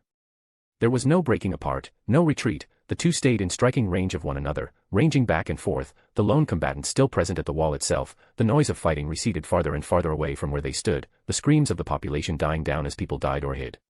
Fires began to spring up and paint the night with smoke enough that the full moon was hidden from view as if by all new clouds. Until at last V'ger failed to avoid a deep slash that cut into his thigh and brought him down to one knee, giving them for the moment equal height. The human paladin brought his sword up for the finishing blow, and V'ger dropped his axe and dove forward, under the guard, and grappled the human, catching him in an embrace, and landing a bite down at the joining of the paladin's neck and shoulders. His teeth crunched through the armor, and the coppery taste of blood and the sweet taste of flesh filled his mouth as he closed his jaw, and then pulled back, tearing the wound open and founaining blood over V'ger's face and body, spasming for a few seconds as the body's life ran out, before the catman let go, and dropped the paladin into a heap on the ground. He swallowed what he took from the man's flesh, and licked his lips. They do taste good. V'ger thought, and then attempting to take one more step, he fell forward and crashed to the ground beside his opponent, unable to move again. Prart has fallen. Kalka gasped with dismay, how? Gustav went out and she stopped her sentence cold. Is he dead? She asked the messenger. The court was filled with the new nobility. The last word they had of Gustav was a victory that cut off the path of southern reinforcements, the expectation of a decisive battle to bring down Ostraka, and end the invasion before any more damage could be done. No, my lady. I come from his army, the kneeling messenger said. He is besieging Prart now and has Duke Ostraka trapped inside the walls. Sighs of relief went up. But Kalka's voice was not among them. She looked over to Collard at her right hand beside the throne. Ostraka has a reputation for martial cunning. He must have avoided General Montagny somehow. There's no certainty that he won't again. Your Majesty. You're not saying what I think you're saying, are you? Collard's hand went out reflexively to touch the Queen's shoulder, her fingers giving it a subtle squeeze. No wonder the rumors went up. That looked flirty even to me, and I was a virgin until only a few weeks ago. Ainz reflected on his newfound sagely worldliness for a moment. His mind again turned to the absent Albedo. She hadn't reached out to him, but he could feel her hidden hand nonetheless. Yes. Kalka answered with fierce determination, her slender hand forming into a fist on the throne. We have a substantial host here, and can raise even more. I want to go and reinforce General Montagny's. We can put this runecraft equipment to the test. Ainz felt his heart practically sing. Nobody actually putting that to use has been a little frustrating. How can they want more of it if they don't really see it in action? Still, he glanced over to the Queen from where he sat at her left hand. Kalka, that is still dangerous, especially if you don't know what you're marching into. I will go with you. You called me here hoping for my magic, so let me use it, at least this much. She seemed at war with herself, her eyes darting back and forth from Collard to her husband-to-be, and even down to the floor at her feet. Excess dependency on a foreign king for combat support was a dangerous thing for a monarch, but her doubts seemed to vanish over the passing seconds. Yes. I will accept your help, whatever you can provide me. Ainz. She said, and gave him a smile that showed her pearl-white teeth, and stretched out her left hand to cover the back of his right where it sat on the throne she had added to the great hall. Then I have something I have to do, some magic to use. Ainz said and rose to his feet. He towered easily over the tallest of the nobles there, and in his mystic robes, he exuded power and authority. But inside, he had one clear determination above all else. I must get this finished, and go home. There is something I must do. Join me in your quarters when you're ready. He said with urgency, and made his way out of the hall before anyone could even ask. Mages. Kalka and Collard said at once with a chuckle, and Kalka sighed when Collard squeezed her shoulder one more time before the Queen stood up and began to identify nobles to lead her forces. Chapter 243, Chapter. The problem with people who go by the book is that other people can read it. Nia said while her demi-humans went down the far side of the hill. In principle, she erected hasty defenses in the form of crude walls the moment the distant army of Remedios came into view. Their by-the-book response was to hole up for a siege on a hill, and by contrast, the opposing army to besiege it and starve the enemy out. However, what Nia actually did was erect the crude wooden walls to hide the fact that her army was going back down the other side. The broad wildlands of the area were Nia's backyard for far too long, and taking her army through it was easy. Remedios did as Nia predicted. Her worn-out army spent most of the day erecting a camp at the base of the massive hill and getting ready for a siege. They were still not done when Nia lost sight of them. She be there long, huh? One of the young orc attendants asked her, and Nia could not keep her smile from being smug. Oh yes. It takes a long time to establish one of those camps, then she'll have to lay smaller defensive positions at each side of the giant ass of a hill, and only then will they start to scout it.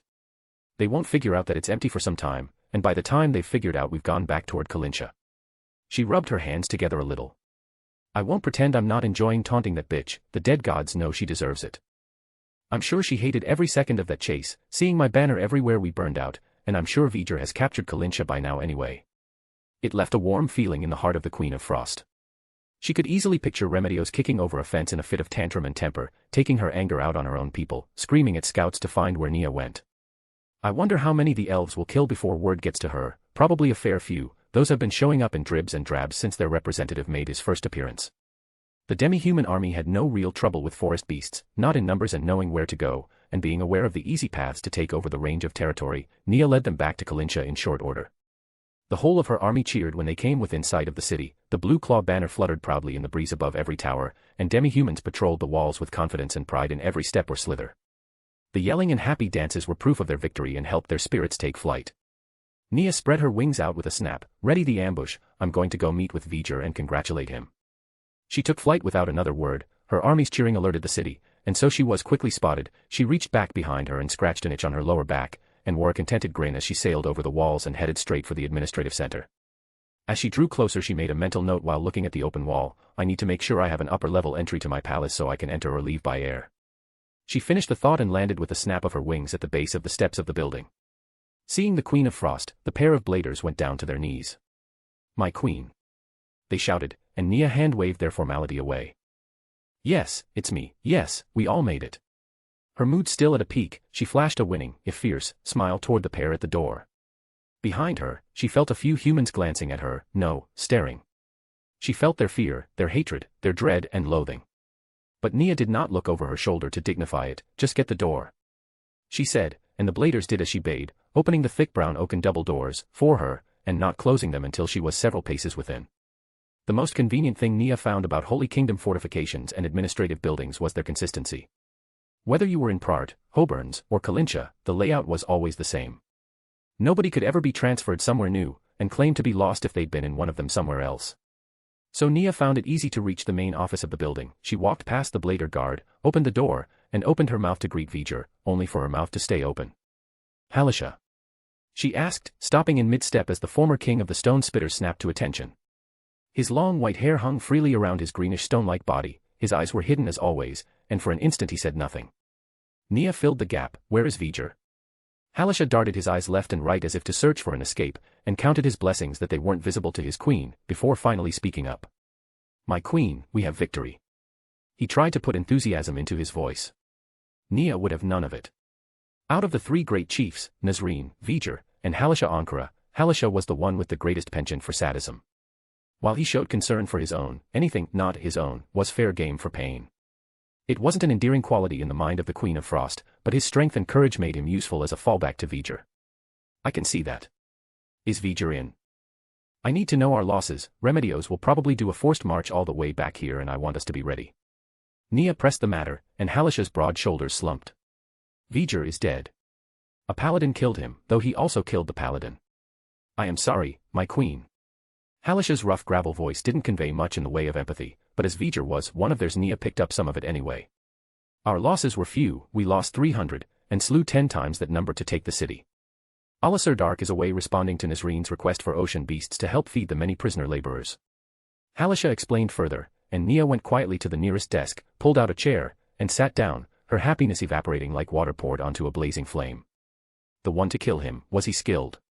Nia asked the rhetorical question, already sure of the answer. Very. Halisha acknowledged. Nia felt her heart tear in half. I never had comrades when I was a human, now I get them and I lose a comrade, to humans. If there are gods out there, when I die I have to ask them why they loathe me so much. What did I do? Why? She raged in her head while keeping her voice calm, her frozen breath came out in a steady flow, frost settling over some of the objects on the desk, and they slowly began to crystallize within accumulating ice. Nia finally stood up, prepare for a fight. When Remedios gets here, thinking I've taken the city, I will challenge her to a duel. If she accepts and I win, I will let her army surrender. If they do, we've won the east and we can take the prisoners home. But if we fight, and I lose, do not surrender. She will have you all tortured and killed. Do whatever the hell you want to them, I don't care. Just protect our kingdom by any means necessary, do you understand me, Halisha? Am my queen? Halisha counted himself a male of great courage, but the breath that came from his queen was painful to be near, and the icy fury in her eyes, as if Halisha had taken V'ger's life himself, iced over his heart and killed the flame of his courage. Only murder lay in his queen's eyes. She went to the wall, backhanded it, smashing through the wood and stone, and scattering the debris outside. There, that's better. Nia muttered, her wings spread out, and she took off again as fast as she had arrived in the first place. Halisha sat on his frozen chair, unable to truly follow orders until the terror that froze his soul over, finally began to melt away.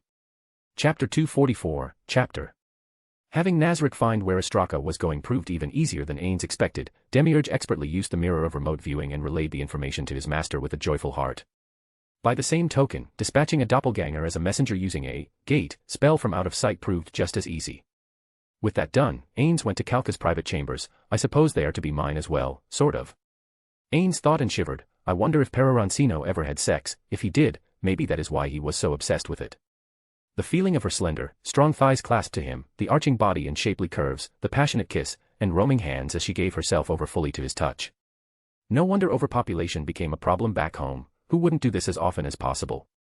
He thought ecstatically and caught sight of a stupid, goofy grin on his face in the mirror. He put his hand over his forehead and dragged it down to his chin. Calm down, Ainz. I know you're new at this but still.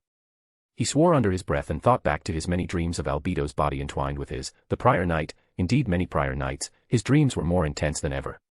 In the past, it had always been merely her body, but the last few. He recalled her face hovering over his, drawing in for a kiss, her whispered words in a throaty voice, I love you, and no matter what you'd done, I'd have loved you anyway.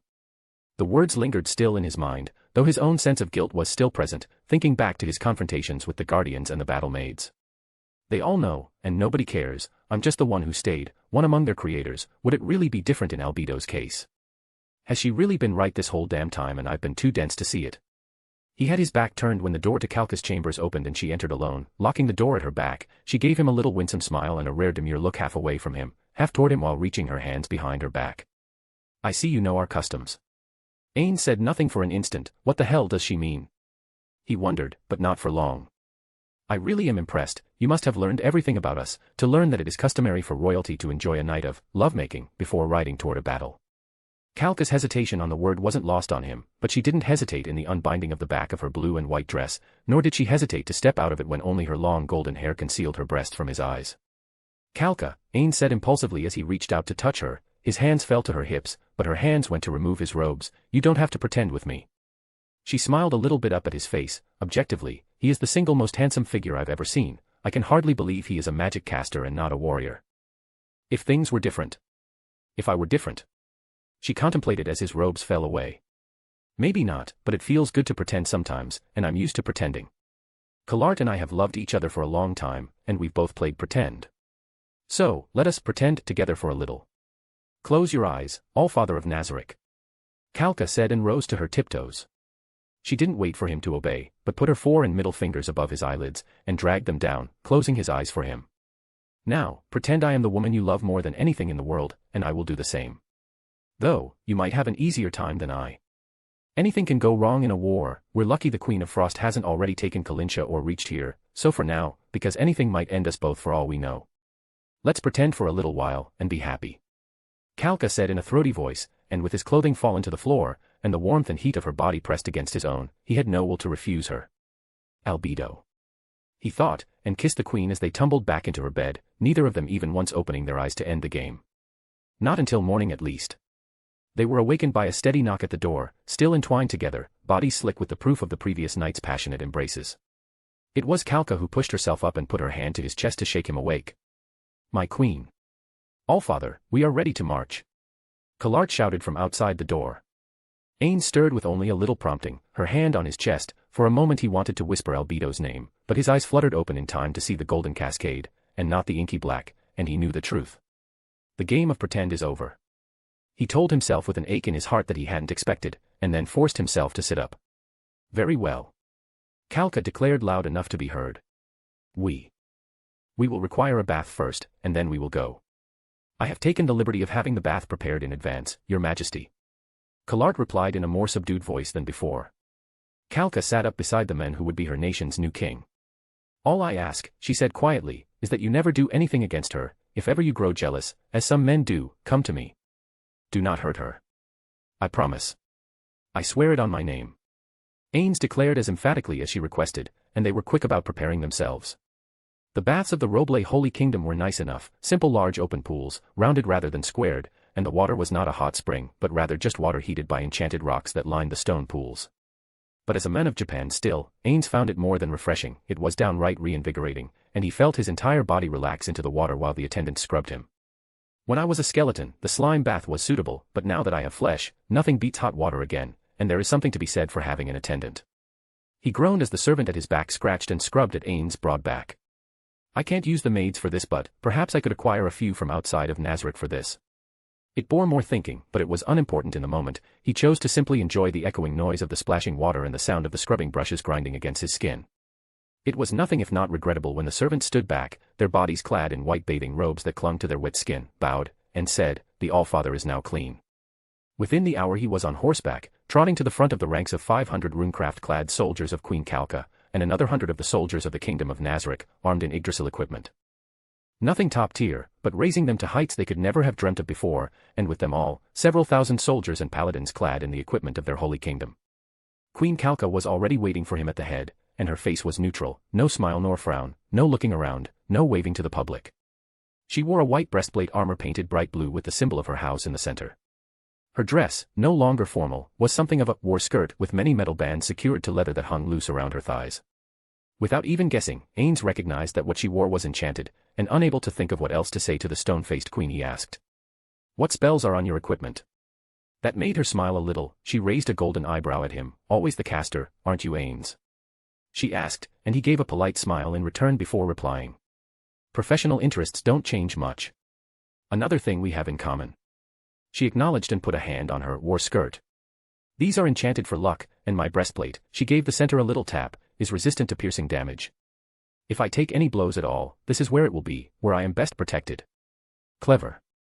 Ainz acknowledged, and he meant it. Smarter players from Yggdrasil used similar tactics, maxing defense in one thing, and then doing everything they could to ensure that attacks would target that. It was considered a risky but advanced strategy for self-preservation, and mostly used by support players. The horn blew at their back and they began to lead their little force out of the gate. Calca's face lost its pleasantness and became grave again, some of the color gone from her cheeks, and a barely disguised tremor to what skin of hers was visible. Ainz was sure he was the only one who could see them. He leaned toward her ever so slightly and whispered to her as they passed beneath the portcullis, "Don't worry, everything will be fine, trust me." "What did you do?" Calca asked, equal parts curious and commanding, her big blue eyes fixed on her future husband. Ainz only gave her a knowing smile. "I told you to trust me." He then winked at her, and a breathy little laugh passed her lips. She inched her horse a little closer to his own. "All right then, keep your secrets," she said, and some of the color returned to her cheeks as they rode on. Chapter 245, Chapter. Remedio's arrival back in Calintia led to her howling like an angry she-wolf. How? How? How? She demanded to know as if anybody had the answer. She got around us and captured it. No. No, that was why her army seemed so small. Damn it. She swore again, her hands grabbed at her dark brown hair and pulled, threatening to tear it out in clumps. The walls were manned with demi-humans, and even at a glance it was obvious, there are a lot of them, and worse, there are people in there. Remedios cursed and clenched her hand around the sacred sword, one of the kingdom's treasures, listening to the ringing bell of the city and the noise of various demi-humans taking up their battle positions. Her pulse raced and her blood burned inside her. The vein in her forehead throbbed, her face flushed red with fury. Worse. They've got all those provisions, everything we stored, not to mention all the people I spent all the time evacuating, everything we tried to keep them from, and just like that, they have it. We don't have enough supplies or equipment for a siege, but even I know if I try to withdraw, they can just chase me down. In a word, it was bad, and Remedios knew it was bad. Her brow furrowed as she tried to slog through her emotions to reach for the hopeful safe ground of solutions.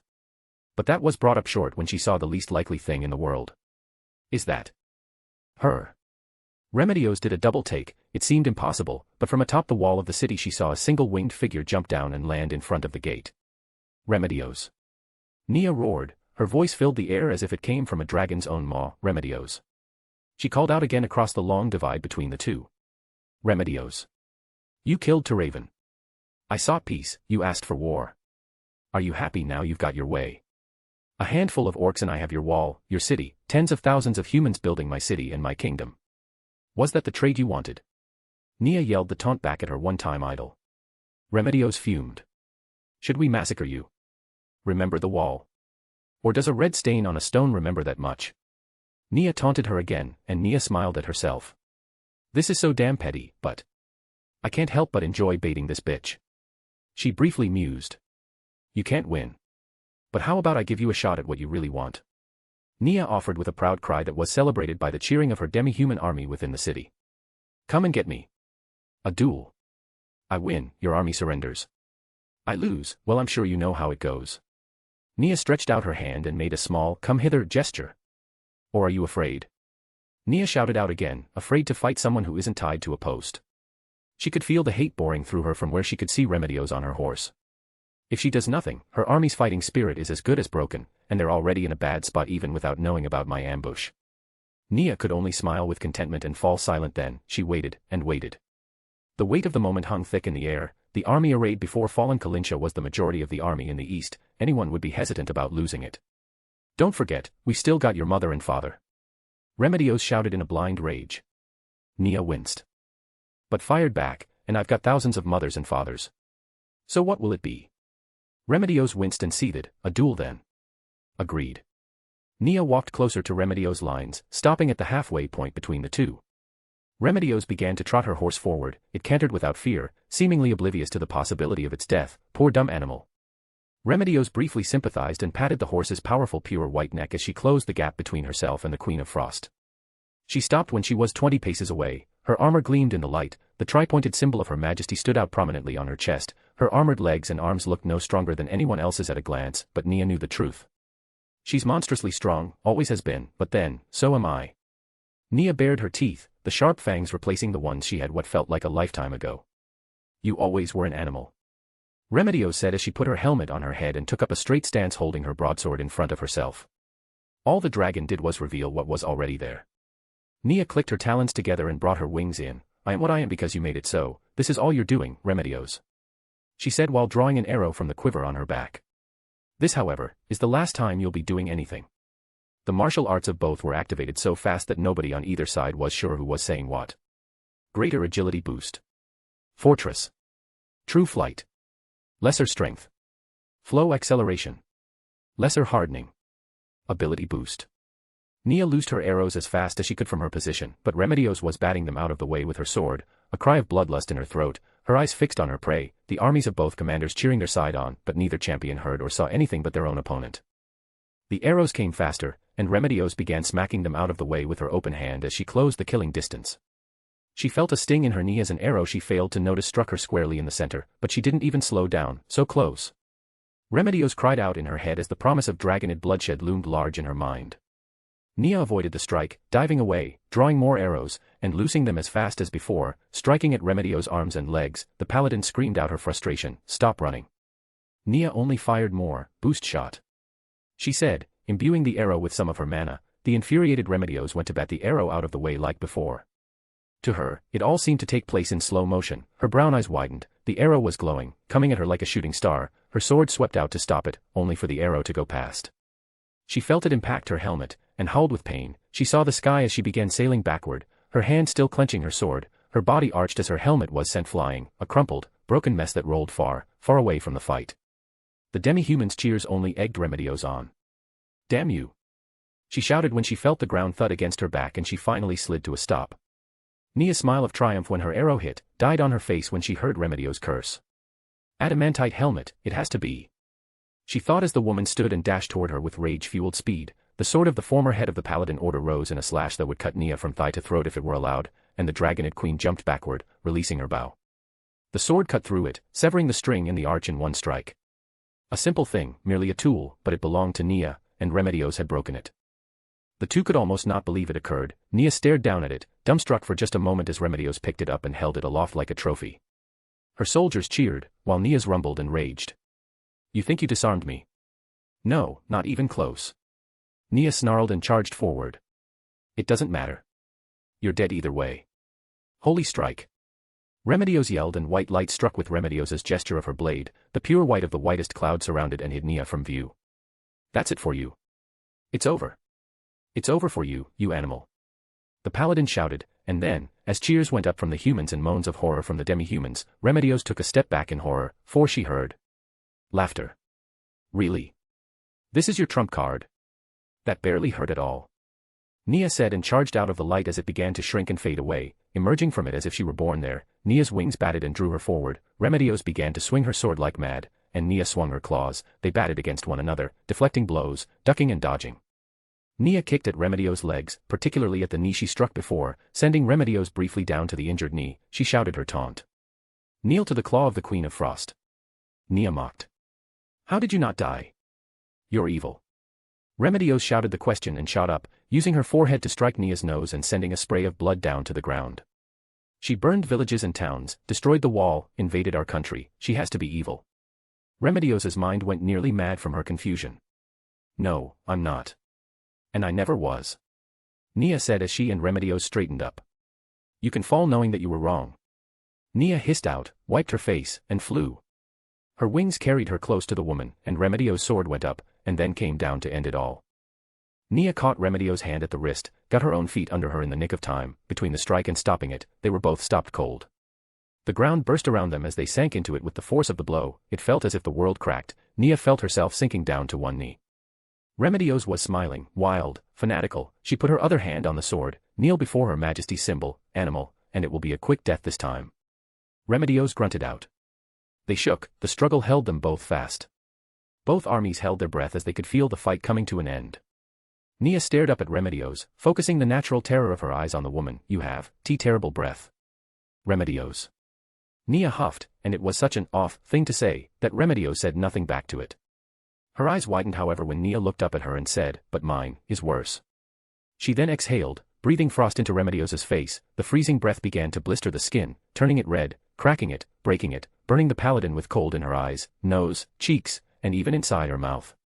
Remedios howled at the sudden pain, tilting her head back, and Nia used the leverage of the momentary lapse to clench her taloned fingers onto Remedios' finger, ripping several of them free from the hand. The sword tumbled away to embed itself into the ground. She then jumped toward the staggering paladin, and jammed her talons into Remedios' eyes. The pain lanced through the paladin, tearing away the world of sight and leaving only the world of pain. She used her good hand to land a punch at Nia's torso, and it staggered the Queen of Frost back, but the pain and blindness were still present in the paladin. Nia clutched her body for a moment. The bruises and cuts she had were all like shattered glass that was on fire. Her ribs, I think she broke 6 of them. The Queen of Frost realized, and clutched the injured place. She closed her hand up, and began to punch in return. Her blows hit like hammers against Remedios' face. The sound of crunching bones followed every strike as blood stained the scaled fingers of Nia's hand, and the paladin finally went limp, falling onto her back. Nia swayed once. I think that might have torn more than I thought. Internal bleeding. This isn't good. She told herself, but raised her fist into the air. The demi-humans watching cheered the victory loud enough that the sky itself might have gone deaf from the noise. Nia's wings sprang out wide as she turned to the humans. She grabbed the limp and bloody head of Remedios by her brown and now very wet hair, and held the woman up. Surrender. Or join her.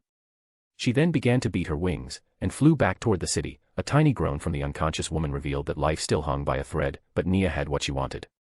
I have my target, my prisoner, and my prize, at last. She thought with glee, and wondered as a mere afterthought, what Remedios' army would do, but to it the thought was added that. It doesn't matter, I've already won. Chapter 246, Chapter. Gustav found it very hard to believe the message that he received days before. Indeed it seemed almost impossible, but then the more he thought about it, the more that seems like something Ostraka would have done. Hell, it's almost the same thing as he's already done once before. So he launched a tentative general assault on multiple positions, and found soldiers made of straw and only a handful of real soldiers, a mere fragment of the whole army. They could have held out for weeks, maybe months with what they had on hand. Gustav thought and cursed himself. His soldiers thought him a military genius who had won 3 battles in a row. They felt invincible. But after days on the march since then, I only feel like a fool chasing a ghost. Every time I think I'm going to win, he's tricked me. He has fewer quality soldiers, almost no paladins, just militia and household soldiers, but so far he's taken part, delayed me by I don't even know how long, killed almost all my scouts. I look like I'm winning, but feel like I'm losing, and I'm chasing this bastard all the way to Hoburns. Gustav's self-recrimination never stopped. But it was hard not to admire his enemy as well. At least he has to take the roundabout ways. I can cut him off. There's no way he's expecting that I'll have caught on to him this soon. That much, Gustav could satisfy himself with. Forced marches over the main highways would give him a massive advantage, letting him cover twice the distance, and for good measure, buying up wagons and horses to race our soldiers ahead didn't hurt either. It made his forces more mobile than ever, and it was this choice that, on his 6th day, brought him his greatest surprise. A messenger. A missive from the Holy Queen. The young boy with the short hair said and rendered a quick salute. He wore the light metal-studded leather armor of a messenger in wartime. His cheeks were flushed, but as he'd written in one of the cards, it wasn't from exhaustion. Very young, still nervous. Gustav accepted the message without comment and opened it immediately. On the road to Hoburns, blah blah blah, things I already, oh. Gustav read it and skimmed the familiar material before seeing the last. The Holy Queen and the Allfather are going to intercept him. They want to keep him back from the city. It was brave. It was foolish. It was. Just like the Kalka I remember. His eyes misted over briefly, her devotion to her subjects, it's not gone, buried under anger, bitterness, and unfortunate pragmatism, but not gone, she wants to keep them safe. The seal was genuine, that much was for sure, and given the last message he received revealed Astraka's deception, he couldn't bring himself to doubt it now. The army marched as hard and fast as they could to catch up to the only place that Astraka could likely be intercepted. A crossroads between multiple locations, it had a few towns, ample supplies, and more importantly, an old road little used anymore that an army could easily use to take itself straight to the main road and then up to the very gates of the capital. Now if only we make it in time. He prayed to the gods, and watched as another wagon raced away with another load of foot soldiers to join the queen. The Roble Holy Kingdom's mightiest military arm was not easily broken, not even by the defeat and possible death of Remedios. Unsurprisingly, it did hesitate. Nia could not hear the sound of mass surrenders or weapons falling from fingers that lost their nerve. She heard only her own voice hissing in pain as the healer held his hand to Nia's chest and the dim blue light began to work as the cure wounds spell took away her pain and restored her flesh to itself inside and out. When that was over, she went to the window, ignoring Remedios for the moment and allowing her subordinates to guard and bind her as they saw fit. From that window she could see out over most of the city, and beyond the wall to where the Holy Kingdom army dithered. They were wavering, unclear, uncertain. Go on, give it up. Nia cursed them, begged them with prayers to gods she no longer believed in. She held her hands tightly behind her back and glanced over her shoulder. Halisha, you lead them. My queen. The stone spitter said and left her presence. They're not going to give in. Nia knew it probably before the paladins did, and there is no way they'd just let us leave, not with Remedios, they have to be broken. She wiped a tear of anger from her eye, her wings trembled at her back, she reached down and scratched an itch on her lower back, near her tailbone. Damn it. She hissed. A short while later, the gates were opening, and her army was marching out. The human army arrayed against the city shouted their answer as one, if you want us as prisoners, come and take us.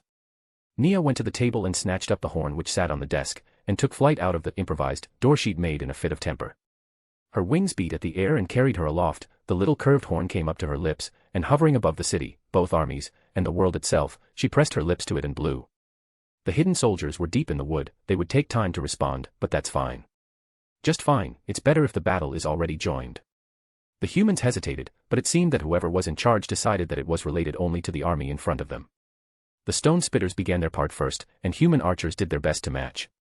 The lack of shields was a weakness for the demi-humans, one Nia privately resolved to correct, but they compensated by having those with the thickest hides and largest bodies up front. Ogres could easily handle arrows at that range. Most would barely feel it, here and there an orc, or a zern, or a blader, or a stone spitter fell. But the cost was light, and the humans had numbers on their side.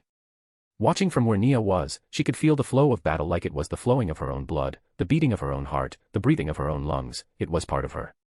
The commander after Remedios might have had a bold spirit, but arrayed against tens of thousands of demi-humans, his spirit was flagging. The occasional screams came up from both sides, and Nia's beating wings kept her aloft, out of reach, and watching. My bow. I wish I'd thought to bring it. She mentally cursed Remedios again while she waited for one side to break. The drums of the human army went up first, and the pikes snapped down in perfect unison, a wall of steel points. In spite of herself, pride swelled Nia's heart for her former people, her anger, her hatred, her resentment, it melted away under what in that moment was a shining beacon of human potential. The humans began their advance, stepping forward as a unit to use their discipline as they always had, against demi-human indiscipline. Only to receive the shock of their lives after the second drum of the human army, when atop the wall, Nia's own drums beat. Orcs and bladers formed up in tight ranks, long spears of their own ready to use, the various races of her army, moved as units, squads, companies, platoons, from above, it was like watching squares shift. Her sense of pride shifted as the two sides began to draw closer, the mounted humans began to charge towards Nia's Bafolk and other great running races, the charge was, for the first time in memory, being met by an orthodox countercharge. The clash sent screams of all races upward toward the sky in unison, blood and bone trampled underfoot, horses falling with dying whinnies, and paladins whose training was worth years of investment, died before shedding even a drop of blood. Every man or Bafolk who believed themselves to be the main character in some grand epic, died in an instant of shock or confusion if they were lucky. Or feel screaming, bleeding out and wailing, clutching at severed or shattered limbs. On the fringe of the forests, Nia saw motion begin, the elves that had come over to her, along with some small contingents of the army she split up in her distraction. And now they're right behind the humans, the whole right wing. The elves initiated the ambush with arrows, while the rest of her people began their long, loping runs. The arrows fell like a rain of steel into the midst of the far right, paladins and squires fell, shock etched on their faces as they collapsed into the churned-up ruined earth and tried to see what had bitten them from behind. Wails of shock went up all along the right flank as the steel rain went on and on until the soldiers on foot crashed into the backs of those who could not fight both sides at once. Blader champions severed entire bodies apart at the waist, while ogres began to smash those who had become entangled with their own people and could neither advance nor retreat. Now, it's over. Nia nodded and closed her eyes. Press on, Demalbian. Press on, left and center, for the right has victory. Heartened by the cry, or horrified by it, the spirit of the humans began to break up. With nothing else to do, the Demalbian queen dove toward the fighting of the left flank, barreling into a paladin and tearing out his throat, sending him gurgling and spasming on the ground. The fight was short and quick after that. The humans began to fragment, the right wing was demolished, and from there the whole line was rolled up as the victorious Demalbian demi-humans began to mass over the rear of the rest of the long line. And the trickle of a rout became a flood. Nia paid little mind to that. Whatever Halisha chose to do in pursuit of the finishing blow was an object lesson that in Nia's mind, they very much deserve everything they fucking get. The burned husks of the Spriggans turned into firewood remained foremost in her mind, and she let her demi-humans drive off the rest. Queen Kalka sat on horseback beside Ainz and watched Astraka form up. We're badly outnumbered, is this really going to be easy? She asked, and Ainz nodded along. You liked my little surprise with Gustav, didn't you, Kalka? He asked rhetorically, and she gave a rapid, enthusiastic nod. Magic like that, nobody could ever get the drop on us again, it was amazing. She said with a rapid bobbing of her head. Out in the field, some of her regal demeanor seemed to have relaxed. She rode closer to him, and as the battle loomed when Astraka's army was spotted, she remained even closer. She seemed only to be truly at ease when they were alone in the tent. Her body would relax, and she would lie on their field bed with him, holding her body against him as if in search of warmth, even if they were not mating, though why she was so ardent, she hadn't said, nor did he ask. The drums and fifes of the southern Holy Kingdom's nobles marked time for the opposing army as they lined up for the fight. They won't resist long, I promise you. He said to her, and Kalka tried to force a smile. I'm no coward, I won't run, but if I'm never in this position again for the rest of my life, I won't shed any tears over the bards not singing of my battlefield valor. She let out a little nervous laughter through trembling lips, but Ainz only winked at her. This won't be a battle. Or not much of one. He said, go on, sound the advance and wait here, I will follow the bulk of the army, do my part, and let Gustav do the rest afterward. Gustav? She asked, and again he only winked at her. She sighed and turned to face the drummer. Go on. She commanded. The drums went up, their thunder from the ground outdoing any thunder to come from the sky, and the soldiers of the kingdom of Nazarick, by all appearances ordinary humans, formed up in a single V formation with one champion at the front, a mere 100 men, began to march. At their right and left flanks were two long lines of 250 men each, all wearing runecraft armor and bearing runecraft weapons. Beyond them were squares of hundreds, a mix of paladins and squires bearing the common equipment of their station. Ainz waited, and began to follow behind the army, aligning himself with the V, whose point was toward the southern Holy Kingdom's center. He cantered his horse forward and cast his first spell. Greater protection from arrows. This was a gamble, but from his recollections of Punitomo he guessed that the archers would target his center with the curious-looking soldiers and thin lines to create a breach. The steel rain came down from Duke Astraka's host, and hit the dome that was centered around Ainz, then bounced away, falling uselessly to the ground. Another flight, and another, more feathers were in the air than in a flock of birds, and yet the falling rain of steel continued to be repelled. On the far wings, the cavalries began to charge, but his infantry and those of the Holy Queen ignored it and went forward. The horsemen would taunt one another for a time before engaging. Then the champion hit, clad in Yggdrasil gear, bearing a long bardiche. It was really just trash equipment, but the bright purple and red hues of his soldiers, whose looks suggested that they were merely for ceremony, quickly became a source of horror.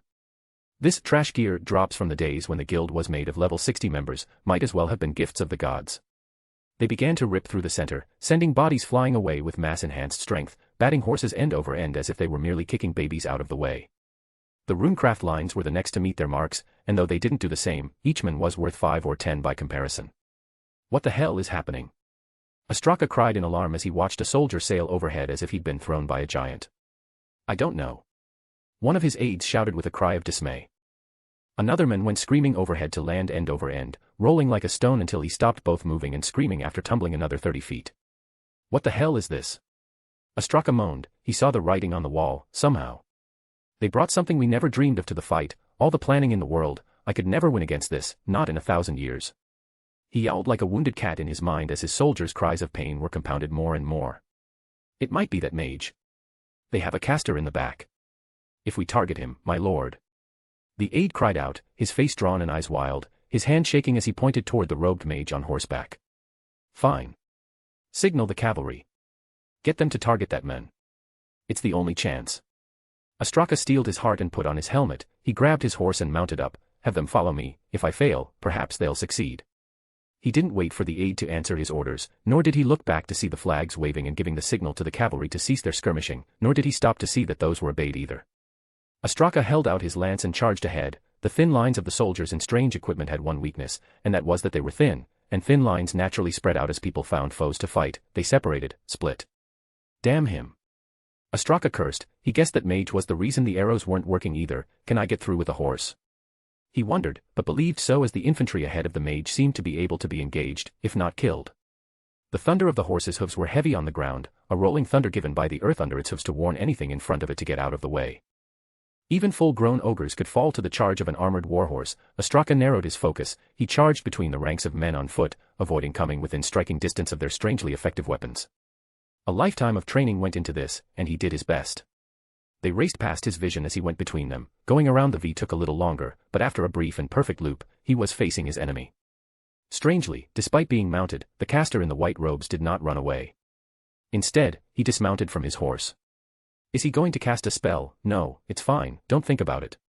Ostraka told himself and spurred his horse forward. Just get close enough to stab them and that's the end of any caster. He told himself, but the caster didn't seem inclined to run. Ostraka gritted his teeth. The caster was truly massive, nigh 7 feet tall, and even more broad than he looked. Should have been a warrior. The passing thought came to mind. His lance lowered, aimed at the heart of his troubles. He shouted out a battle cry, for the Holy Kingdom. He sucked on his teeth, bracing himself for the impact. But there was none. Faster than his eye could truly see, his lance was batted aside as if it were nothing, and the hand of the caster came up. He had only a moment to realize what happened. As he tumbled forward, he saw that the caster had grabbed and held the throat of his horse. Not even 1 inch of ground was lost to the warhorse. No. It's not possible. Ostraka's conscious mind told him as he sailed, flailing his limbs about end over end until he hit the ground and rolled into the grass of the battlefield a dozen feet from the caster who became the bane of his existence. Ainz squeezed the throat of the warhorse. It tried to whinny, and couldn't. It tried to kick, but it couldn't rear up. His hands held it with ease. He squeezed, and held, and squeezed. Until the animal fell with a thump at his feet. He turned around, walking toward the fallen men in the exquisite armor. Shockingly enough, the man was alive. The warrior, no, he must be a noble, the commander. Ainz realized. The commander was scrambling to his feet, reaching for his sword, breathing hard. Ainz raised his hand and leveled one finger toward the sword wielder. Mass Effect, Aura of Despair Level 1. He released the skill, and the aura began to emanate over the battlefield. Dark smoke rolled outward from his body like a plague, sweeping over men and beast. Cavalry that had been charging at him, froze, fell, and trembled with terror beyond all reason. Do you surrender? Ainz asked of the men in front of him. The sword fell from nerveless fingers. The body of the man who could only have been Duke Ostraka shook like he was a child, afraid of the dark all over again, and he fell to his knees. The aura spread from person to person like an infection. Some few had courage enough to run for their lives, but most only froze and fell to their knees. I surrender. Duke Ostraka said in a childish whimper. His was the most dignified of the lost. Across the field, others cast themselves in obedient positions, faces down into blood-slicked mud and begging for their lives. Far, far out of reach, more drums could be heard, and that, unless I miss my guess, would be Gustav. Ainz thought and breathed a sigh of relief that his prediction had been correct. Secure the prisoners, treat the wounded, and prepare to go home. Ainz shouted to the army of the Queen, and the cheers went up from one end of the field to the other. Chapter 247, Chapter. The prisoners taken at the Second Battle of Kalincha were far more than Nia anticipated. Though the demi-humans hadn't much cared about human well-being or surrenders, the value of prisoners was something Nia emphasized often enough to keep them at least willing to capture the wounded as long as they didn't run. Every wagon in the city was confiscated, and more from the surrounding abandoned towns, all to send her captives back into her kingdom. But she did one more thing in secret. A single horse dispatching word to Hoburns, to let the Holy Queen know that Remedios Custodio had been captured. If she's not willing to negotiate peace now, I will just have to burn down the whole damn kingdom. I really don't want to do that, but what else is there? Nia wondered. Ostraka's alliance with her was one purely of convenience. His promises seemed genuine, but even if they were, would the Holy King Caspond keep those promises on the throne? She had no way to know for sure. And all things considered, she really did want what was best for her people, even if she didn't always know what that meant. That makes her more reliable. As Nia contemplated this, she went to enjoy a feast, certain above all else, that at least now the war would take a predictable course. Collard stood in front of the Holy Queen's throne. She declined to ever sit there, even if she was technically in charge while the Queen was away. Her eyes far too often turned to wondering how her lady was. Going after Ostraka was a dangerous and bold move, which she made sure to spread word about. The Queen does not want to endanger the city. So she goes to fight the traitor herself and end this threat. It saw Kalka gaining new heights of popularity not seen since before the time of troubles had begun. A queen who put her body between danger and her people, that was what Collard longed for them to see. That is what she is. That is why I love her so. She's that kind of woman. Not 6 times in 1,000 years do we get a monarch like that anywhere in the world. Her heart swelled again within her breast, and it held that great size until the moment the sweating, weary messenger rushed in without so much as a word or a gesture. He fell stumbling to Collard's feet before the nobles and the throne and held up his scroll. Kalincha has fallen to the Queen of Frost. General Remedios Custodio has been captured. The Frost Queen sends terms of peace. He gasped out every word, struggling to breath, his fingers shook in the scroll with them in his unsteady hand. The army. Collard forced herself to ask. Wiped out. I was one. What was not captured is dead or fled. She now has most of the East. He gulped several times, and Collard's fingers trembled in horror as she accepted the scroll. She opened it, slowly, and found a ring Remedios wore, still on the severed finger. No. Collard tried to deny it with a tiny word, but the ring and the finger it was on refused to disappear. The flesh was wrapped in a little preserving cloth, making it not only fresh, but it's still warm. If I remember my lessons, that means the body itself is still alive, but no healing spell has been cast on her. There was only one mad thing Collard could think to do. She closed her eyes over the finger, and the scroll, and pointed to a series of nobles one right after the other. You 5 will run things as a council until the Queen returns. I have something I have to do. Collard left the room without a word, shoving the letter and the finger into the hands of the nearest noble, who took a step back as it was pressed into his chest and he dropped with a gasp of disgust and horror. The finger rolled away a little until the signet ring came to a halt. Nobody moved to pick it up. Collard went to her private quarters, where she kept all her mystical gear, her magic items, her scrolls, even a few expensive crystals. She threw on her rings, her cloak, a necklace with the fly spell, everything that enhanced her magic. She then raced to the private quarters of her queen. She'd been there often enough to know what she needed. The most important files of the kingdom were kept closely guarded, but with the queen's signet ring, she could access them with ease. The papers were where she knew they would be, a sealed box built into the floor, everything she had on the slain theocracy's involvement, orchestration of the conflict, and including their evident desire to use the demi-humans in their plans. My only hope is that she doesn't hate us yet. Collard swallowed hard and took out a copy scroll. The blue flames went up over the stack, and each one became 2. She borrowed a small box, packed the copies, and returned the rest. She then rushed to the balcony her queen's room held, and whispered the command. Fly. A faint blue aura engulfed her as the necklace activated, and she shot up into the sky and began to head east. He must have run a horse or 2 to death to get to me, and then half run himself to death besides, but with flight magic, I can get there in hours, not days. Sister, please be all right. It was a bold move, a desperate move, and Collard knew it. With Remedios captured, our army shattered, the wall and Kalincha taken, and her brother a hostage too, even when she beats Ostraka. What choice is there? But this one wants only one thing, my sister's life. A life that was bargained for already. The air was cold so high up, the world seemed so very small, the landscape raced underneath and every second seemed like an hour. Her teeth chattered, and as the necklace began to run out of mana, a crystal kicked in to boost it, holding Collard aloft. So it went as she made her way to Kalincha. It was pitch black, curfew I suppose, assuming she hasn't just slaughtered everybody. Collard reasoned, but as she descended, she noticed the lack of birds and the lack of the smell of decay, at least outside of the battlefield, where a handful of demi-humans were still at work digging graves for the nameless and numberless dead. Birds were still out picking at the feast of flesh that war had given them, and the smell of blood was thick in that area still. But Collard had only one aim, where one light clearly shone, in the administrative center.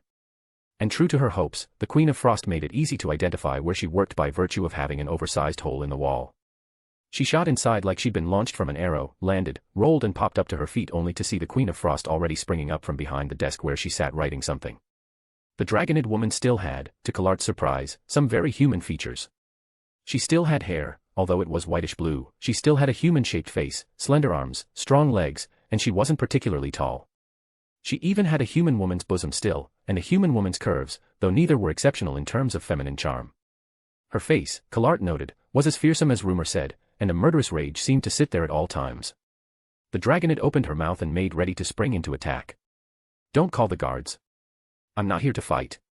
Collard shouted, raising up her hands, and then falling to her knees. I'm here to beg.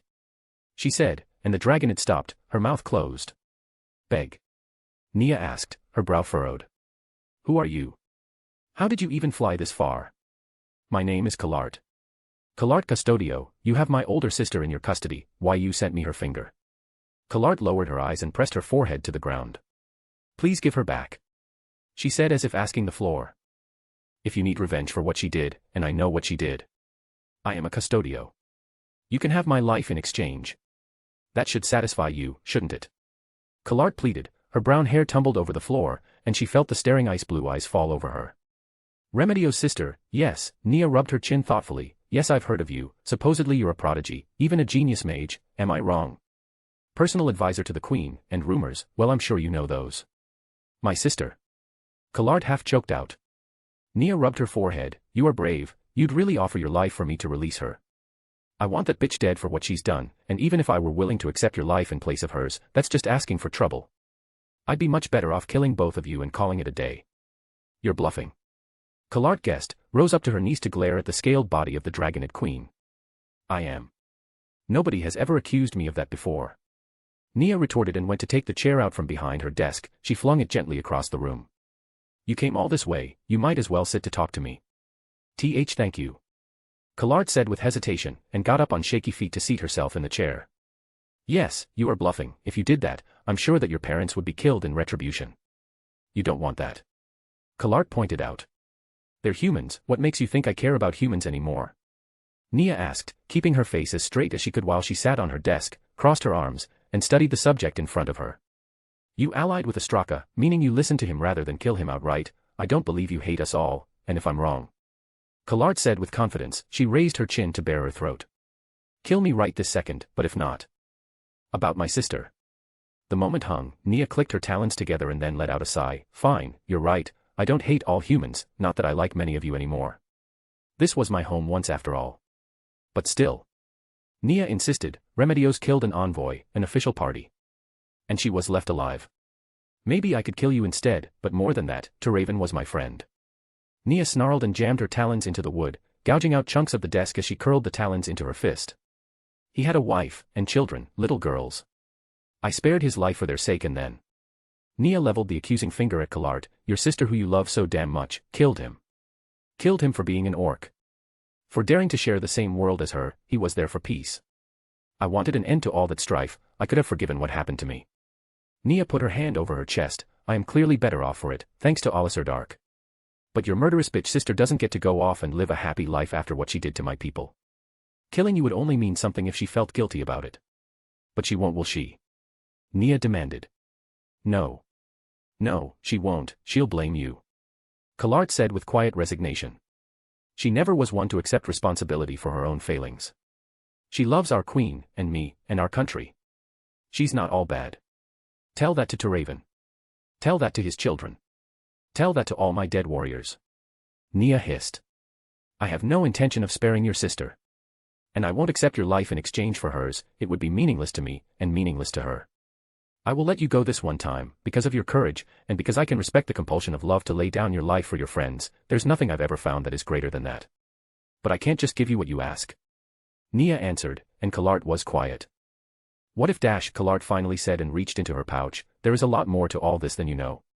She asked, and held the box out to the queen. Do you really think the contents of this box will make a difference? Nia asked with a frown and a doubtful look that seemed more confused than anything in Kalart's eyes. That is for you to judge, Queen of Demalbian.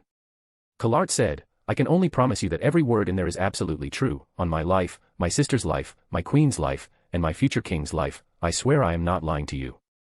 I will look, but I promise nothing. Nia answered and opened the box to find the stack of documents. I ask nothing more. Kalart said, and folded her hands together to wait while the Queen of Frost began to read. Chapter 248, Chapter. It was a long, long night for Kalart. She felt trapped in the chair, watching Nia Baraja read through everything that implicated the slain theocracy in trying to instigate a civil war, and even used Remedios Custodio in order to start a fight between the three sides. When Nia set the last paper slowly back down into the box and sealed it up again, she sat staring at Kalart like the brown-haired caster had grown a second head. Even if all this is true, Remedios Custodio is still the one who made the choice. Nia pointed out. Nobody compelled her to do anything. Yes, but my sister is an idiot. Kalart pointed out, I love her, but she's a narcissistic, self-important, quick-tempered, brutish thug of an idiot. Nia cocked her head and reached behind her back to scratch the itch around her tailbone again. That has got to be the strangest defense for anyone that I have ever heard in all my life. She snorted. I don't doubt that it is true, mind you. But nonetheless, it is strange. Perhaps you're right, but still, it was her who did it. But with this information Collard began to speak, but Nia raised a scaled hand to stop her. Holding her palm up, she shook her head. We may have a common cause, but the fact of Remedio's actions cannot be overlooked. I am sorry, but she must pay for what she has done. What if she faces a different punishment? The Allfather of Nazarick promises one that he says will satisfy you, while also sparing both my queen and I the heartache of losing her. Collard proposed, and that gave Nia pause. You really believe he can make an offer like that? I've heard some things about him, some very interesting things.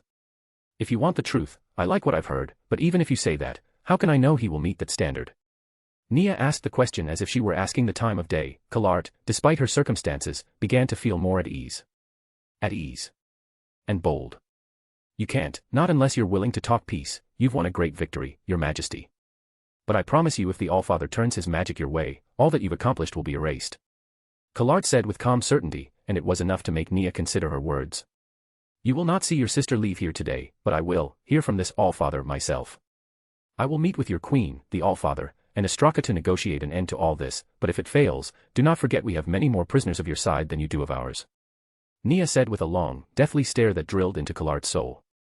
As a gesture of goodwill then, can you at least heal my sister? Her wounds, they must hurt. Collard urged, her hands coming together, folding like a prayer. So did mine, and she laughed when she shoved the third sword into my belly. Nia said with an icy hiss. You've won your victory here, taken my family, the only family I've got. Please, you're a queen, show your mercy. If you won't spare her life, then let me have her wounds instead. Let her time be without pain. Collard pleaded, and Nia gave a deep sigh of exasperation. There's no need for that, by the dead gods if anyone hears this they'll think I've gone soft. I will have your sister healed, you've got the proof she's been captured, that's all we really needed. And I will tell her that her wounds are healed out of respect for her sister's courage. Now unless there is more. Get out of my city, we'll settle on an exact location and meet in 2 weeks' time. Until then, I promise on my name that we have a truce. Collard rose to her feet, bowed, and left the way she came, a little more hopeful than when her day began. It was 2 days later when, prisoners in tow, and to the cheers of the population, that the Queen, King, and General Montagnes entered the city with their thousands upon thousands of Southern Holy Kingdom prisoners. Collard, for her part, waited patiently in the throne room, a smile on her face and already down on one knee in front of the throne to await the chance to personally welcome them back. The fanfare was at least audible from where she waited, and in her mind's eye she could see the people cheering her on, restoring to the heart of the Queen something of what she had lost when first forced to flee her own capital. The purging of the corrupt, the disposal of the old nobles, standing in between her city and an army coming to take it, these things made all the cheers as far as Collard could tell, genuine and warm. And so despite her less than completely successful meeting with the Queen of Frost, those small successes and the cheers she now heard, restored her as well. When the Queen finally entered the throne room, it was like seeing her again for the first time. Kalka's face was radiant, a joyful smile on her face, her arms open as if to embrace each and every noble and servant present like they were long-missed family. Rise, rise Collard. We won. We won stupendously. Marvelously. It wasn't even a battle. She went on, rushing ahead of Ainz to go and embrace her closest confidant. The two clasped biceps and kissed one another's cheeks in welcome, each one's hand squeezing a little more tightly than might have been proper, but which each person politely ignored, at least in public. I knew you would, Your Majesties, but I have news, please, may we speak privately? Collard asked, her bright toothy smile faded away to show the gravity of the matter, and with Collard's fading smile, Kalka's faded as well. Private council chamber, now. Kalka commanded, and without running, but still at a swift pace, her seemingly tireless feet went straight toward the way out of the public eye. Ainz pursed his lips and followed the two. Collard held the door to the council chamber open a moment later, waiting for Ainz to enter before closing and locking it against intrusion. Now, what happened? Kalka asked, and then her face went pale as she learned of the Frost Queen's destruction of the vast majority of the Eastern Army, the fall of Kalincha, and the capture of Remedio's Custodio. But when Collard described her actually going to Kalincha, Kalka shot to her feet, whirled on the woman, and slapped her hard across the face. Collard held the site where her queen struck, her eyes wide up at Kalka who shouted, "How could you risk yourself like that? Are you insane? Did you lose all reason? She is my sister." Collard cried out, rubbing the reddening cheek and almost wilting under her queen's angry eyes. "And your dash," Kalka stifled what she was about to shout and replaced it with, "and I could have lost both of you." What if she had chosen to kill you both? What if she had chosen to hold you both hostage? But she didn't. Collard exclaimed at the furious and focused queen whose bright eyes were like steel digging into the younger Custodio's heart. I've given up enough over the years without doing anything about it. I couldn't just let her stay there, wounded, bleeding, missing her fingers and who knows what else, and just do nothing. So I took a chance. I know, Your Majesty. I shouldn't have. I know you would have forbidden it, but she's my only sister, despite everything. I couldn't leave her like she was. Calca's heart broke under the wilting face of her advisor. Her hand came out again, and gently moved aside the one that rubbed her cheek. My Collard. I'm sorry. What demi-humans have done to humans, and if they had both of you. I'd never get over it. I know it's selfish, and I'm sorry for my reaction. But you can't risk yourself like that, so many have already died, and what you did was nearly suicide. Calca said and gently stroked the place where her palm print now showed. My queen. My dash. She looked over to Ainz, as did Calca, and when he gave a quiet subtle nod and looked away, Collard stood and leaned close to whisper, My Calca, you'd have done it for me, I had to do it for her. Ainz cleared his throat a few moments later, ignoring what went on in the semblance of privacy, and waited until he heard them reclaim their seats. So now she hasn't moved her armies and offers peace talks. Obviously she doesn't know that Ostraka is a prisoner, but that will be a helpful surprise. Ainz pointed out, and neither one opposed what he said. Does anyone oppose negotiations? Ainz asked the question more or less rhetorically, and true to his expectations, they both answered. No. Then we make arrangements, and settle this once and for all. Ainz replied at once. Agreed. Calca said and slumped in her chair, her ease with them was open and her sigh both heavy and relieved at once. I just want this to be over, to get back to a time of peace again. I believe we all share that desire. And perhaps one figure's presence might help that process along. Ainz asserted but met their questioning looks only with enigmatic silence. All right, keep your secrets. The two women said at once. Again. Calca added, and let out a little silvery laugh that sparked a smile on Ainz' previously even expression. Chapter 249, Chapter. A week and a half of negotiations back and forth led to a final decision on a precise destination. An open field between Hoburns and Kalinsha, exactly halfway there, with each side providing seating enough for the other as a trivial act of good faith. Is it really a good idea to bring her parents? She might not react well. Calca asked of her husband-to-be. If she falls apart over their presence, this won't work anyway. Ainz suggested, and then added with a raised finger, and it shows that they were well treated, we will be acting in good faith to show that for fact, letting her see and speak with them. Maybe so. Calca paced the bedroom a bit, I never liked holding them hostage anyway, it felt so, criminal. Degrading. Underhanded even.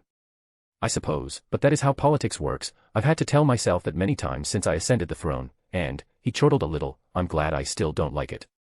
Calca put her arm around his waist and stilled her pacing. Me too. But really, Dragonback. Trust me. Ainz said again with an enigmatic smile down at the slender queen. All right. I've never flown before. She reminded him. The tricky part is not falling. He pointed out, and she laughed while shaking her head. At least people can laugh at my jokes, nobody laughed when I was undead. He thought with relief, and they made their way outside. The carriage holding most of their delegation had gone out days before, taking their time while Ainz waited on his chosen conveyance, and now it was here, and it was time to go. They made their way outside to find a fit, robust young frost dragon. I'm ready to go, my lord. Hijinmal said while practically pawing at the ground. Thanks to Aura's help, he was now in much better shape than before, and even enjoyed flying as a dragon should have. Ainz put his hands around Calca's waist and lifted her to sit just behind his neck, her hands darting over his for a moment, but not offering resistance before he got behind her himself. Warn a lady next time. She said, but then grabbed his wrists to hold on for dear life, tensing as she was about to fly. My apologies, it was just clear that you needed help. Ainz replied and bowed his head behind her, bopping the top of hers just a tiny bit with the base of his chin. Hijinmal, let's go. Ainz commanded before she could retort, and the wings sprang out, beat, and the dragon began to ascend.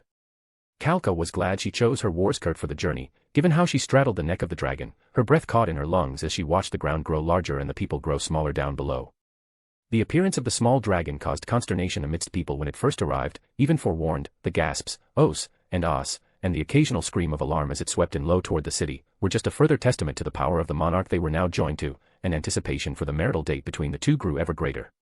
Kalka began to squeal like an excited child receiving a long-awaited gift as the dragon began to accelerate. Her hair lifted and flew behind her, and she let go of Ainz' hands to grab onto the ridges along Hijinmal's neck and lowered herself as if to pilot him. "This is the best thing ever," she shouted as the dragon began to speed up. She shrieked with happiness as she watched the world race beneath her, moving past with the speed of a crossbow bolt. Over a day of riding even with enchanted beasts was accomplished in not even a quarter of the time. The carriage Ainz dispatched previously was spotted on the long road below, and up ahead they saw the meeting place, and ahead, in the air, a distant, very large dot, a dot that began to descend almost at the same time Hijinmal did. "We're nearly there, my lord, my lady," Hijinmal shouted over his shoulder, and his speed began to slow. "Take your time, we should arrive when they do, and I believe we're a little ahead," Ainz said and patted the hard blue scales. "At your command, my lord," Hijinmal answered, and obeyed. True to his expectation, the two began to descend on the agreed-upon place almost in the same minute. Both, however, focused so much on landing properly that neither looked up until they had. It was Nazarick that did first. Hijinmal," he shouted, his neck bending up as the Queen of Frost dismounted from his body.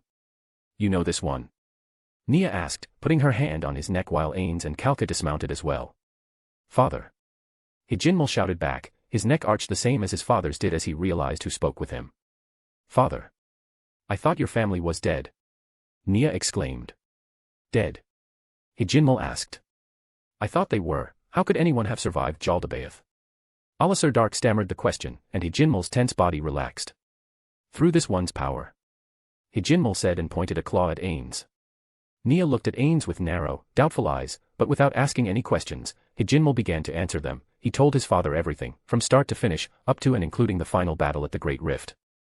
In turn, Nazarick spoke of what happened after his crash landing in the Holy Kingdom, the human who tended him, her near death, his rescue, and how he saved her life, and pointed out Nia beside him.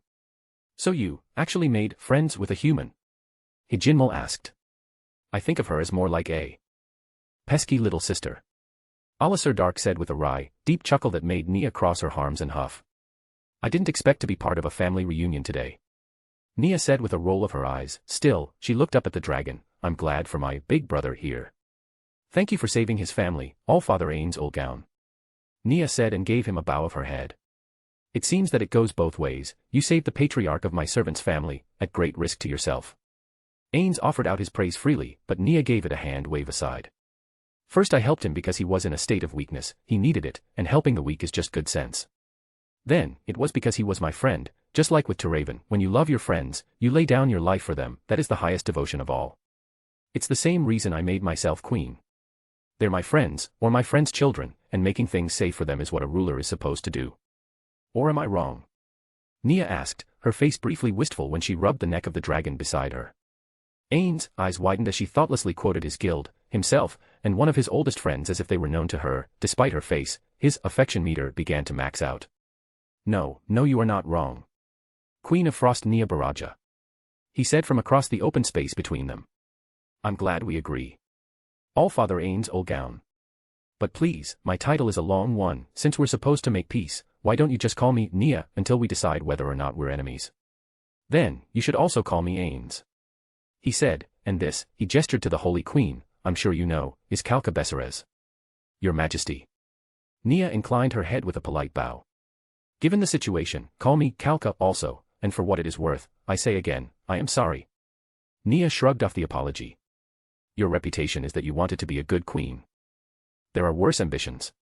I know about you, from your records, sent to die, an outcast. We checked with your old comrades, and they didn't see you as one. Your country, wasn't kind to you, and I am sorry for that too," the queen said with a bitter frown on her face. "A village embraces a child, or the child burns it down to feel its warmth." Nia replied and continued to idly stroke the neck of Nazarick. "Maybe that is what we have here. I had nowhere else to go and now, here we are. But I also know the rest of it, the slain theocracy, their conspiracies and attempts to use us both." Nia fell silent as the noise of carriages approached. Servants disembarked from both sides, rushing over with a half table each, and chairs enough for them all.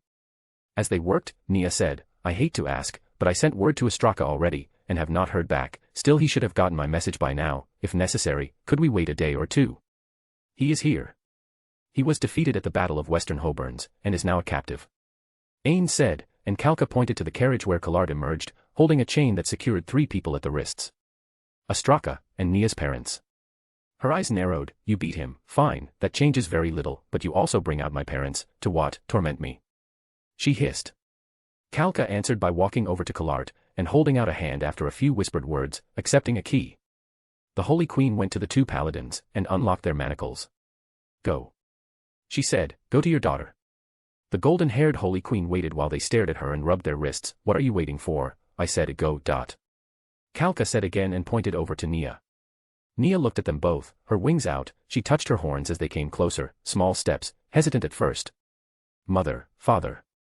I know I look different, Nia said and ran her fingers along the horns and over her almost imperceptibly scaled face, but it's me, it really is, it's Nia.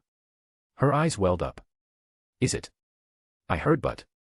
Her father whispered, but Nia began to speak. You came to me in the prison, 2 years ago, you flung your arms through the bars and I held you through them, you told me you loved me, and it was the first time you ever said it. It was the happiest day of my life, and when I was being executed, while I was screaming and Remedios Custodio was shoving the swords into my body, you fought to get to me, to try to save me. It is you. Her mother whispered, and like that the dam burst and they rushed across the space between, her father and mother embraced her, wings and all. Whatever you are, you're ours first. Her mother kissed her daughter's cool scaled cheeks, and her father the top of her head. Nia squeezed them both until she felt them wince. I wasn't sure what you'd say. I'm an animal now in this country's eyes, or a monster to be put down. I wasn't sure how you'd answer. I'm so glad. She buried her head in between them, and they kindly ignored the light poking of her horns when she did. The laws are changing. Kalka said while that went on. Part of my marriage to the Allfather. By his laws, all non-humans are considered lawful citizens, equal in the eyes of the crown. Our nations will be one. We will be his people, and his people will be mine. Nia stepped back from her parents and looked at both the Holy Queen and the Allfather with new respect. She touched her parents' shoulders and said, please, step aside, I have to work now, but, if you want to stay with me, I will make sure you live comfortably in my new homeland. They nodded quietly and moved aside, letting lingering touches fall on her body and trail away till they could move to her side of the circle. That is heartening. Nia wiped her eyes, her fangs did nothing to make her appear friendlier, but there is more. As you know, I have captured Remedios Custodio, and I intend to behead her for her crime and put her head on the wall where she tried to kill me. But Kalart, Nia gestured to the woman who stood aside, holding Astraka's chain while the sullen Duke looked on, a spectator who thought not that long ago believed he would be participating, says you can do better. Nia sat at the small round table in the middle of the open space, using a chair provided by the Holy Kingdom, while Kalka sat at a chair provided by Demalbian. Ainz did not sit, instead he crossed from one side to the other, the condition is that she lives, and not be tortured, however. Ainz came closer, and Nia tensed, may I? He asked. She nodded with some reticence, and he leaned in to whisper. As he did, she kept bobbing her head in agreement, and when he finished, her face was completely neutral, but she said at once. His Majesty. Ainz' solution is agreeable. I will turn her over to the Allfather, assuming we can agree to all else. Nia agreed, and when Ainz went to Kalka and sat beside her, she looked up at him with curious eyes. It's only as bad as she makes it for herself. He said, and left it at that. Now, my ally. Duke Astraka, what do you plan to do with him? Nia asked. The normal penalty for treason is death on the wall. Kalka replied. You don't have a wall. Nia pointed out. You don't intend to give it back. Kalka replied. After killing Remedios on it, I plan to dismantle it, as she is going with the Allfather, I will jump straight to that.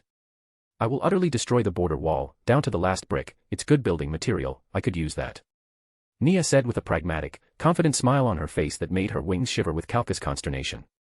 We have many prisoners, Nia said matter-of-factly, including many nobles, exile Astraka to my country as a penalty, along with his family, assuming your brother is unharmed, and I will return those nobles in a fortnight. Kalka pursed her lips, he takes nothing with him. Not even the family crest, they will be erased here. Only essential travel items and personal effects, nothing significant to their house or history, no weapons, insignias, or banners. He and his family come to me as poor travelers, refugees. Nia offered. Agreed. Kalka said at once. But what about the many other prisoners you've taken? If you are willing to feed them on the return trip, I will let all of those who want to go, come home. Take your time about it, months if needed. Nia suggested, then began tapping a talon on the wooden table, but don't be surprised if some of them refuse. I have a lot of open land, and even with the elves, I still haven't got enough for it all. Some of the humans might want to remain to farm or work, I've had them treated as well as I could under the circumstances. I can't say how many people that will matter to. Kalka's mouth shut tight for a moment and she looked up to her future husband. And the matter of the theocracy? She asked, since you know everything. They're going to be a problem for me. I am willing to engage in an alliance against them if necessary, on one condition. Nia insisted, free trade and free movement across borders, and that we have suitable reparations for the harm your servant did by causing this war. The care of your captured population was costly, even if we had a use for them, and your war set me back years. You pillaged our dead, did you not? Kalka remarked with frosty blue eyes. Surely the weapons and armor they carried was enough. Nia thought that over. Fine, deduct that from the cost of feeding our captives, and... She sighed, fine, exclusive rights beside the crown to buy from the old Wenmark mines. I understand those were profitable, and we will pay fair market price. We need minerals while we get our own mines going in earnest, and that should be enough. Kalka thought that over, and then answered, agreed, we'll have prisoners enough to do that labor for some time. We'll sell you whatever we don't need, on the condition that no demi-human underarms comes over our border, and that we get the right to try them if any crimes are committed. As long as we get the same consideration regarding humans. Nia answered instantly. Agreed. Kalka answered. The negotiations went on for some time beyond that, and more than once, Ainz was frankly bored, but when the sun finally was starting to set, 3 copies of an elaborate treaty were written, read over, and provided to each country in their own written language, and signed by all 3 nations.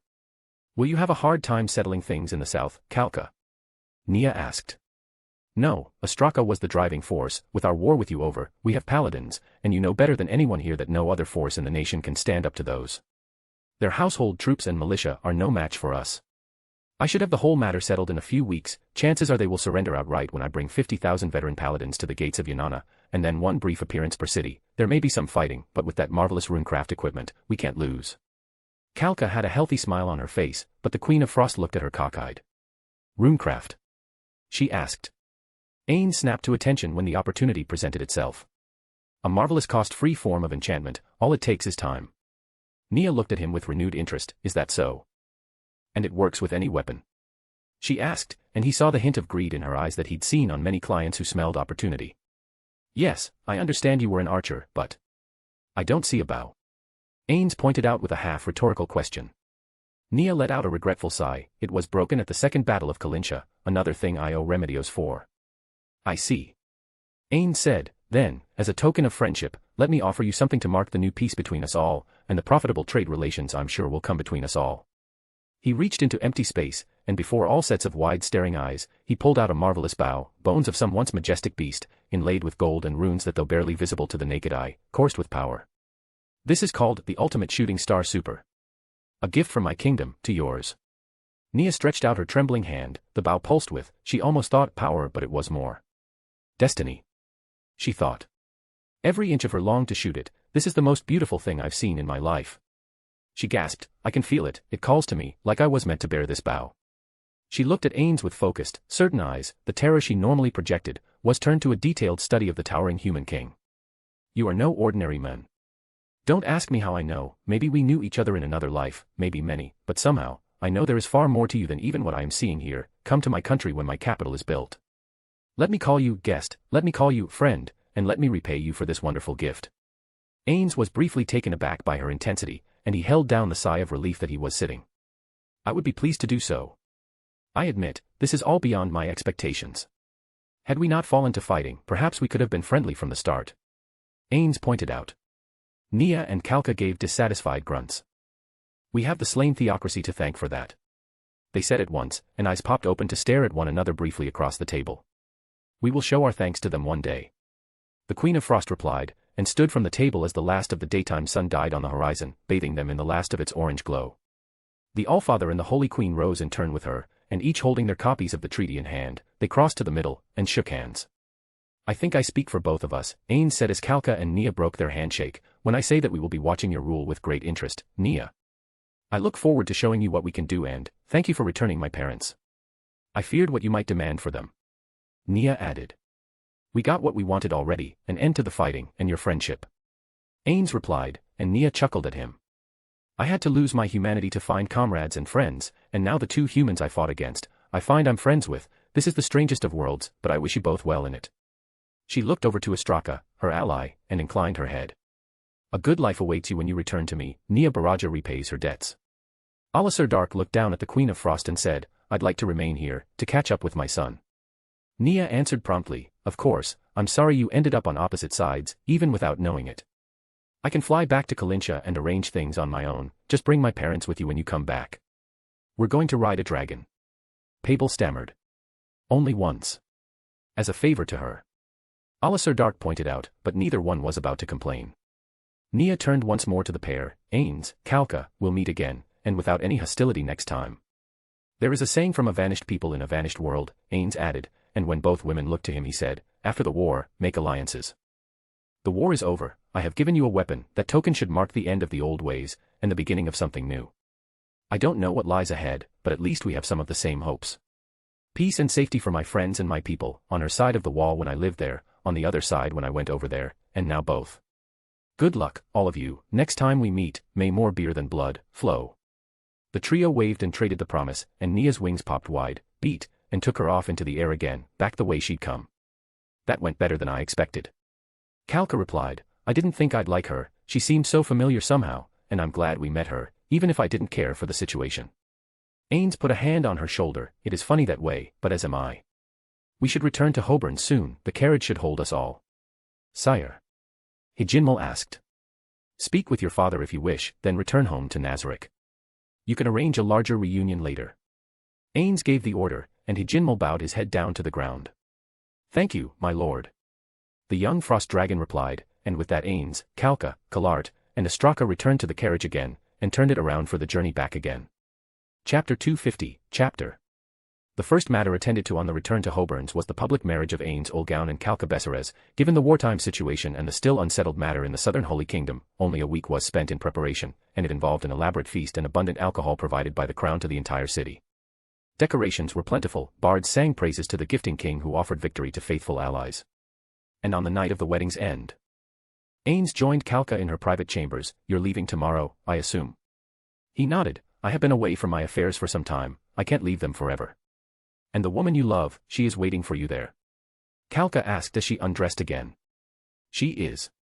Ainz answered as he did the same. And you are. She hesitated, he came close and touched her cheek.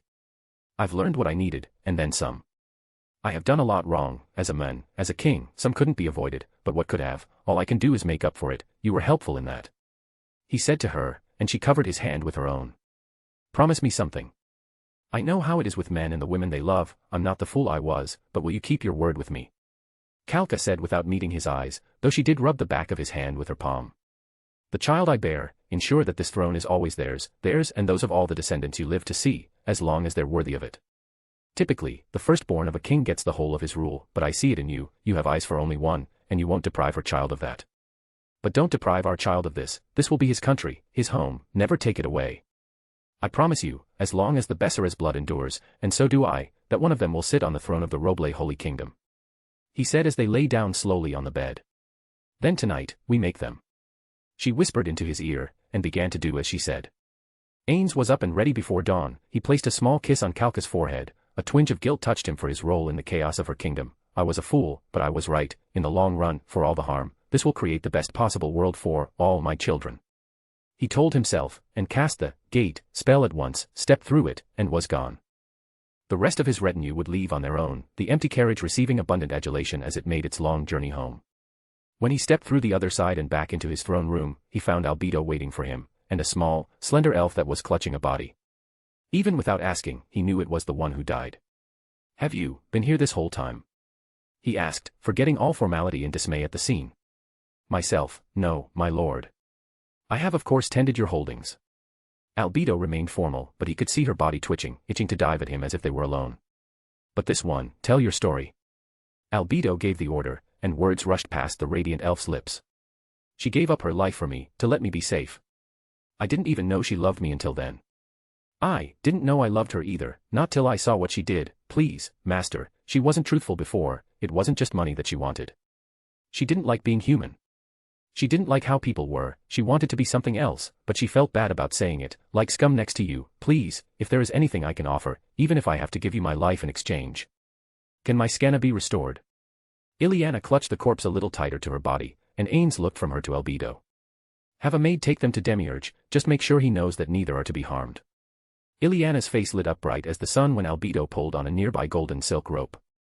When it's done, join me in my quarters.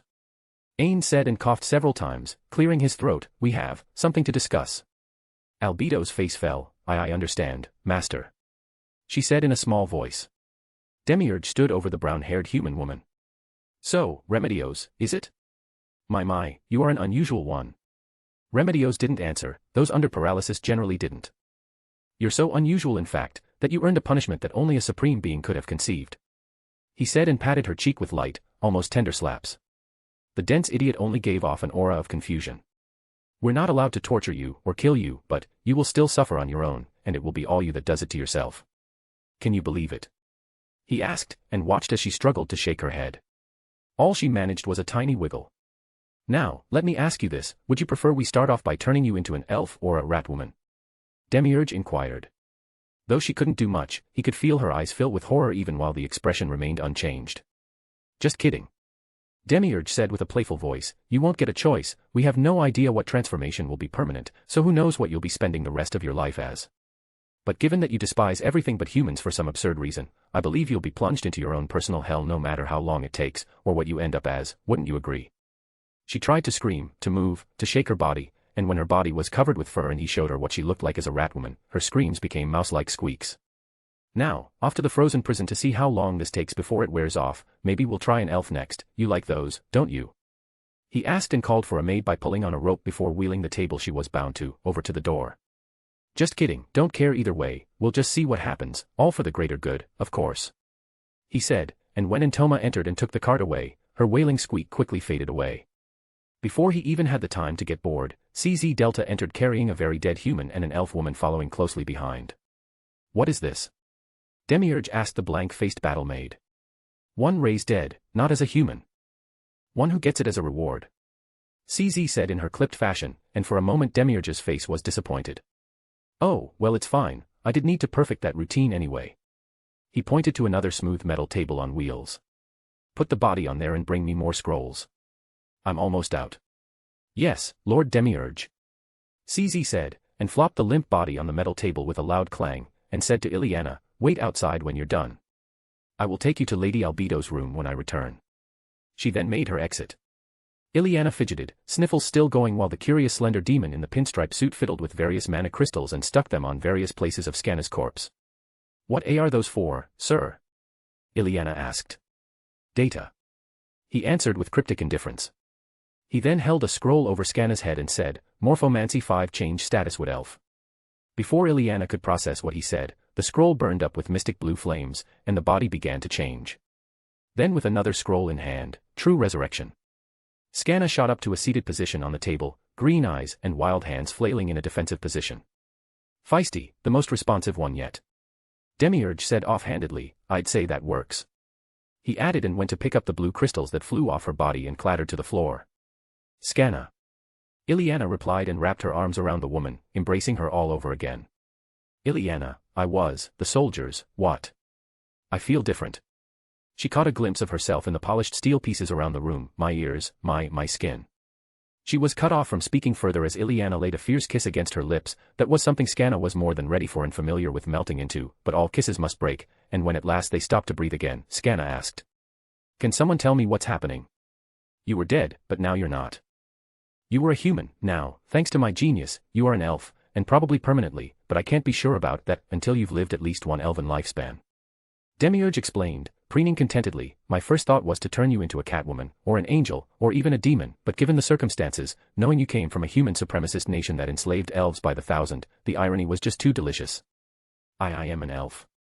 Scanna said, and Ileana cupped her cheeks and turned the former human to face her. I didn't make that decision. I know how your race feels about my kind, most of them, and Ileana stammered out a bit, until Scanna's eyes brightened and she pressed her lips against those of her partner in espionage. It was long, lingering, and her tongue delved and dueled with the former prostitute using her considerable experience as both a wanton amateur and a professional, and when that kiss broke, leaving Ileana wide-eyed and quiet, Scanna answered. If I'm with you, I'll be happy being anything. But where do we go from here? Our work is done, I assume. Scanna's eyes would not move from where they remained locked on the woman she loved. I vowed to serve Lady Albedo for as long as I live. As she hasn't gotten rid of me, I assume she accepts that, and as she chose to let me beg for your life. I'm sure she'll have enough work for us both. Ileana suggested, and then she took Scanna's hand and helped the woman down from the table. I hope so. Scanna said emphatically. I'm confident she does. Demiurge said and pointed to the door after laying his crystals out on the counter along with many other implements that had a wide variety of uses, most of them not at all nice. Now go wait outside until CZ returns, I have work to do. He snapped in annoyance, and put his back to them before they were even out the door. Neither woman let go of the other's hand for hours thereafter. Ainz stood outside the door to his room, his heart pounding in his chest. She's probably naked in there, or ready to jump at me, or both. I can't avoid this forever. I did this to her. I have to face up to it. Go on, and you coward, you said you were ready. He sighed at his self-defeating thoughts, ignoring the voice in his head that kept him avoiding her for so damn long. He pressed the door to his room open, and found Albedo, sitting on a chair, hands folded demurely in her lap, legs closed, eyes down. He closed the door as quietly as he could and approached her. Albedo, he said, and touched her beneath the chin with his forefinger, then gently raised up her face so that her golden eyes were up to face him. Master, she said. A lot happened out there, didn't it? He asked. You did very good work, and I am very proud of you. She nodded, her heart sang at the praise, but broke at the paternal tone of it. It was for you, she said succinctly, without outburst. And it was for all of you. A world where all of my children can live happily and safely, where nobody will want to hurt you. Ainz said with his hand roaming her cheek. I saw everything. My lord. Your time with the human queen, Kalka. Albedo jumped straight to the subject. I didn't care that you mated with her, and I don't care if you produced a child with her. You are a god, our god, the whole world is yours, and you can do as you like. She swallowed, her golden eyes pooled. But I do not love you as a child. I am a woman, a demon succubus woman, but a woman, and no matter what you did the day the second world ended, I would have loved you anyway. That is the truth. Albedo said emphatically, and she took his hand at the wrist and drew it away. She folded his fingers in like a fist and kissed his knuckles. We can't lie to you, I can't lie to you. So you know that what I'm saying now is absolutely so. Don't you? She almost begged him to know, a tiny crack in her voice as she asked for him to understand. Albedo, I can't undo what I did, and I can't erase my sense of guilt for having done it, but I can. Well, I got some experience with the nature of a woman's heart, seeing what absence of a loved one does, what it means, and I took what I did to hurt you, then made it worse, and I'm sorry. He replied to her. She opened her mouth to speak, but his forefinger came out from his fist and covered her lips. The truth is, I've dreamed of you almost every night, and... He almost mentioned his and Kalka's pretend time, but thought the better of it and said, and the truth is, I'm in my own way. I don't know how long I'll be human, or what I'll be next. I've been a fool for years now. Since the change, I feared they wouldn't accept me for what I was, and you most of all. And because of that, I pushed everyone away. My own fears did that. But I was obviously wrong. Nobody cared, nobody. I was in my own way the whole time, and now if you can accept that I'm sorry for all of that, and how I am, and how I will be one day. He trailed off, then he crouched down, took a breath, and then lurched forward to capture her lips in a kiss. Their hearts beat in sync with one another almost immediately, their tongues dueled and explored one another as he dreamt many a night. Only their clothing got in the way of what was to come, and both hastened to remove every scrap of fabric in the way without breaking the locking of their lips. Ainz' hands moved faster than they ever had in battle, and one thought thrummed through his mind as they flashed faster than the eye could follow. I don't want to keep her waiting anymore. Chapter 251, Chapter. A month and a half after the departure of the Allfather, Kalka lay in her royal bed rubbing the slight bulge beginning on her belly. Beside her in the bed, Kalart began to rub it with her, but it was an absent gesture. Both were reading different documents. So the last Southern Holy Kingdom holdouts have given up, promising to limit their sentences to 2 years in the mines if they abandoned the nobles, versus 15 years if they didn't. Certainly did the trick. Kalart remarked offhandedly. Yes, it did. Gustav finished the last of them with ease, and it looks like he found my brother alive, none the worse for wear either, just bored out of his mind and hungry for news. I doubt he'll want to visit the south any time soon, but other than that. Kalka shrugged. I'm just glad he's all right. She picked up another document. Have you checked to see the latest runecraft orders? My husband is giving us a discount, but it's still costly. I did. I offered to trade in materials. It'll cut back a little bit at first on what we sell to Queen Baraja, but with the extra labor that won't be long, we might even be able to sell her more before long. If anything, even with the runecraft purchase, we're going to be exceptionally rich. Kalart pointed out. Speaking of, what about the repatriations of our prisoners? Kalka asked. Most of them are coming back, but there's now a lot of empty land. Frankly speaking, since the demi-humans during their invasion actually killed a lot of the monsters in the forests, we should be able to expand with ease for at least the next 5 or 10 years. Don't tell anyone I said this, but we should have had them invade years ago. Kalart laughed at her own joke, but Kalka did not. Many died. The queen replied, and Kalart lowered her eyes. Dark humor for dark times. She apologized to her queen. Times aren't dark anymore, they're getting brighter every day. Kalka replied, and Kalart nodded. All right, but still, I'm just saying that it cleared up a lot of problems that our old system didn't. We've got room for new nobles, new merchants. And the guild has a dozen petitions for contracts, and we have some heroes to raise up from the Adventurers Guild and from the military. Kalart pointed out. Well and good, but we should turn an eye toward the leadership in the principal movement. Kalka pointed out, at first I admit I thought of them as busybodies, but they've genuinely done some good acting as the public conscience. The founding priest even had words with Gustav about the venture south. Oh. Kalart's ears pricked up. About what, do you know? The priest went to Gustav with concerns about how the peasants and innocent people of the south would be treated, and Gustav said a woman he met on his darkest day told him, if the side you should be on doesn't exist, make it, and that he wanted to be on the side that could sleep at night. They're fast friends now, and as a result, the principal movement sent volunteers with the army to help with relief efforts. Principal, it's a fine thing when carried out, most of the time. Kalka looked out the window for a moment, mustered up her courage, and then asked. Are you okay with what happened to your sister? Kalka asked, and squeezed the fingers of her lover. Kalart looked out the window where the sun was barely peeking over the distant horizon. Remedios made her own fate. If she tortures herself until she learns something, that is her choice. Even I couldn't save her from that. There's no worse suffering than self-loathing. Maybe eventually, she'll come back to us better, and if she doesn't, she did worse to many more. That's all that can be. Kalka whispered, the same goes for the slain theocracy. I won't forget their role in all this. Kalart growled and set aside the paper she was reading. Nor I. Kalka hissed. But for now. She winked at her advisor. Of course, before anyone else is awake. Kalart suggested with a little teasing smile on her face. Did you forget the ones who work on this floor now? Kalka asked archly. My husband's security, his guards and maids, are right outside. Keeping everyone else away from us. Thank you, His Majesty. Those loyal summons will keep all rumors at bay. After all, who would believe that the king would tolerate a private consort for his queen under his own royal guards? She let out a playful giggle and went to wrap her arms around her beloved queen again. She savored the sound of the gasps of pleasure that followed, and there was no need for any of it to be silent thereafter. Ostraka knelt with his siblings and parents before the throne of the Queen of Frost. Welcome, my allies, welcome. Nia stood and held up her arms, her tail lashed, cat-like and content at her back. She was still getting used to it, but there was no more itching, and so she assumed her transformation was complete. But it clearly threw Ostraka for a bit of a loop as he kept staring at it. Yes, I have this now. That should be the end of things though. I'm still getting used to it myself.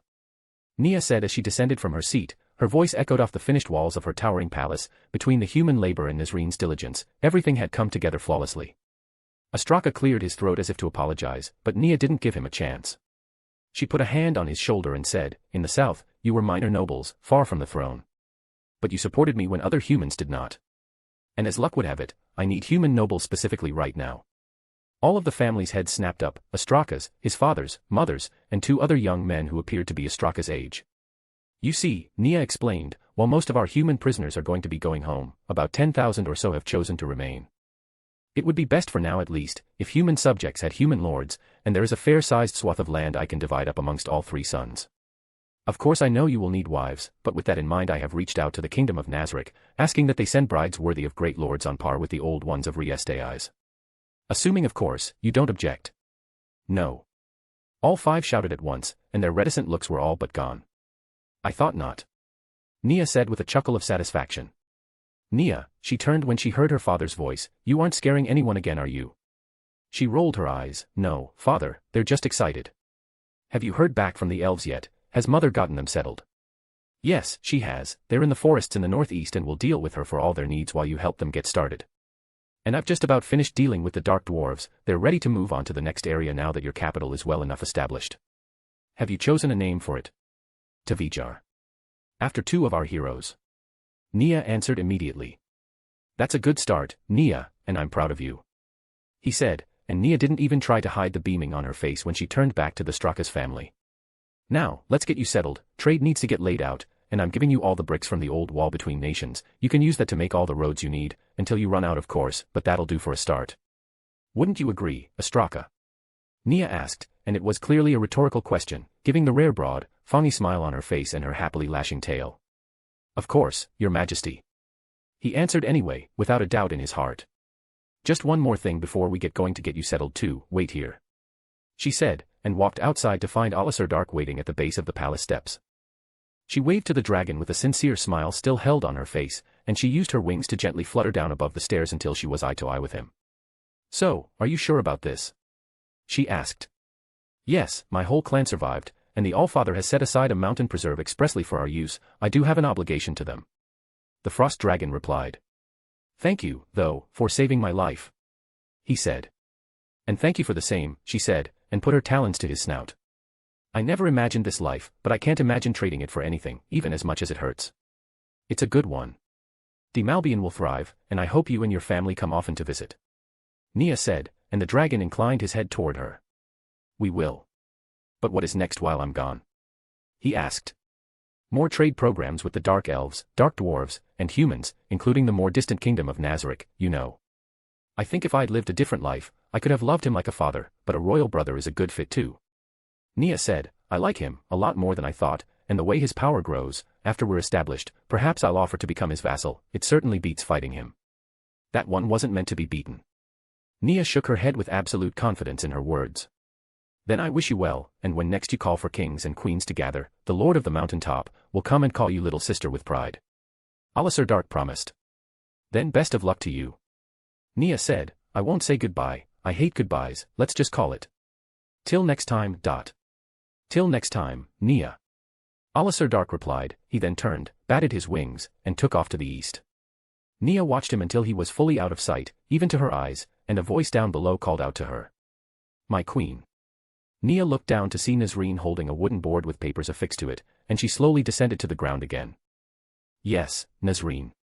Nia gave the chief a genuinely warm, if thoughtful smile. She really did a marvelous job out here. Keeping her as my personal attendant was a damn good idea. I needed a secretary, even if she is a little more ruthless than most. I just wanted to say.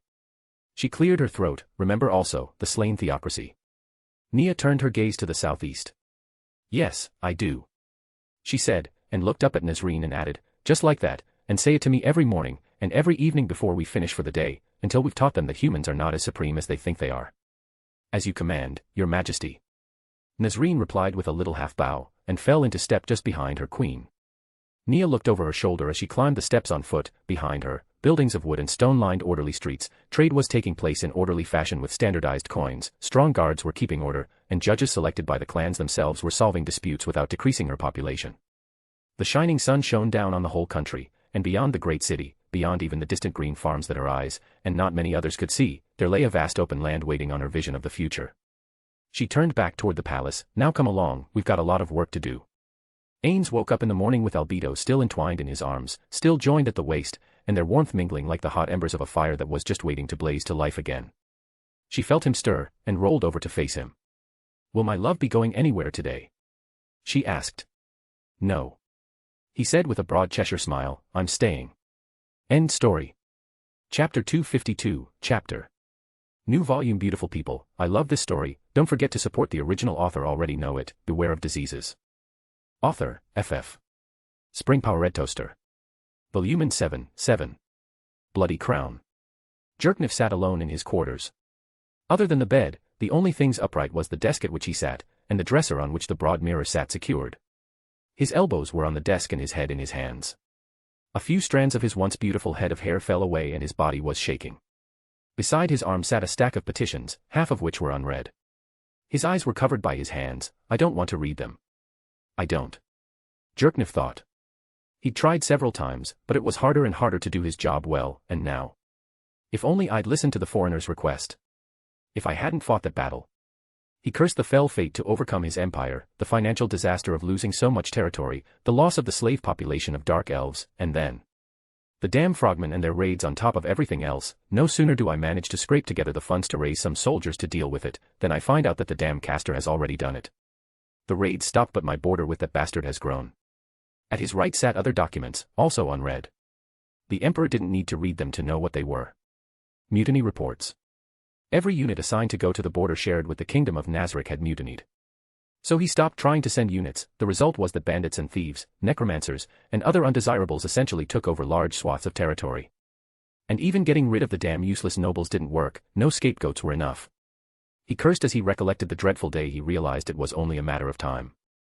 When a group of nobles objected, openly, to his face, in the throne room itself, it was not because they objected, but because when he said to his guards, "Escort them out of the palace," they hesitated to obey. Now there's nothing left to do, he thought while he listened to the fighting outside. He took up one last piece of paper, a letter from one of his last remaining supporters. This letter, he read. "My lord, as per your instruction, I have hidden away your concubines and their children. From my own stores, I provided them with sufficient funds to live in comfort for the rest of their lives in various towns in the far-flung reaches of the empire. When things have died down, I will move them west over the mountains, where they will be safe. Each of them is accompanied by a knight who will act as their guardian while pretending to be a husband. This is the best I was able to do for you. Thank you for your trust, and for what you tried to do for the empire. None could have anticipated the sorcerer's power. May it comfort you that history will vindicate you at least, and may the end be without pain." There was no signature on the letter, but Emperor Jerknev knew who it was. He stood up from his seat, swaying a little as anxiety and hunger made his body unsteady. The chair fell over, but Jerknev neither bothered to write it nor really noticed the clatter of its fall. He took the letter to a nearby candle. Its dim orange glow was the only thing to cast light over the room. The noise of the rampaging conflict in the coup was growing closer. From a single cacophony of noise, a symphony of chaos, he was beginning to catch a few words. Jerknev closed his eyes and held the letter over the dancing little flame. The paper caught and the fire rose up over the page, consuming the precious words that those he once enjoyed were safe. The flames licked at his fingers, the heat began to caress his skin, the little tip of the fire drew closer. His heartbeat was slow, a preternatural calm was settling over him as he saw the last scrap of ink be consumed by the flaring light. The heat kissed his skin, despite the fact that every hateful treasured word was gone. "Until this paper is gone entirely, I will not be satisfied," he told himself, and so he held on. His hand shook a little as the fire ate its way upward. He held on as the pain sent waves of shivers up and down his body. His soft fingers seared, but his face never changed, not until the last scrap was released to be consumed and the brief brightening of his room faded again. The candle was alone in lighting the dark chamber of the emperor, and his eyes fell on a chest left to him by his grandfather. It was over 100 years old and predated the empire as it now was. It was painted with the golden griffin across the top, the symbol of the Elnick's household, and was of dark, polished wood. The finish was so bright that when Jerknev approached the chest, even in the dim light of the candle, the wood served as another mirror, reflecting his wrinkled face and almost completely bald head. The chest was passed from father to son, and had not, as far as he knew, ever been opened. There was only one admonition: open this in your darkest hour. The instructions came from his father the day he ascended to the purple, and as the din of fighting grew closer, Jerknev thought, there could be no darker hour than this one, except perhaps my last, and I doubt I'll be able to open it then. So, with a weary hand he reached for the chest and broke the seal. It opened with a quiet creaking noise, and Jerknev's sense of curiosity rose to the forefront despite his sense of despair. In the chest sat only a few items, none of them remarkable. A straight razor, along with a hermit's clothing, ash-stained, dark, and old. Complete with sandals of leather, a small coin pouch, and a knife. So this was his intent. Jerknev thought, and with a bitter sour taste in his mouth he muttered, not that I have much hair left to cut off. But nonetheless, with the advice of the long dead man laid bare under his eyes, a sense of Jerknev's former self came back. I don't want to die, he realized, and reached for the items that offered some small hope of saving himself. The Allfather let out a grunt of bliss as he felt his essence flow into his beloved Albedo. She clenched her thighs tight against his body. The overwhelming strength of the succubus would have shattered the body of almost anyone else in the world. But for him they gave a loving squeeze paired with her orgasmic scream of ecstatic bliss. She fell forward, pressing her heated ample breasts against his chest, and she began to nuzzle her face against him. My love. Albedo whispered and kissed the side of his face. Do you want to get out of bed, or just stay here? Stay, he said, and Albedo tittered as she nuzzled against his cheek, her hands roaming over his body wherever they could, exploring him as if they had not been lovers for over a year, but instead had only just come together for the first time. But we can't, he said with no small regret when he put the palm of his hand to her cheek and brought her lips to his. The kiss was soft, tender, like the fall of a butterfly's wings against skin, a far cry from the ravenous passion of the previous hours. We have work to do, the kingdom can't run without its guiding hands. Albedo gave him a tiny, teasing smile. I will be ever at your side, my lord, she said, and slung her long slender legs off of his body to stand beside the bed. She brushed her hands through her inky dark hair, straightening it down her back and batted her wings twice, hard enough to blow the remaining covers off of the Allfather and knock them unceremoniously to the floor, leaving the naked body of the king there as a feast for her eyes. He rolled his eyes at her playful act and stood up after her. Heat rose from the sheets in testimony of their prior passions, but after rising from the bed, they settled their minds to the business at hand. Albedo went to the silk rope on the wall and gave it a quick, sharp yank to summon a maid. The Allfather, for his part, waved his hand and without a word, cast the cleansing spell he needed to remove any sweat, grime, or filth from his body. Albedo? He asked, holding out his hand to offer to do the same, but she gave a winsome smile back. No, my lord. I would rather carry the scent. She laughed when he rolled his eyes again, then approached. As my lord wills. She said with mock demureness before the common spell did its work. Within the hour they were in the throne room. The Allfather Ainz Olgown sat on the throne of kings, Albedo standing at his right hand, her sneering contempt only barely suppressed by the plastered-on smile that would have made a practiced whore proud. Her hands folded in front of her waist while at the base of the long steps a human petitioner made his plea. The petitioner, from a noble house in the Baharuth Empire, was dressed in a dark, flowing garment with golden fringe and tassels dangling down the center of the chest. Flamboyant to the point of gaudy, Ainz again wondered, is my sense of fashion the strange one? Everyone else took such gaudiness in stride or even admired it. This one seemed to have that in common with everyone else. Ainz blinked and forced himself to focus on what the kneeling representative had to say, rather than what he wore. So if it pleases the Allfather, we would be grateful if you would intervene in bringing peace to your neighbor. Since the Emperor died, we hoped for a true peace to return, but the one that led the overthrow has died as well. Now. Arglin threatens us. The theocracy makes demands of us. Bandits raid cities now, not just towns or villages, while alliances and kingdoms beyond the east are marshalling soldiers, only the kingdom of Nazarick has refused to kick our wounded body dash. And you were hoping that our gracious lord would see fit to salvage your corpse? Albedo asked, her sharp tongue stung the nobleman enough to cause the man to flinch and lower his eyes down to the floor beneath his feet. Albedo. Ainz remonstrated her with nothing but a word. Forgive my outburst, my lord. He asks much, and offers nothing. I couldn't restrain my temper in the face of such insolence toward your generous person. Albedo answered with her eyes given only to her beloved, before turning her eyes to the visiting minister. I trust that a bowing of my head is a sufficient apology. She asked, and gave it without waiting for his answer.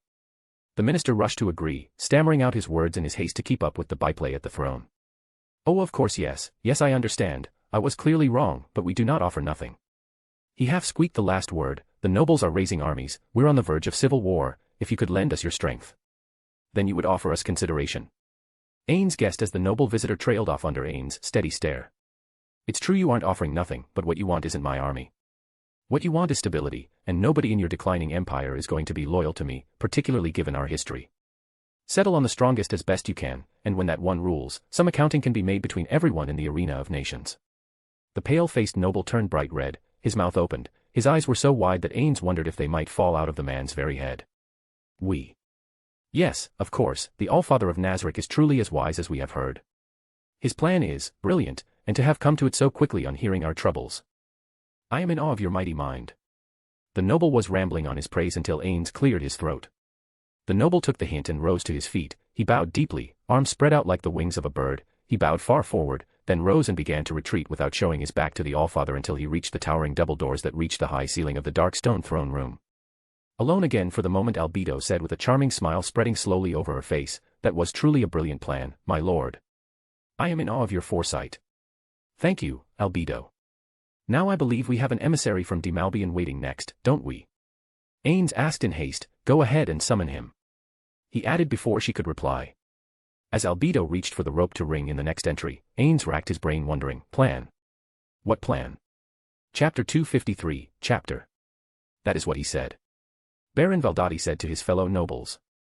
The greatest men and women of the Baharuth Empire were gathered around a council table, none of them looked down when they heard the words the Allfather passed to them through their chosen emissary. The reason none looked down was to avoid seeing their careworn faces, a few wanted to avoid seeing the continued whitening of their hair, or the patches on their heads where it was starting to fall out. The lines on their faces, the crow's feet at their eyes, and their own fear reflected back at them. The fine council table was a constant cause for torment. To the strongest, it does make a peculiar kind of sense, doesn't it? Duke Cabastria said while she fanned her face in a failing attempt to stifle the heat of her body in the midst of the worst stress of her life. Her white and gold clothing hung loose around her body and her limbs alike, the tassels on the arms waved like leaves in the storm while she desperately waved her hand near her face. It does. Count Avastrim remarked, the legions are diminished, but still formidable, at least compared to most of our neighbors. The late bloody emperor built them well at least. With his children gone, there's nobody to prop up from the royal family even as a figurehead, so either we settle things the old way, or the empire ceases to exist. Then let's do it, now, before we're invaded and everybody is too invested in fighting with armies to take a chance on champions. Viscount Castlash insisted, his jowls flapping as he rushed out his insistence in an almost piggish squeal of fear. General Shanash chimed in the moment the Viscount finished his urging, I can vouch for the remaining legions, they are desperate for strength, and nobody wants to fight a civil war and a multi-pronged invasion, if you will the Empire, to the strongest, then they will swear their oath to the victor. But I would strongly advise that we limit that to combat strength alone, no magic. The Empire is still a martial place, and after the last dealings with magic, and the fact that Flutter abandoned us, nobody will trust a simple caster. There was a general rumbling of agreement, and within the hour, the draft of the document was made and signed by all members of the council, with copies made and dispatched to every corner of the Empire, and beyond. To the strongest. What a brilliant suggestion. The general considered, reflecting on the advice of their dreadful neighbor, and was forced to conclude, only the wisest could have divined such an ornate way of avoiding war while forging an alliance that would more easily secure the peace thereafter. It was almost enough to let his aging heart stop the frantic beating that consumed him for months, and let the wrinkled old general sleep soundly for the first time in a long time. Brain Unglaus stood triumphant in the small arena of Tavijar, the capital city of the kingdom of Demalbian.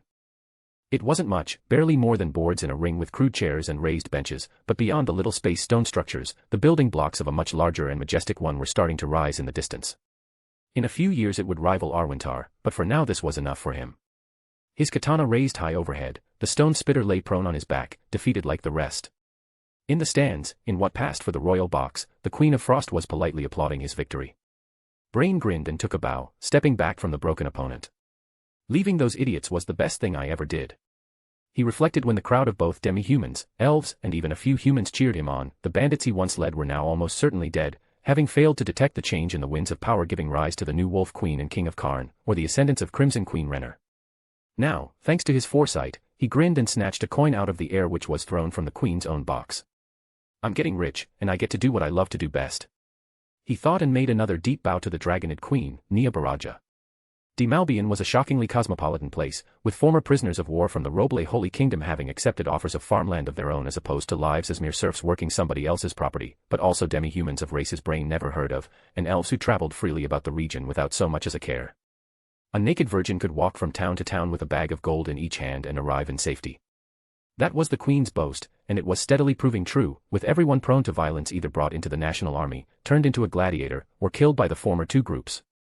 The applause began to die as the Queen stood, her wings opened wide at her back, the universal call for silence, while a herald stood at her side. Let it be proclaimed on this day, that 1 year hence there will be a tournament in the grand arena of Arwintar. The prize, rulership of the Empire itself.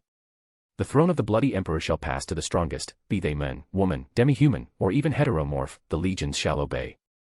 All nations and peoples are invited to bring their champions. All those of ambition are invited to go and fight for themselves. Let the strongest rule, and all the rest of the world, follow. Consternation went up in an instant, demi-humans, elves, and humans set to gossiping and jabbering, but the blue-haired Brain Unglaus only heard one thing. I could, finally, prove myself to be the very best to ever carry a sword. How could I say no to that? Empire, a throne, that's nothing compared to this. He sheathed his blade and began to shout with childlike glee. Nor was he the only one, at his back. Gladiators waiting for their turn to fight for the praise of the crowd were cheering as well, and the Queen snapped her wings in and out once, creating a noise like the crack of a whip. Further games are cancelled, warriors and gladiators, you have training to get to, a throne awaits, and a story your children will tell long after you are gone, whether they're in a palace or not. Go and have your dreams. Her wings cracked like a whip again, and the cheers redoubled as the Queen of Frost gave her permission to all the big dreamers to follow their desires to whatever end they were carried toward.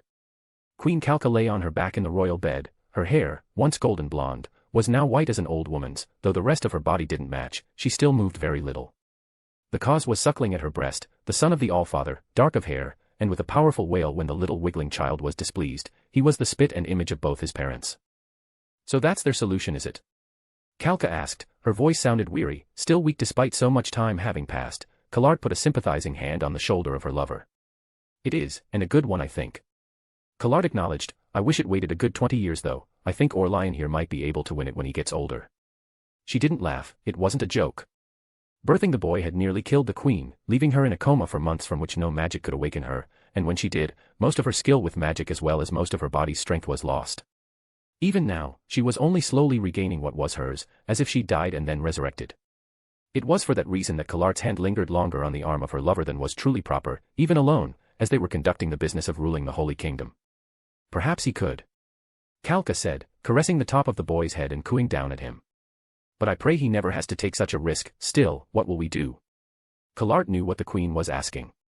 What was her husband planning to do, and to that end, Kalart pulled out a document, a letter from the Allfather. Your husband states his intention to provide a champion of his kingdom, and to also attend the event in his capacity as the head of state. He invites you to join him and bring the crown prince. A smile formed on the queen's face, the little corners of her mouth rising like the sun on a spring day. Kalka. I know that look. You know you can't bear another, it would kill you. Kalart said, and the queen shook her head and said. I know, my love, I know. But it will be nice to see him again, to see him hold our son again. I am still permitted sentiment as a queen, and I admit I'm also a little curious. I've never met the woman he loves, I sometimes wonder about that. What is she like? Is she pretty? Is she charming? Witty? I can't help but envy her a little, though I hope that one day, if they have children, that our heirs won't be at odds with one another. We can only hope, Your Majesty. Kalart advised and held her arms out to accept the baby. He'd ceased to suckle and begun to nap in his mother's arms. Kalka let him go only with reluctance, and waited for the slender brown-haired magic caster to join the queen in the royal bed after laying him down to sleep. We have a little time before the rest of the castle is awake. Then let's not waste it. The queen whispered and blew out the candle, opening her arms to receive her lover again. Kino was pressed up against Mammon as close as she could be without sewing her skin to his, while she normally would use the excuse that the guild hall was crowded, today it wasn't. So she just said nothing and pressed herself against him while Gagarin and Lupu continued to talk shit and slam back-to-back beers. Face facts, Red. You may be top-heavy, but that's it, you can't keep up with me. Gagarin grinned in her oafish way, showing off all her teeth and vigorously wiping beer foam from her lips before slamming her tankard down. You say that, virgin, but I was born loving the brew, while you only adopted it. Besides, I spend time drinking while you try to seduce virgin adventure boys, I'm more experienced. Lupus Regina quipped back. The nickname of Red suited the red-headed cleric who partnered with Lord Mammon, given that the strands of fiery red hung in two braids that went far down her back, and yet despite what should have been a liability in battle, only Kino was able to give the cleric a run for her money. Lockhughes and the twins sat drinking quietly while watching the battle of booze and wits between the two adventurers while discreetly ignoring the way Kino kept touching Mammon above the table, and they suspected it beneath it. We're going to attend the tournament, Lord Mammon. Kino said, then asked with a mooning gaze up into his deep-set eyes, are you going to participate? Possibly. At the very least I plan to attend. How could I not? Mammon made a grandiose dramatic gesture, waving a hand out toward the ceiling. To see such a show is a chance that comes not once every 100 years. Pandora's actor played the role to the hilt, and his chief audience, Kino, ate it up. Why don't we all go together? You don't have to decide if you want to compete or not until the last day, and then you'll already be there after you get a chance to scout out the competition. Kino suggested, batting her eyes up at her idol. The journey would be more comfortable together. She said and tried to make her voice at least a little bit seductive. Why yes, of course. Pandora's actor answered, the sudden question and open invitation to more was the most blatant of the little vampire's acts of affection. He readjusted himself a little, and the vampire beamed up at him with bright eyes that he knew lay behind her mask.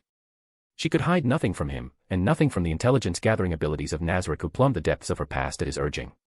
Pandora's actor's mind raced, she must be afraid of being far from me for long, and perhaps it would be a pleasant experience. I don't have to do anything here for now, and accompanying them as assets of main fodder is vital. When did you want to leave? He asked, and allowed Kino's hand to linger on his thigh. The Elf King slapped the woman with the back of his hand, she fell off of him and down to the floor. Move faster, wretch! He bellowed, and she immediately lay prone and arched herself to draw his seed into her. She was weeping, but as long as she obeyed the command, how much she cried did nothing to distract her king after he'd had his enjoyment. My king. The guard at the door uttered, his face stained with tears after watching the king defile his wife while he was on duty protecting the men, shame washing over the elven warrior that he was sure would never wash away from either of the pair. What is it? The Elf King snapped. The slain theocracy has pulled back, if we make an attack now rather than attend, we can reverse the whole war. The guard tried not to look at his wife. It was the third time he tried to distract his lord from the woman with this news, and each time it failed. But having spent himself several times, the king finally chose to listen. His massive, towering body was almost monster-like, broad and thickly muscled like a human berserker. His centuries of rule went unchallenged no matter his propensity toward violence and the violating of his own people's women. She will probably be there. The king grunted, thinking of the child he created with the last trump card of humanity. And probably, there will be other strong women. Maybe my own race is a total failure, maybe I should try the women of other peoples. The thought was a pleasant one. He glanced down out of the corner of his eye. The woman turned her face away while she lay there, her eyes falling to her broken husband. No. I am going to attend. You weak trash can do what you like while I'm gone. Try to make something useful for me, but for now, one more time before I get ready to leave. He said, and the guard only muttered. Yes, my lord. And closed his eyes while his wife whimpered at the renewed invasion as the king assaulted her again. Both husband and wife had only one thought in their minds. Please, please let him die. So you still have not found a solution, Demiurge? Ainz asked with no small disappointment. The archdevil knelt in front of the raised desk of the last supreme being. We have had some success, my lord. The one called Remedios has thus far been turned into a ratwoman, a catwoman, an elf, an orc, and others. She has a strong proclivity towards suicide however, taking her life quickly after any transformation. It keeps Pistonia quite busy, however when she dies, she reverts back to human. This is proof that the transformation is temporary. Our standard race change item, it is simply too weak for your lordship, and with a world item incorporated into your body, we simply don't know what will happen. Please, forgive this unworthy failure. Demiurge's voice became miserable, his face downcast, his hands trembled on his knee, his body stiff and anxious both at once. It's fine, if we had the answer it wouldn't need to be researched. Ainz explained, continue your efforts, I am sure you will be successful one day soon, my Demiurge. My lord. Demiurge exclaimed in a half-squeak and half-relieved cry. He rose to his feet and retreated out of the inner office, allowing Albedo to breeze past him with only friendly nods of acknowledgement. Albedo, you've heard? Ainz asked and set down the quill as if he'd been writing when she entered. The tournament? She replied, a broad toothy smile on her face, yes, my lord. Your plan has come to fruition, and of course I had all potential key players watched. There are some interesting potential candidates, nothing we cannot easily defeat, but we will require more than a battle made for the strongest of these fights, particularly to defeat the spear wielder from the slain theocracy.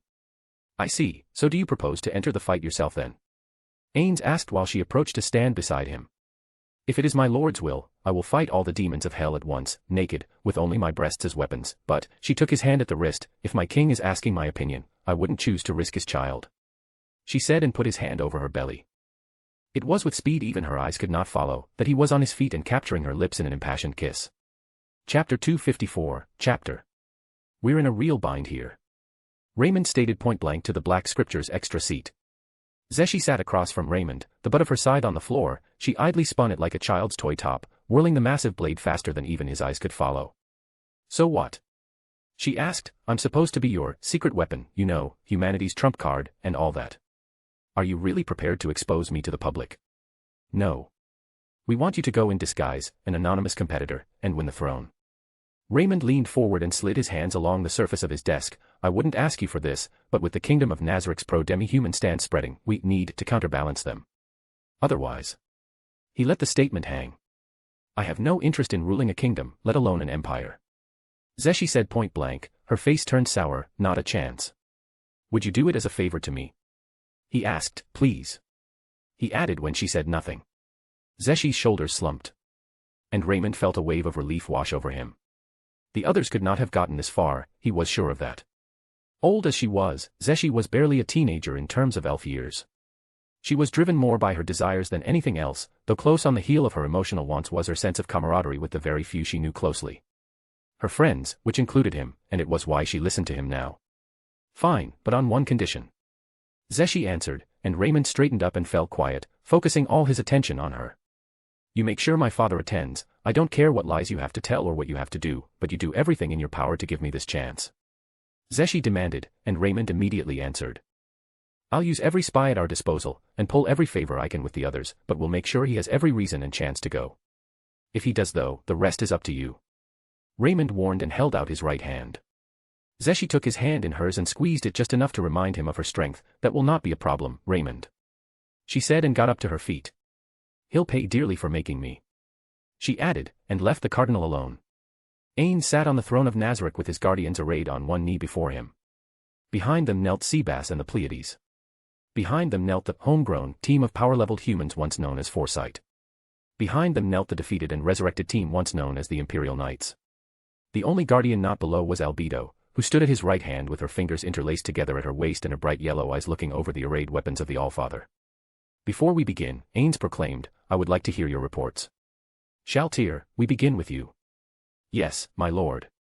She said and rose to her feet. The frogman population is growing again, and we have 2 settlements established, with room and numbers for 2 more. Hecate has requested that when the next generation comes of age that some of her younger generation be formally allowed to join the Allfather's army. She says her soldiers will make the finest amphibious soldiers we could ask for. Ainz chuckled. I'm sure she's right. Plan for it in the long run. Demiurge. Ainz asked as Shaltir knelt, and Demiurge rose to his feet. My lord, the dwarves and Quagoa continue to, he cleared his throat, find more evidence of their shared past, and it is deepening ties between the two. I have started using mind control magic to ensure disputes are settled fairly, and under my legal system, the race of everyone involved in a civil or criminal suit is kept secret from the ones deciding punishment. Every jury is made up of equal numbers of both races. This has kept arguments and grudge-driven violence down. The Quagoa are now integrated into dwarven society, and the dwarven numbers are growing. Many children are being born to runesmith families as a result of your incentives. They have only one complaint. Oh. Ainz raised an eyebrow. It was still strange to bear his human face to all his subjects, and though it was a relief, a wave of shame washed over him once again. I should never have questioned the love of my precious children, never. The hurt he did to Albedo was no doubt the largest, but it troubled him more than a little to think that he might have done the same to the others. Demiurge seemed not to notice the thoughts hidden behind Ainz' eyes and went on, yes, my lord. The runesmiths are so successful that there simply aren't enough dwarf women for the rest. They're complaining about the lack of available mates. Oh. Ainz felt a little blush rise to his cheeks and brought a hand up to rub his cheeks with thumb and forefinger to hide his embarrassment. Ah, we won't curb the favor toward the runesmiths, but will limit them to 1 wife. However, reward each dwarf woman who marries with a long-term stipend that increases with each child. Their population was so decimated by the war with the Quagoa that this will be necessary for at least a few generations. I suppose it isn't good for there to be only a small number reproducing anyway, even if they do have useful talents, is that all? Yes, my lord. Otherwise all is well. Demiurge said, and knelt down again. Seabass? Ainz inquired. The butler of steel rose to his feet and with a little half-bow he said, My lord, the Beastman Kingdom has lost control over 7/10 of what they took from the Draconic Kingdom. They now have only 2 cities, and our teams have rescued almost all of their human stock. Hunger runs through their ranks and we have taken many Beastmen prisoners. Have they explained their invasion? Ainz asked, and Seabass bowed his head again. Yes, my lord. Famine. They produced too many of their own numbers and didn't have enough meat to feed everyone. Starvation ran wild and their invasion was meant to stave it off. Seabass explained, now with victory near, the Draconic Queen has sent word that she offers her hand in marriage to secure my lord's claim to her kingdom. Ainz didn't have to look up to his right to know that Albedo tensed just a little, but what she said was a surprise. If it pleases my lord, I will visit the Draconic Queen to make arrangements. In a few generations, per our lord's plan, you will have a scion of your line on every throne. Powerful and loyal, your empire will be a family business that our children will govern for you, just as you desire. Just when did that become the plan? He wondered, but more concerning was her statement about arrangements. I've grown very fond of Drawdalin. I learned so much about kingship from watching her in crisis. So he asked, what arrangements do you intend? Only to explain her place in the Allfather's world. I assume the arrangement with Drawdalin should match that of Calca, putting your heir on the throne as a guarantee while you rule from here. Albedo asked, and Ainz lowered his head as he wondered. How did this happen? Albedo, however, took his lowered head to be a nod of acknowledgement. I will visit her soon then, as our lord wills. Seabass, do you have more? Nothing of consequence, my lady. He said, and knelt again. Albedo, how are things in the Holy Kingdom? Ainz asked, filing away her earlier words for later thought, and perhaps a little panic. My lord, your son is healthy and the queen continues her slow recovery. It hasn't stopped her from governing, in part thanks to Collard and Gustav's assistance. Our doppelganger agents keep her court free of corruption, and most of what was destroyed has now been rebuilt. Trade is growing between them and Demalbian, and a surprisingly friendly correspondence takes place between the Holy Queen and the Queen of Frost. Oh yes. Demalbian. Ainz nodded and thought back to the curious young dragonid that united the region. Albedo took that to be a question, and chose to answer it. The Queen of Frost has built roads that stretch all the way to the border with the Dark Elves, the Dark Dwarven Mountains, and the Riestai's kingdom. Trade and travel are slowly beginning to flourish as a result. Our agents, however, have noted one oddity. An oddity? Ainz asked. Yes, a member of the Black Scripture of the Slain Theocracy has been spotted coming and going over the border. Albedo frowned. He doesn't seem to be doing anything. He just hunts, eats, and naps. He takes lots of those, then goes home again. From what we have been able to determine from investigating some of his favorite spots, he's been at it for years. That is, extremely strange. Ainz said and drummed the fingers of his right hand on the armrest of the throne of kings. Keep an eye on it, but do nothing. As you will it, my lord. Now about the kingdom of Karn, the Wolf Queen and Wolf King have announced the royal pregnancy and the coming birth of their first child. The heir will be born in the spring of next year. The alchemical genius leaves governing to his queen and has announced several breakthroughs in his research into new healing potions and even the possibility of a new mana potion. Ainz gasped, a mana potion. I've encountered none of those since coming here. If we monopolize something like that and keep it secret, our magic casters will have a potency we could only dream of, depending on how effective it is. His mind raced and he answered immediately, support that effort above all else. The only rival priority will be morphomancy advancement for my own situation. As my lord wills it. Albedo said, now I believe Pandora's actor has news about the Crimson Queen of Ainz. Yes, Main Fata. Pandora's actor popped up to his feet and stretched his hand out in a grandiose gesture, one hand on his breast, the other raised toward the throne of kings. Main Kleiner Vamper is in love with Mammon, such is her passion that she shocks even myself, and I know not what to do. She wishes to travel with me to Arwintar. I beg Main Fata's wisdom, as through her I am bound to the great adventures of all these human nations. Pandora's actor, that is hardly news of Ainz. Albedo gave him only mild reproach as she caught the tiny shake in his dramatically extended fingers, but Ainz put a hand out to cover Albedo's and shook his head. No, I am his father. Ainz said with finality, I was that, before I was the Allfather. The faceless doppelganger's hand on his heart closed into a tight fist at Ainz's words, and quietly held silent while the Lord of Nazarick considered what to say. A bond between you two would be good for my kingdom. It would bind everybody who reveres her, and Mammon, to the kingdom they're part of, which will mean a bond to the kingdom of Nazarick. However, I am a father before a king, and I don't want to bind my children to anyone that won't make them happy. Do as you think best. If you like her, savor her. If you do not, then refuse her and remain professional. Only you can decide what is best, but remember. A kingdom is a family business, and whatever comes of your union, I may have to use you both for the good of the whole. Main Fata's wisdom is beyond price. I thank you. I will consider your words. Is there anything more? Ainz asked. Yes, Main Fata. The Crimson Queen and her consort have conceived a child as well, also due in the coming spring. Knowing as I now do that there is a crop of royals rising up, might I suggest, Main Fata, that we establish a common school for such children, that they grow up together for part of every year of their youth. Thus they will be bonded tightly to you and to any offspring you produce, and to one another in turn. Pandora's actor made the suggestion as if it were nothing, but Ainz and Albedo traded a glance at one another. The utility of such a project was too great to ignore as the power of Nazarick continued to spill outward over the surrounding nations, and if it took a few years to prepare, what of it? Yuri Alpha, Ainz said, and the maid rose to her feet, you will select the ground and undertake the project. Mare will assist you with everything that you need. I want it built and ready to host the children of power within 5 years, including a full staff of trained maids and teachers in every conceivable subject. I would be pleased and privileged to bear this duty, Lord Ainz. Thank you, she said, and curtsied with dainty perfection. Now, my situation. Ainz finally said and turned his eye back to Demiurge. My lord, Demiurge said and kept his head bowed where he knelt, we have had limited success with our test subject. Remedios Custodio routinely ends her own life when we transform her, which is not a problem, we simply restrain her when we want to see how long it lasts. However, the only success we have in extended transformation is if it is done after death.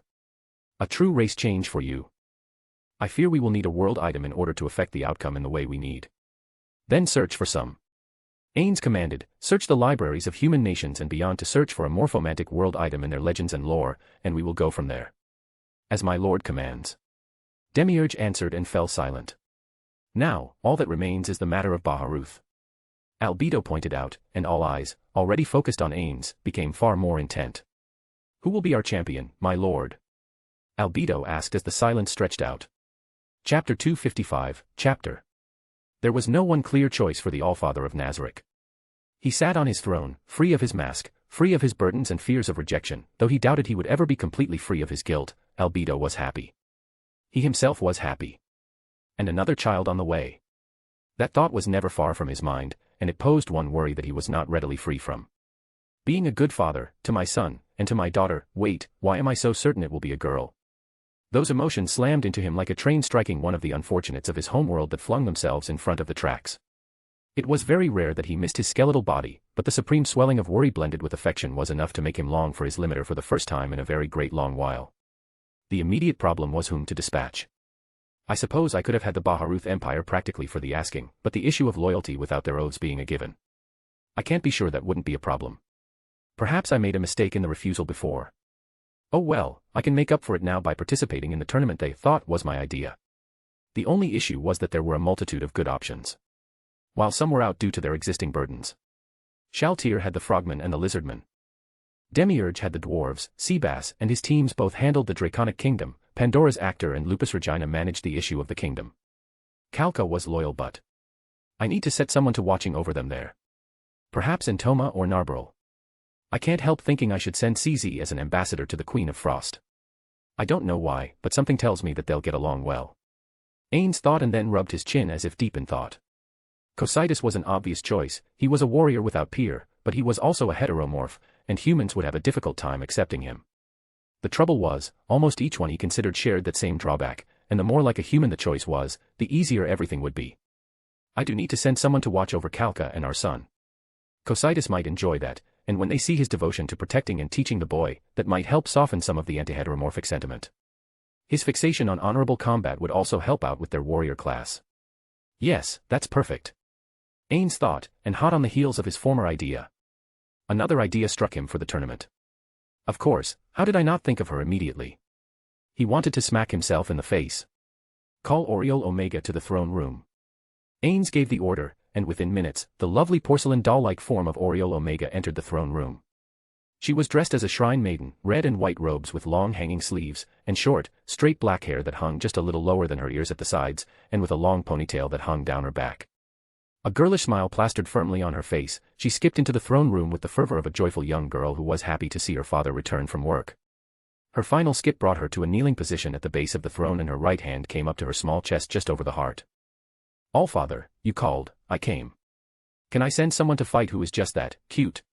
He asked himself. She acted like a girl just barely into her teens, and sounded the part to boot. She is level 100. I see no reason why not.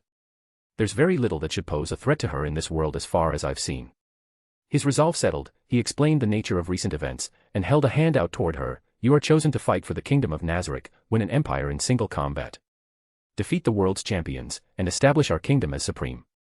Oriole Omega raised her hand and gave him a playful smile which flashed her pearl-white teeth. Is that all, my lord?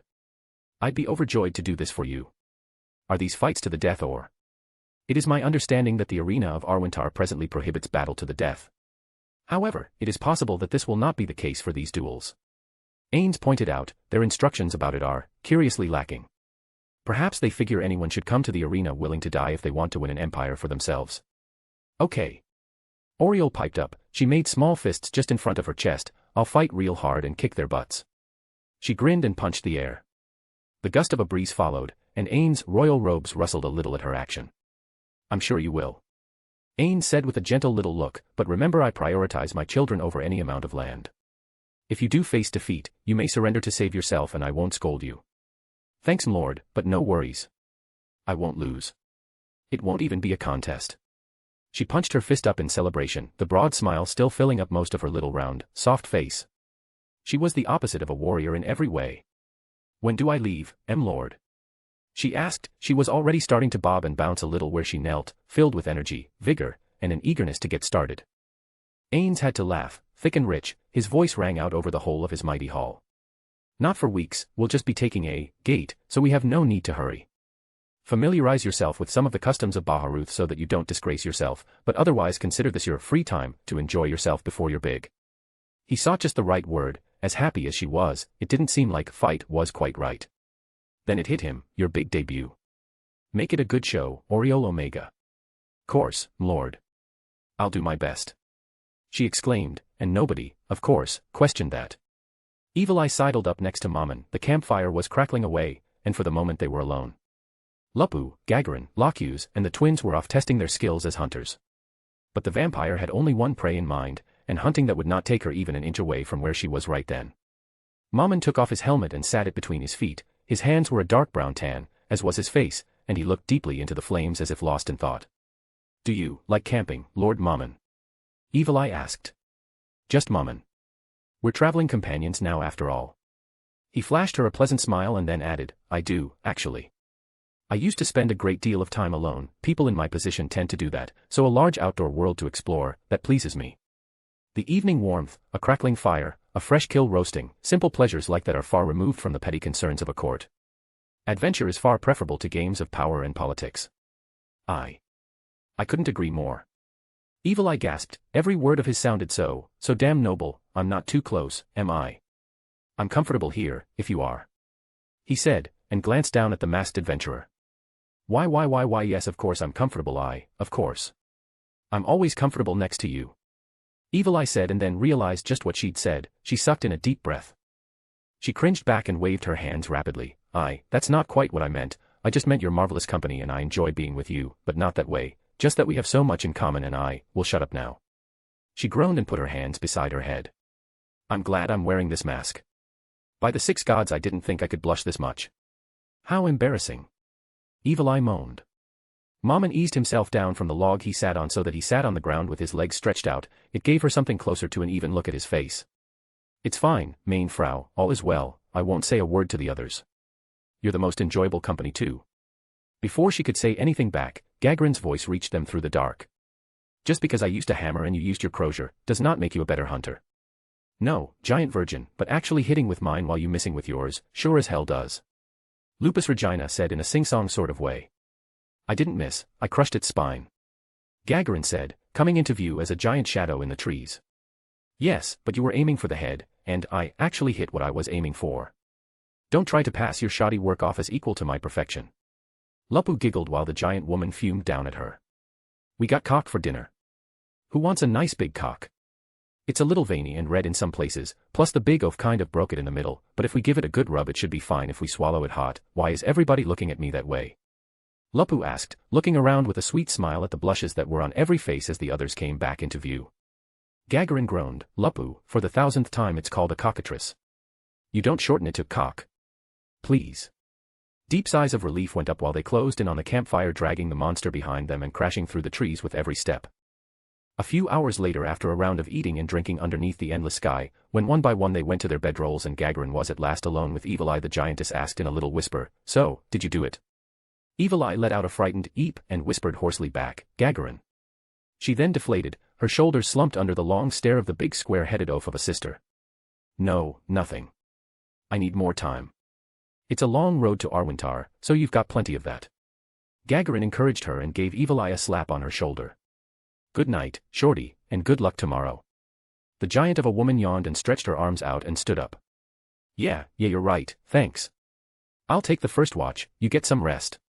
Evil Eye said and watched her friend disappear into a slightly undersized tent that left her feet poking out as far as her shins, and a moment later snores began in earnest. Alone at last, Evil Eye looked into the flames and listened to the dark. Her eyes, she knew, were glowing bright in the darkness, but hidden by the mask she wore, it was impossible for any of them to know. I so want there to be more, but when he knows. The rejection loomed in her heart like a wolf lurking around their camp. Fear of how her sisters would react kept her quiet for years. How much more impossible, and necessary, would it be with a defender of humanity like Mammon? I want more, but how can I have it, if he'd kill me for existing? Evil Eye asked herself the question, and even if she did feel weary before, she could not have slept after thinking about that, and the thought stayed with her clear till morning when her companions began to stir again. Chapter 256, Chapter. Kalka approached the carriage with Orlion in her arms. One pace back at her side walked Kalart Custodio. They were clad in dresses of blue and white with the bright symbol of the Roble Holy Kingdom on their chests. It wasn't lost on Gustav that the pair were dressed to match, but it was only because he was aware of the closeness of the pair that the meaning of their matching dresses was clear. The carriage, a large golden-rimmed and white-paneled conveyance, was drawn by 4 white horses whose flanks were painted with the insignia of the royal house in a bright sky blue. Atop the carriage, pennants of the same waved in the breeze. He held the door for the trio and allowed them to pass. Paladins. Form. Up. He shouted each word alone, and from their places a dozen mounted men in full runecraft armor began to canter into place, 3 at the front, 3 at the back, and 3 to each side. Gustav then got in behind them. His own armor didn't clink. Runecraft armor, for whatever reason, seemed to be quiet, at least his own was. Unlike most, he preferred scale mail over plate, trading a little defense for a lot more maneuverability and greater endurance. Over his armor he wore a tabard to match their own. In the time since the Civil War and the invasion by the Frost Queen of Demalbion, the Holy Kingdom engaged in a period referred to as the Grand Renewal. The principal movement's relentless and incorruptible crusade against crime and injustice, backed by the crown, made the once nearly toppled royal family more popular than it had been in generations. So when the carriage rolled out over empty streets, it was to the sound of stupendous cheers. With Kalka's older brother acting as the regent for her in her absence, there wasn't one mind in 10,000 who doubted the secure future of the Holy Kingdom. Not least of all thanks to the trade ties with the Kingdom of Nazarick and the growing, ironically friendly relationship with the demi-humans to the east. It still struck Gustav as if it were all some strange dream. Are we really going with her? He asked, glancing out the window as the city rolled past the thronging. Kalka's arm was out the window while she waved to the people, her smiling face in all her radiant beauty was at its best. It was Collard who answered for the distracted queen while she attended to the affection of her admirers. It's the practical thing to do, Gustav, you know that. Collard said and crossed her arms in front of her chest. She snorted, I know you're still not fond of their types but dash. He cut her off with a snort of his own. No. That's not it. Don't forget, I had a hand in making that one what she is. Being around her is a reminder of the worst mistakes of my life. Maybe she's let go of her resentment toward me, I don't know, but even if she has, I haven't stopped resenting myself. The shame on his beardless face was obvious, he could not look at the woman to whom he spoke and his hands formed meaty fists that were tense and tight. It'll be a long time before I let myself grow a man's beard again, it's a small penance, keeping it cut, but it's not nothing at least. When the carriage rolled out of the city at last and the gate began to close behind them all, Kalka turned her gentle face toward Gustav, then reached over and patted him on the knee. You worry too much. A lot of harm was done by everyone, and we've all tried to get past it for the greater good.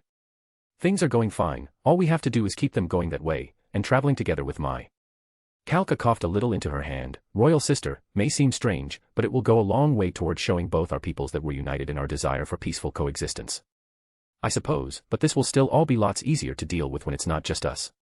At least we don't have someone personally fighting in this tournament. Do we? Gustav asked at last, and Kalka gave him a long, steady look. Thank you for volunteering, Gustav.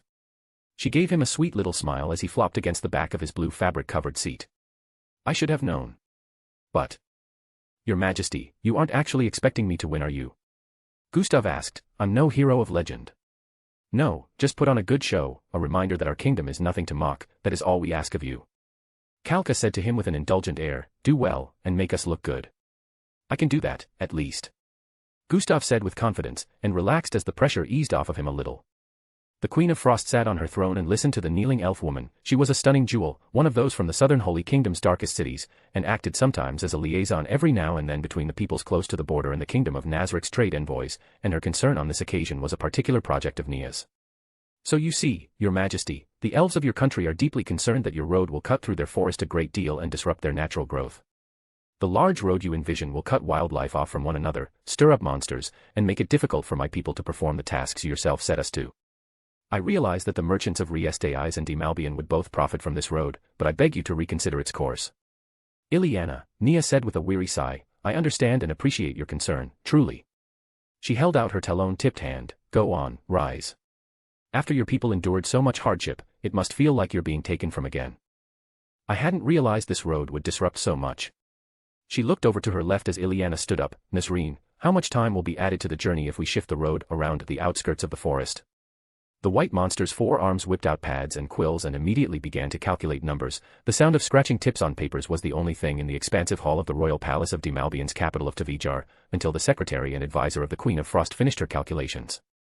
Your Majesty, on foot it would add roughly 1 week, but on a carriage or horseback it would add roughly 3 days. Nazarine's calm approach was completely neutral, and her blank white face revealed nothing to the elf or the queen. I see. Well, we were looking to relocate people to the area. If we build one small town on the outskirts of a road we can afford a diversion of that sort and add a new opportunity for profit. Plus the elves need a new avenue for trade anyway. Nia answered more to herself than anything, and only then recalled that Ileana was present. That will be our compromise, the road will circle the forest the long way, but we have excess humans waiting for land, and the diversion will belong to them. I realize your people have an aversion to humans, but as a further compromise, not one of them will be from the south where your people suffered so much. Nia offered, and Ileana deeply bowed her head, her golden hair tumbling wild and free before her. Your Majesty, I am sure all those I represent will be truly grateful for your understanding. There is only one more small thing, the matter of the monsters. If you establish such a town, surely some will be displaced and invade our space. Ileana trailed off when she saw the fong-filled smile of the dragonid queen. That I already considered, I think I'm allowed to be a little bit selfish at least, and I will have those minor monsters relocated to an area closer to Tvijar that I want to turn into my own private game reserve. When I was a human, I used to love to hunt and it would be good to have that time again. The Queen of Frost kept the grin on her face. It was hard not to. The prospect of an escape from her endless duties was far too wonderful to ignore. "Thank you again, Your Majesty," Ileana answered, and when the Queen waved her hand to brush it aside, Ileana departed. An hour later, Ileana was kneeling beside her lover in Albedo's office. "It went as expected, my lady. The elves let me speak for them, they remembered me well as it turned out, and the Queen of Frost met their needs. She may be a tyrant, but she seems to balance the needs of each race as fairly as she can. If there were any doubt remaining that she would treat fairly with His Majesty's representative, there is none now. One less thing to worry about, then." "And Scanna, were you able to work out anything about the Phantom Napper?" Albedo asked, and at that the former human female flushed a little red. "I found all his favorite places, just like you told me to, my lady. But there's no objects, no magic items, just the occasional arrow and a few bones from hunted meals. If I may speak freely, my lady, I have a theory." Scanna said and chewed on her lower lip for a moment. "Go on," Albedo commanded. "My lady, I lived my whole life as nothing but a selfish, lazy human. I lived only for pleasure, happiness, and occasionally, lots of occasionally, sex. And drinking. And sometimes both." She grinned a little sheepishly. "I think that's this man too. I truly don't believe he is doing more than what he seems to be doing. He naps, he eats, he hunts, he sometimes drinks. He's been avoiding any contact with dangerous demi-humans, and any demi-humans for a very long time. If he hated them, you'd think he'd at least pick fights. My personal belief is that this man from the East is just powerful enough to be confident, but all he really wants is to have a good time. He can't do it at home, so he goes somewhere else, there." "I see," Albedo said succinctly. "We'll put this to the test then, see that the Queen of Frost crosses paths with him during a hunting trip of hers, and what happens then. If he's hostile, we can eliminate him, and if he's not, he may be useful." "As you will, my lady," the pair said with uniform devotion. Chapter 257, Chapter. For the Queen of the Roble Holy Kingdom, time was ephemeral, and it was as easy to see the road ahead as it was to see through a single gossamer weave. The road rolled on and the scenery changed. The road, once so damaged by the demi-humans during their rampage, was now fully repaired. Thanks in no small part to harvesting materials from the wall. It was fortunate that the Queen of Frost was willing to share, such as it were. Numerous homes and expansive repairs were made from the resulting dismantling of the structure. As a result, the road was intact and her carriage ride was smooth. The trees thickened as they passed through the wildlands once kept as the territory of the huntress-turned-queen. With the sun high in the sky, it should have been bright as day on the road, but thanks to the thick green foliage and overhanging branches, the shadows cast in places made the carriage pass through a night-like darkness, sometimes for dozens of yards at a time. "Do you think monsters are a concern here?" Queen Kalka asked as she peered into the shadows of the deep wood. A cold trace of dread ran up the spine of the city woman. The mysterious chaos of the thick woodlands acted as a natural camouflage to the life she was sure watched just out of view. "I doubt it, my queen," Kalart answered, but she set a slender hand protectively and reassuringly on the knee of the ruler of the country. "During the Demalbian invasion, the armies of our enemies used the forests extensively to hide their movement. As a result, many of the monsters were wiped out. It will be years, maybe decades before they are a threat to us again, and maybe never if we start development of settlements early next year like we plan." Kalka relaxed a little and put her hand over the one which rested on her knee. She took a little breath and, perhaps heartened by her lover's words, she put her head out the window to feel the wind racing over her skin and help her see the far horizon. The world opened up like a marvelous canvas. The endless blue of the sky and the endless world beyond seemed to meet at some distant place toward which they were racing. With the wall missing, there was nothing to bar sight of the foreign kingdom except a few scattered ruins. With the wall gone, the fortress which guarded its widest point was gone too, and with the fortress gone, the buildings around it were either gone or fallen over. Either destroyed during the fighting, or destroyed for new materials, or simply, tumbled due to weather and neglect, or picked over by scavengers from either side of the border. Kalka drummed her fingers on her other knee, and Kalart could only laugh while Gustav drifted off and began to snore. "Are you that eager, my?" She looked at the sleeping Gustav, his mouth hanging open as his head lolled back against the corner of the carriage, sure that he was asleep. She said, "My love." Kalka picked up her son out of the little carriage-adapted crib and rocked him in her arms. "It's time for my son to meet his father. Of course I'm excited. I may still be a little shaky on my feet, but with things as they are, it can't be helped. And that's the part that makes me nervous. I've known since the start that he was deeply in love with someone else. I have no doubt she'll be there. No doubt. But still." Kalart squeezed her hand over the knee of her queen. "You bore him a son. It nearly killed you. No man can forget that. Not if he's worthy of an heir. The child of the less loved wife. I've heard so many stories of that going wrong. What if his other woman wants my son set aside? What if she demands he not pick my child up? What if he favors her child so much it hurts the one we share? What if I made a huge mistake? Kalka asked and caressed the boy's face. He yawned a little mouth wide and little body wiggling in his slumber. Somehow we'll make things work. Don't think like that, we'll do everything we can, you, me, Gustav, the whole kingdom if we have to. Collard promised with breathless urgency, and kissed Kalka on the cheek with the gentleness of a butterfly landing on a flower petal. The growing war between tension, nervous excitement, and anxiety began to end as her companion put forward the promise of support, and Kalka began to relax again, savoring the quiet moments as the carriage continued to roll onward. Weeks after negotiations were finalized and the Queen of Frost received word that the Holy Queen was on her way, the hour was finally upon them. Nia stood at the edge of the grove. Her own carriage was more or less needless, given her ability to fly, but there was more at stake and both queens knew it. For that reason, the Queen of Frost was ready to make a show of peaceful intent by traveling with her former foe across national borders to observe the struggle of champions. Nia, for her part, traveled with only a handful of guards, 2 elves, 2 orcs, and a blader to drive the carriage. As she looked at them there, riding atop horses purchased from the Holy Kingdom, it was difficult not to feel a sense of pride. They were bedecked in fine armor of blended steel and orichalcum with a trace of adamantite, a mere strip or two over vulnerable places to stop a potentially lethal slash, but like everything in Dim Albion, efficiency was key.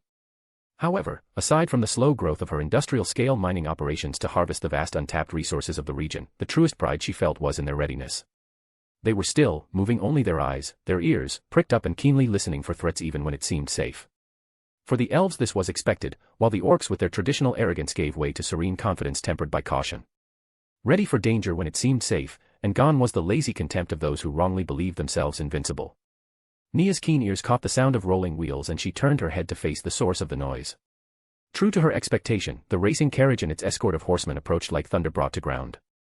The beasts were magnificent, each one half again as tall as a full-grown man, with muscular flanks and broad, powerful bodies. The paladins themselves were no less impressive, clad in rune-crafted armor burnished to a shine. Nia felt her covetous instincts rise as she saw it loom larger with every step of the hooves of the horses. As much as I love my bow, who wouldn't want more of that stuff? The carriage began to slow as it drew closer, and the horses began to slow to a trot to match, but nonetheless they made excellent time and within a few minutes of seeing them, the carriage slowed to a halt. Nia watched as Gustav exited, though he refused to meet her eyes. That was unsurprising, instead he kept his eyes focused on the carriage itself. He opened the door and pronounced with his back stiff and eyes up to watch the Queen's descent, Queen Kalka Besserez, ruler of the Roble Holy Kingdom. And I, her royal scaliness, Queen of Frost, Nia Baraja, greet my royal sister. Nia laughed at her own self-effacing humor, and it was at least enough to bring a smile to the slowly moving Queen. To Nia's eyes, the Queen was worse for the wear. Her steps were slow and she was being assisted by Collard as well as Gustav. Her face was radiant and bright, but her hair. Gone was the honey blonde, and instead was a bountiful white golden shade, still youthful in its luster and life. It was nonetheless no longer the color Nia recalled. But the warmth the Holy Queen exuded was no less. In one arm the Queen held her child, a sleeping boy, and on her face, the contented smile of a mother pleased with what she bore. You know, the Holy Queen remarked as she came closer to the Queen of Frost, some would say it's undignified to be humorous instead of formal when royalty meets. Nia inclined her head in acceptance of the benign critique, and I would say they should relax a fair bit in a small gathering. Nia gave the Queen a toothy smile, her tail waved lazily behind her, and she extended her hand to the human Queen. Kalka took it, and Nia, with gentle care, only lightly closed her hand around the porcelain skin. It's good to see you. Nia said sincerely, if you want the truth, I was half expecting you to skip this meeting, given our history. Kalka waited until the Queen of Frost released her hand. Her scales are so smooth. The Queen of the Roble Holy Kingdom thought abstractly before answering, it's because of that I can't. I love Remedios, but I am the Queen. Kalka said with iron resolve. The things she did were directly responsible for nearly toppling my realm. The hand you played in her, whatever fate she now has. If I let her actions go, I might as well throw all our books of law into a bonfire. As to the dead between us, we both suffered loss. It's our job to make sure it doesn't happen again.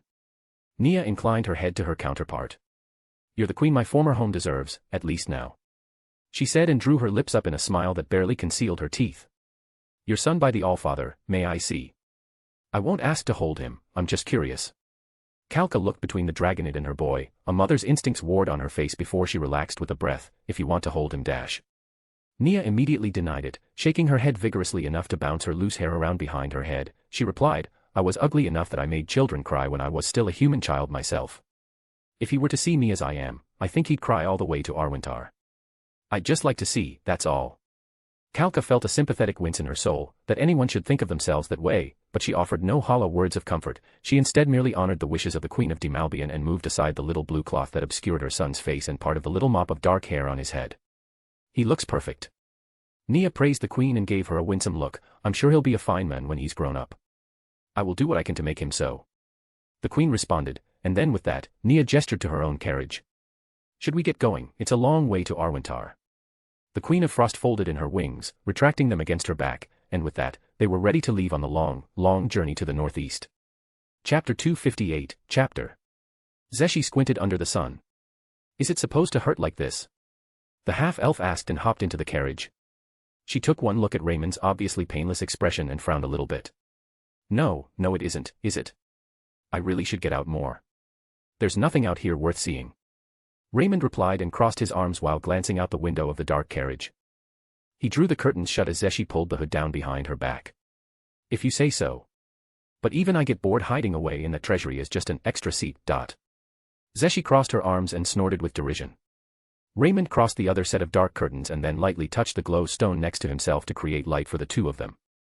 The soft white glow was standard for the treasury, so he asked, is this better? Generally dark, small, enclosed, with nothing but something old to look at.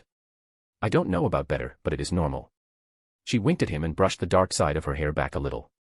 I'm about 1/3 your age. Raymond pointed out with a bemused little smirk, so unless I'm holding up a mirror that you're looking into. HMPF, age is relative. I'm a half-elf, Zeshi said, in our terms, I'm barely a middling teenager, meanwhile you're ancient. Ouch. Raymond pretended to wince, then spread his arms on the back of the high seat of the carriage. So, games aside, here's what lies ahead. It will take us most of a month to get there, so we're going to stop as little as possible. I'm going to take care of everything on the way, you're the one doing us the favor after all. So why should you have to do anything but that? He asked rhetorically and as reasonably as he could. That sounds fair. Zeshi answered with an agreeable nod. So would that make you, my servant, old man? She winked, and to her surprise, Raymond actually nodded. If that's how you'd like to think of it. I'll take care of everything, you can just wait in here or in our rooms along the way, we'll camp between cities and towns, and if you need or want anything along the way, just let me know and I'll make sure we get it. Raymond replied, then he leaned forward and rested his forearms on his knees. The sunlight will take a lot of time to get used to for you, and we don't want you struggling, so you do need to spend some time outside, get used to the environment. I've been to Arwentar and to the arena, it's a big city, and a big arena, both are vastly larger than Kami Miyako. There's also a lot of people who are scammers, hucksters, frauds. Okay, I realize that you're using words but, what are those? Zeshi asked, pursing her lips together in a little frown. Like thieves, but they steal from you in different ways. They use cleverness and cunning to trick you into handing over your money, and they're all over the place. I have more experience with those and how to spot them, so. Raymond coughed, cleared his throat and straightened up, just let me deal with everyone we have to interact with along the way. Fine. Zeshi shrugged and looked toward the window as if she could see out of it. She couldn't, the curtains were far too thick and far too dark, but her ears caught the noise of voices. People were up and about in earnest, but her ears caught every word. She reached up and touched them. My father's ears. She cursed the sense of hearing she got from him. A part one got from my mother's rapist. She drew her hand away, took her hair and moved it to cover her ears again. Most people won't be that interesting anyway, if cardinals are any example. She chuckled at her own joke, and Raymond laughed along with her. I guess we can be a little stodgy sometimes. Especially lately. Raymond acknowledged when his laughter faded away. Not that I blame the others, we've been losing influence since this Ainz appeared. Now there are 2 demi-human-friendly countries and we're practically surrounded, and it looks like the Draconic Kingdom will be added to that list if they keep slipping into the Allfather's sphere of influence. He sighed and rubbed his temple. It gives me a headache though. How's that? You're not dying on me now, are you? Zeshi asked. She wore a smile on her face when she asked, but also leaned forward a little when she said it. No more than any normal human. Raymond answered with a shake of his head, no, it's the others. He said as the carriage finally began to roll forward and leave the city after it rocked a little with the carriage driver climbing up into place outside. I'm as worried as they are, but some of them are just about frothing at the mouth over this issue. Dominic wanted to launch a crusade against Demalbian, but we haven't even finished. Raymond briefly closed his lips, finished with the war in the south, yet. I know, hopefully my father lives long enough for me to get to face him in the arena, where I can end his life for good. Zeshi's jaw clenched and for several seconds, neither said anything. Perhaps eager for an end to the silence, Zeshi was the one to break it, so when he proposed invading Demalbian, what did you say? How do you know it was me? Raymond asked, blinking back his surprise at her guess. Because you're practical. Nobody would want to fight 2 wars at once. Even I know that much. Zeshi said with smug confidence and sat with her back straight, fairly daring him to say she was wrong. He didn't. I asked him what army he planned on using in Demalbian. He sputtered for a few minutes and said we should just use you in the scriptures, then fight a holding action against your father. Raymond said, and cringed in his soul. I can't tell her what he really said. I can't tell her he said, use the half-breed spawn with the scriptures. Raymond tensed his jaw and fought back the wave of anger that rose again when he remembered those words spoken against his Zeshi. Zeshi's lips tightened the same as Raymond's did and she narrowed her eyes. If that had happened, I would have refused to go. I'm patient because I have time to be. But I won't be put on hold for every little problem. Having me nearly killed my mother, and raising me nearly destroyed her. The least I can do is avenge her. I won't play second fiddle to politics over every upstart demi-human with a little bit of power. And here I thought you wanted strong opponents. Raymond remarked more evenly, glad for a semi-shift of subject. Not if I can't have a child with them. The Demalbian ruler is a woman. Zeshi snorted and crossed her arms. I know I'm a little sheltered, but even I know better than to hold out hopes of a child that way. Raymond didn't bother to suppress his shudder. You're like a daughter to me, please do not put that image in my head. Zeshi smirked, just a little bit, just 3 minutes ago you pointed out that I was older than you. Pick a seat, old man. They shared a laugh that filled the carriage, and onward it continued to roll. Brain walked the road with a smile on his face and a spring in his step. The road east was a good one, and whether he cared much for them or not, the slain theocracy knew how to provide security for their territory. The journey to Arwentar would have proven impossible at his current pace, at least in the time he had before the tournament. However, the swordsman had no intention of missing out on the chance of a lifetime, so each night while it was cool, he ran at a sprint that put horses to shame, slept for several hours before dawn, then walked while he ate and drank. He took another bite out of a hunk of bread held in his left hand. The warmth of the day was such that he couldn't bring himself to hurry. It didn't bother him at all when the carriage raced past. There was no reason to rush, not until nightfall at least. Boredom wasn't really a problem for the swordsman. After all, the prosperous human kingdom had an abundance of travelers on the road. There was always a merchant to chit-chat with, or a young man or woman setting out to make a name for themselves in the world. At high noon he found himself intersecting a young man with a cheap long sword at his side and a young woman in the robes of a martial artist. She had a tabard over her head that hung down her front and sharp blue eyes full of pride and confidence. Her dark hair was bound in a ponytail behind her head, and the young man occasionally tugged it playfully. The young man, for his part, had short brown hair and wore no armor except for a breastplate over his dark blue shirt. At least that red headband on his head will keep the sweat out of his eyes. Brain thought and tried not to mock the pair on sight. Exactly what they were was obvious to the former bandit. Village friends off on an adventure, ready to change the world, but probably die on their first assignment. He felt a range of emotions then, looking at the pair. His own departure from his village, the enthusiasm to rise to the top, a kind of innocence he held onto for far longer than most because he was not confronted with loss or defeat for so long. But his heart panged for them as well, as most such people died before they even got their first adventure, and most of those who didn't survive the adventure itself. Brain liked the pair immediately, so when they came near and saw his single sword, conversation was inevitable. Off an adventure? The young man asked while he looked Brain up and down, sizing him up. No, I just walk up and down the road holding this sword all day every day. Brain said with a little smug look down at the warrior. The young monk, or so he assumed her to be, broke out in a laugh at the sarcastic answer, but rather than let it continue too long, Brain chose to answer them seriously. I'm actually on my way to Arwentar to fight in the tournament. I've had a lot of adventures, but this is the one where I'm hoping for a real challenge. As for you two, Brain looked them both up and down, I'm guessing you're novice adventurers. Yep. My name is Dash. The warrior jabbed his thumb against his breastplate and started to speak, but cut off when Brain held up a hand with palm facing the young warrior and shook his head. Nope, no names, not in this business. Chances are we'll never meet again, and if we remember anything, it'll be what we are. So I'll just call you Warrior. Brain said and pointed to the young man, and then to the young woman and said, I'll call you Fighter, and you can just call me the greatest swordsman in the world. How's that sound? The pair sputtered and tried to speak for several seconds, but after trading the sort of glance at one another in a silent conversation which was only possible through lifelong friends, they shrugged it off and nodded. So, you're really good? Warrior asked, and Brain could only smirk. I've tested myself from Ainz to Demalbian, and I've only lost one fight in all my life. I'm not sure if I'm at the peak now or not, but that is what I really want to know, so it's off to the tournament. Wow. Fighter said and clapped her hands together, Maybe you could give a few lessons to my friend here. She put a hand on Warrior's shoulder. We're heading toward the northern part of the theocracy. There are goblin slaying quests up there that should make great practice before we try for the really hard adventures. Goblins, huh? Brain nodded. I suppose I could show your friend a few things. They may not look like much, especially the wild ones, but a sword in the gut from a goblin hand will kill you as easily as a sword from me. Don't ever go in cocky. Demi-humans, even the lower intelligence ones, haven't survived this long in human lands without reason. I guess, but they are just goblins. Warrior said and tapped his sword. I've chased them off before. Famous last words. Brain remarked, but if you want, I'll teach you a bit when we stop at the next resting grove. I'll be leaving you tonight though. Resting groves are at all the major intersections, right? That's what my dad said, and he used to be an adventurer. Warrior replied with the question and looked down the long road, squinting his eyes in the hopes of finding such a grove was close. More or less, every now and then there's one without it, but the fruit trees are so easy to grow and so abundant that you can expect to find them at nearly every one. Brain explained, just remember the traveler's code and don't take more than you need right then. You'll be badly punished if they catch you pilfering. Conversation flowed like that for a few hours until they found just such a grove. Two roads intersected, one curving its way toward some distant northern hills, while the other continued onward. A cluster of trees sat at each intersecting corner of the road, thin things, no bigger around than Brain's own waist, but tall as an ogre. The branches spread out to create abundant shade, though they were bowed with the weight of various fruits. Apples, pears, and more.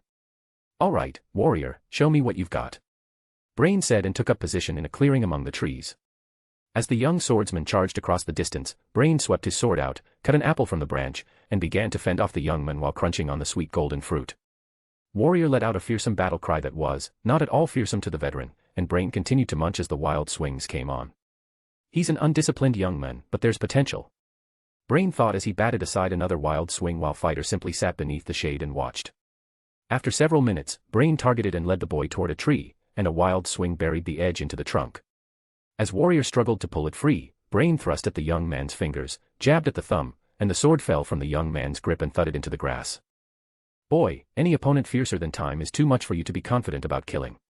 Brain remarked. The apple wasn't even down to the core, so he crunched another bite, chewed, and swallowed. Warrior fell to his knees, sweating, breathing hard, and looking down at the blade on the grass with utter disappointment. Let me give you a few pointers, Brain suggested. Your instinct is good, you want to be on the attack, but if there'd been more than one, even if the other was half as good as you'd be dead. You were too obvious, and you didn't use the environment. The best thing you both can do. Stop at the city nearest to where you want to go, trade labor for some lessons from some of the retired warriors who live there, and then in a year or 3, go out and face off against goblins. But I don't want to wait. Warrior mumbled. Maybe not, but the dead wait forever. Trade some time for success, both of you. Monsters may kill you both, but they may also do a lot worse before that, so go when you're ready or die when you get there. Brain said and took a few quick bites of the apple before tossing the core just outside of the grove. That brought silence to his short-term companions, and while they mulled it over, Brain looked off in the distance and watched the sun begin to set. All right, warrior, fighter, good luck. Brain remarked, and if you hear of a new emperor in Baharuth with a handsome face and blue hair, come and see me after your first success. He waited for no answer from the two, he only sheathed his blade, and took off at a run, leaving the pair to whatever fate they found for themselves.